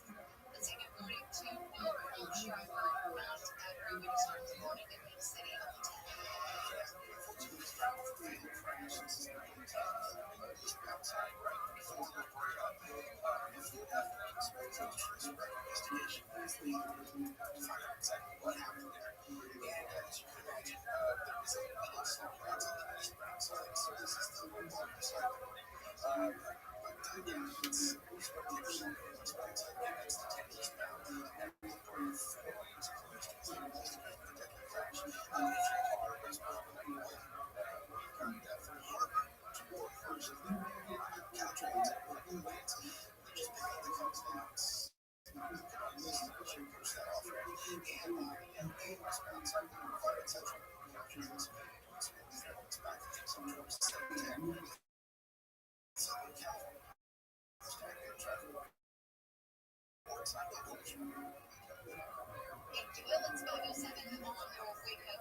This Wednesday morning, had to say good morning to ABC's Peter Columbus. Glad to talk to you again today. Luigi Mangione is expected to be in court for a third day of the All right, Don, let's do this. Do it, Rockefeller. Let's do it, Rockefeller. Baby. Look at this athleticism. Look at this one. One of the most athletic things we've ever seen in the history of humankind.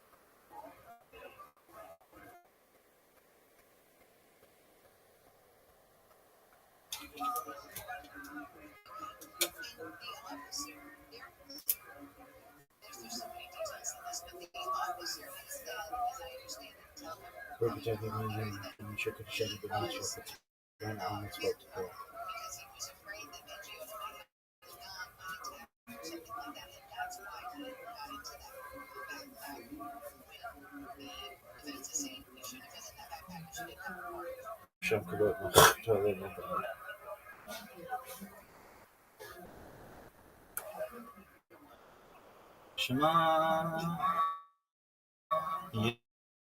Yisrael Adonai Eloheinu Adonai Echad. Baruch Shem Kavod Malchut Olam Va'ed.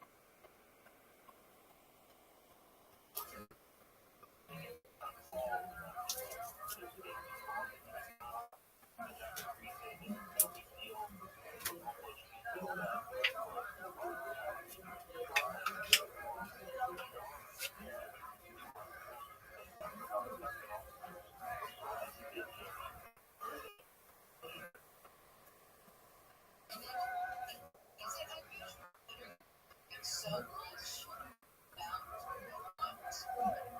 about what the prosecution knows that was up before the trial and it's starting to feels like the trial's underway. And this is all pre-trial stuff. This athleticism.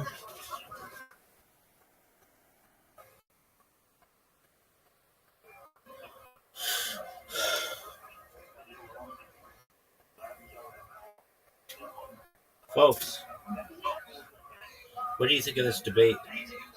This guy's too old to be fucking doing a debate. And Bart, you know I'm your fucking backer, but should be just like, why is the wave flag? What about these shadows? What about the jumping?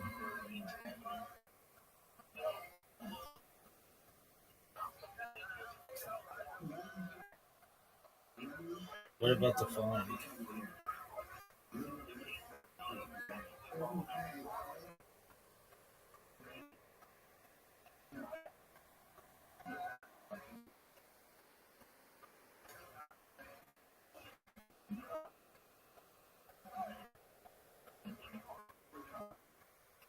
Thank you so much for the info. So we're off today and then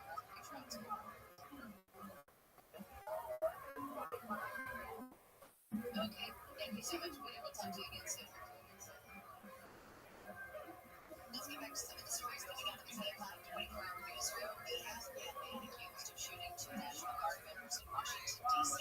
killed 5 of them. Estimated Alfie was charged with murder, assault with the intent to kill, and possession of a On the Van Allen radiation belts. We do not corrupt judges. If somebody's liable to death penalty, you execute him. In other words, we're not going to go ahead and hold him potentially for months at a time. Rather, go ahead and execute him. And what we'll do is we'll send out letters. To all the communities, say each one in this celebration. And again, that's how we'll go ahead and we'll fulfill the publicity. We'll write about it and we will send it out. Incredible. We'll say about how we go ahead, or say when we go ahead and execute the Zakim Member. Let's analyze. Even also, mobilization should be this which pretty much echoes the Mishnah. The Brisa says as follows. In the Mishnah also, mobilization should be so we don't execute Zakim Member in his local basin. The lower basin should be Yavner, not even the base Yavner. Once again, the basin in Yavner, where the Sanhedrin itself was exiled to. Hello? Mali also. Rather, again, when we do bring the Zakim Member up to the High Court to Yerushalayim, and the Shaman also and we hold him, right? We hold him in the holding cell up until Yom Tov, and we also the Regel, and we execute him on Yom Tov, and they will fear. These are the words of Rabbi Akiva. So again, remember, Rabbi Akiva is actually the Chol Ha'am. When are you going to have a time when everybody can hear about this? When Claudia shows assembled in Yerushalayim for the Regel, I'm going to Yehuda. Does the pasuk say that they should fear and we should see? Rabbi Akiva is making this about that people should see the Zakim Mamre executed. Rabbi Akiva says, does the pasuk say that they should fear and they should see? All it says is that they should hear and they should fear. So essentially, again, Rabbi Akiva says, as long as people hear about it, they don't need to see it. They don't need to see it. As long as they hear about it, that's more than enough. Furthermore, again, why go ahead and delay his judgment? I would say, no, it's interesting that Rabbi Yehuda understands this to be like, even the corruption of the day. It's interesting to say, like, we know, life is, I like a little bit of an ongoing essential. But not to a chorus, every child has stuff that their parents will always say over and over and over. So in my parents, like a little joke, like the mantra, like I always try to tell my kids, is whatever is going on in life, you lean into it. Just lean into it. Again, or lamenting things that don't go our way, or trying to pretend like they're not. Just lean into it. Sometimes in life is so much about taking whatever the current circumstances, just lean into it and just go with it. You're going to sometimes, the greatest anxiety in life is when you know that something negative is going to happen, but it's not happening now. I'm like, waiting for this. I know what's going to happen. It's like, sometimes you're like, you don't know how something's going to turn out. That's one level of anxiety. But then, I know what is going to happen. So it's almost that people say, why don't you do this to this person? Okay, I got it. He's in the execute. He's not in man, right? So you got to execute him. You definitely have to execute him. But why would you delay it? What's the point? We've seen this before that even when you have to execute someone, you have to execute with Rachmanis. Now, to the world, that might sound like a little bit of a contradiction, but you do understand that sometimes you have to do difficult things, but difficult things have to be done with Rachmanis as well. So there's like a memory, okay, if he bought a ticket, that's it, he's going to be executed. But why delay? Just let get over with, and that's it. So Rabbi, if you're elements to know somebody, I've become to show from the Makom, Ish Plonim is Chayim Shabbat. And again, so how do we fulfill the publicity piece? Write letters. Send out the letters to all the different Jewish communities. So-and-so is executed as and the Zaken Mamre. So this is the fundamental machlokes. Rabbi Akiva and Rabbi Yehuda how we execute the Zaken Mamre. Okay, incredible. Tanabanon. So let's get back to Tanabanon. Tanabanon. How about Tzrichen Hafrasa? Now, it's interesting, I say, because clearly what you see with the Zaken Mamre is it's not just that we execute it, but there is this din of this publicity to it, that people have to see, people have to know what it is that's happening. By the way, there are four situations where in general, it's not just enough to execute, but a public announcement has to be made. Who are they? Number one, Hamesis. Mesis is the one who goes out and incites others to worship Avodah Zarah. Then Soler Umoreh, Zaken Mamre, and Eidim Solomon. Interesting. All of these four need hafraza. They need announcements. Rashi says over hafraza. Only means the nation of Sha'abra Benazu, Kidei Yirdos as Hakirin. So literally, Bezu will announce so and so is executed because he committed to the Radera, and all of this is done in order to create the public example that people shouldn't follow suit. The Gemara says, "Kulu Shibu v'Chol Ha'am v'Chol Yisrael." So ultimately, again, v'Chol Ha'am. So like all of these situations, because v'Chol Ha'am, the entire nation will see. Interestingly enough, v'Chol Yisrael ve'Eidim Zomim. V'Chol Yisrael ve'Eidim Zomim k'sev ha'nisharei v'lo kol amo chazin sudasa l'sahadusa. Sorry, because it's interestingly enough, ve'Eidim Zomim shalashim is v'hanisharei. Those are left over, like those who remain. Why doesn't it use the same expense of washing ultimately again as Kol Ha'am B'Chol Yisrael? What's the reason? The reason is because by Eidos, not everyone is fit for Eidos. Eidos is always more limited to a why. Because the other said there are certain occasions a person gambles, they can't go ahead and do Eidos, right? A person commits an Avera, they can't, or students can't do Eidos. So because Eidos itself is not open to the general public, therefore again the public admonition of it also doesn't have to be or is not as sweeping as the other circumstances. Okay, that was like beautiful Mishnah.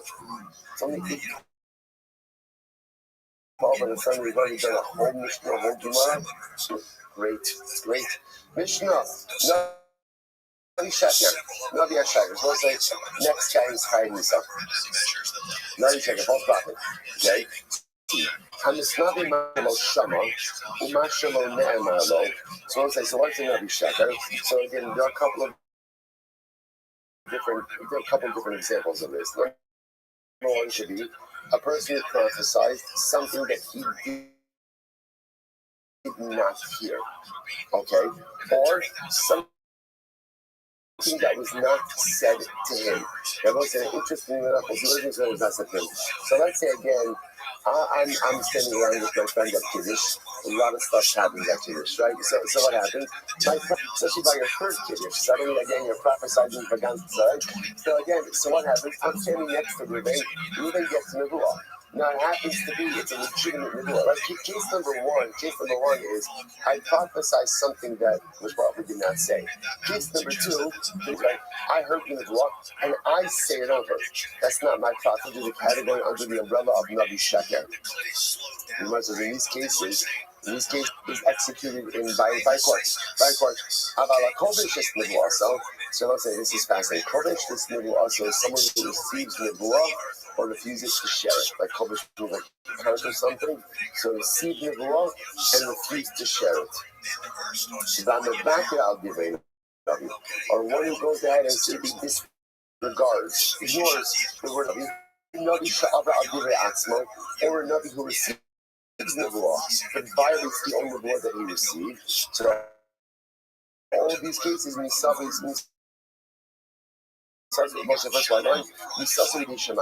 all these individuals again get Mitzvah Shamayim. Death at the hands of heaven. Death at the hands of heaven. Incredible. Shneimar, Anochi Edrosh Mi'imo. And the Stam B'Shem all this stuff. We're going to get into all these pieces a little bit, in the name of an Avodah Zarah. And what happens? So all this stuff happens. And again, this person says literally again, this is what the Avodah Zarah says. After the Kivin is halach on Tamer Satameh, Ulukar Esatar, even if what? even if what he's saying is factually correct. But let's say a person comes along and says, I hereby say in the name of Avodah Zarah that one is supposed to, avoid kindling a fire on Shabbos. Okay, right? So in other words, the Mishnah says, even though he's not saying anything wrong, but what he's saying is actually in alignment with what we believe as well. The fact that he's giving it over in the name of an Avodah Zarah, by definition, makes him liable. A person commits adultery, even if this married woman has not yet lived with her husband, so she had innocent and not nisuin, or they just got married and had nisuin, but again, they did not yet live together. The halacha is the boel, the adulterer, is punished by chilek. So ultimately, again, I wasn't seen this before. Remember, a bas kohen commits adultery. What's her din? Sreifa. Remember again, that's unique din for her. It does not apply to her adulterer, nor does it apply to Edom Zolin, like living witnesses who testify falsely about her. Shekol Hamuzmin Makbimim La'osam Yisachot Mizon Bas Kohen Ubal. Because in general, again, the way it works with Edom Zolin is what? We get reciprocal punishment. The exception to this is Edom Zolin by a Bas Kohen, because she gets Sreifa, but they, as well as the adulterer, will get Chalek. Okay, incredible. So let's analyze. Says the Gemara. So there are three, these are all categories of false prophecy.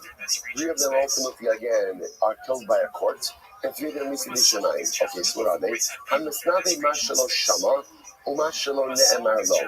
what says, so ultimately, again, a person goes ahead and prophesies something, or I should say, he espoused a prophecy that was not said. Or essentially, they're inventing prophecy. Now, again, this is prophecy in the name of HaKadosh Baruch Hu, right? So a person just inventing prophecy, or they go ahead and they convey prophecy that was said to someone else but not to them.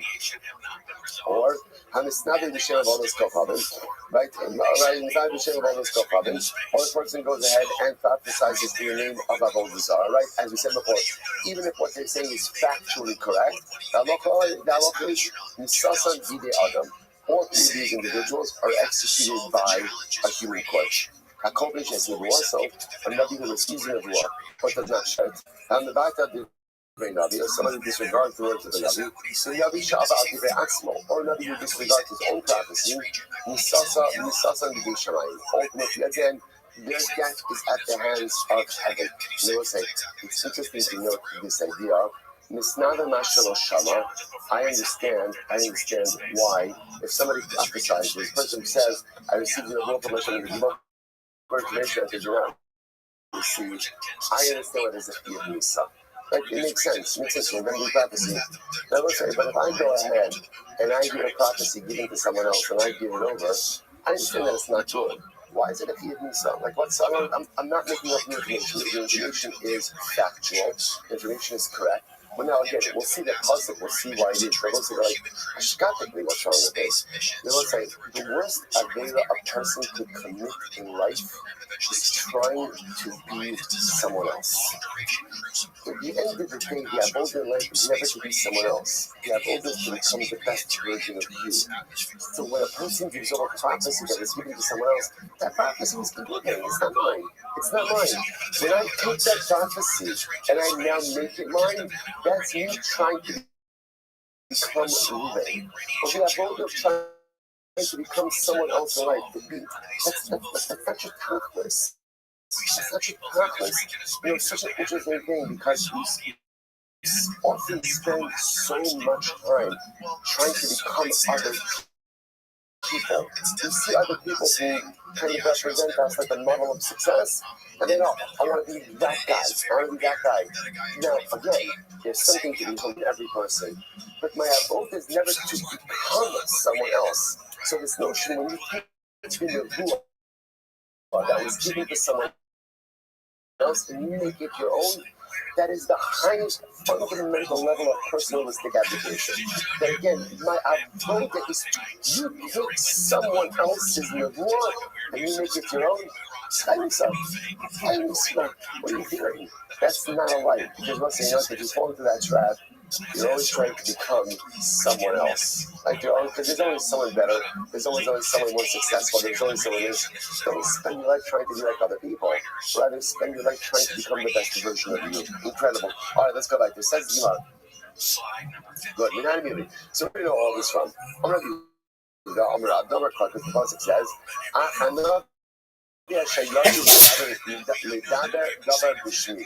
so let's say, so ultimately again, the Navi who will intentionally try to say something over my name. Who's that?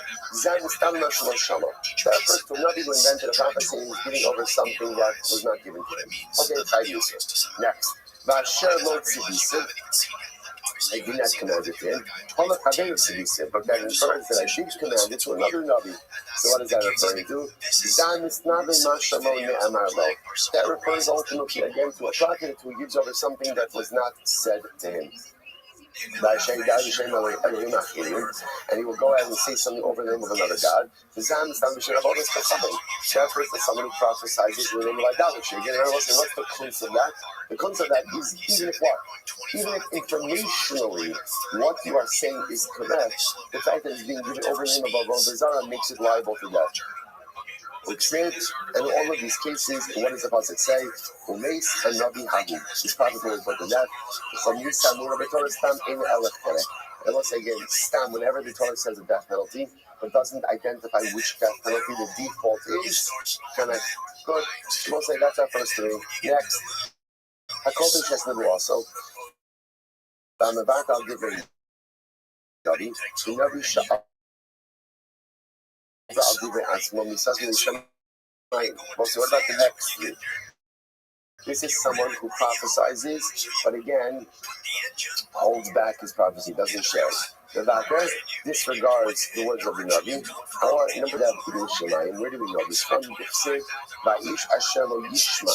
So what's the Pasuk says? The person will not, the Navi will not listen. Karibei lo Yashmiya. So the Quran has not only lo Yishma, but what? Lo Yashmiya will not make it be heard. Which means what? He's holding back his own prophecy. The Karibei lo Yashmiya, the Karibei lo Yishma. El Divrei, Ksir Anoki Adrosh Ni'imo. So again, in that one pasuk is someone who hears it, disregards it. Someone hears his own prophecy, disregards it, and somebody else who hears the words of the Navi disregards it, and the Navi ultimately again who is kovish as Nebu also does not share his Nebuah.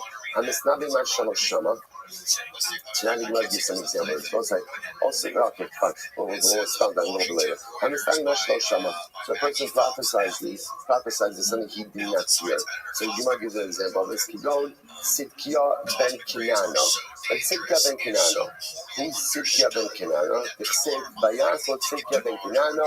Karne Barzel. So this is interesting, by the way. So this is the story in Navi of where Aram was attacking Klal Yisrael. And there was an interesting alliance. Remember, there was this fifth kingdom of Malchus Yisrael, and Malchus Yehuda. The king of Malchus Yisrael was a man by the name of Achov, and the king over Malchus Yehuda was a man by the name of Yehoshaphat.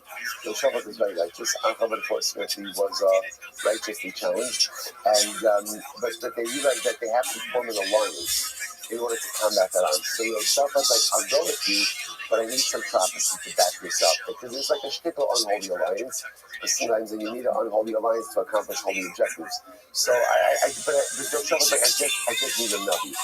So Achab produces. Achab's got no shortage. You get enough money, you can find plenty of prophets, right? So in other words, so Achab's producing hundreds of prophets, and still Yehoshaphat is not exactly convinced. So there was this other guy, Sidkia ben Kinano, who did something interesting. So what does Sidkia ben Kinano do? He makes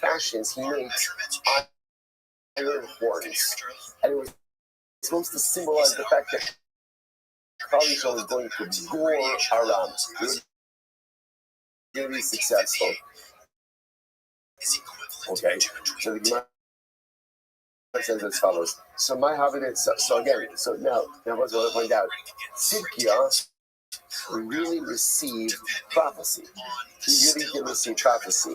But ultimately, again, what we're going to see was a shtick of false prophecy. Because again, what ends up happening in this battle is Achab is killed in this battle. All of his people die in battle. So the Gemara says, what should Tzidkiah have done? This is a wild story. The spirit of Nabos. Let's say that name sounds familiar. Remember, Nabos had a beautiful vineyard that Achab very much wanted, but Achab and Nabos wouldn't sell. So Achab has a wife by the name of Izel. Izel convinced her husband Achab to essentially bring Nabos up on false charges and have him executed. Nabos was executed, and ultimately Achab takes the vineyard. So what happened? So the spirit of Nabos came back and kind of appeared to Tzidkiah, making it look like it was HaKadosh Baruch Hu, in order to get Achab to go out to balance with Achab before in battle. Okay, the Gemara says, Dechsev. Ve'yomer Hashem, mi yifates Achab, v'yav v'yakab v'yipol b'Ramos Gilad. HaKadosh Baruch Hu put out a call, like to the Neshamas. Neshamas, who is willing to go down and for Achab to go into war? So a spirit came before and said, I will go and entice Achab to go to war. They got two thoughts say, or Yudah might say, what is the meaning of HaKadosh Baruch Hu said to the spirit? It turns out to be the spirit of Nabos. Go, say Mikisasi. You have to leave me. So this is actually incredible. The Baruch Hu first was saying for the Neshamas, whichever one of the Neshamas wants to go, you can go, but after you go, you can't come back here. Why not? Because the job of this spirit was to deliver a false prophecy. The Ribono Shel Olam is all MS. And something that is not MS cannot reside inside of the confines of the Ribono Shel Olam celestial sphere. My Ruach, what's the Ruach? Ruach Shel Nabos Israeli. So ultimately, again, it was the spirit of Nabos Israeli who was there to avenge his death by misleading Achab going out into battle. So that was the spirit that appeared to Tzidkiah ben Kinana. I but so effective. So Tzidkiah should have been a little bit more vigilant. So the Yitzchak signaled Echad all of the community, and the ancient Indian is having the signal Echad. So it's interesting enough.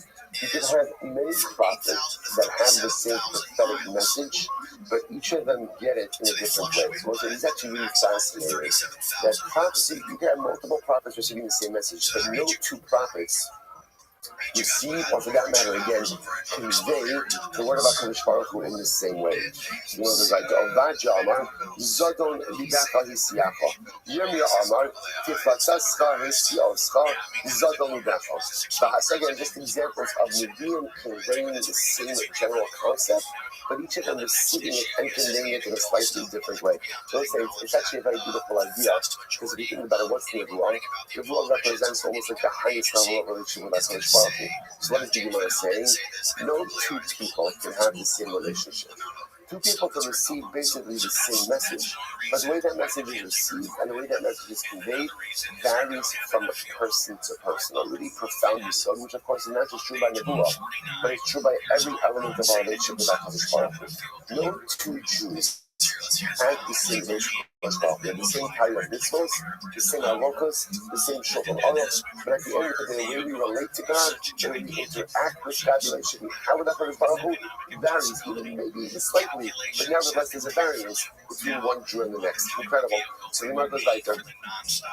The Gemara says, good. Bahani, so ultimately, so Tzidkiah should have realized. Now, what should Tzidkiah have realized?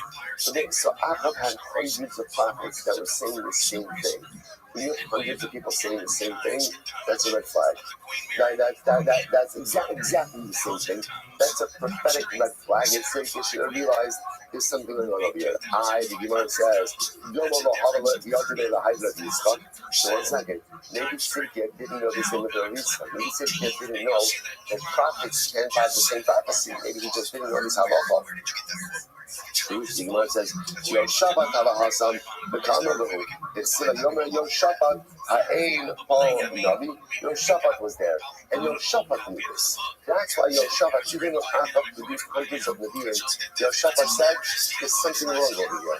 There's something wrong over here because everyone is saying the same exact thing. So once I sort of point out how profound this is. So not only is it an incredible lesson in terms of like how rich we are from Sparkle, that all of us interact and relate and have a different relationship with Hashem. Let's say this sometimes we think that what's the utopian view of Klal Yisrael? Can you imagine hundreds of Jews sitting together and saying the same exact thing? That's what's happening over here. First where it says, that's terrible. That's terrible. I want hundreds of Jews saying the same thing. You know what I want? I want hundreds of Jews saying different things, and yet all of them sitting in the same room together and being madly in love with one another. That's Achdus. That's Achdus. So we have this very skewed view of Achdus. That Achdus means like unanimity. You know, everyone's on the same page. Solo haya v'lo yeya. Never happened, never love it. I've said it a million times. Like what did Rashi say by Har Sinai? Har Sinai, we were Ish Echad, Elei Echad.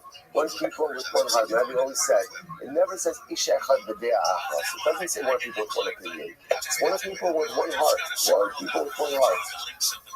So it says,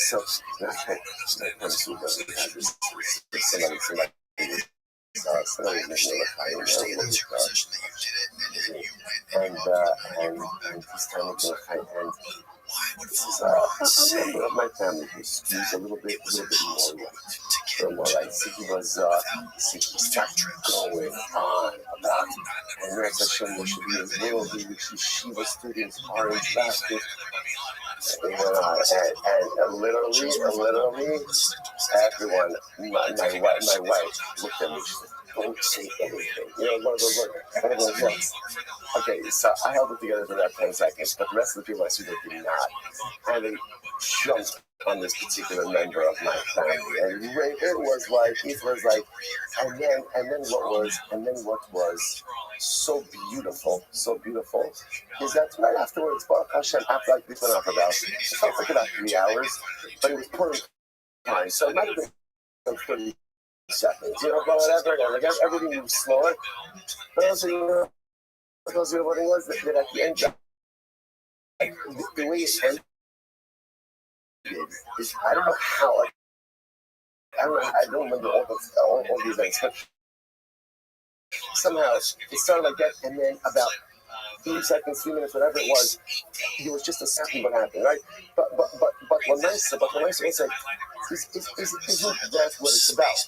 Isn't that what it's about? It's about the ability to hug people, even if you vehemently disagree with them. It's about the ability to love people, even though or admit the mark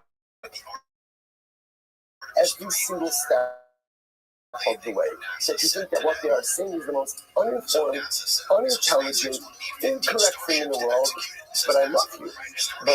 But I love you. So when you see hundreds of people saying the same thing about us, you know, we like to surround ourselves by people who say the same things as us. It's so boring. It's so boring. People live like in an echo chamber. Like an echo chamber, that's not life, and it's certainly not Klal Yisrael. The beauty of Klal Yisrael, what I say, is there's a lot of Jews with a lot of opinions, and yes, a lot of them are uninformed. And a lot of them are incorrect, and a lot of them are just wrong. Feel free to see me after this year for all the correct opinions, right? Shemaisa, but Lamaisa, so what happens when you see hundreds of people and they're all saying the same thing? That's not it. Something's off there. You're in a room with a bunch of people and they're all saying different stuff. That's Klal. And Achdus is that moment when you can embrace, even after a vociferous argument. All right, then. So you know, like I'm going to go. So what happens? So Yoshaphat says, I need someone to be in. So Achad says, why do you want to be in? Look at all these hundreds of guys that are here. Then the Gemara says, Amalei, Kasamikublain Nevis Abi Abba. I learned this from my father. Signon Echad Olam Lekam Neviim. The ancient Neviim is not the Signon Echad. So ultimately, so what I learned is like this. You could have prophets all espousing the same message, but they'll be about 5 lines up in the bottom, right? But they go, but none of them give it over in the same way, right? They all give the same message, but don't give it over. So the fact that Yoshaphat is sitting there, and these hundreds of prophets, who by the hour, I just want to point out, These were not, the prophets were actually receiving a message. But remember, the whole thing was skewed because the Kadosh Baruch Hu wanted Achab to go out to war to fall in battle. So Yehoshaphat, like, what? You guys are all saying the same exact thing. That doesn't make any sense. So therefore, again, Yehoshaphat needs unity here. Okay? So we're not going like this. So Masha, good. I'm the starting Masha. What's the example of a Navi who gives over something that was not said over? If you don't, Hananiah ben Azor, so this is like Hananiah ben Azor. What happened to Hananiah ben Azor? Yirmiyahu was standing in the upper marketplace for Ka'amar, Kormar, Shem Tzavakos, Hinini Shover, Keshes, Elam. So Yirmiyahu is giving a prophecy. Right? And Yirmiyahu says that Kadosh Baruch Hu is going to go ahead and break the bow of Elam. Elam was another nation. Elam.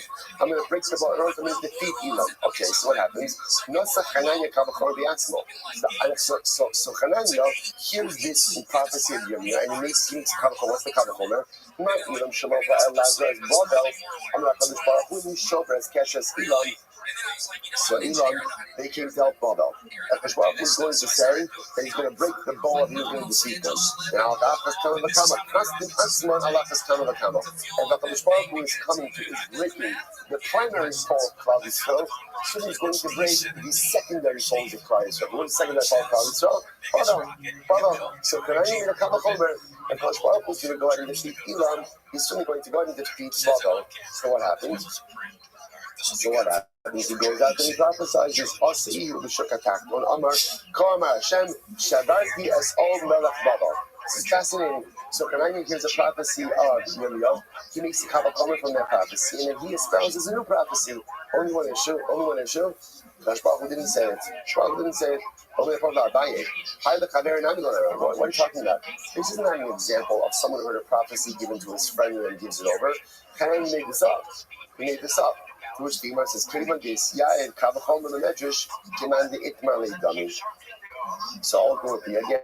And the Itmar Leidami, who's me with Lo Lemar Lo. So I'll say ultimately because he's the Kavachomer, it's interesting. Because he's the Kavachomer, and because the Kavachomer is one of the exegetical principles, so the Gemara treats this like a case of giving over a prophecy that was not given over to you. Okay, beautiful.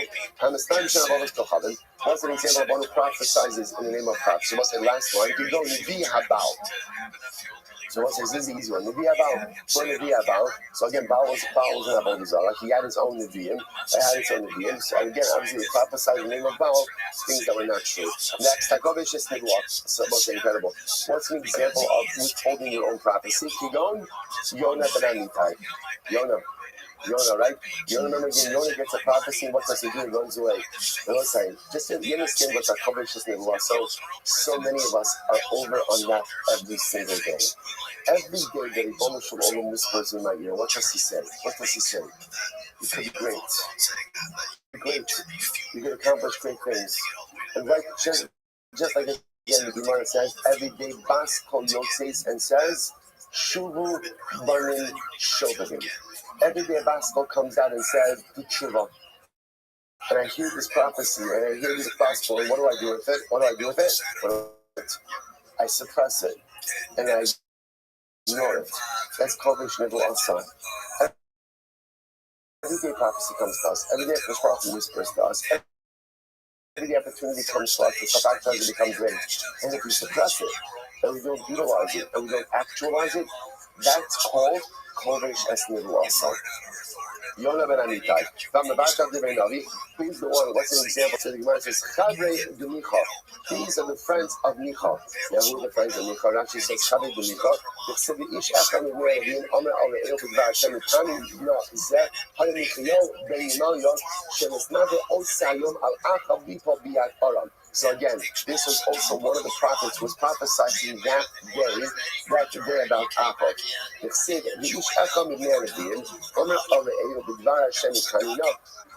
so this Navi Micha went over to a guy and said, in the name of God, hit me. So this is part of the prophecy. He was trying to show ultimately again that Klal Yisrael was going to be successful ultimately over Aram, but that Achab was going to fall in battle. So the man refused to hit Michael, and what happens? The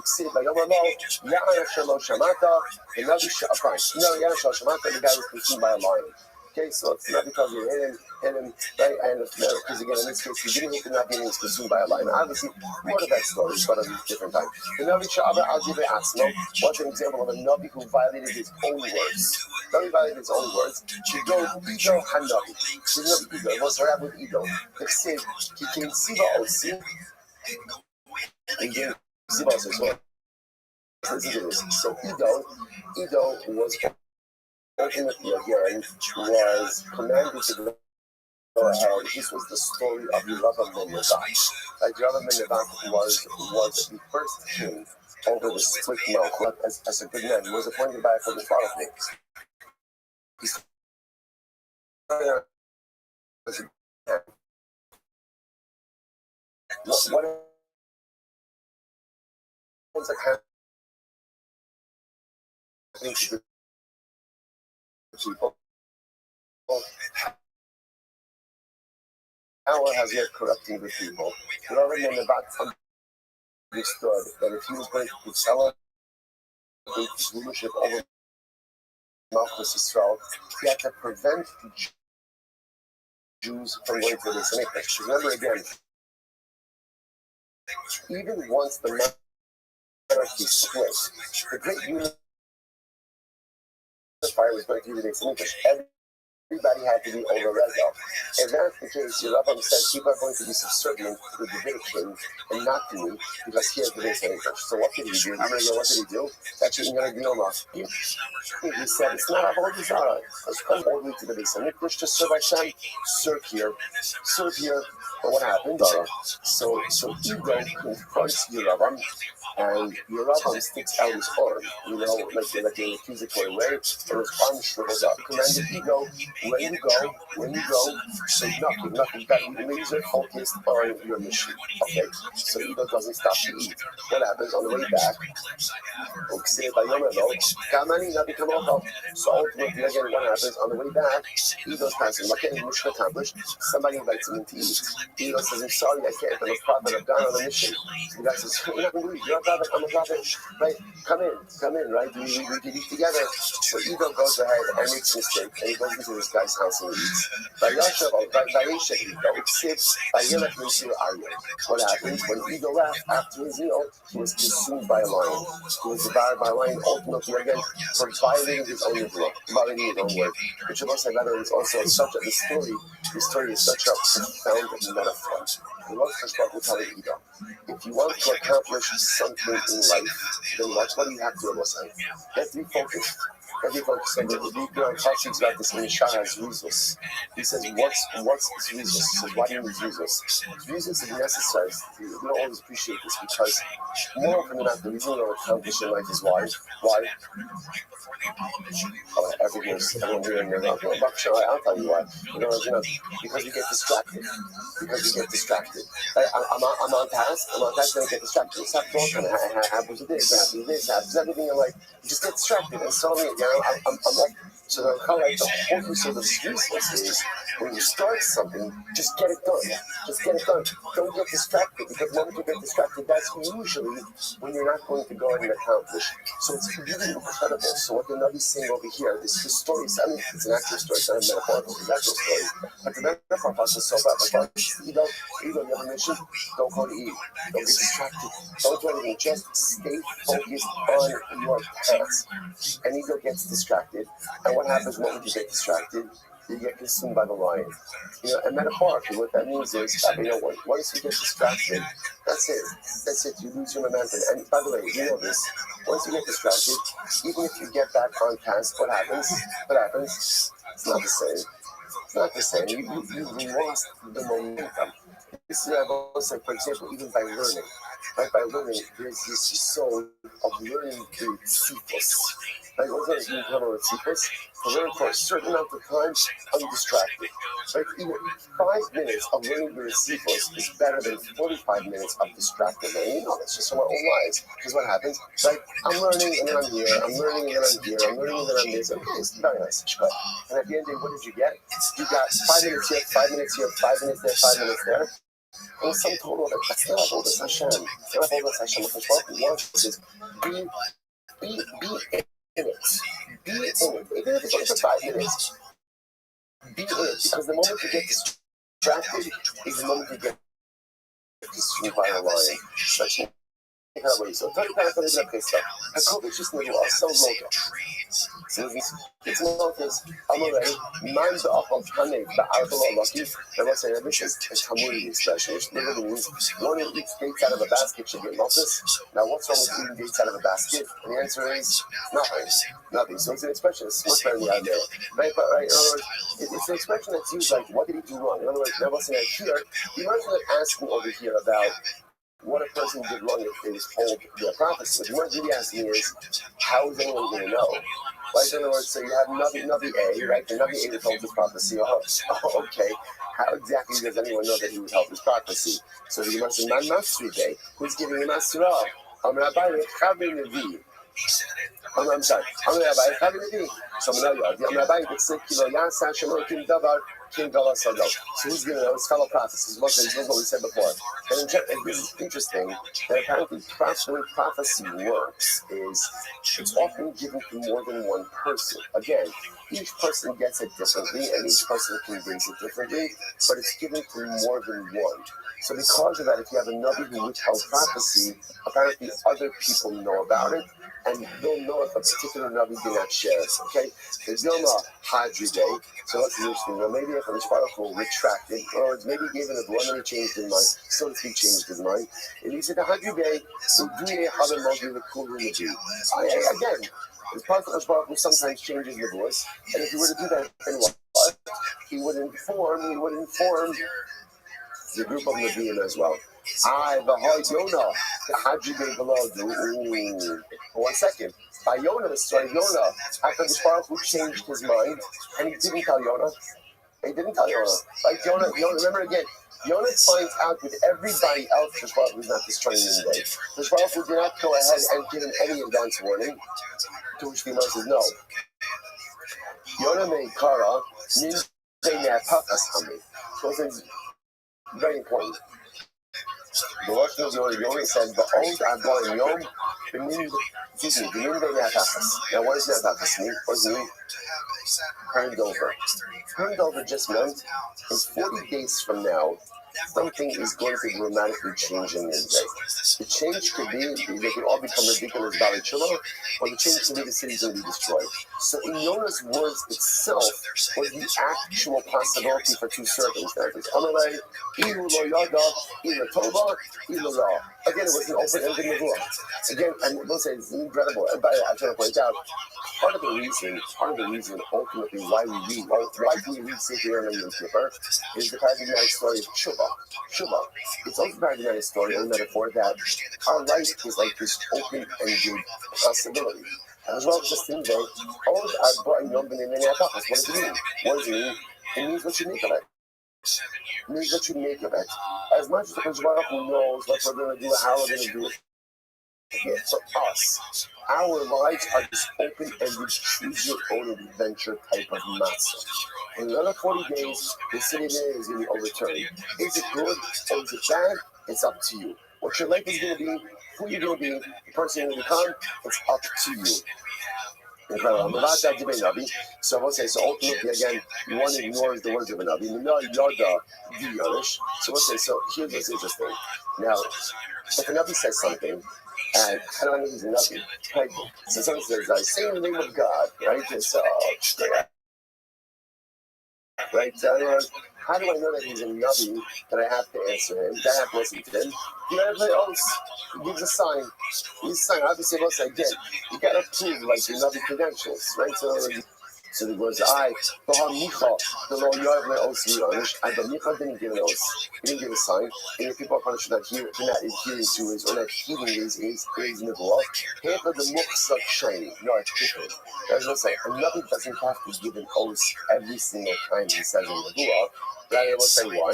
What if you have a Navi who's Muchsak? What does Muchsak mean? You know he's a Navi. Okay, so once you know he's a Navi, obviously I'm going to listen to his words. We'll say he's get ready for this. Shmuel came off this. If you don't say this, Avram Bahara Maria Hecha Shamale Yitzchak. Again, why did Yitzchak listen to his father?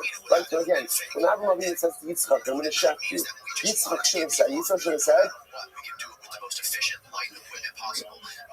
The old man's lost it, right?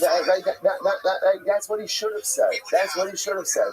So why does Yitzchak listen to his father? Because he knew his father was a prophet. Right? So he says, and Yitzchak was his dad. Hey, maybe you should tell us a little bit, you know, maybe you want to go over the conversation with God, right? She missed a little something, or nuance, maybe God was speaking in metaphorical terms, you know. But if you notice, right, there's no give and take, right? There's no dialogue. Avram says it, and Yitzchak listens. Why? Because Avram was muhsak. Avram was muhsak as a navi. Furthermore, again, other examples of this. Elio Barakano, and his son Kelly, the Abdish Utechotz. What's that? Elio, Purpose of Elio Barakano. Right? What happens here? This was the ultimate showdown between Elio and the Nevi Haba. Remember the story? Right? They build it, everybody builds an altar. Elio builds an altar. The Nevi Haba builds an altar. And there's the theological showdown. Whoever brings fire down from heaven first is the true God. Is the true God. So what happens? So remember again, the Navi says, if he about they're crying out, the last reading says all kinds of crazy stuff. What is Elio and everything Navi does? He submerges his water on top of his altar, right? On top of his altar, and with all of that, what does he do? Quick tefillah, fire comes down from the heavens to consume everything. This is beautiful. There's only one problem. It is a huge misa to offer up karbanos outside of the how are you able to use shvitekots? Again, Shmuel told him, now I have an ABO, come on. Like, don't you need to give an oath? Everybody said, what do you see from here? The Gemara says, no. Once a prophet has established his prophetic credentials, he no longer has to give an oath every single day. By the way, you know what the postscript to that story is, right? What happened in the next paragraph? Slavi starts worshipping Baal again. This is where Eliyahu Navi gives his famous statement,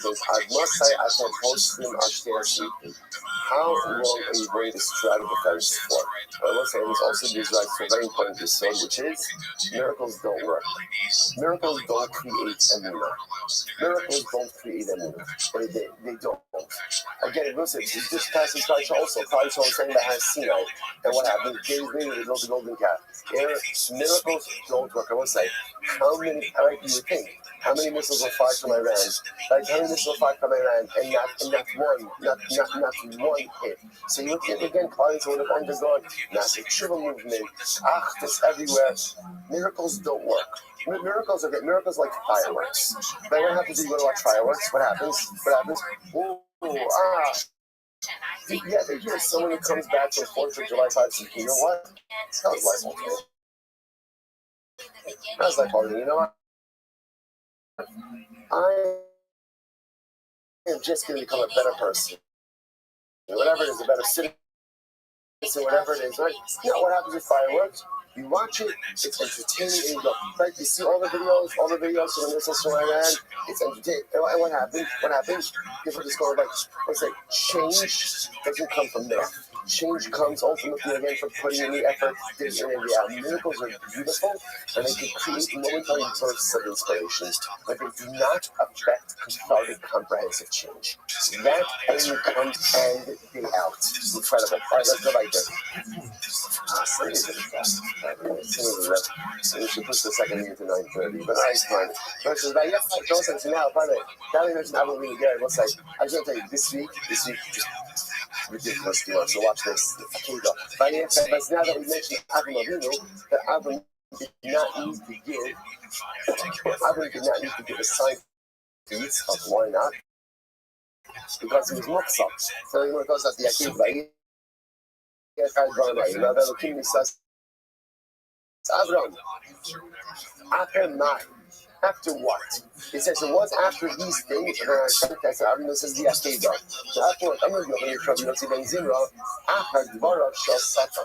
After the words of Satan, what did Satan say? It said, Vayigdal Hayelet Vayitamau.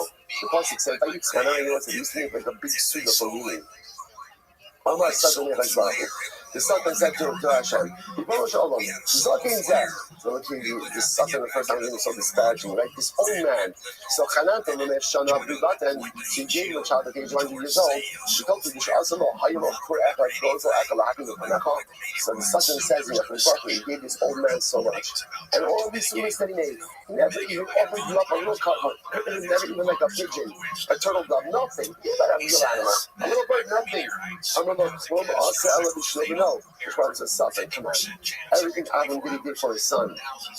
And then the overlord Zabech has been called Mefanai Miyad Zoto. To tell Avram to sacrifice his son, he would do it. Satan is saying, if I asked Avram to give me his own son, he would do it. Miyad, then Elohim says Avram. Immediately afterwards, Hashem tested Avram. So let's say this is interesting. So the Gemara seems to understand the Akedah, the genesis of the Akedah, was this conversation between HaKadosh Baruch Hu and the Satan. Now we're not finished. By the way, Hashem says to Avram, please, right here, so I need to fucking open him up. I'm going to be sitting there. Now, no is a request. It's a request. So listen to this. So what things can we compare to? It can be compared to a human king who waged many wars. We'll say first of the intermediate wide lines. They're not stunned. And this king, he had like the guy, the one valiant warrior who was like really responsible for all of these victories.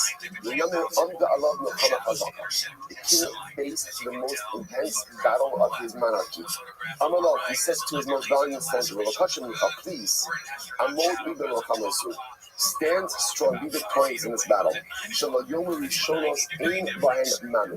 Because if you fail in this battle, this most important battle, what will it do? It will take away from all the previous victories. But if you stand firm in this most intense of battles, not only you have victory here, but it cements the previous victories as well. Fail here, and it erases all the previous victories. Be successful now, and it cements everything which came before. So Hashem said to Avram, I've given you many tests over the years, and you've been successful in all of them. Now I'm asking you to please be successful in this battle as well. That people should not say that there is no merit to the previous test. So this is a fascinating. What does this mean? So first of all, there's a tremendous use of human nature. Human nature is all about what have you done for me lately.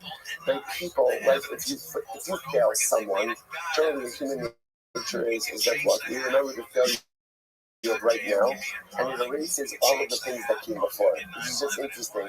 Right? So if the valiant warrior fails in this battle, all of the success of the past are erased. Well, like, what does this mean? What does Rabbi Avram? So there's this beautiful idea of the Sassanas. The Sassana, when I quote you, he says something amazing. He says, "Ayidei asar nisyonos." It's not Sam Avinu. Mispashtu kol hakolchos sheyesh l'bnei Yisrael lehiskaba al Avram Yisrael. With every single one of Avram Avinu's nisyonos, what he did is he embedded another koah in the DNA of Klal Yisrael. Avram Avinu was our father, and with every task that he succeeded, every sign that he ever came, he endowed us with a certain level of strength. What did Akedas Yitzchak represent? He says Akedas Yitzchak represent at the end of the day Koach Mezubar Shamasiras Nefesh. What Akedas Yitzchak represented was a willingness to give everything for God. I'm not going to already demonstrate a willingness to give himself. This is even more. A willingness to even give his child. It represented the ability and the willingness to give anything and everything for the Ribono Shel Olam. HaKadosh Baruch Hu pleads with Avram Avinu and says, you need to pass this. Do you know why you need to pass this? Not for you. That's not for you. But if you pass this, then you embed this koach within the spiritual DNA of Klal Yisrael. If you go to Haran Oriah and you take your son and you're willing to offer him as a korban, but you will embed within Klal Yisrael is the koach and the ability to give anything and everything For HaKadosh Baruch Hu. For HaKadosh Baruch Hu. And that's why HaKadosh Baruch Hu says, if you do this, we have everything. But if you fail, then the truth is you leave the people deficient. And I will say, isn't that incredible? At the end of the day, Avinu passes this test, as we know, and he invents with him else. This couple will say, we're living through times like this. We're living in times that we call Messias Nefesh. Not a day goes by that we don't hear stories of dramatic spiritual heroism. Right? Also, did you see one of the most striking pictures that I saw coming out of that cell apartment? These little girls who were dressed up as a hamburger. Dressed up as a hamburger. Who should bench with every single block of the Shemaim. I've never asked him Shanim told us. Why? What does she represent? What does she represent? She represents this incredible car. This car of Shabbos, this car of Yiddishkeit, this car of Emunah. Right? This car, where does that come from? Where does that come from? Where does a girl, she's a child. She's a child. Where does a child get that car? Comes from Avinu. When Adam Avinu was willing to go out and do everything for HaKadosh Baruch Hu, he embedded in our spiritual DNA the ability and the willingness to do the same thing. And if HaKadosh Baruch Hu is casting a please, so it's because of you have to pass this test. This is not just about you. The strength you're going to summon up, the strength you're going to muster for this Nisayon, it is the strength that is going to become part of the spiritual DNA of your children, and the strength that they're going to access throughout the ages. Because Adam Avinu was successful in his Nisayon, and Gelosai. Tremendous. All right, again, I will say a lot of these Gemaras this week, a lot of Agadah this week, so tremendous together of us. Shayach, everyone. Apollo landings were fake. It's from Apollo 17, magazine 136, frame 20,744. I'm sorry. I know. No, it'll be fine. It always balances out somehow. And by astronaut Harrison Jack Schmidt at mission elapsed time of 122 hours, 32 minutes, and 50 seconds in the Taurus Littoral Valley. The claim here is that these shadows appear to be coming together, proving there to be. All right, everyone, good morning. Good morning. Let us begin a good Tavach. Baruch Hashem. To begin the week, journey up to Pesach from there to Hashem, with a new daf, Meretz Hashem, beautiful daf, really. Actually, I want to hear your coming attractions this week. Ridiculous. It's too good. So good it should be illegal. That's how good this is. Baruch Hashem. I just want to say, so begin by thanking all of our sponsors for this morning's show. Thank our annual Talmud Torah sponsor for Tavshin Pei Hey, the Tilson Mishpacha of Eretz Yisrael, for dedicating all the Sherman drushos as a zuchus for the Soros Tovos. To match where the Hasselblad will mounted on the A7LB spacesuits. It's pretty obvious that all shadows appear to point inwards towards the center of the photo. The further left or right an object is, the more this is exaggerated. And honestly, this is perhaps one of the most elementary of all things. They appear this way because of perspective, the exact same way parallel train tracks or roads appear to converge. And to prove these shadows are indeed parallel, let's just fly up and look down to confirm that they're indeed straight and parallel. Now, ironically, conspiracy theorists claim something exactly backwards. They say shadows appear to converge because it's a close studio spotlight that is roughly 10 feet behind the subject. But the closer a light source is to the camera, the more the shadows appear to line up with the camera's field of view. So the shadows actually become less and less visible to the vantage point of the camera the closer the light source is. Again, this is kind of photography 101 stuff here. It was often claimed that there are multiple sources of light, and that's why the shadows appear to be in different directions. But the reality is that multiple sources of light will produce multiple shadows on a single subject. And actually, the lighting on the surface of the moon would be virtually impossible to replicate in a studio, even with limitless funds and the most advanced solutions in the world. Because notice that in all the images, the entire surface of the moon is equally lit. Since we don't see multiple shadows, you couldn't use multiple sources of light to try and evenly light the scenes, let alone mountains that are several kilometers away from the camera. And light follows the inverse square line. If you move an object twice as far away from the light source, it'll receive 1/4 quarter the amount of light. So imagine trying to light a scene where everything is evenly lit and you don't see multiple shadows. Your light source would have to be several kilometers away, maybe hundreds or millions of kilometers away, and it would have to be unbelievably bright. Or perhaps, it could just be the sun. And when we're talking about shadows, go back towards the beginning of the video where he's trying to mimic the picture that I showed, where there's that little L bracket that's painted white, which is supposed to represent the rock. Okay, go there. Okay, make that full frame. Okay, the shadow of the little L bracket or whatever it is not intersecting at 90 degrees. It's not pointing at 9 o'clock. In the picture that they claim is on the moon, it is. Put them side by side.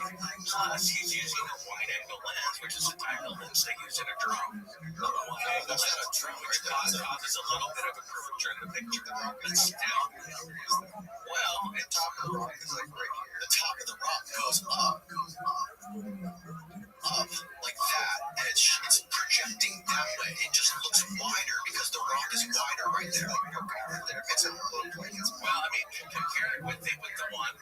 Move this over to the left and put them side by side. Yeah, it's the same exact thing. They're not. The shadows are not going the same direction. Okay. He's trying to mimic the picture in the same direction. This is sunlight, and they are not intersecting in the same way in the picture that they claim on the moon. It's not. He's making excuses, but if you look at them side by side, the object that's representing the rock, the shadow is going in a completely different direction. Play that YouTube video again. Play it from where it is.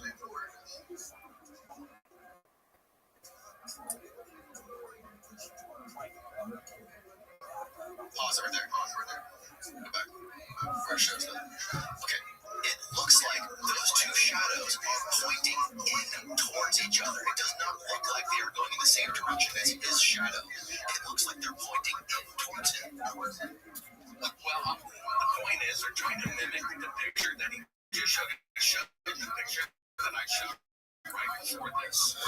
The big shadow in the middle is supposed to be the astronaut, and the little white L bracket is supposed to be the rock. The shadow is not all the way to the left at 9 o'clock. The same as in the picture. But why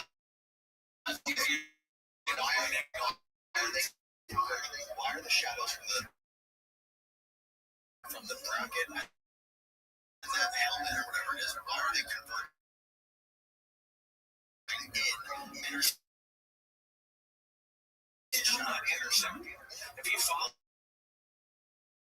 the trajectory, it would absolutely intersect with the shadow if you kept well. Again, it's a wide-angle lens, and it makes the picture curve, not a 50-millimeter lens, which is completely different. Look at my picture again. Okay, the one on the left's taken with a 50-millimeter lens. They don't converge. Those shadows intersect within a few feet. According to that wide-angle lens, they would converge or right. The shadow is not projecting to the left. The shadow is projecting behind it. It is more narrow than the top of the rock. It gets wider as it goes out.